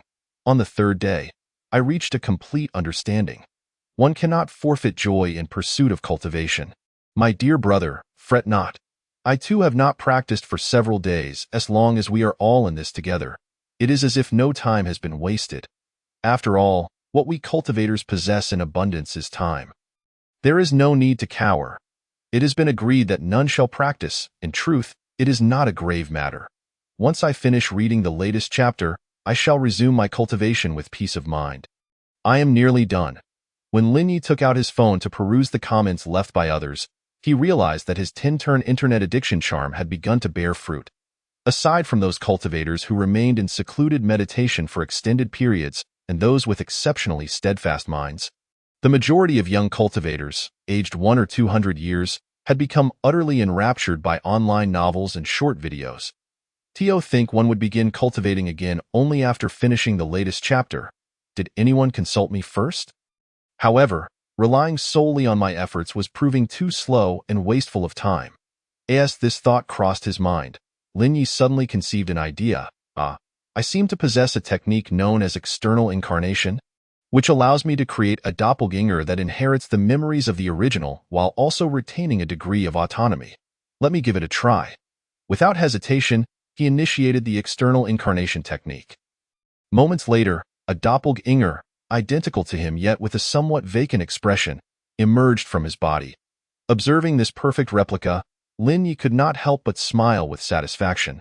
Not only had it inherited a portion of his strength, but it had also flawlessly taken on all his memories and would unquestionably obey his commands. No wonder some cultivators enjoy sending their doppelgangers to explore the mundane world, returning with the insights and experiences gained. Muttering to himself, he turned his gaze toward the doppelganger before him. From this moment forth, you shall be called Tudo. Your daily task will be to transcribe the several books authored by Tudo within my mind onto the tomato novel platform. There is no need to update excessively. 10 chapters a day will suffice. Should anyone offer gifts as a token of appreciation, feel free to increase the updates accordingly. As soon as Lin Yi finished speaking, his doppelganger, now named Tudo, nodded in agreement. At your command. Handing Tudo a smartphone, Lin Yi sent him off to begin his task. Subsequently, he replicated the process, creating dozens of external incarnations, each with modest strength, just enough to cultivate qi. This approach conserved his magical energy while ensuring the original's power remained intact. Each incarnation was given a unique name. You are called Ergua, you are called Hongmao Leaguai, you are called Wuyu, you are called Huangjia Sangguai, you are called Zongguan, you are called Huashing Laoza. Once he had completed the creation of these doppelgangers, he set them to work, allowing them to assist in his writing endeavors. Thus, not only did he liberate himself, but his writing speed also accelerated dramatically. Simultaneously, Li Xinxing, who had just finished reading the latest chapters of Xian Po Tsang Qiong, was prepared to put down his phone and resume cultivation. However, a casual scroll revealed that a new chapter had just been released. What the heck? How has it updated again? Yet today, I had promised to descend the mountain with my fellow disciple Changfeng for training. As this thought crossed his mind, a notification popped up from Douyin, sent by none other than the aforementioned Changfeng. Senior brother Xinxing, I apologize, but I have other commitments today and will not be able to descend the mountain for training. A friend from Huangfeng Valley is coming to visit me. If you wish to go, feel free to do so. Upon reading this message, Li Xinxing was momentarily taken aback but soon felt a rush of delight. Wonderful! I can read novels without the need for training. Father, Mother, I will avenge you. It may take some time, but I hope you understand from the heavens." With that, he eagerly picked up his phone and began to read. Chapter 60. The Disciples of the Sacred Land ensnared by novels. At the peak of Luofu Mountain, the lecture hall remained unchanged. The esteemed Douyin sat high upon the 100-meter platform, surrounded by hundreds of elite young disciples of the Luofu Sacred Land. Occasionally, Douyin would share insights from his cultivation journey, hoping to enlighten the disciples nearby. Yet, as he spoke, he furrowed his brow, for he noticed that among the hundreds present, at least 200 appeared to be lost in thought, their minds wandering far beyond the confines of the hall. Realizing this, he let out a cold snort. In an instant, the inner disciples reacted as if struck by lightning, their faces draining of color, as though awakened from a stupor. "Did you all comprehend what I just conveyed?" Douyin authoritative voice rang out. The gathered disciples hurriedly affirmed his inquiry. "Very well, then I shall test your understanding of what I just shared." As he spoke, his hawk-like gaze swept across the assembly, causing those who met his eyes to hastily lower their heads, fearing they would be singled out. After some time, Douyin spoke again. "Yang Lin, please share your understanding of the ways of heaven and earth." In an instant, Yang Lin, seated in the inner circle, stood up, his face pale with dread. He had hardly been paying attention, his mind preoccupied with the novel he had read that morning. Were it not for his cultivation in the golden core stage, he would likely be drenched in cold sweat. As he struggled to form a coherent response, he suddenly recalled some passages from the novel he had read the previous night. With the mindset of a desperate horse, he stammered his way through an answer. "Disciple believes that heaven and earth are unkind, treating all things as mere fodder, and that heaven and earth lack any inherent will. They possess no emotions akin to humans. To heaven and earth, whether you are a chi refinement cultivator or in the great ascension stage, you are but an insignificant insect. Void yet unyielding, dynamic yet revealing. Excessive words lead to ruin, rather than seeking the middle path. The more one strives to grasp the secrets of the heavens, the more one loses their way. It is better to follow the natural order." As he spoke, he recited the words he had encountered in the novel Zhu Xian the night before. Yet, with each word, he grew increasingly anxious, occasionally glancing at Douyin, fearful of inciting his ire with a misstep. To his surprise, Douyin remained silent, seemingly lost in contemplation. Time passed, and eventually, a glimmer of realization appeared in the elder's eyes. In the next moment, amidst the astonished expressions of the inner disciples, he gracefully departed, leaving behind a single remark. "I have gleaned some insights and must return to ponder them further. You may continue your cultivation here." Until Douyin figure disappeared completely, the inner disciples remained in a state of shock. Yet mere moments later, they exchanged knowing smiles. "Heh, the elder has left. Does that mean we are free?" Finally, he has left. After just 1 hour without my phone, it feels as if ants are crawling all over me. Same here. I haven't even had the chance to read the latest chapters of Xian Putsang Qiong that came out this morning. How many chapters have you read? Not many, just the 168th chapter. Want to know the plot? Don't say it, or else I'll have to smack you. Last night, I discovered an even better book called Xian and I. I recommend you all check it out. I just found one called An IT on Xiexin that is also superb. Once I finish the latest chapters of Shuizhong Handao Xing, I'll dive into the one you mentioned. Oh no, the author updated again. I need to send a small gift to encourage him. By the way, when will Xiao Yin finally ascend to Yunlan's sect? I'm dying from the wait. Hey, Yang Lin, was that profound statement you made truly your own insight? Hearing a disciple's question, Yang Lin wiped his forehead, which bore no sweat, and chuckled awkwardly. How could that be? I just regurgitated what I read in Zhu Xian to impress the elder. I never expected it would actually work. Zhu Xian, is that another novel from the Tomato platform? Indeed, it just uploaded this morning. Although it only has about 100 chapters, I find it quite intriguing. Enough chatter. Let's take advantage of the elder's absence and enjoy ourselves for a bit. We still need to attend lectures on other peaks later. Senior brother makes a good point. With that, the disciples collectively pulled out their smartphones, engrossing themselves in various activities, some watching short videos, others reading novels. their faces occasionally lighting up with joy. Such smiles had not graced their faces throughout decades of cultivation. Unbeknownst to them, as they beamed at their screens, a pair of curious eyes observed them from afar. Zhu Xian? A novel? What could that be? Within a hidden chamber of Luofu's sacred land, doer Zuns gazed with intrigue through the round light technique, observing the inner disciples laughing and chatting, his eyes filled with curiosity. Upon a recent inspection of Yang Lin, he had already come to the realization that such insights could not possibly have been derived solely by Yang Lin himself. There must certainly be a master guiding him from behind. Thus, he deliberately departed, aiming to uncover the identity of the enigmatic figure orchestrating their actions. However, to his astonishment, the so-called master behind it all turned out to be the mobile phones in their possession. Contemplating this revelation, he immediately called out to the young attendant outside the cave. "Qingyun, do you possess a mobile phone?" The moment his words escaped his lips, the golden core attendant, who had been waiting outside the cave, felt a sudden jolt of apprehension and hurriedly stashed his phone discreetly into his storage bag before finally entering the cave. Returning to the master, "The disciple does not possess a mobile phone. Nor do I know what it is." The immortal of crossing tribulations immediately raised an eyebrow, glaring at him. "Then what was it that you just concealed in your storage bag?" Bring it forth." "This venerable one has no intention of claiming it. I merely wish to peruse the novels within." "Venerable one, you wish to read novels?" the golden core attendant inquired, his face adorned with confusion. "Indeed, I wish to discern what enchantment these novels possess that captivates the disciples to such a degree." "Oh, I see."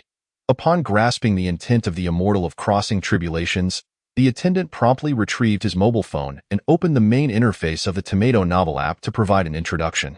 "Venerable one, all the novels are contained within this application. You may choose whichever you desire. I highly recommend Heavenly Evil God, as the readers proclaim it to be incredibly exhilarating, and the commentary section is filled with amusing remarks from fellow readers, which I absolutely adore." Before he could finish his sentence, the immortal of crossing tribulations waved a hand dismissively. "You may attend to your own matters. This venerable one shall read alone." "Very well, but do remember to return it to me once you finish." "It must be returned. Rest assured, this venerable one would not abscond with your phone." With that assurance, the attendant finally took his leave, glancing back multiple times as he exited the cave. However, mere minutes later, a storage bag was tossed out. "This venerable one has claimed your mobile phone. Within this storage bag are 10,000 spirit stones. You may descend the mountain and purchase a new one." Upon hearing this, the attendant stationed at the entrance felt as though the sky had collapsed. Losing the phone was of little consequence. What truly mattered was the exquisite account he had painstakingly cultivated. Chapter 61. The obsession of the diligent ascendant, having commandeered the attendant's mobile phone. The immortal of crossing tribulations, an elderly man over 1,000 years old, initially approached the device with a critical mindset, eager to explore the content favored by the younger cultivators. In particular, he was curious about novels, wishing to understand the irresistible allure they held, which could divert disciples from their cultivation paths. Upon formally delving into the novels, he found himself profoundly captivated by the worlds depicted within. However, his perspective differed slightly from that of the younger generation. While they were engrossed in the narrative arcs, he was more intrigued by the various techniques and powers presented, as well as the descriptions related to cultivation. From his professional standpoint, he deemed most of the cultivation-related descriptions as utter nonsense, harboring serious doubts about the author's experiences and immortality, given the plethora of fundamental errors. Yet, he could not deny that some concepts and ideas inspired him greatly. How could such a situation arise? Was it possible that the authors intended to conceal vital information? For instance, the notion that reading could elevate one to the celestial realm, as suggested in Snow in the Blade, indeed held a certain feasibility, though the overarching premise seemed flawed. Furthermore, the method of cultivating with exotic flames also appeared plausible. Should one truly discover such a rare celestial flame, it might lead to the creation of a top-tier divine power. For the next full day, the immortal of crossing tribulations became engrossed in various novel realms, and when he finally tore his gaze from the screen, he felt a profound sense of fulfillment. It seemed that novels were not entirely devoid of merit. If one could adeptly absorb the beneficial aspects, it would undoubtedly aid in cultivation. With that thought, he intended to set the phone aside and attempt cultivation based on some of the ideas gleaned from the novels. However, at that moment, his eyes inadvertently caught sight of the Douyin app adjacent to the tomato novel. Recalling the earlier behaviors of the disciples, he casually clicked on it. If novels could yield such substantial benefits, then surely Douyin would offer something of value as well. He was eager to discover its contents. As soon as he uttered this thought, a video sprang to life on the screen, revealing a stunningly tall woman clad in sheer black stockings.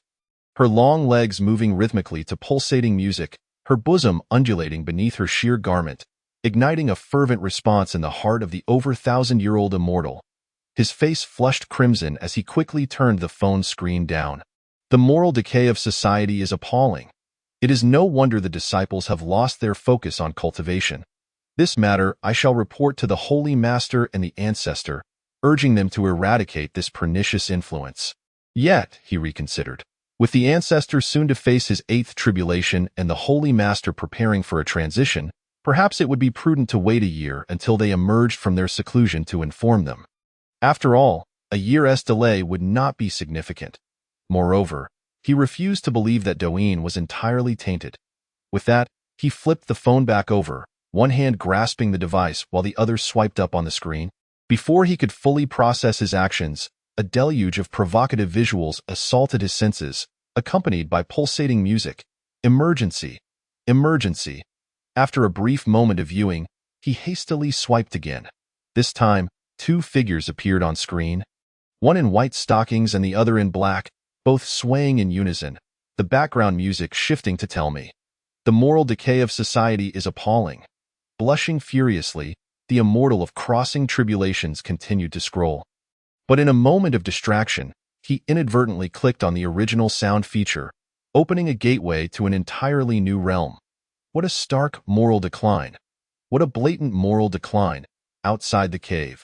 The Golden Core attendant clutched his newly purchased phone, his expression a mixture of despair and disbelief. My account, my exquisite account, my tens of thousands of likes. How could a venerable one over 1,000 years old be so captivated by such frivolities? At what age do men cease to be infatuated? Oh, I seem to have the option to appeal that no, this account took me ages to cultivate. It cannot be surrendered so easily. With that, he retrieved his newly acquired phone. At the same time, as the immortal of crossing tribulations gradually succumbed to the allure of Douyin short videos, Lin Yi prepared to depart from the giant sword city, accompanied by his ghostly servant, heading toward a new city. Yet, just as he was about to exit the city, a series of violet sword lights suddenly appeared outside the gates of Giant Sword City. As these violet beams descended, hundreds of cultivators clad in purple robes materialized before Lin Yi. Each of these purple-clad cultivators possessed formidable prowess, with the weakest among them being at the peak of the foundation establishment stage. Over 300 Golden Core cultivators, dozens of nascent soul cultivators, and even 3 from the transformation stage. Such a force could be deemed first-rate among righteous sections when this group of cultivators appeared outside the city gates. Those originally intending to enter or exit were instantly thrown into a state of uproar. It's the Thunder Sword Sect. My heavens, aren't those the 3 leaders of the Thunder Sword Sect, Tianlei Jian, Lei Hong, and the twin swords of purple and green? All 3 transformation stage experts have come. What on earth is happening? Why has the Thunder Sword Sect mobilized its elite forces? How could you not know? I heard that after the Heavenly Sword Sect fled, the Thunder Sword Sect intended to take over Giant Sword City, only to be preempted by the Red Sky Sword Sect, and the 2 factions have been bickering on Douyin for several days now. Is that so? Indeed. I heard the Thunder Sword Sect even dispatched people to the Red Sky Sword Sect's shop to post negative reviews, causing a significant drop in their sales. Negative reviews? What does that entail? Negative reviews mean deliberately claiming something good is bad.io. You think the Red Sky Sword Sect is a reputable establishment? I've heard they've been spreading rumors claiming that the twin swords of purple and green have a romantic relationship, presenting themselves as brothers while being lovers in secret. Goodness, how scandalous. How taboo. A female cultivator suddenly emerged from the crowd, her eyes sparkling as she gazed at the twin swords of purple and green in the distance. The Thunder Sword sect has traveled a great distance. A chaotic battle is surely on the horizon. I believe so as well. If things escalate, blood may flow like rivers. How terrifying! How terrifying! What does that mean? Hurry! Let us go live! This sort of event is bound to attract interest beyond our own. Other cultivators will surely want to witness it as well. As they spoke, many onlookers began to retrieve their phones, those quick-witted among them setting up phone stands to secure their positions, while others levitated their devices to capture the scene from a higher angle. The moment when the atmosphere was exceedingly vibrant. A group of monks clad in crimson robes emerged from the depths of the giant sword city, unmistakably disciples of the Qishao sword sect, who had temporarily taken control of the city. Leading them were 3 formidable god transformation cultivators. Upon encountering each other, the tension in the air became palpably heavy. Observing this, Lin Yi, feeling a surge of excitement, promptly stepped forward and addressed a Qi refining cultivator standing at the forefront. "Friend, I shall claim this position for myself. Kindly move to the back." Upon hearing this, the Qi refining cultivator was instantly incensed. On what grounds? Just because your cultivation surpasses mine. Do you not know the proverb about not underestimating the youth in poverty? Just as he began to voice his indignation, a storage bag appeared before him. "You desire 300 spirit stones. This bag contains 3,000 spirit stones. Now, please step aside." "Very well. Please, this way, young master. I also have some snacks I just purchased. Would you care for some?" "I shall take all 300. A few minutes later, Lin Yi settled onto a sofa, cradling an assortment of unknown snacks, primed to witness the unfolding spectacle. Just as he anticipated a cataclysmic clash between the red and blue factions, the subsequent developments took him entirely by surprise. Chapter 62. A slap for each. As time passed, over 10,000 cultivators had gathered outside Giant Sword City, among them more than 2,000 from the Thunder Sword sect and the Qishao Sword sect. With over 8,000 spectators, each onlooker held a phone, their eyes gleaming with anticipation, and Lin Yi was no exception. "Let them fight, let them fight. Ideally, to the death," he silently urged, munching on seeds. And no sooner had he uttered this than a representative from each side stepped forward.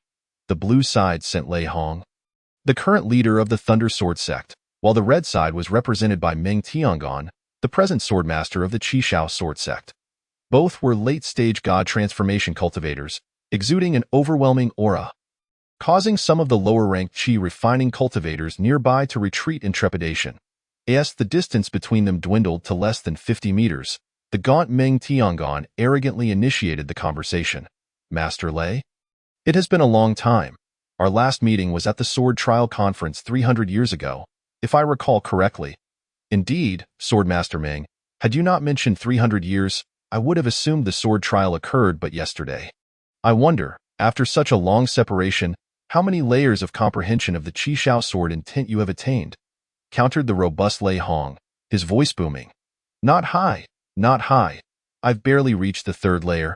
But with some more time, I should break through to the 4th, at which point I would like to experience the Thunder Sword intent firsthand from you, Master Lei." Well said, but before we proceed, must we not address the matter of the defamation against our Thunder Sword sect on Douyin? As he spoke, Lei Hong produced his phone.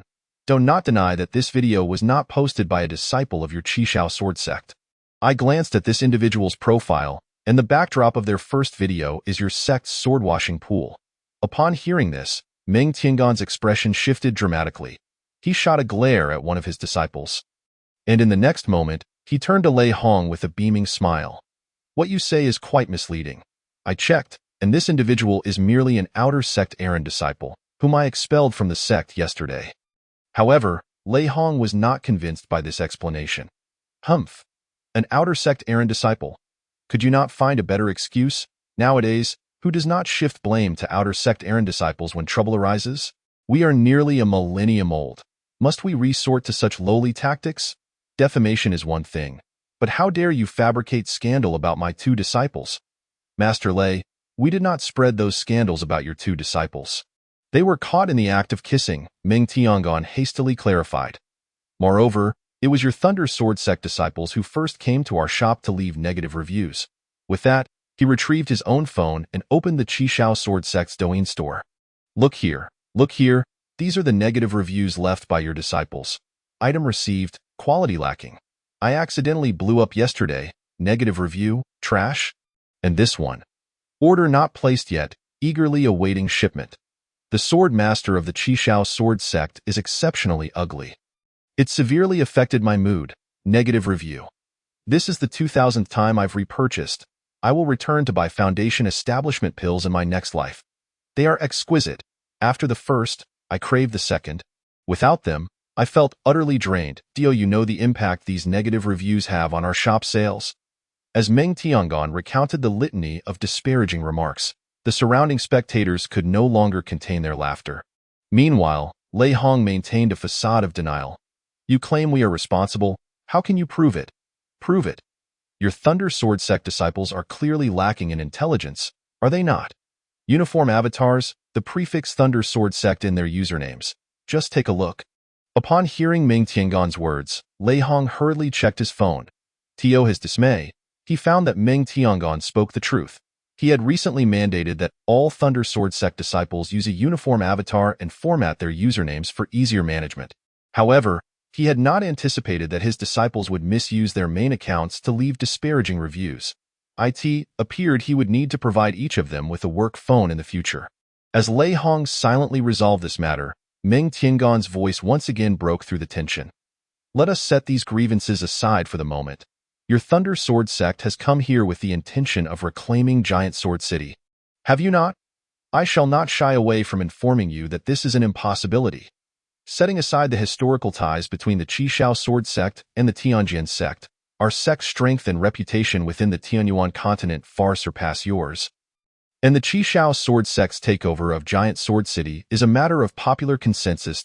As soon as he finished speaking, the over 1,000 disciples of the Qishao Sword sect behind him echoed his sentiments vociferously. Their combined presence formidable, utter nonsense. My Thunder Sword sect has a lineage spanning over 3,000 years. When our ancestral master was renowned throughout the Tianyuan continent, your Qishao Sword sect's ancestor was still merely a qi refining cultivator. Indeed, that is correct. During the last 2 righteous evil wars, did we not lead the charge, slaying hundreds of demon sect fiends? My Thunder Sword sect has vanquished its fair share of demon spawn. That demon sect leader once fled in terror from me. That demon leader was severely wounded by my Qishao sword. Lin Yi, what the hell?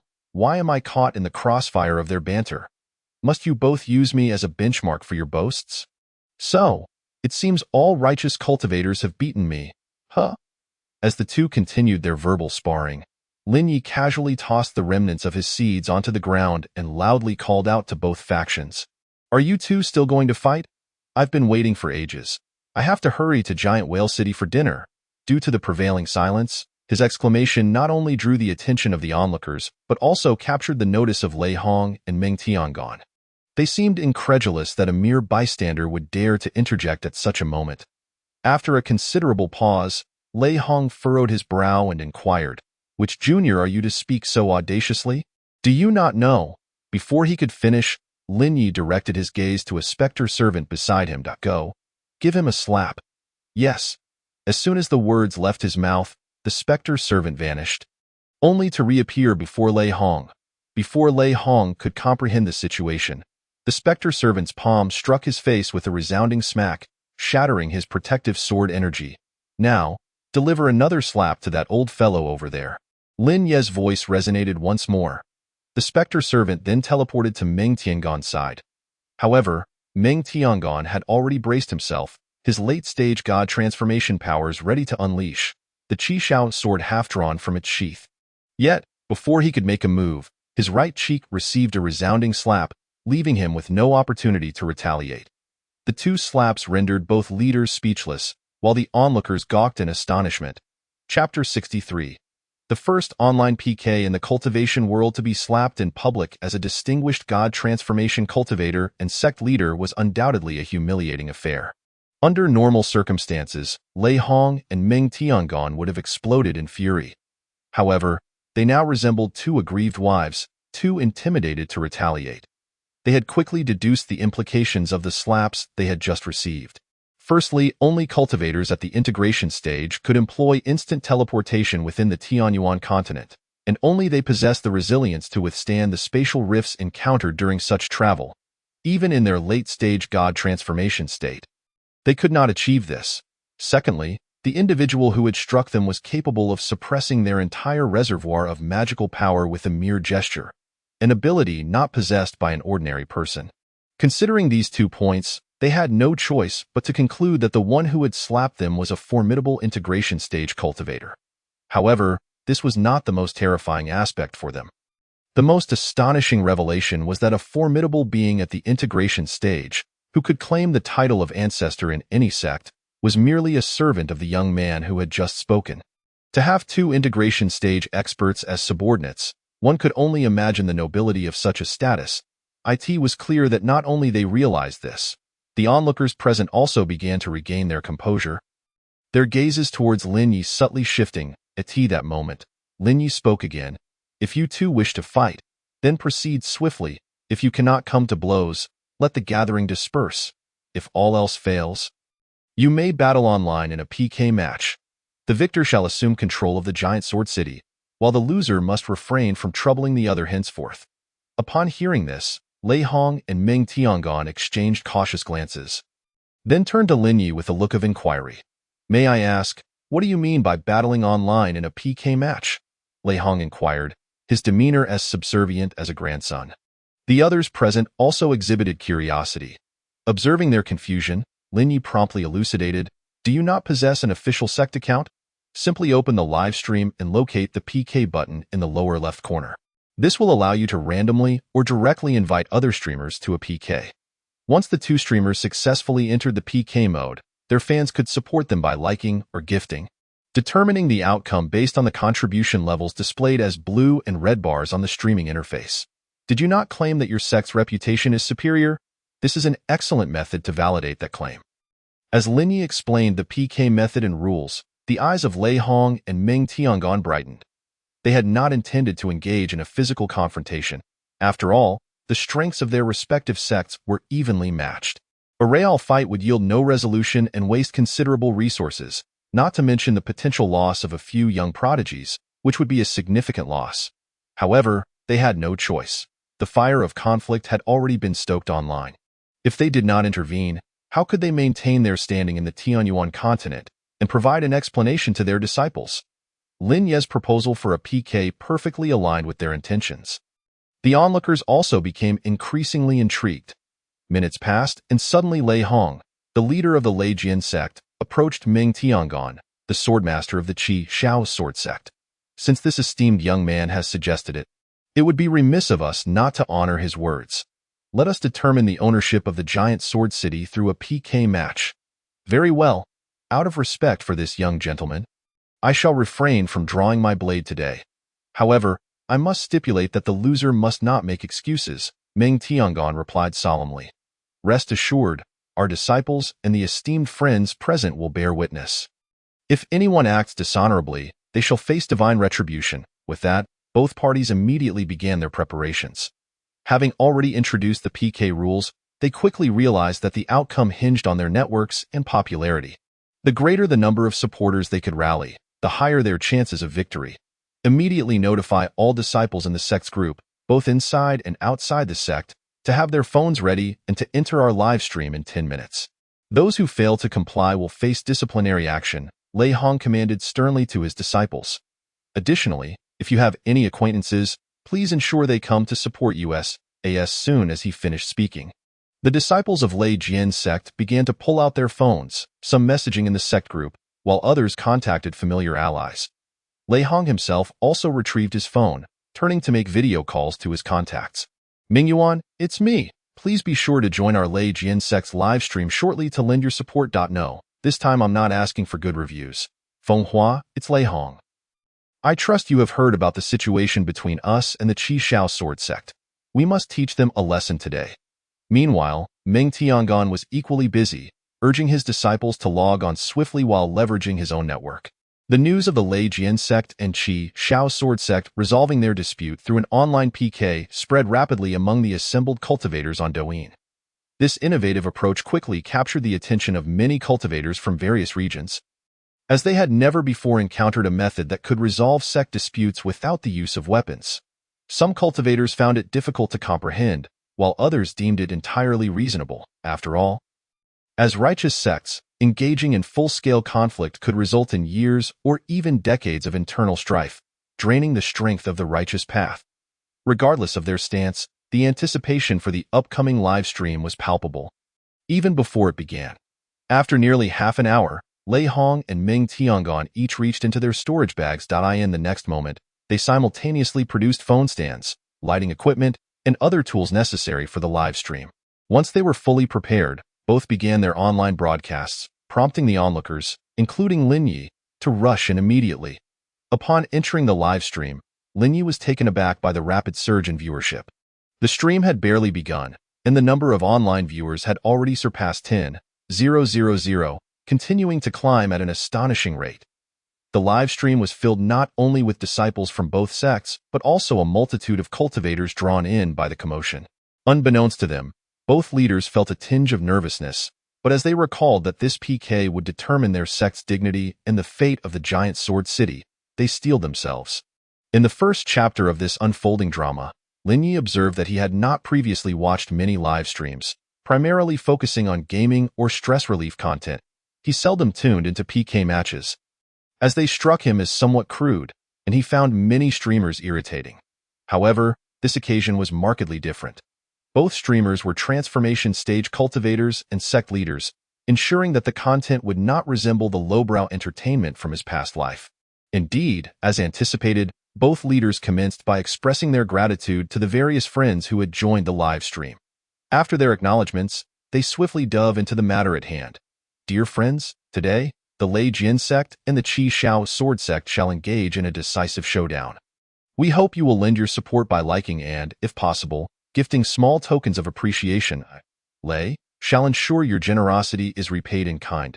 As soon as Lei Hong finished speaking, an old friend sent a gift worth several thousand spirit stones. On a typical day, he might have dismissed such an amount, but at this critical moment, he could hardly contain his joy. Thank you, Brother Feng Hua, for your generous gift. You have long expressed a desire to witness my thunder sword intent. Today, I shall showcase it right here in this live stream. With that, he drew his thunder sword, pointing its tip skyward, and summoned a magnificent bolt of lightning that enveloped him, transforming the area within 100 meters into a tempest of thunder. This unexpected display of skill immediately sent the gift and like count skyrocketing.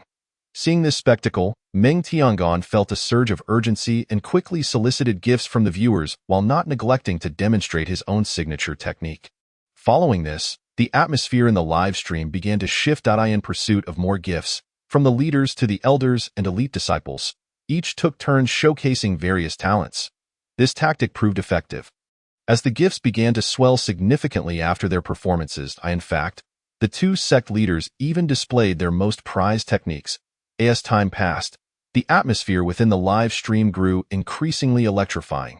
Even those who had initially come merely to observe were soon swept up in the fervor, fervently hoping for their supported sect to triumph in this PK.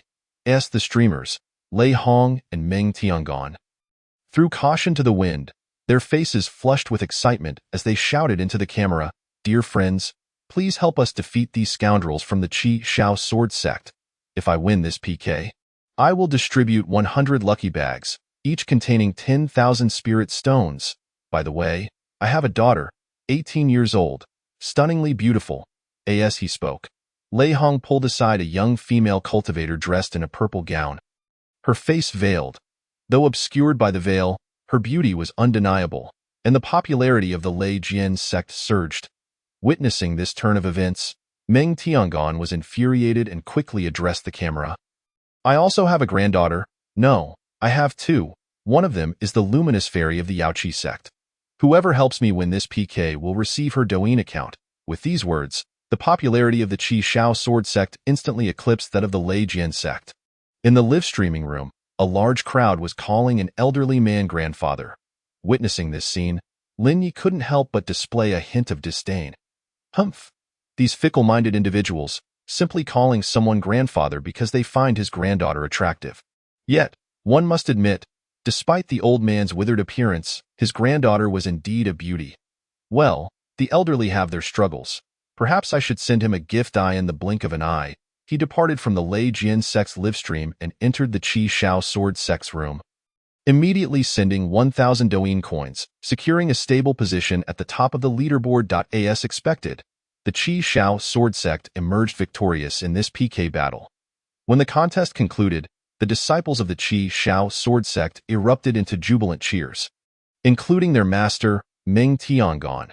The exhilaration they felt was something he had never experienced even during his own breakthrough to the transformation stage. In stark contrast, the Lei Jian sect appeared like defeated roosters, their expressions replete with despondency. It was only when a disciple whispered something in Lei Hong's ear that his expression underwent a dramatic transformation. The next moment, he scrutinized the data on his phone, and upon seeing the gift earnings from this PK, his previous gloom evaporated without a trace.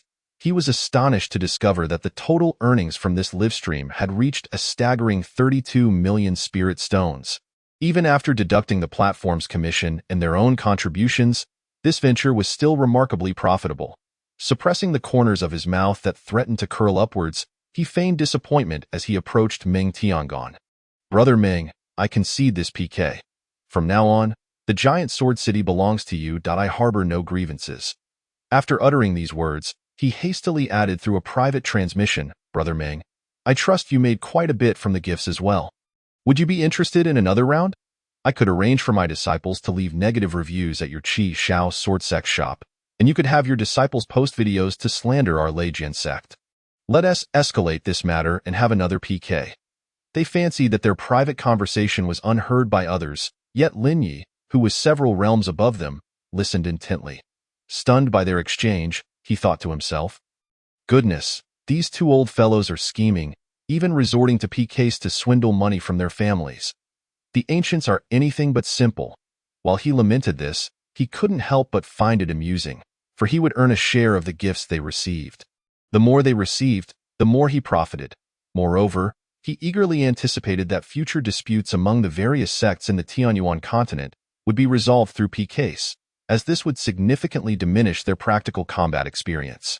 After all, how much valor could a group possess if they were merely accustomed to soliciting gifts from their seniors? Though this inaugural PK on the Tianyuan continent concluded here, its repercussions were merely beginning. That day, numerous streamers and sects joined the PK fray. Some streamers employed PKs to settle personal grievances, while some sects utilized them to resolve inter-sect disputes.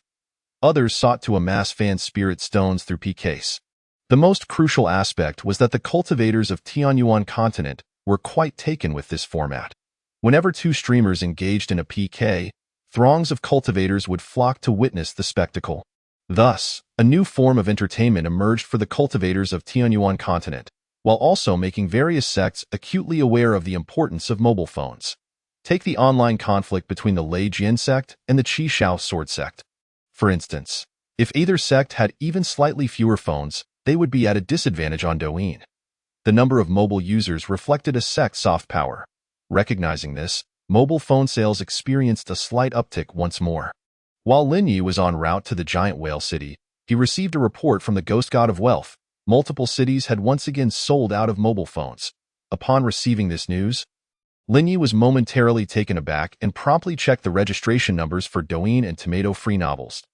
To his astonishment, he found that Douyin's user base was nearing 20 million and tomato novels, having launched for less than a few days, was about to surpass 10 million, excluding duplicates and individuals with multiple devices.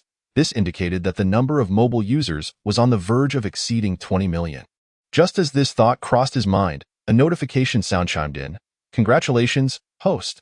Douyin's registered user count has surpassed 20 million. As a reward, the system will unlock the third application, Qiu Flying Sword, and new products will be added to the marketplace, the Tianji second generation device and VR glasses."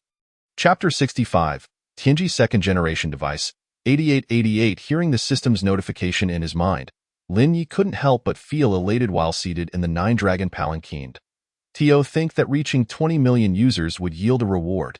If tomato-free novels also hit 10 million registrations, wouldn't there be another wave of rewards? He quickly focused his attention on the marketplace interface and, as expected, in addition to Douyin and tomato-free novels, a third application had appeared. Cho Flying Sword? Was it akin to the racing game from my previous life? The system had localized this game, transforming racing into flying sword battles. Surely, there must be A-grade and S-grade flying swords within. If so, I must enjoy this thoroughly later on. With that thought, he shifted his focus to another section of the marketplace. Besides the previous Tianji first-generation device, he noticed another phone and a seemingly ordinary pair of framed glasses. The phone was priced at 10 spirit stones, while the glasses cost 20 spirit stones. The price was a staggering 10-fold higher. It must be 10 times better than a standard phone. Tio discerned the differences between the Tianji second generation and its predecessor. He casually purchased one from the shop in the next moment, a phone with a more vibrant design, adorned with exquisite gemstones on the back, appeared in his hand. It was indeed more aesthetically pleasing than the first generation. Though the gaudy gold color was a tad ostentatious, as he spoke, the phone's back cover and overall color morphed into a deep gray, with the gemstones transforming into dazzling diamonds. His eyes widened in disbelief. Goodness, it can change its appearance. How impressive! Yet, even so, there had to be more to justify the 10-fold price increase. With this in mind, he quickly compared his old phone with the Tianji second generation. After about 10 minutes of scrutiny, he finally grasped where the value of the Tianji second generation lay. Firstly, its design was more stylish. It allowed for customizable appearances, boasted larger storage, higher pixel resolution, smoother operation, and it also featured a recognition function, powered on by spiritual consciousness. Once bound to a user, no one else could operate it. If the device strayed more than 100 meters from its owner, it would self-destruct. In summary, while the practical usage features bore minimal differences, it came with a plethora of flashy functionalities. However, this was inconsequential. What mattered was that it would undoubtedly find a market, and a vast one at that. Since the mobile user base has already been established, this is the perfect opportunity to reap some profits. With a slight smile, Linyi immediately dialed the Ghost God of Wealth. As soon as the call connected, the portly face of the Ghost God appeared on the screen. Master Sect Leader, do you have any instructions for your subordinate? Indeed, didn't you mention that many cities have sold out of phones? I have just developed a new batch of products. Please arrange for someone to come and collect them shortly. Upon hearing this, the Ghost Goddess' eyes brightened. Master Sect Leader, what kind of new products are we discussing? A brand new mobile phone. As he spoke, Linyi recounted some features of the Tianji second generation device to the Ghost God. After listening, the Ghost Goddess' already bright eyes sparkled even more. This is fantastic. Such an outstanding second-generation device will undoubtedly sell better than the first. Those righteous cultivators will surely vie to purchase them. I believe the price of the second generation should be at least 10 times that of the first. Linyi shook his head in response. 10 times? That's still too low. 20 times? The Ghost God tentatively suggested. Still too low. Linyi continued to shake his head. I intend to sell it for this amount. He raised his fingers to indicate an 8.80 spirit stones. That would mean it's 40 times more expensive than the first generation. The Ghost God was incredulous. Who said it was 80 spirit stones? Could it be 800? Not even that. It's 8888. At the utterance of this staggering figure, the Ghost God nearly sank into the screen, his speech faltering. 8,888. Master Sect Leader, isn't that a bit excessive? The first generation was only 2 spirit stones, and now the second generation is 4,000 times that. Will anyone truly buy it? It's worth noting that the average sect cultivator typically earns only a few hundred spirit stones a month. Accumulating 1,000 spirit stones in a year would be considered commendable. 8,000 spirit stones would require 8 years of savings. Who in their right mind would spend 8 years worth of savings on a phone that's comparable to a 2 spirit stone device? Even if the second generation offered enhanced features, many would find it inconsequential without those additional functionalities. The Ghost God mumbled to himself. Linyi seemed to anticipate his thoughts. I understand your concerns. You believe there won't be any fools willing to part with such a substantial amount of spirit stones for this phone, correct? The subordinate dared not speak. It is only natural for you to think this way. As it merely indicates your commercial acumen is still lacking, I have never suggested selling this second-generation device to ordinary cultivators who would not be able to afford it. However, consider this. Are there not some mid-tier and high-tier cultivators? Elders and stewards from various sects, as well as the heirs and elite disciples from various holy lands, including those at the transformation stage, integration stage, and even the great ascension stage. Do they lack for those 8,000 spirit stones? The ghost god of wealth suddenly grasped something. Indeed, they do not lack for spirit stones. What they lack is face, what they lack is distinction. Why should a mere chi refining cultivator use the same model of phone as my transformation ancestor? If we shift our perspective, what if the phone transcends being a mere magical tool and becomes a symbol of status and identity? In that case, their expenditure would not be solely on the phone, but rather on the identity and status it confers. A phone costing 2 spirit stones signifies low status and lack of distinction, whereas my phone, priced at 8,888 spirit stones, denotes superiority. As Lin Yi articulated these thoughts, the ghost god of wealth comprehended fully, his eyes filled with admiration. Just as Lin Yi stated, cultivators are human too, and they desire face even more than ordinary people. Otherwise, those powerful beings would not deliberately create such a ruckus upon their entrance. A transformation stage expert releases their spiritual pressure wherever they go, practically announcing their status on their foreheads. Now, it suffices not to exude spiritual pressure. A mere casual display of a phone priced at 8888 will do. Thus, I shall equip each city with 8,888 units of the second-generation device to initiate a wave of hunger marketing and generate buzz. You shall also prepare for an offline product launch event, followed by a live broadcast to disseminate this news. May I inquire, what is an offline product launch event? The ghost god of wealth asked sheepishly. Lin Yi initially intended to explain but reconsidered and decided against it. By the way, I am about to arrive at Whale City. Does it have a branch of the Four Seas Pavilion? Indeed, esteemed sect master, Whale City has our branch. In that case, I shall personally visit the branch in Whale City to instruct them on how to conduct this offline launch event. You all should learn from it. Very well, esteemed sect master.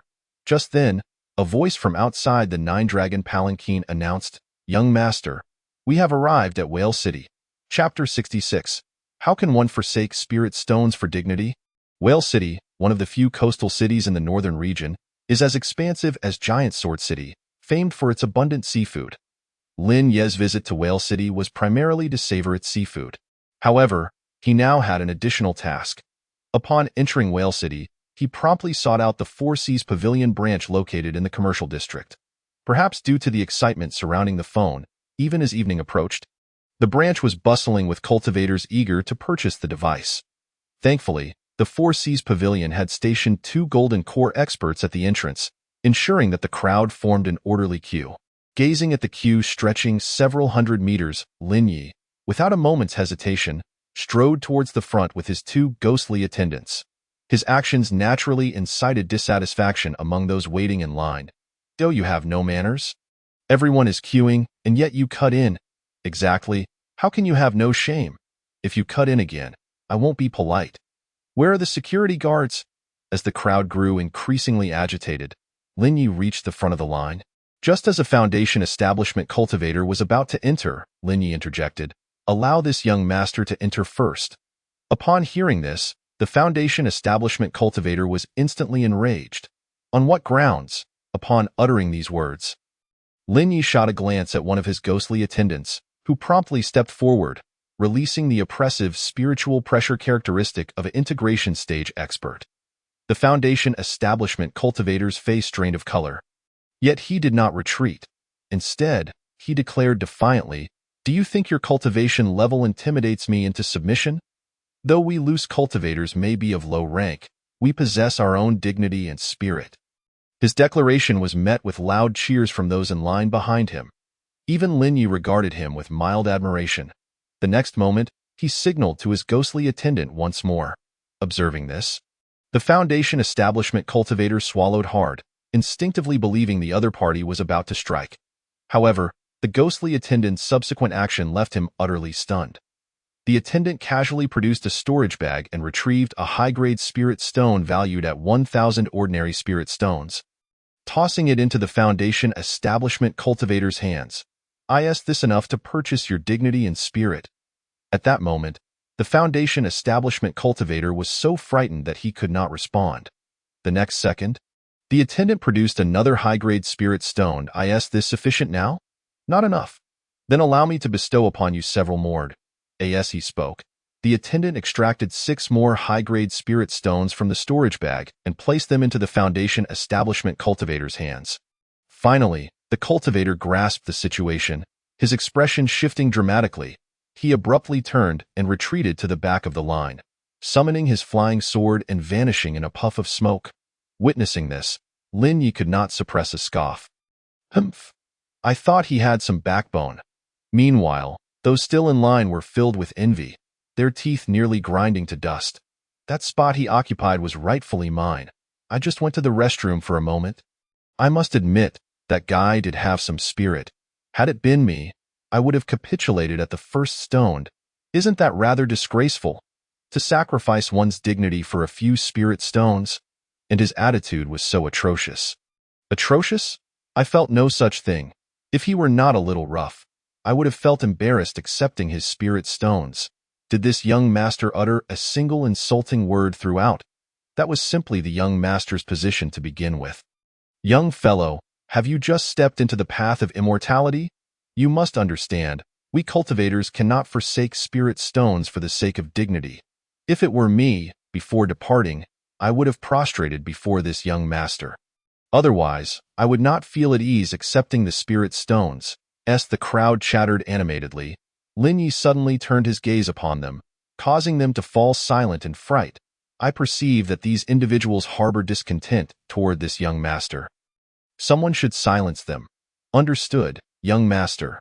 The ghostly attendant then advanced towards the queue, startling the crowd into retreat.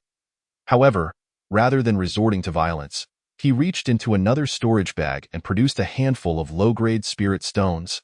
Scattering them among the onlookers in a flurry, he showered them with several hundred spirit stones, continuing to toss handfuls until the air was filled with them. The cultivators, unable to resist, began to scramble and laugh joyfully. And at that moment, they truly held no grievances against Lin Yi. Observing this scene, Lin Yi nodded in satisfaction. Such a casual display of wealth felt extraordinarily gratifying. With that, he continued deeper into the Four Seas Pavilion. Although the 2 Golden Core experts responsible for security did not immediately recognize Lin Yi, they promptly yielded upon realizing the formidable prowess of the 2 ghostly attendants. Upon entering the Four Seas Pavilion, Lin Yi beheld a grand counter, adorned with an array of mobile phones and various accessories, including phone cases, light boosters, phone stands, and other items whose names Lin Yi could not even recall. Additionally, several cultivators were present. Purchasing phones. Initially, Lin Yi assumed they were ordinary loose cultivators like those outside, but he quickly discerned their distinctions. The leader of the group, a youth, though still young, already possessed the cultivation of the nascent soul stage.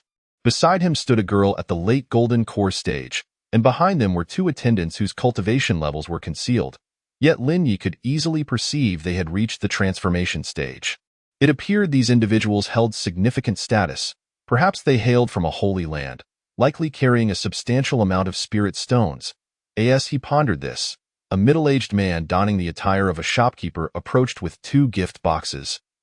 A broad smile on his face. I apologize for the wait, young master. These are our finest gift boxes, crafted entirely from third-tier spiritual material, fragrant sandalwood. Not only does it emit a delightful aroma, but it is also impervious to fire and water. Most importantly, it contains a spatial magic array, allowing it to hold not only this mobile phone but also several accessories, perfect for gifting. Upon hearing the shopkeeper's introduction, the youth nodded appreciatively. Very well, then. Please package this phone and the accompanying accessories. By the way, what is the total cost? In response to the young master, a total of 1,263 spirit stones are required. I will graciously round it down for you, so you may settle for 1,200 spirit stones. Additionally, I shall include a complimentary, up-to-date guide on mobile phone usage and an introductory manual on Douyin. However, The middle-aged shopkeeper was taken aback when, after quoting the price, the young girl beside the lad expressed her discontent. 1,200 spirit stones? How could it be so inexpensive? Brother, this is a gift for grandfather's birthday. While this mobile phone is indeed novel, it is rather too cheap. If we present such a trinket at the birthday banquet, we invite gossip from the other family members? Upon hearing this, the young lad seemed to sense the impropriety as well. The middle-aged shopkeeper was momentarily at a loss for words. Just then, a voice echoed from outside. If this young master wishes to express filial piety to his elder, I happen to have something I can recommend. Chapter 67. Supreme Edition, Ultimate Edition. Only a fool would buy. As Lin Ye's voice resonated through the entrance of the Sea-High Pavilion. All present, including the shopkeeper, turned their attention in unison. With a mere glance, the shopkeeper appeared to recognize Lin Ye's identity and hurriedly approached him.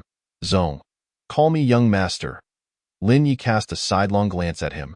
The middle-aged shopkeeper quickly regained his composure and added, Young master, what brings you here? I came to assess the situation and to bring along some new products. With that, he strode straight towards the young man and woman. I overheard your conversation. You are looking for birthday gifts for your family's elder, am I correct? Perhaps due to Lin Yi's noble demeanor and the obscurity of his cultivation level, the young lad nodded in agreement. My grandfather's birthday is in 2 days. That is why we traveled from Douyin Island to select a birthday gift. Douyin Island? Upon hearing this name, Lin Yi paused briefly before inquiring further. Are you from the Mu family of Douyin Island? Is it Mu Zhengxiong, the elder, who is celebrating his birthday? Young master knows my grandfather? The young lad asked, astonished. Not personally, but who in the Tianyuan continent does not know that the Mu family of Beihai is the foremost family of the northern domain? Elder Mu is a hero who fought against the demonic sect. As he spoke, Lin Yi feigned a look of admiration, while the 2 young heirs of the Mu family beamed with pride. Since it is Elder Mu's birthday, the choice of gift must be exceptional, befitting his stature. Coincidentally, I have a newly released mobile phone that has yet to be officially launched. It seems fate has brought us together today. As he spoke, Lin Yi retrieved a second-generation Tianji phone from his storage pouch. The moment the second-generation Tianji appeared, not only did the Mu siblings fix their gaze upon it, but even the cultivators waiting outside turned their curious eyes towards it. Is this also a mobile phone? It looks quite different from the ones we see outside. Indeed, the screen appears larger, and it gleams with a golden hue, suggesting it is superior to those used by others. I believe I heard it referred to as the second-generation Tianji. Is this an upgraded version? I was just thinking of purchasing a mobile phone. If I can acquire this upgraded version instead of the previous one, I wouldn't mind paying a little extra. As you can see, what I hold in my hand is the second-generation Tianji, crafted with the utmost dedication by the top artisans, master refiners, master rune masters, and master formation masters of Sea-High Pavilion. It is forged entirely from purple gold crow iron and celestial crystals, embedded with 9,999 layers of formation prohibitions, rendering it fireproof and waterproof. Even a full-force strike from a golden core cultivator would not mar it in the slightest. Furthermore, it can be customized to suit individual aesthetics. More importantly, it boasts greater memory and higher resolution. Each device is uniquely bound to its owner, and if separated by more than 100 meters, it will self-detonate. Under Lin Ye's explanation, the myriad advantages of the second-generation Tianji were laid bare. The middle-aged shopkeeper, as well as the cultivators standing outside, were captivated. Yet, the Mu siblings appeared somewhat bewildered, having never owned a mobile phone prior to this. Their expressions only began to shift when Lin Yi continued. This second-generation Tianji comes in 2 models. The Supreme Edition, priced at 8,888 spirit stones, and the Ultimate Edition, priced at 18,888 spirit stones. Unlike the Supreme Edition, only 8,888 units of the Ultimate Edition will be sold throughout the Tianyuan continent, each with a unique code, and once sold out, will never be restocked. Thus, in a sense, the second-generation Tianji transcends mere functionality. It becomes a symbol of status and identity. Additionally, we have decided that the Ultimate Edition will only be sold to cultivators at the transformation stage and above. Others, regardless of wealth, will not be able to acquire it. Upon hearing Lin Ye's proclamation, the crowd of cultivators at the entrance erupted with disbelief. as if unable to fathom the reality before them. Why heavens, did I hear that correctly? The second generation Tianji is that expensive? How much? 8888 for one. Goodness gracious, that could ruin me. Did you catch the latter part? 18888 spirit stones for one. If I had that much, I could do so much more. Exactly. The first generation model is only 2 spirit stones each. Even if purchased through other channels, it would only be about 100 spirit stones. How could this second generation model be so exorbitantly priced? Absurd. It is utterly outrageous. I was just considering buying a second generation model. But it seems the first generation is far more appealing. Although the second generation does sound significantly superior, I truly cannot afford such a price. How many years would I need to mine to save that up? Is there anyone willing to gift me a Supreme Edition? I would gladly be their partner. Only a fool would buy one of those. Mark my words, it won't sell a single unit. For the majority of cultivators, the price of 8,888 spirit stones for a mobile phone had already exceeded their threshold of acceptance, while the 18888 spirit stones for the Ultimate Edition felt like an unattainable fantasy. However, for the Moose siblings, the situation was entirely different. Young Master, you mentioned that only 8,888 units of the Ultimate Edition will be available on the Tianyuan continent, and once sold out, there will be no further sales? Indeed, and we guarantee one device, one code. Should you discover any codes beyond 8888, we will gladly offer tenfold compensation. Lin Ye's face bore a professional smile as he spoke. The Moose siblings exchanged glances and promptly nodded in agreement. Excellent. We shall purchase 1 Ultimate Edition and 2 Supreme Editions. Clearly, to them, the pricier it was, the better it seemed, and the limited availability made it all the more desirable. Very well, please hold on while I personally prepare your order. With that, Lin Yi entered the counter, casually purchasing a second-generation phone from the system store. Employing his formidable magical prowess, he inscribed the unique code 0001 on a blank space on the device. After completing the engraving, he sprinkled a bit of gold powder onto it, and thus, the Ultimate Edition is born. The price of 8888 was the original cost of the phone. The additional 10,000 was merely his processing fee as a major figure in the ascendant stage. He had not profited at all. Perhaps I should also include a certificate to confirm the purchase. He then grabbed a piece of jade and swiftly inscribed a series of characters upon it. After finalizing the details, he packed the phone, the certificate, and various accessories into an elegant gift box. The 3 phones were then handed over to the Moose siblings. As he passed them the phones, he added, "Ladies and gentlemen, the Ultimate Edition phone is included within. Furthermore, clients who possess the Ultimate Edition will automatically be upgraded to our Black Gold clientele at Seahai Pavilion, enjoying a 20% discount on all purchases, bypassing queues, and gaining access to the exclusive Black Gold Lounge, complete with dedicated shopping assistance." Upon hearing this, the Moose siblings were filled with excitement. This 18888 is truly worth it. Grandfather will surely be delighted. Indeed, I cannot imagine a more suitable birthday gift, thank you. Young Master, think nothing of it. Do visit us often in the future. As Lin Yi personally escorted them out of Seahai Pavilion, the middle-aged shopkeeper approached him, his face brimming with admiration. Young Master, you truly are a commercial genius. Such a lofty price, and they were still delighted to purchase, of course. You must understand that not everyone is enamored with cheap goods. Your words have enlightened me, young Master. By the way, what does it mean to be a Black Gold client? The middle-aged shopkeeper asked, his curiosity piqued. I will explain that shortly. For now, your immediate task is to prepare, as I will be hosting a new product launch here. A new product launch? Indeed, the launch of the second-generation Tianji. After uttering these words, Lin Yi seemed to recall something, casting a glance at the middle-aged shopkeeper before continuing to inquire, "By the way, I still do not know your name." The shopkeeper replied in response, "Young Master, my surname is Lei, with the given name Jun Lei Jun." "What a splendid name," Lin Yi remarked, his gaze towards him shifting in significance upon hearing it. Chapter 68. A novel product launch event due to the recent spectacle of the Moose siblings purchasing a mobile phone for 18,888 spirit stones, which was witnessed in its entirety by a crowd of cultivators outside. This event quickly spread throughout the Grand Whale City.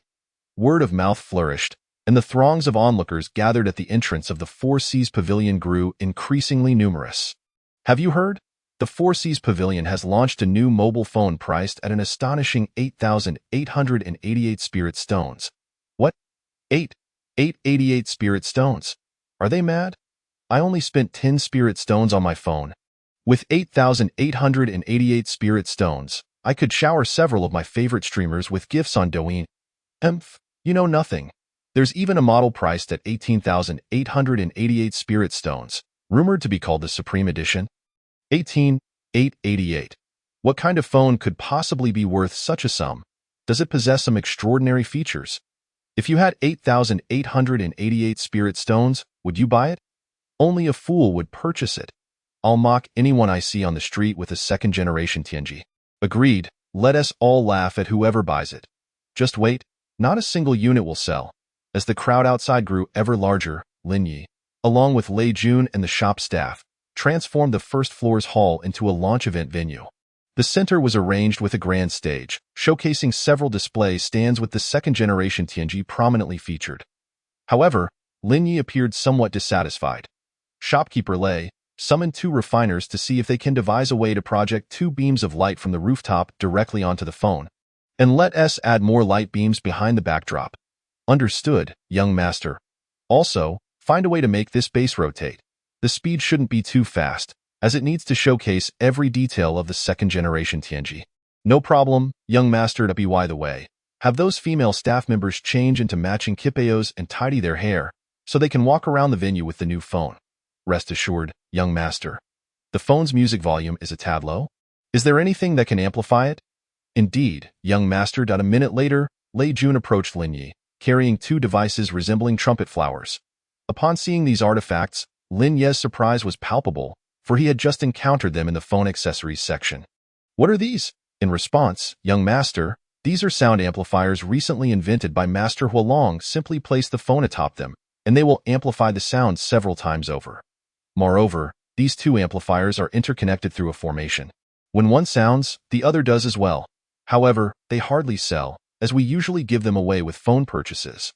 After hearing Lei Jun's explanation, Lin Yi's expression shifted to one of understanding. This is a marvelous device. Their lack of sales merely stems from your ignorance of its benefits. He took the amplifiers from Lei Jun, positioning them at 2 corners of the stage before retrieving a phone and selecting a vibrant track on Douyin, which he then played.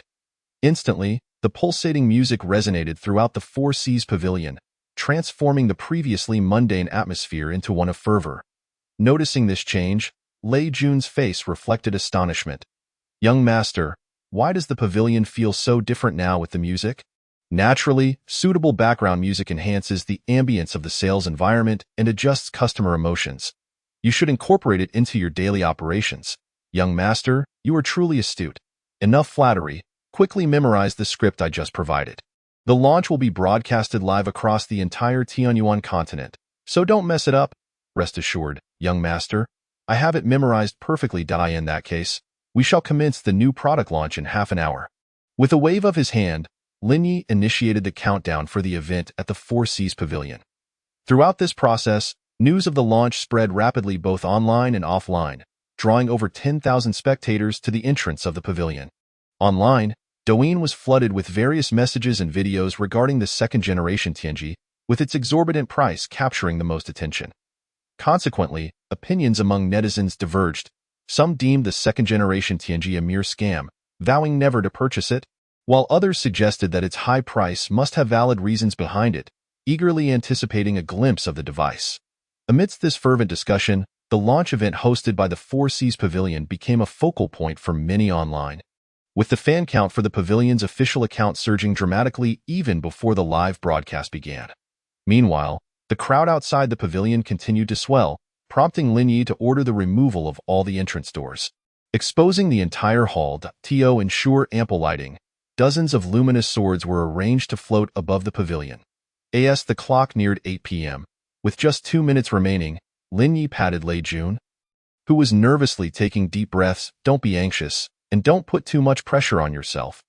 When you go up there, just treat the audience as fools.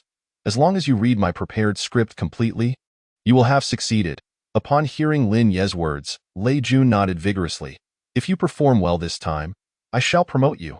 Thank you, young master. I shall take my leave. Go ahead. In the next moment, Lei Jun strode confidently towards the stage. Simultaneously, Lin Yi addressed several staff members controlling the luminous swords. Lights, lights. Quickly direct the beams upon shopkeeper Lei and have them follow him onto the stage.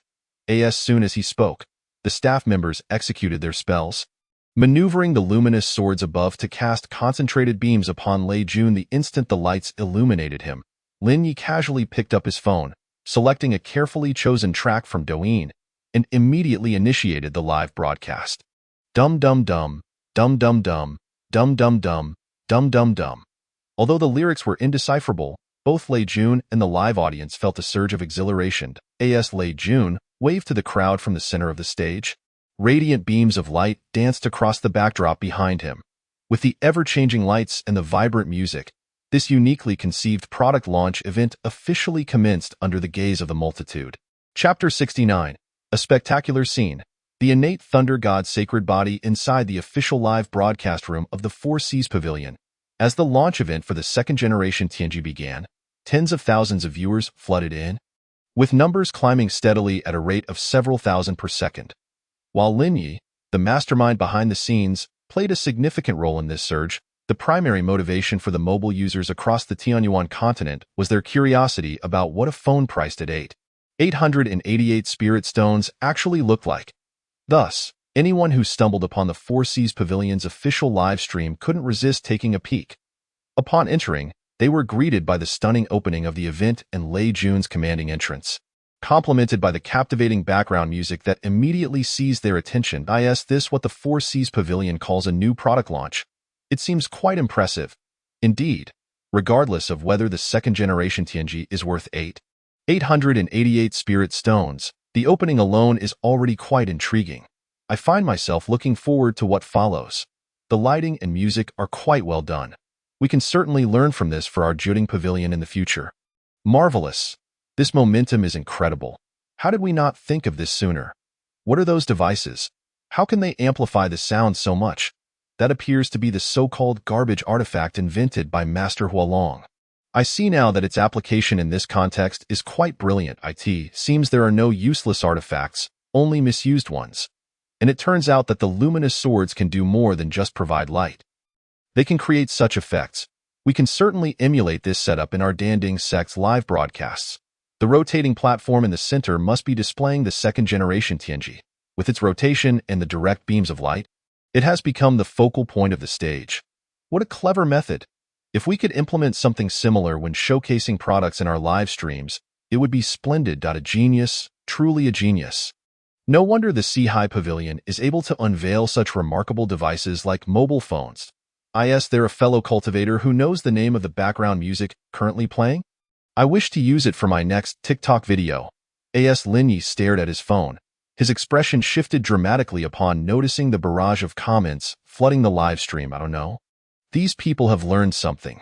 The minds of these cultivators are incredibly sharp. Yet, this is not the crux of the matter.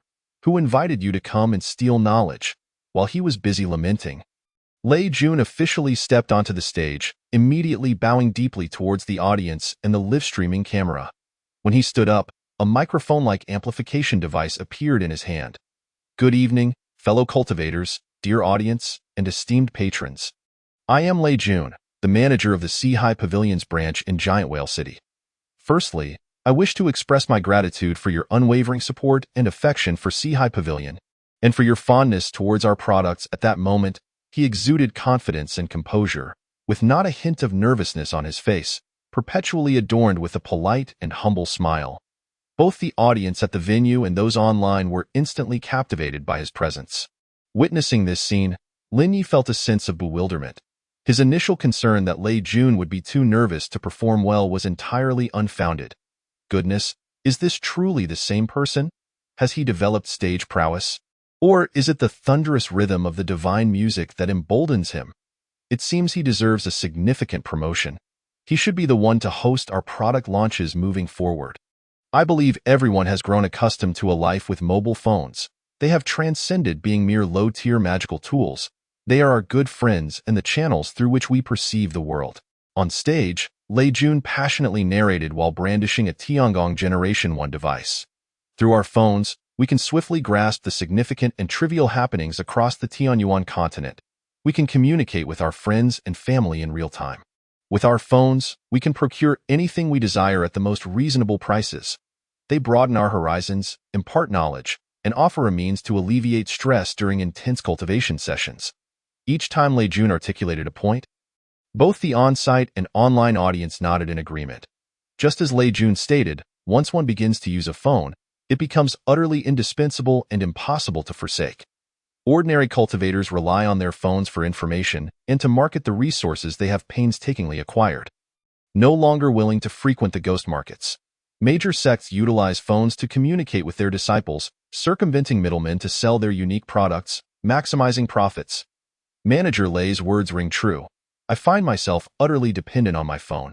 It feels uncomfortable to be without it. Even for a moment, I too have experienced the tangible benefits of my phone.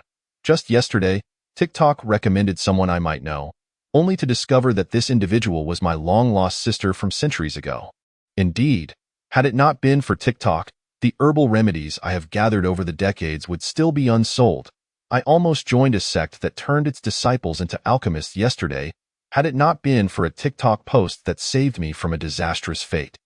Just a few days ago, I was swindled out of 800 spirit stones by a foundation-building cultivator, but after I posted about it on TikTok, he returned the stones the very next day, apologizing profusely to why stress had been overwhelming, and I was on the verge of going mad. Yet after spending a few days on TikTok, all that pressure dissipated. I suddenly realized that cultivating may not be as crucial as finding joy. Indeed, I have immersed myself in the world of novels these past few days, experiencing unprecedented joy, and the bottlenecks I once faced have begun to ease. Thank you, phone. Thank you, TikTok. I used to idolize my junior sister, believing her to be the finest woman in the world, but after watching TikTok, I realized she pales in comparison. I shall no longer idolize her. Lei Jun's seemingly simple words struck a chord with countless cultivators. Stirring their emotions profoundly, Lin Yi, upon hearing this, could not help but give him a thumbs up, for such sentiments were not what he had taught Lei Jun. Holy body. Another holy body. This is the innate thunder god holy body.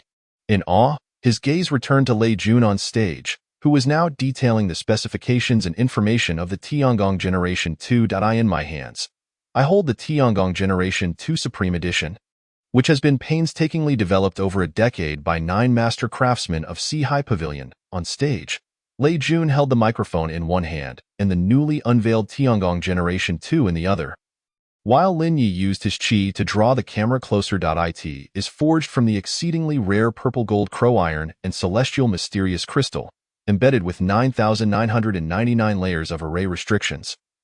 Fireproof and waterproof. Even a full-force strike from a nascent soul cultivator would not leave a scratch on it. Dio proved this. Lei Jun immediately seized a long sword magical tool and struck the phone with considerable force. With a ringing sound, the phone remained unscathed, while the sword shattered into 2 pieces.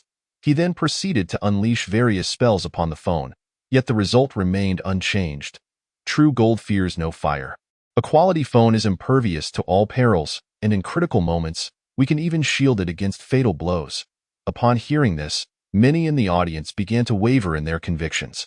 However, if that were all, it would obviously not suffice. Casting aside the broken sword, Lei Jun took out a Generation 1 device for comparison. As you can see, the Generation 1 device is clunky and unremarkable. If one desires to make their phone stand out, they must adorn it with cases and accessories. However, our Generation 2 is different. It can transform its appearance at the owner's will. Through Lei Jun's various comparisons and introductions, the advantages of the Generation 2 became glaringly apparent, especially as female cultivators' eyes sparkled upon witnessing its transformative capabilities. Moreover, the Generation 2 boasts the following advantages: unparalleled privacy, 1 device per owner, with mind recognition, exceptional security. If separated by 100 meters, the phone will self-destruct, ensuring information remains confidential. It is no longer merely a phone. It is a symbol of status and identity. Owning one signifies success and a promising future. The Tiangong Supreme Edition is the standard for accomplished cultivators. Additionally, we are releasing a limited number of 8,888 Tiangong Ultimate Editions, each with a unique serial number, permanently discontinued once sold out. This model is exclusively available to cultivators at the transformation stage and above, accompanied by a black gold customer qualification from Sea Pavilion. When your longtime friends have already acquired the Supreme and Ultimate Editions, and you are still using a Generation 1 device, as Lei Jun articulated this. Both the audience present and the millions watching online were deeply swayed. Particularly those present, though they remained silent, it was evident that their gazes towards the Tiangong Generation 2 on stage had transformed dramatically. Just then, Lei Jun shot a glance towards a group of female cultivators in cheap-housed in the next moment. These elegantly dressed women descended the stage, each brandishing a Generation 2 device, smiling radiantly as they showcased the phones to the cultivators in attendance. In the glow of the stage lights and among these beautiful cheap-clad ladies, the Tiangong Generation 2 exuded an air of nobility, causing those outside the venue to struggle to tear their eyes away. It was breathtakingly beautiful. This Tiangong Generation 2 is nothing short of a work of art. Indeed, the materials, craftsmanship, performance, and design are unfathomable. One can only imagine the sensation of holding it. Truly, it is a masterpiece that took the masters of Sea Pavilion a decade to perfect. Suddenly, one felt that their Generation 1 device was no longer appealing. Having said so much, let us return to the question most concerning everyone: the price. Considering the research and production costs of the Generation 2, we have set the price of the Tiangong Supreme Edition at 8,888 Spirit Stones. Due to limited production capacity, we will release only 8,888 units in the first round for pre-sale at the official Sea Pavilion TikTok store. Additionally, our various offline branches will also make available 8,888 purchasing slots. The price of the Supreme Edition is set at 18,888. Currently, the Supreme Edition is not available for online purchase. One must personally visit the store to make the acquisition and demonstrate a spiritual pressure of the transformation stage or above. Only after completing real name verification may one proceed to purchase the device on stage. As Lei Jun concluded his introduction of the various details regarding the Tiangong Generation 2, the press conference swiftly approached its final segment. When he announced the prices of the two distinct smartphones before the audience present and those online, the fervor among the crowd had noticeably diminished compared to earlier in the event. Although some still expressed doubts regarding the pricing, a greater number of spectators had begun to change their stance. After hearing Lei's presentation, they suddenly perceived the Tiangong Generation 2 as remarkably affordable. Practically a steal. Indeed, with such powerful features available for merely 8,888 spiritual stones, what difference is there from being given away? Are we purchasing a phone, or are we acquiring status and identity?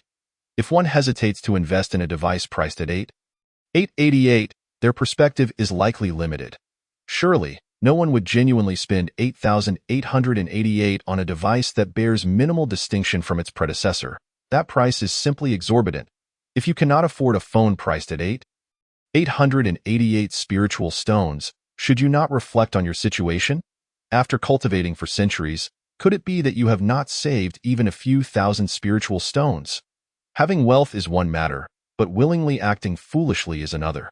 I refuse to play the fool in this scenario. I suspect many are merely expressing opinions. I do not believe anyone will genuinely make a purchase, and ultimately, few units will be sold. I stand by this assertion. Just as the million viewers in the live broadcast expressed their individual perspectives, Lei Jun slowly stepped to the forefront of the stage. After all that has been said, I believe everyone is eagerly anticipating the opportunity to own a Generation 2 device. I will count down from 3, and upon reaching 0, the Tiangong Supreme Edition will officially be available on the Xiaohuang platform. 3, 2, 1. The link is live. No sooner had he finished speaking than the purchasing link for the Tiangong Supreme Edition appeared in the official Douyin store of the Sea Pavilion. In the very first second of its release, the inventory still displayed $9.99, yet within 2 seconds, the icon turned gray, and 3 small words indicating sold out appeared in the lower right corner. After the store staff conveyed this information to Lei Jun on stage, he bowed once more toward the audience and the viewers in the live stream. Thank you very much for your support. Dear friends, the first batch of pre-sale units for the Tiangong Supreme Edition has just sold out completely. For those who were unable to purchase, Do not lose heart. Tomorrow morning, we will continue to release another 888 units of the Supreme Edition across various offline locations of the Seahai Pavilion, and we will also strive to enhance our production capacity to meet everyone's demand. Thank you all. Thank you. With that, he once again clasped his hands in a salute, bowing earnestly to the attendees and the audience in the live stream, his demeanor radiating gratitude and emotional value. The atmosphere in the press conference and the official Douyin live stream erupted in excitement. No one had anticipated that the Generation 2 device, priced at a staggering 8,888 spiritual stones, would indeed have buyers, and that it would be snatched up within moments of its release. That moment. A sudden uproar of laughter erupted from the crowd at the store entrance. Ha ha, I got it. I got it. This is fantastic. Upon hearing this voice, Lin Yi immediately glanced over. Oh? Isn't that the idiot who previously declared he would never buy it and that anyone who did was a fool? Simultaneously, similar laughter echoed from various corners of the Tianyuan continent. A foundational cultivator seated cross-legged in his cave abode beamed with delight as he gazed at the Tiangue Supreme Edition, elegantly packaged in a beautiful box before him. His first instinct was to unwrap the box and enjoy this smartphone valued at 8,888 spiritual stones. However, a new thought suddenly struck him. If I record the unboxing and the process of unveiling this new phone and upload it to Douyin, given the current buzz surrounding the Tiangue Generation 2, it is sure to go viral. Yes, absolutely. With that thought in mind, he hastily retrieved his Generation I device, set up the camera, and began filming the video. Chapter 71. The allure of unboxing videos. Undoubtedly, Lei Jun's product launch event achieved unprecedented success, not only impressing Lin Yi but also generating a tremendous response on Douyin. Within half an hour, videos related to the Tiangue Generation 2 began to dominate the trending charts on Douyin. The casual scroll revealed that at least 6 out of 10 videos discussed the Tiangue Generation 2 device. Among them, the video of the official Seahai Pavilion's product launch event stood at the forefront, garnering over 500,000 likes and nearly an equal number of comments within just half an hour. Whoa, what happened to everyone saying they wouldn't buy it? Why did the first batch sell out in less than 3 seconds? I clicked the link the moment it went live, yet I still couldn't snag one from you bunch of bastards. Do you all live inside your phones? TCH, if I can't get one today, I will head to the Seahai Pavilion's offline store tomorrow morning. I refuse to believe I won't be able to secure one then. No way, no way. You can't seriously think that not getting it online means you can get it offline. Look at this photo. It's packed with people. I snapped this at the entrance of the Seahai Pavilion's offline store. The line stretches beyond the city limits. Tomorrow morning, you might as well be waiting in the sky. That's an exaggeration. Didn't everyone say they wouldn't buy it before the launch? It's one thing for the online stock to sell out instantly. But why is there still such a long line offline? Exactly. Weren't we all supposed to mock those who bought it? Fools, you actually believed you wouldn't buy it? In the end, those without the Tiangue Generation 2 will be the ones laughed at. To be honest, the price of 8,888 spiritual stones for the Tiangue Generation 2 is hardly exorbitant. Can you truly purchase respect with 8,888 spiritual stones? Can you acquire status? Dear friends, I have faced a setback in my breakthrough, and time is running short. Before my demise, I wish to possess a Tiangue Generation 2 Supreme Edition. I implore those who secured one to fulfill this dying wish of mine. I am willing to offer 888 spiritual stones as a reward. You won't even add a single coin to that? Which esteemed friend would be willing to part with a Tiangue Generation 2 Supreme Edition for this humble lady? I am willing to don black stockings for your viewing pleasure. Tio the brother above. Remember to hide the video on your profile. Your chest hair is longer than my hair. Master Lei, if you do not refuse, I wish to adopt you as my righteous father and purchase a Tiangue Generation 2 Supreme Edition from you. If it is the Supreme Edition, that would be even better. In this moment, the commentary section was alive with cultivators passionately demonstrating the law of allure, transcending dimensions. The fervor with which they had previously denounced the device now fueled their eagerness to acquire it. Concurrently, many who had successfully obtained the Tiangue Generation 2 Supreme Edition began to post their own unboxing videos.